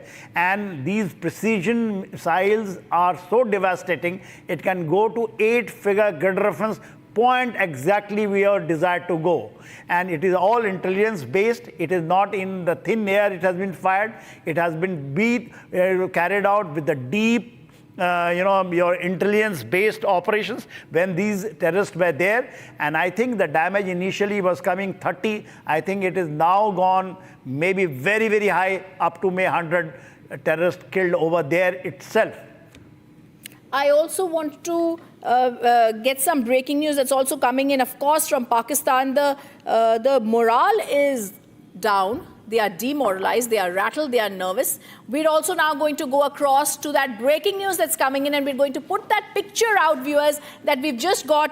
This is the picture of the Chinese ambassador Jiang Zhaidong calling on the Pakistan FM Muhammad Ishaq Dar. A very clear picture in which, if I can actually see, very somber faces. They're all looking down, rattled, nervous. There are no smiles. There are hands that are closed. The body language is serious. Everybody seems to be taking notes. And there is just solemnity. There's just nervousness and grievousness that is in the air. But this is also a very critical thing to understand, sir, here, that this is also happening, that China had earlier also supported Pakistan. The kind of language they've used, the kind of support we've heard that the China is giving to them. Of course, for China, the support to them is obvious because they will try to have the non-state actors and the state actors in Pakistan create an unstable India, which helps their economic pursuits as well as them trying to have regional dominance in Asia.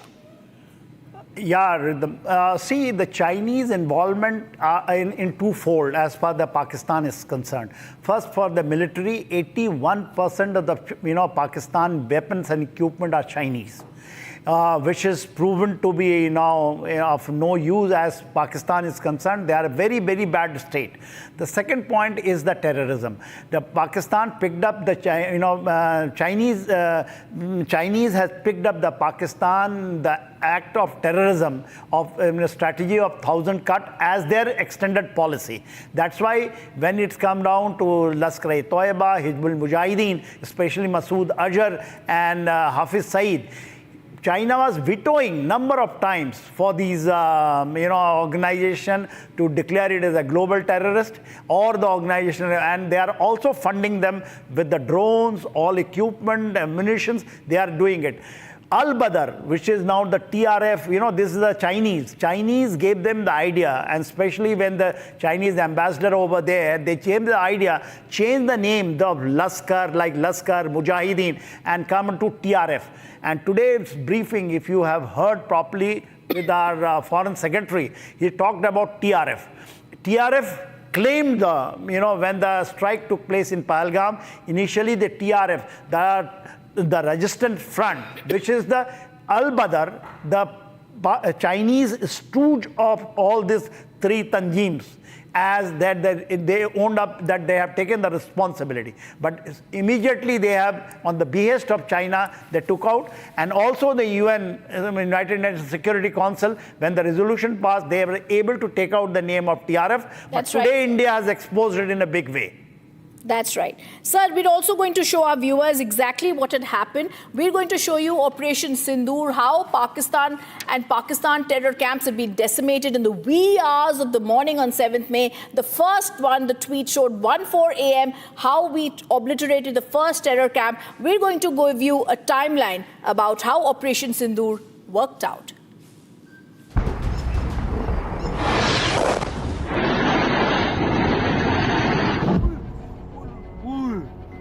A little after midnight on the 7th of May,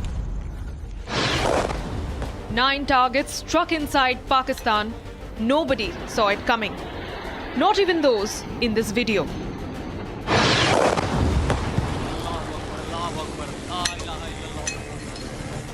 The strikes so precise that men who shot these videos have confirmed the targets. ये नुकसान, ये 9 number, ये मस्जिद तैयबा मरकज उमर करा के अंदर ये नुकसान है. 5 targets in Pakistan-occupied Kashmir, 4 targets deep inside Pakistan territory.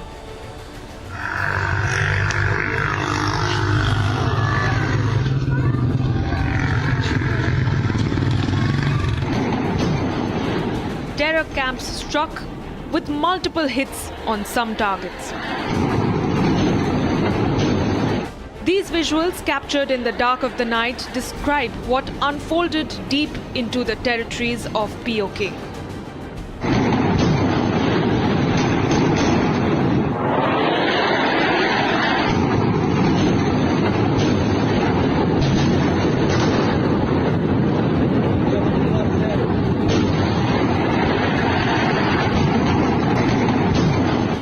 Precision strikes that turned the skies red.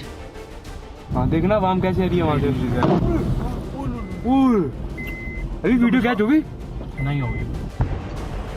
Multiple loud explosions and a complete blackout. The enemy was not ready for this.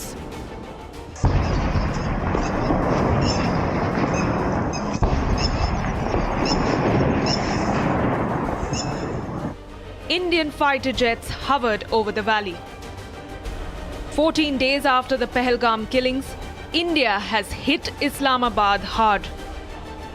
And as the world wakes up to Operation Sindoor, it's only the beginning of the end for the terror ecosystem of Pakistan.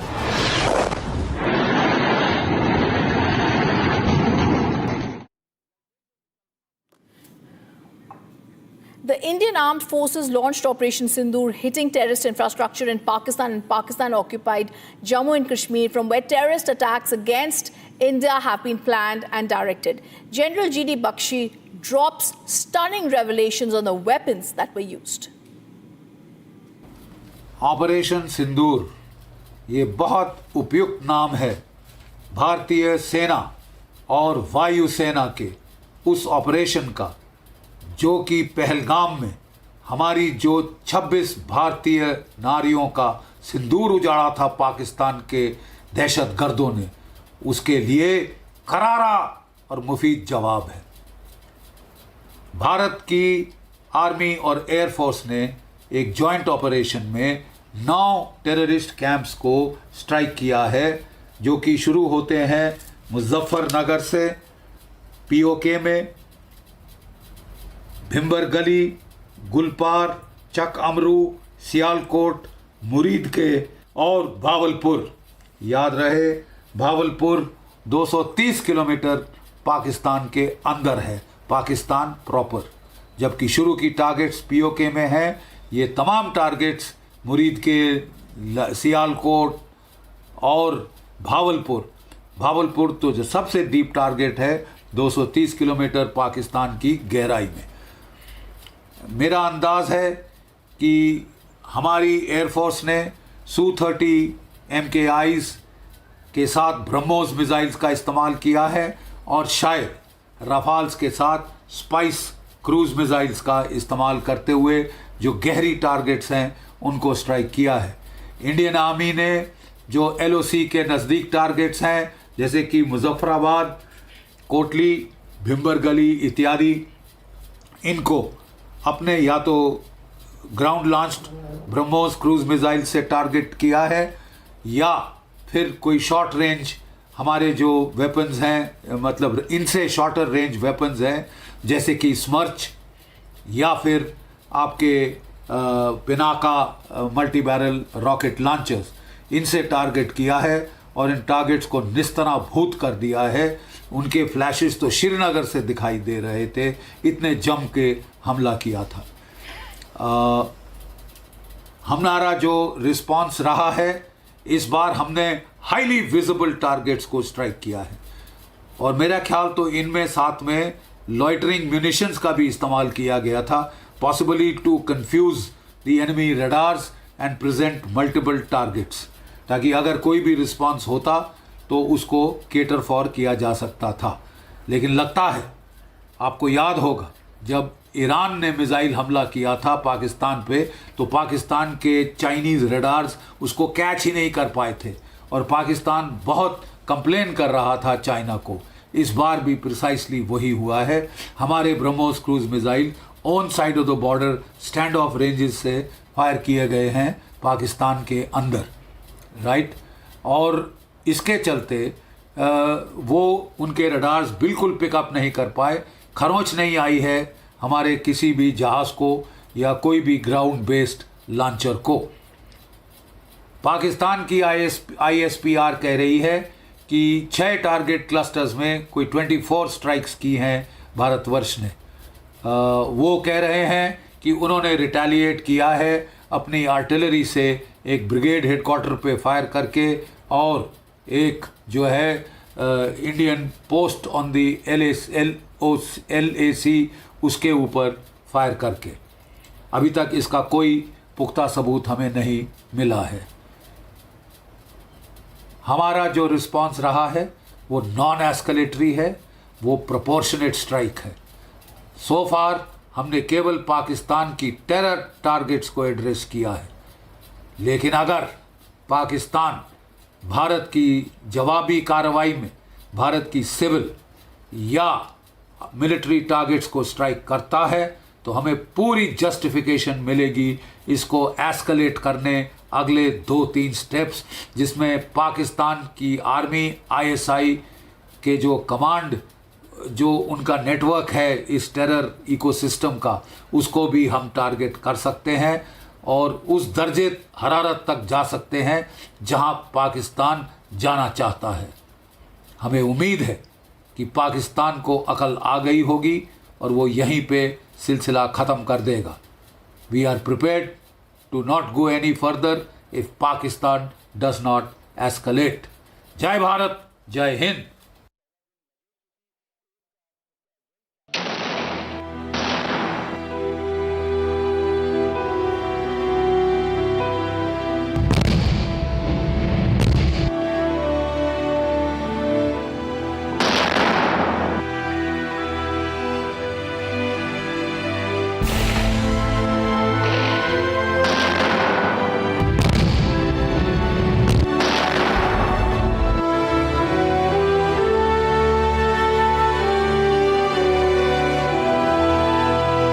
अब आतंकियों की बची खुची जमीन को भी मिट्टी में मिलाने का समय आ गया है।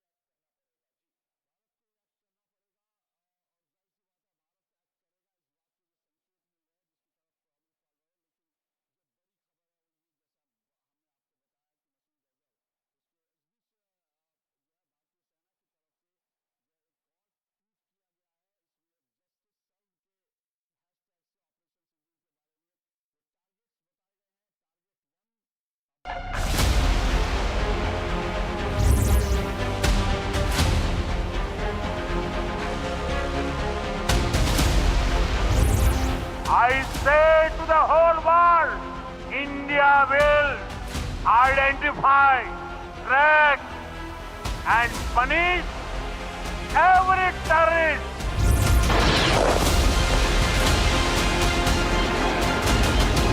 History has been made that in this strike, our information reaching Republic is that the main headquarters of the Lashkar-e-Toiba at Muridke has been completely devastated.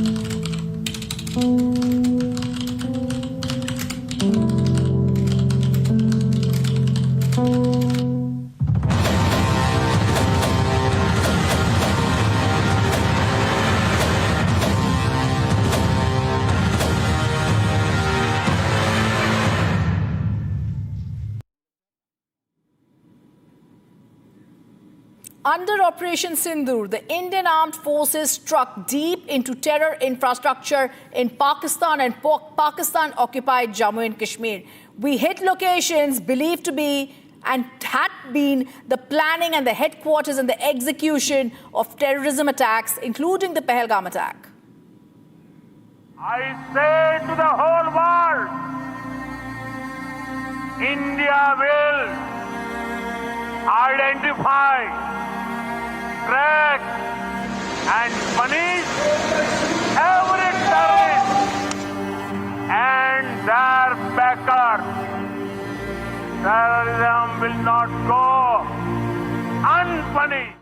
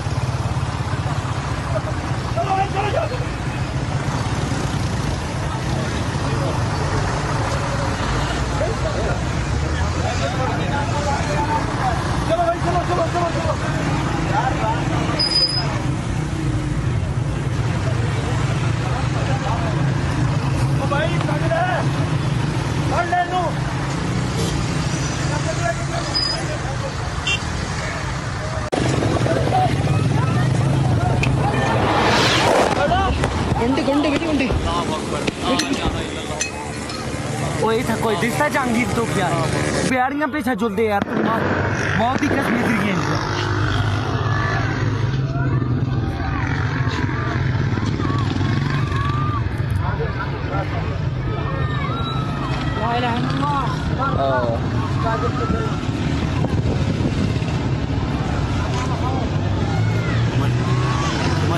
बहुत झुलते यार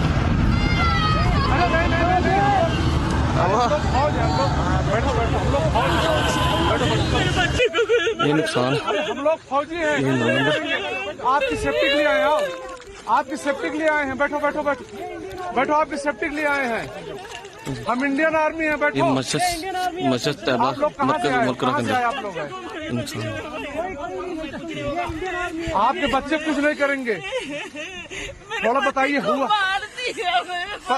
पति को आए हैं, बैठो बैठो बैठो ये नुकसान सेफ्टी के लिए आए हैं, ये 9 नंबर हम इंडियन आर्मी हैं, बैठो। ये इंडियन आर्मी आप लोग कहाँ से आए हो, कहाँ से आए आप लोग आए, आपके बच्चे कुछ नहीं करेंगे, मस्जिद तैयबा मरकज बताइए हुआ पति को मार दिया, नहीं बेटा शांत रहो, लो पानी पियो पानी पियो।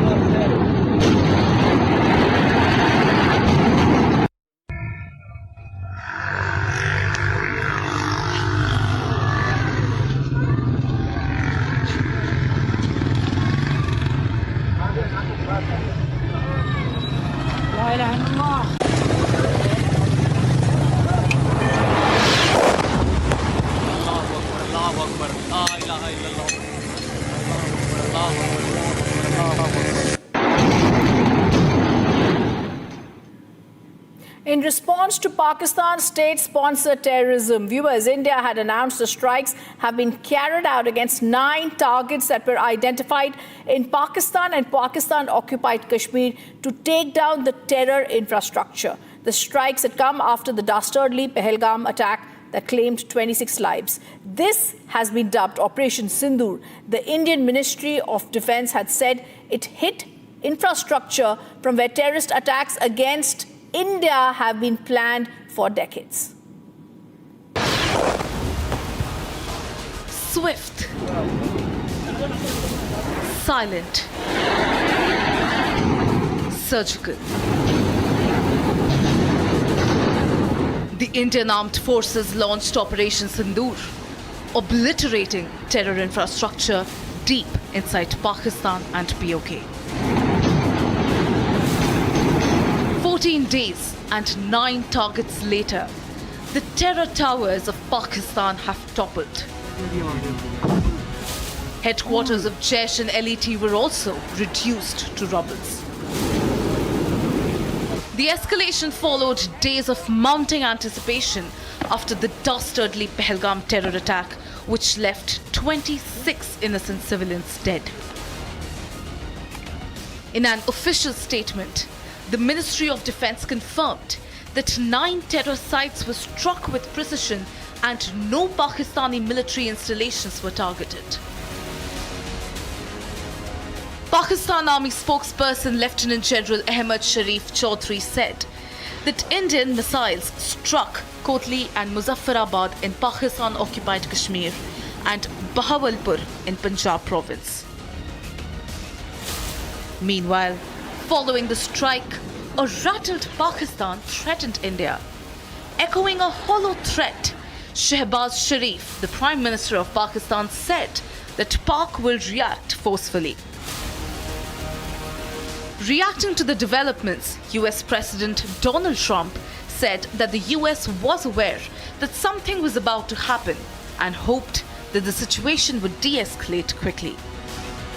No, it's a shame. We just heard about it just as we were walking in the doors of the Oval. Just heard about it. I guess people knew something was going to happen based on a little bit of the past. They've been fighting for a long time. You know, they've been fighting for many, many decades and centuries, actually, if you really think about it. No, I just hope it ends very quickly. According to the reports, India has reached out to various countries across the globe, including US, Russia and the UK, to brief them about the military strike. With India tightening its ironclad fist around Pakistan's neck, Operation Sindoor echoes the message of Prime Minister Modi from the grounds of Bihar. India will identify, track and punish every terrorist and their backers. We will pursue them to the ends of the earth.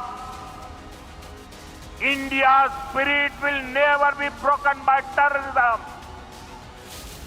Terrorism will not go unpunished. And the message is clear. India will always strike back.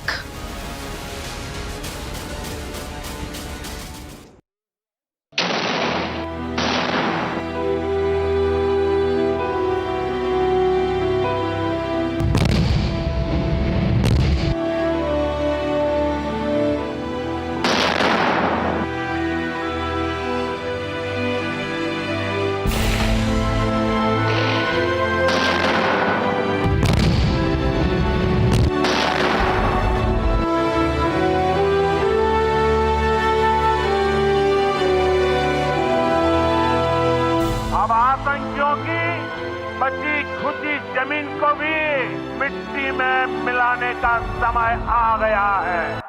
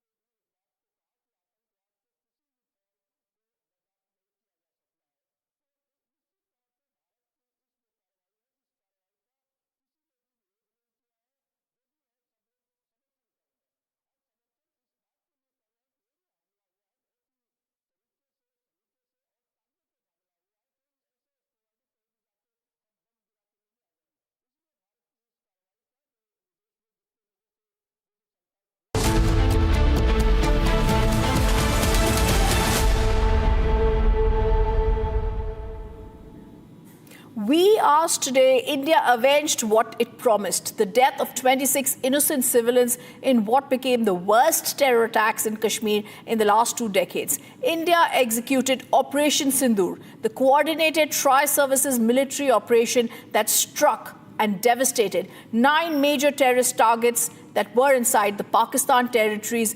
That includes Pakistan-occupied Kashmir. While Pakistan's terror links stand exposed, the retaliation brings to light Pakistan's worst nightmare.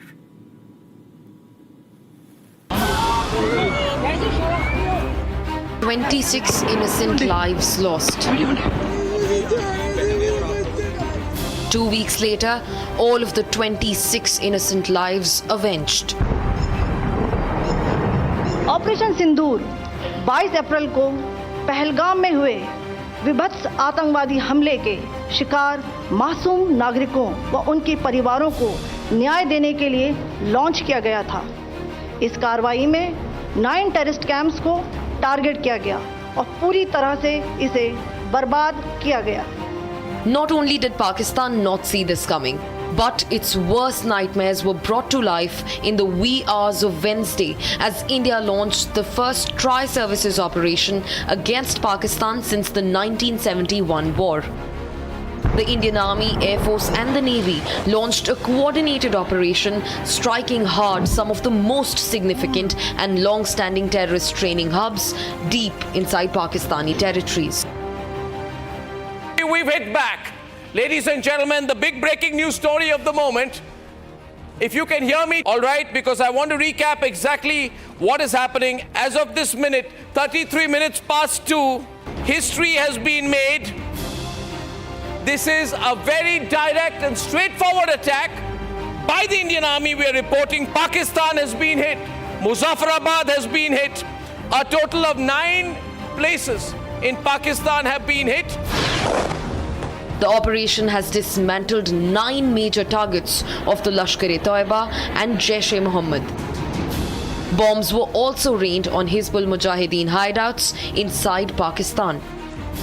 India's retaliation used precision strikes and long-range standoff weapons at 9 locations, flattening the logistical, operational and training infrastructure of terror groups.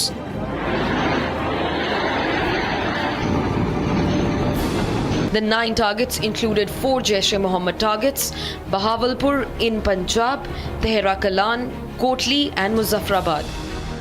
The Jaish has claimed responsibility for major attacks in India, including the 2001 Parliament attacks and the 2019 Pulwama suicide bombing.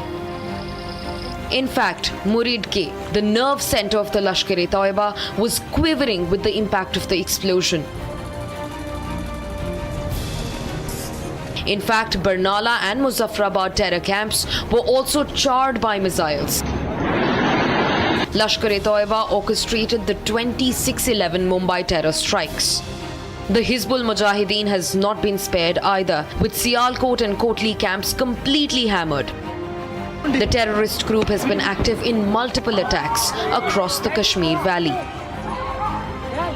Each of the 9 sites selected for the operation had a history of association with major terror plots and infiltration attempts directed at India. India has hit back, and it has hit back harder than ever. The message is as clear as it can get: zero tolerance towards terrorism and its dirty state sponsors.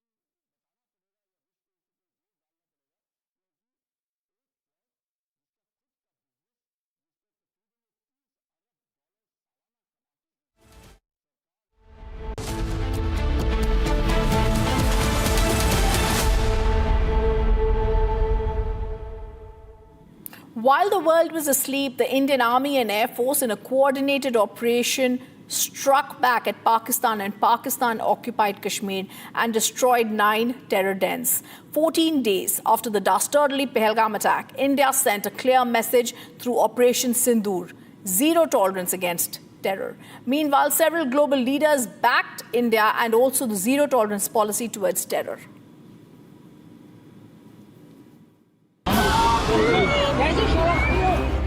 "26 innocent lives lost." 2 weeks later, all of the 26 innocent lives avenged.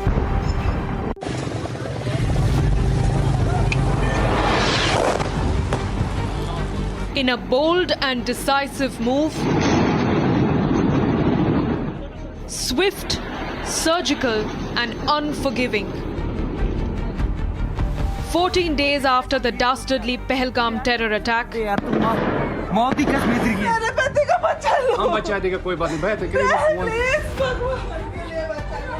India avenged what it promised. India launched Operation Sindoor and destroyed 9 terror sites in Pakistan-occupied Kashmir and Pakistan. The operation, executed in the early hours of 7th of May, sends a clear and uncompromising message.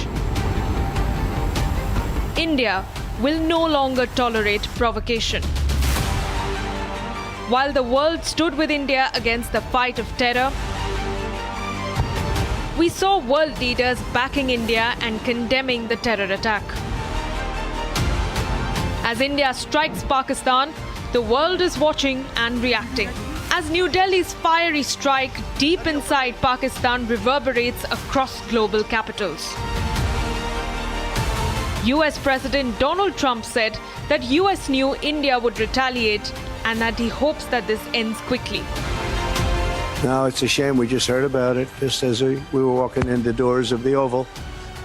Just heard about it. I guess people knew something was going to happen based on a little bit of the past. They've been fighting for a long time. You know, they've been fighting for many, many decades and centuries, actually, if you really think about it. No, I just hope it ends very quickly. Meanwhile, US Secretary of State Marco Rubio said that the US is monitoring the situation between India and Pakistan and encourages the two nations to open lines of communication. Reacting to India conducting precision strikes, Israel envoy to India showed solidarity, saying that Israel supports India's right to self-defense. The operation targeted 9 locations, including Jaish's base in Bahawalpur and Lashkar's hub in Mudrike. Operation Sindoor, as the Indian Army stated, is India's answer to Pakistan. Justice is served.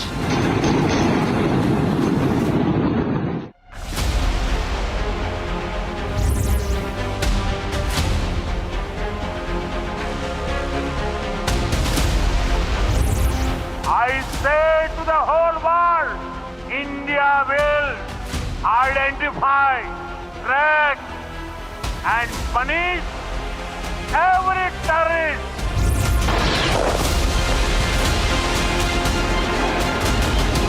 History has been made that in this strike, our information reaching Republic is that the main headquarters of the Lashkar-e-Toiba at Muridke has been completely devastated.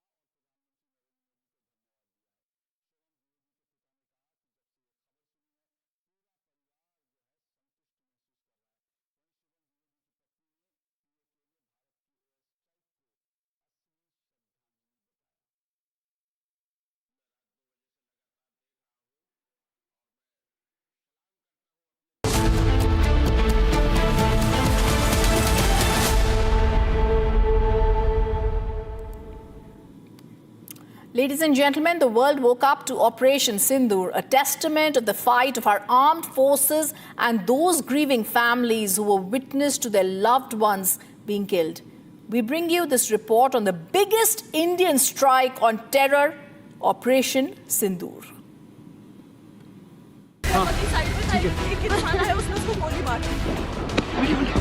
The April 22nd Pahalgam terror attack claimed the lives of 26 Indians, families that were witness to the killings of their loved ones. Women and children left grieving a deep and unbearable loss. And 14 days after, India and the world woke up to Operation Sindoor. Operation Sindoor, India's response to Pakistan's terror ecosystem. Operation Sindoor, an invocation of grief, memory and resolve. Official sources say that it was Prime Minister Modi who picked the evocative term Operation Sindoor to name the Indian Armed Forces strike on 9 terror sites in Pakistan and Pakistan-occupied Kashmir. India's stand could not be more lucid. The human cost of this attack is unpardonable. The operation itself was a rare display of tri-service coordination. The Indian Army, Navy and Air Force jointly executed a multi-domain assault, precisely hitting the 9 targets. For 25 minutes, Operation Sindoor executed precision strikes at multiple terror camps, and it's only the beginning of the decimation of Islamabad's terror network. And while India mourns the loss of those who fell prey to the Pakistani butchers, Operation Sindoor is a testament to the unwavering resolve of the surviving women, of the armed forces' determination, and of Bharat's fight against terrorism.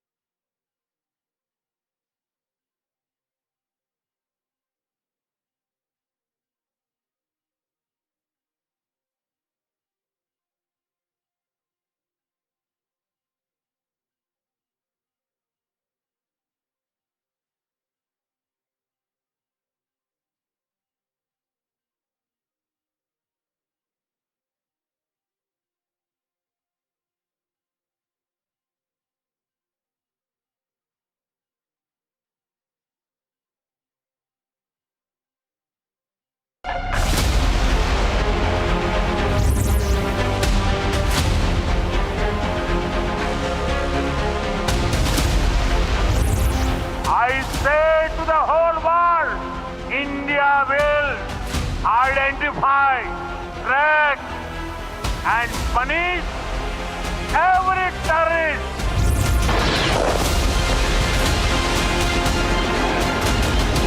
History has been made that in this strike, our information reaching Republic is that the main headquarters of the Lashkar-e-Toiba at Muridke has been completely devastated.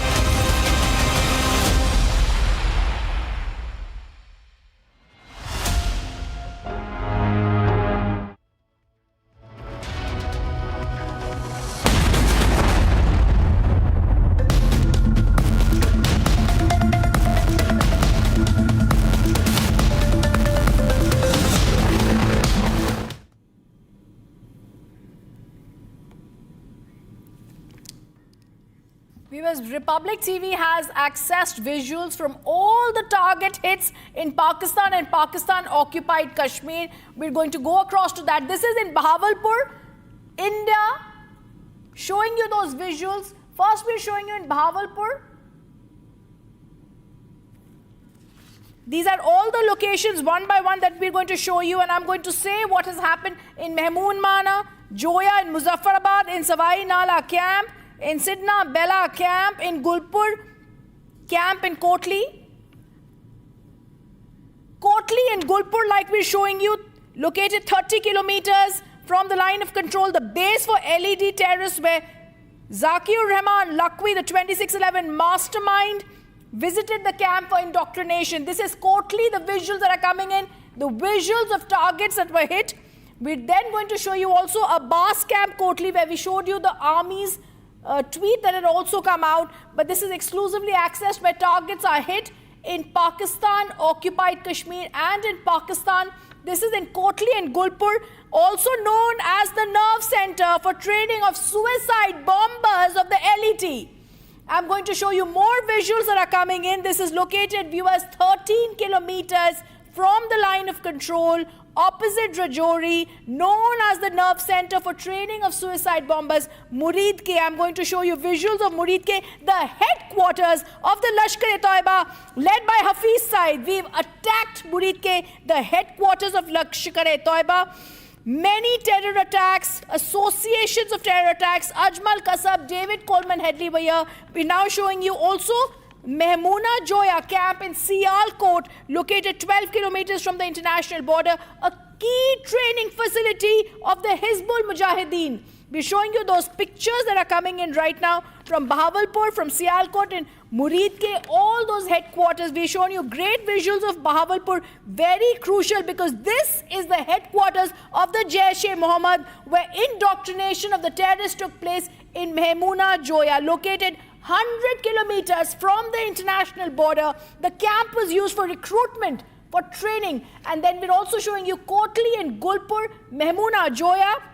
Masood Azhar, the terrorist commanders, issued directions to their cadres from the Markaz Subhan in Bahawalpur, which we showed you, that has been decimated, obliterated, and today has been attacked in terrorist, in these attacks, where we've also clearly said that this engagement is showing you that these are intelligence inputs that they've received, and the armed forces tell us these were terror training camps. I'm going to once again show you how India strikes back, and targets have been hit in Pakistan, occupied Kashmir, and in Pakistan. Very clear details that this is a complex web which India has attacked today. The timing has been given between 1:05 and 1:30 hours. And viewers, I'm going to tell you about Bahawalpur, which we are showing you.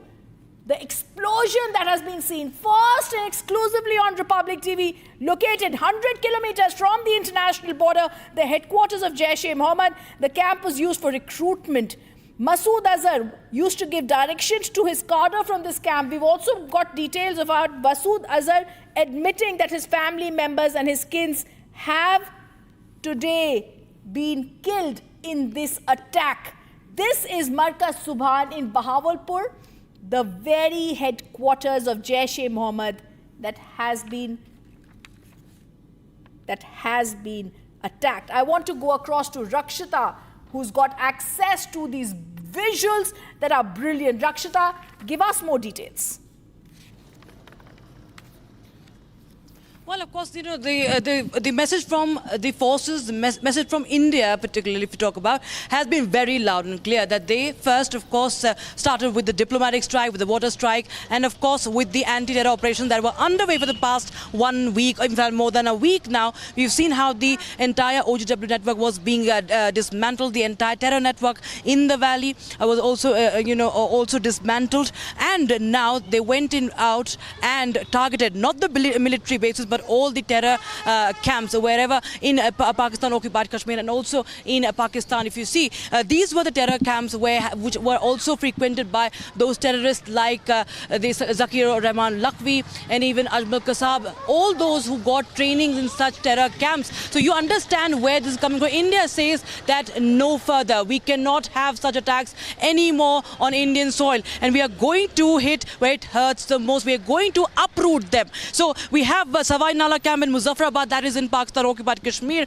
and it mostly has these terror camps and attack on civilians and those facilities have in fact carried out multiple attacks in the valley. That includes the attacks in Sonmarg as well. If you talk about Bilal camp in Muzaffarabad, Jaish-e-Mohammed camp once again, and these are jungle camp survival techniques, explosives and jungle camp survival techniques for carrying out terror activities across the line of control in Kashmir. Talking about this entire description of what we have received from our defense sources. Gulpur camp in Kotli, now this is 30 kilometers from the line of control, and it has a base for the Lashkar terrorists operating there in the Rajouri and Poonch, and we see that inputs confirm that Lakhvi, who was the 2611 mastermind, remember, he frequented this camp and used this for indoctrination of the terrorists as well. Talking about the Abbas camp, it is again 13 kilometers from the LOC, and suicide bombers were trained here. It's the nerve center that has been attacked with them. It's a nerve center of such bombers that have been now targeted. Barnala camp in Bimbar also 9 kilometers from the line of control, quite close, and this is opposite Rajouri Poonch, which has witnessed massive shelling in Jammu and Kashmir. Today we have seen right after the airstrikes there was a massive shelling across Poonch, and this is one of the camps in Kotli that was targeted, and also in Bimbar again. And in Pakistan, if you talk about, no military camps, no civilian targets. So it was very clear. It's been made very clear by the forces. Now the Sarjal camp in Sialkot, and there are two locations in Sialkot, Murid K and Bahawalpur. Now Bahawalpur, remember, Republic TV had broken those images first, where the Hamas commanders, the leadership of the Hamas terror groups had also come in, and they had held meetings with these terrorists, these terror groups as well, because we saw that there was a Hamas link, the Hamas linked to all these, the kind of killing, this dastardly killing, the firing, that kneeling down, the entire design of those terrorists was very much, the entire pattern was very much that of Hamas. And Bahawalpur has been a terror hotbed, and it is in Punjab's Pakistan. So the Markaz Subhan in Bahawalpur has been targeted 100 kilometers from the IB, the international boundary. That is, remember, the headquarters of Jaish-e-Mohammed, and it has been used for recruitment, for training, for indoctrination as well. And it has been frequented by Masood Azhar. Remember, Masood Azhar's family has also, in fact, Masood Azhar himself has issued a statement about the loss of his family members. So there has been great destruction in these terror hotbeds, in the terror outfits, the families of these terrorists, because India knows what the families, what those women whose sindoor, the vermilion, has been wiped off from their foreheads. That is the revenge that India has taken today. If you talk about more locations that are here, the targeting, if you talk about the way of targeting, the medium, because the forces were given a free hand. So there's modern warfare that includes the drones also, that the loitering drones were used, and that is a precision strike. It was 100% precision that was employed in here. A strike was undertaken through precision capability, niche technology weapons with careful selection of warheads. And that's why it took time. Everybody was wondering, why aren't we striking today? Why not tomorrow?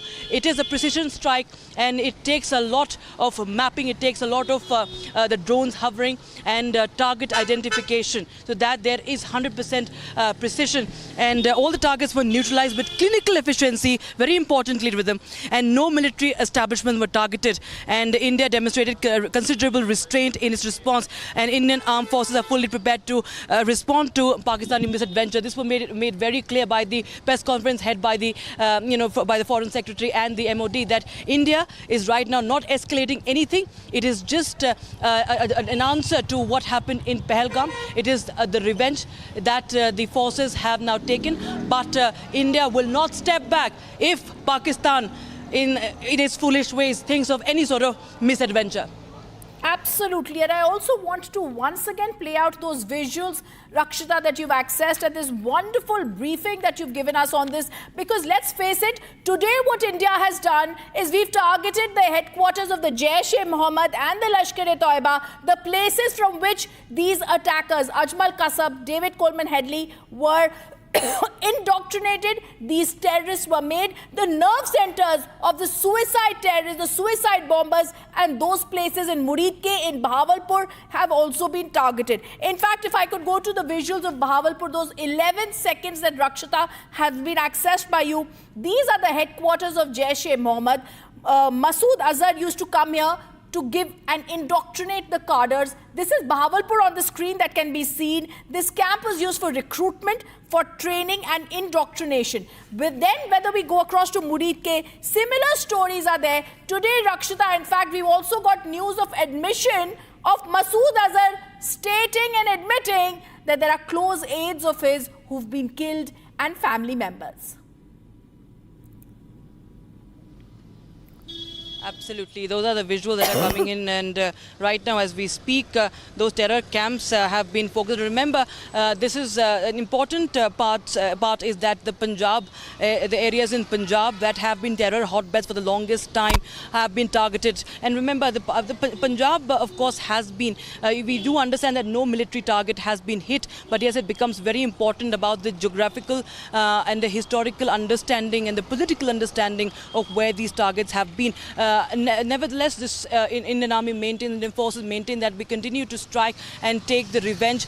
This is a step. This is a step in the way of dismantling terror networks and hitting them where it hurts the most. And the reaction that has come in from the Pakistani government, we can see that sort of a scrambling, and the kind of statement that are coming in, they are completely shattered. They're completely shattered. They're completely trembling. They were trembling even after this attack. They carried out this dastardly attack and they were trembling, and now they have nowhere to go. They don't have any options. Of course, India will wait and watch. India is not escalating this further. We've seen multiple ceasefire violations that have happened across the border, Rakshita, along the LOC right after the strike. I'm just going to come back to you. There is some more breaking news coming in. The National Security Advisor, Ajit Doval, has briefed his counterparts on the actions that have been taken, the methods that have been used. He's spoken to his counterparts in several countries. Soon after the focused strikes on terror have taken place, he has spoken with the NSA of United States and the Secretary of State, Marco Rubio. He's spoken, the National Security Advisor Ajit Doval has also spoken to the United Kingdom National Security Advisor Jonathan Powell. He's spoken to the Saudi NSA Musaid Al-Ayban, the UAE NSA H.H. Sheikh Tahanoon, Secretary General of NSC of UAE Ali Al-Shamsi, and NSA of Japan, Masatka Okano. The brief has also been that the National Security Advisor spoke to his counterparts. He established contact with the Russian NSA Sergei Shoigu, the member of the Political Bureau of CPC, the CC Committee. Now, we're also getting to know great details about the NSA having briefed his counterparts on the methods, the action taken, which was measured, the non-escalatory and restrained measures. He emphasized India had no intent to escalate but was well prepared to retaliate absolutely resolutely should Pakistan decide to escalate. The NSA had also said he would be in touch with his counterparts in the next few days. The National Security Advisor speaking to and giving details to his counterparts in the other nations, and this is brilliant after the surgical strike was carried out selectively and precisely.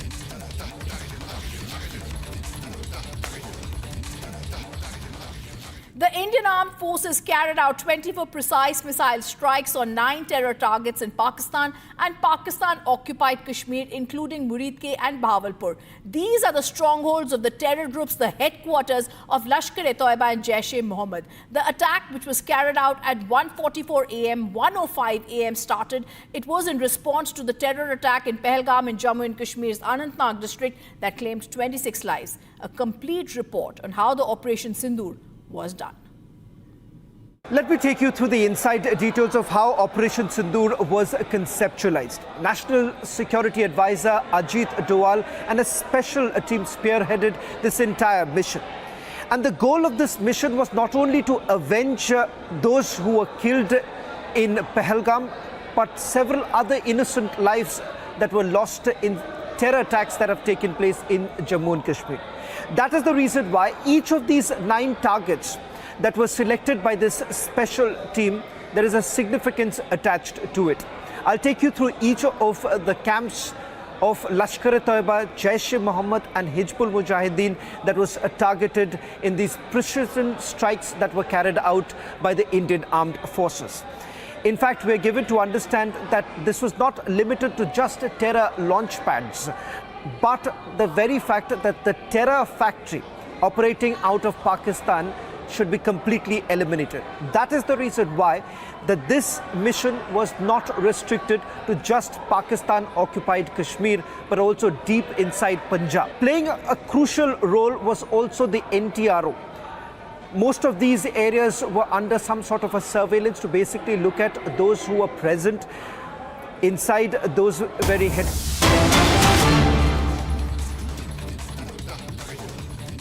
Okay, the breaking news that's coming in, we're going to now...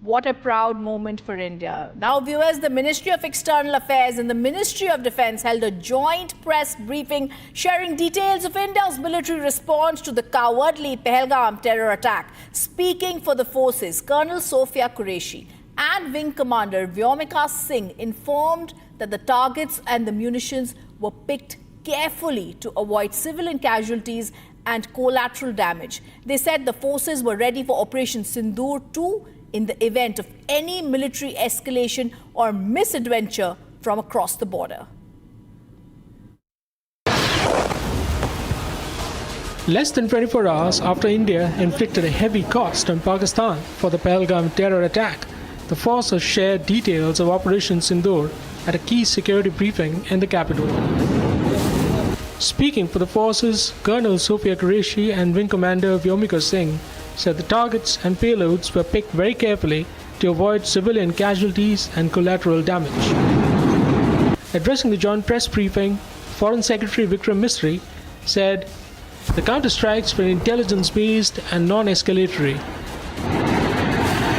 Misri said the targets were locked on the basis of hard and actionable intelligence, and the forces took necessary caution to avoid any harm or damage to the civilian population and installations in Pakistan. Earlier this morning, as you would be aware, India exercised its right to respond and preempt as well as deter more such cross-border attacks. These actions were measured, non-escalatory, proportionate, and responsible. They focused on dismantling the terrorist infrastructure and disabling terrorists likely to be sent across to India. He said the larger objective behind the dastardly Pahalgam killings was to incite communal tensions in the country. The attack in Pahalgam was marked by extreme barbarity, with the victims mostly killed with headshots from close range and in front of their families. Family members were deliberately traumatized through the manner of the killing, accompanied by the exhortation that they should take back the message. Misri said Pakistan gave space and sanctuary to terrorists and failed to act against terror directed from the soil. Perpetrators and planners of the 22nd April attack be brought to justice. Despite a fortnight having passed since the attacks, there has been no demonstrable step from Pakistan to take action against the terrorist infrastructure on its territory or on territory under its control. Jaish's Markaz Subhanallah and Lashkar's main training facilities were targeted and destroyed in the retaliatory airstrikes. Jaish-e-Mohammed's Tehran facility and the Hizbul's Maimouna Zoya facility were also blown to bits in the precision strikes. Operation Sindoor 22 अप्रैल को पहलगाम में हुए विभत्स आतंकवादी हमले के शिकार मासूम नागरिकों व उनके परिवारों को न्याय देने के लिए लॉन्च किया गया था। इस कार्रवाई में 9 टेररिस्ट कैंप्स को टारगेट किया गया और पूरी तरह से इसे बर्बाद किया गया। Republic learned from top sources that the Indian munitions and payloads targeted the residence of Jaish chief Masood Azhar as well as his terror nursery. While the fate of the Jaish chief remains unclear in the wake of Operation Sindoor, a purported statement from him said 10 members of his family perished in the airstrikes. Meanwhile, in a statement of intent, the forces said they were ready to hit Pakistan again in the event of any further escalation or misadventure. India has demonstrated considerable restraint in its response. However, it must be said that the Indian armed forces are fully prepared to respond to Pakistani misadventures, if any, that will escalate the situation. Meanwhile, as a coward Pakistan targeted civilians post-Operation Sindoor with heavy artillery shelling across the LSE, the forces responded befittingly and proportionately. The message is clear. The blueprint for Operation Sindoor 2 is ready if Pakistan dares respond. Major General G.D. Bakshi, in a sharp strategic commentary, hints at the potential use of the BrahMos missile in future cross-border counter-terrorism operations. He emphasizes the speed, precision and visibility. He suggests high-impact, non-escalatory strike on entrenched terror camps could serve as both a tactical message and a deterrent. With BrahMos' unmatchable accuracy, rapid deployment capability, Major General Bakshi frames it as an ideal tool for swift, punitive action, underscoring India's evolving doctrine of decisive, proportionate response. Operation Sindoor ये बहुत उपयुक्त नाम है भारतीय सेना और वायुसेना के उस ऑपरेशन का जो कि पहलगाम में हमारी जो 26 भारतीय नारियों का सिंदूर उजाड़ा था पाकिस्तान के दहशतगर्दों ने, उसके लिए करारा और मुफीद जवाब है। भारत की आर्मी और एयरफोर्स ने एक जॉइंट ऑपरेशन में 9 टेररिस्ट कैंप्स को स्ट्राइक किया है जो कि शुरू होते हैं मुजफ्फरनगर से पीओके में, भिम्बर गली, गुलपार, चक अमरू, सियालकोट, मुरीद के और भावलपुर। याद रहे, भावलपुर 230 किलोमीटर पाकिस्तान के अंदर है, पाकिस्तान प्रॉपर। जबकि शुरू की टारगेट्स पीओके में हैं। ये तमाम टारगेट्स मुरीद के, सियालकोट और भावलपुर तो जो सबसे डीप टारगेट है 230 किलोमीटर पाकिस्तान की गहराई में। मेरा अंदाज है कि हमारी एयरफोर्स ने Su-30 MKIs के साथ ब्रह्मोस मिसाइल्स का इस्तेमाल किया है और शायद राफाल्स के साथ स्पाइस क्रूज मिसाइल्स का इस्तेमाल करते हुए जो गहरी टारगेट्स हैं उनको स्ट्राइक किया है। इंडियन आर्मी ने जो LOC के नज़दीक टारगेट्स हैं जैसे कि मुजफ्फराबाद, कोटली, भिम्बर गली इत्यादि, इनको अपने या तो ground launched BrahMos cruise missile से टारगेट किया है या फिर कोई शॉर्ट रेंज हमारे जो वेपन्स हैं, मतलब इनसे शॉर्टर रेंज वेपन्स हैं जैसे कि स्मर्च या फिर आपके Pinaka multi barrel rocket launchers, इनसे टारगेट किया है और इन टारगेट्स को निस्तनाभूत कर दिया है। उनके फ्लैशेस तो श्रीनगर से दिखाई दे रहे थे, इतने जम के हमला किया था। हमारा जो रिस्पांस रहा है, इस बार हमने हाईली विजिबल टारगेट्स को स्ट्राइक किया है और मेरा ख्याल तो इनमें साथ में लॉइटरिंग म्यूनिशंस का भी इस्तेमाल किया गया था, possibly to confuse the enemy radars and present multiple targets, ताकि अगर कोई भी रिस्पांस होता तो उसको केटर फॉर किया जा सकता था। लेकिन लगता है आपको याद होगा जब ईरान ने मिसाइल हमला किया था पाकिस्तान पे, तो पाकिस्तान के चाइनीज़ रडार्स उसको कैच ही नहीं कर पाए थे और पाकिस्तान बहुत कंप्लेन कर रहा था चाइना को। इस बार भी प्रिसाइसली वही हुआ है। हमारे BrahMos cruise missile on side of the border stand of ranges से फायर किए गए हैं पाकिस्तान के अंदर, राइट। और इसके चलते वो उनके रडार्स बिल्कुल पिकअप नहीं कर पाए, खरोंच नहीं आई है हमारे किसी भी जहाज़ को या कोई भी ग्राउंड बेस्ड लॉन्चर को। पाकिस्तान की ISPR कह रही है कि 6 टारगेट क्लस्टर्स में कोई 24 स्ट्राइक्स की हैं भारतवर्ष ने।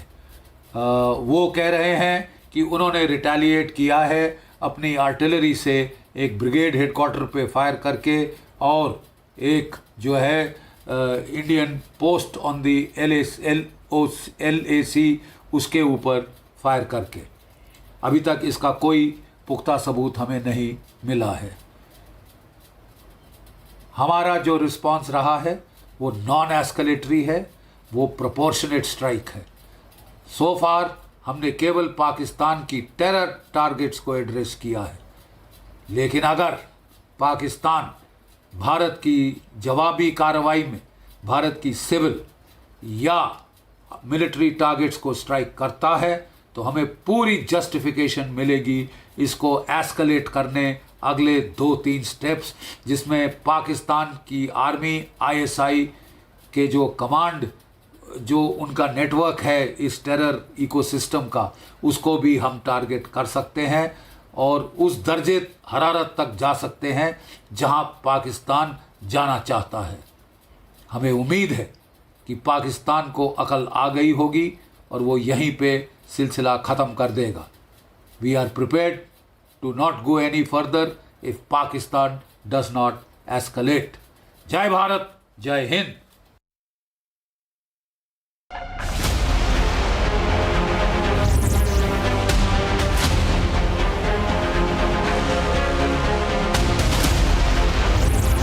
I say to the whole world, India will identify, track and punish every terrorist.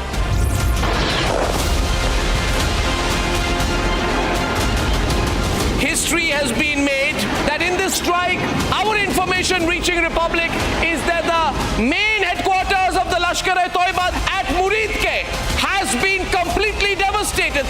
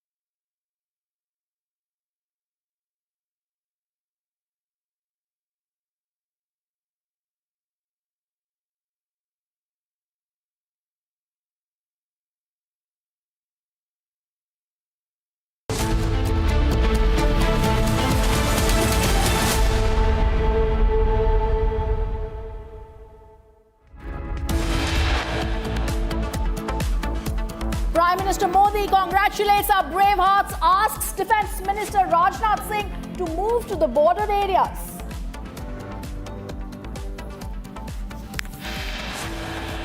Prime Minister Modi meets President Murmu, briefs her about Operation Sindoor.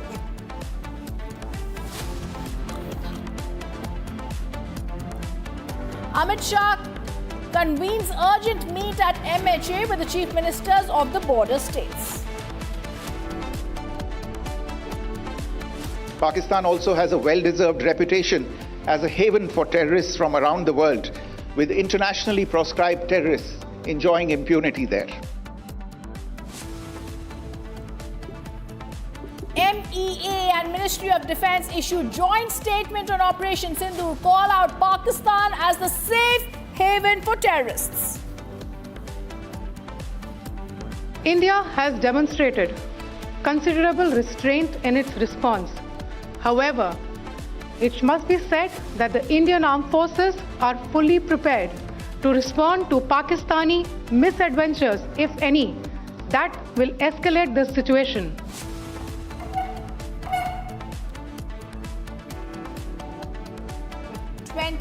Minutes in which Ministry of Defence briefs on Operation Sindoor, explains how precision strikes were carried out on 9 targets for 25 minutes.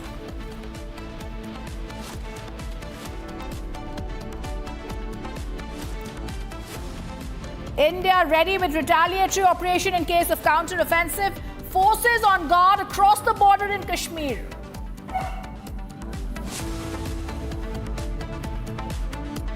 And Republic leads Operation Sindoor coverage. Story broken first on Republic by Arnab Goswami.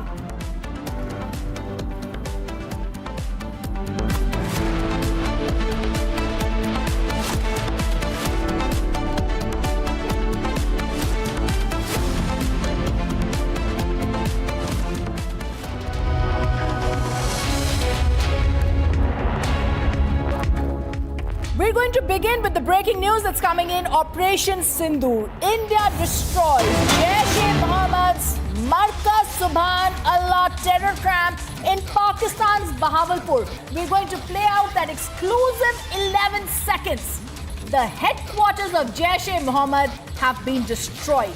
Masood Azhar gave orders from here, 100 kilometers from the international border. This camp was used to train, recruit, and indoctrinate. These visuals that talk about Markaz Subhan in Bahawalpur show us those visuals and that golden bomb explosion that went up in the air. Let me go across to Rakshita, bringing us those visuals. Rakshita, it's massive. Masood Azhar, now the terrorist who issued directions from here, the headquarters, now claims that his family members also have been killed. The close aides have been killed. We play out that Bahawalpur headquarter visuals that has been accessed by you.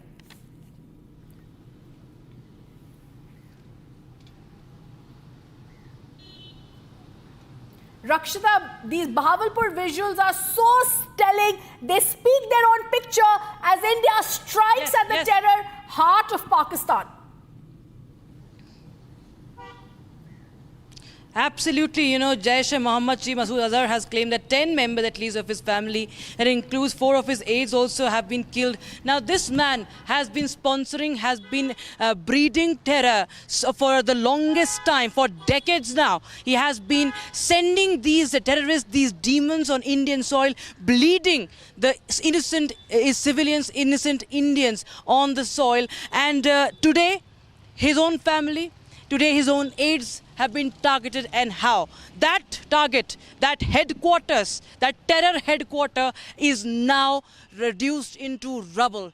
And this is what India had vowed. India said nothing anymore. Now we've had enough. We won't spare this time. We are going to dismantle you. We are going to uproot you. We are going to where it hits you the most. You will be left nowhere to go. That is the message primarily that is being sent by our forces, by our intelligence agency who have worked together. It's a historic action, that has been taken, that has taken place. If we talk about this place, the Markaz we're talking about, this Masood Azhar, of course, has been the mastermind of several terror attacks, if we talk about. And we've seen Masood Azhar was also arrested in 1994, remember, released after the IC 814. And then there were many such activities that he carried out, terror activities, now including the parliament attack, his role in the Mumbai attacks as well. So, and there are camps that have been targeted this time, where the likes of the 26/11 terror attack gunman, the terrorist Ajmal Kasab was also visiting, and many such of those terror masterminds were indoctrinating the young boys. They were indoctrinating and also creating these terror camps. Also, they were weaponizing them, providing them weapons, and this was happening in Pakistan, occupied Kashmir, as well as in Pakistan. Like you see, Bahawalpur, the locations that have been hit in Bahawalpur, those have been also hit. The way that that blaze comes out, the explosion, it's for every Indian to see. India said, the Prime Minister said that we will find you, we will trap you, and we will punish you.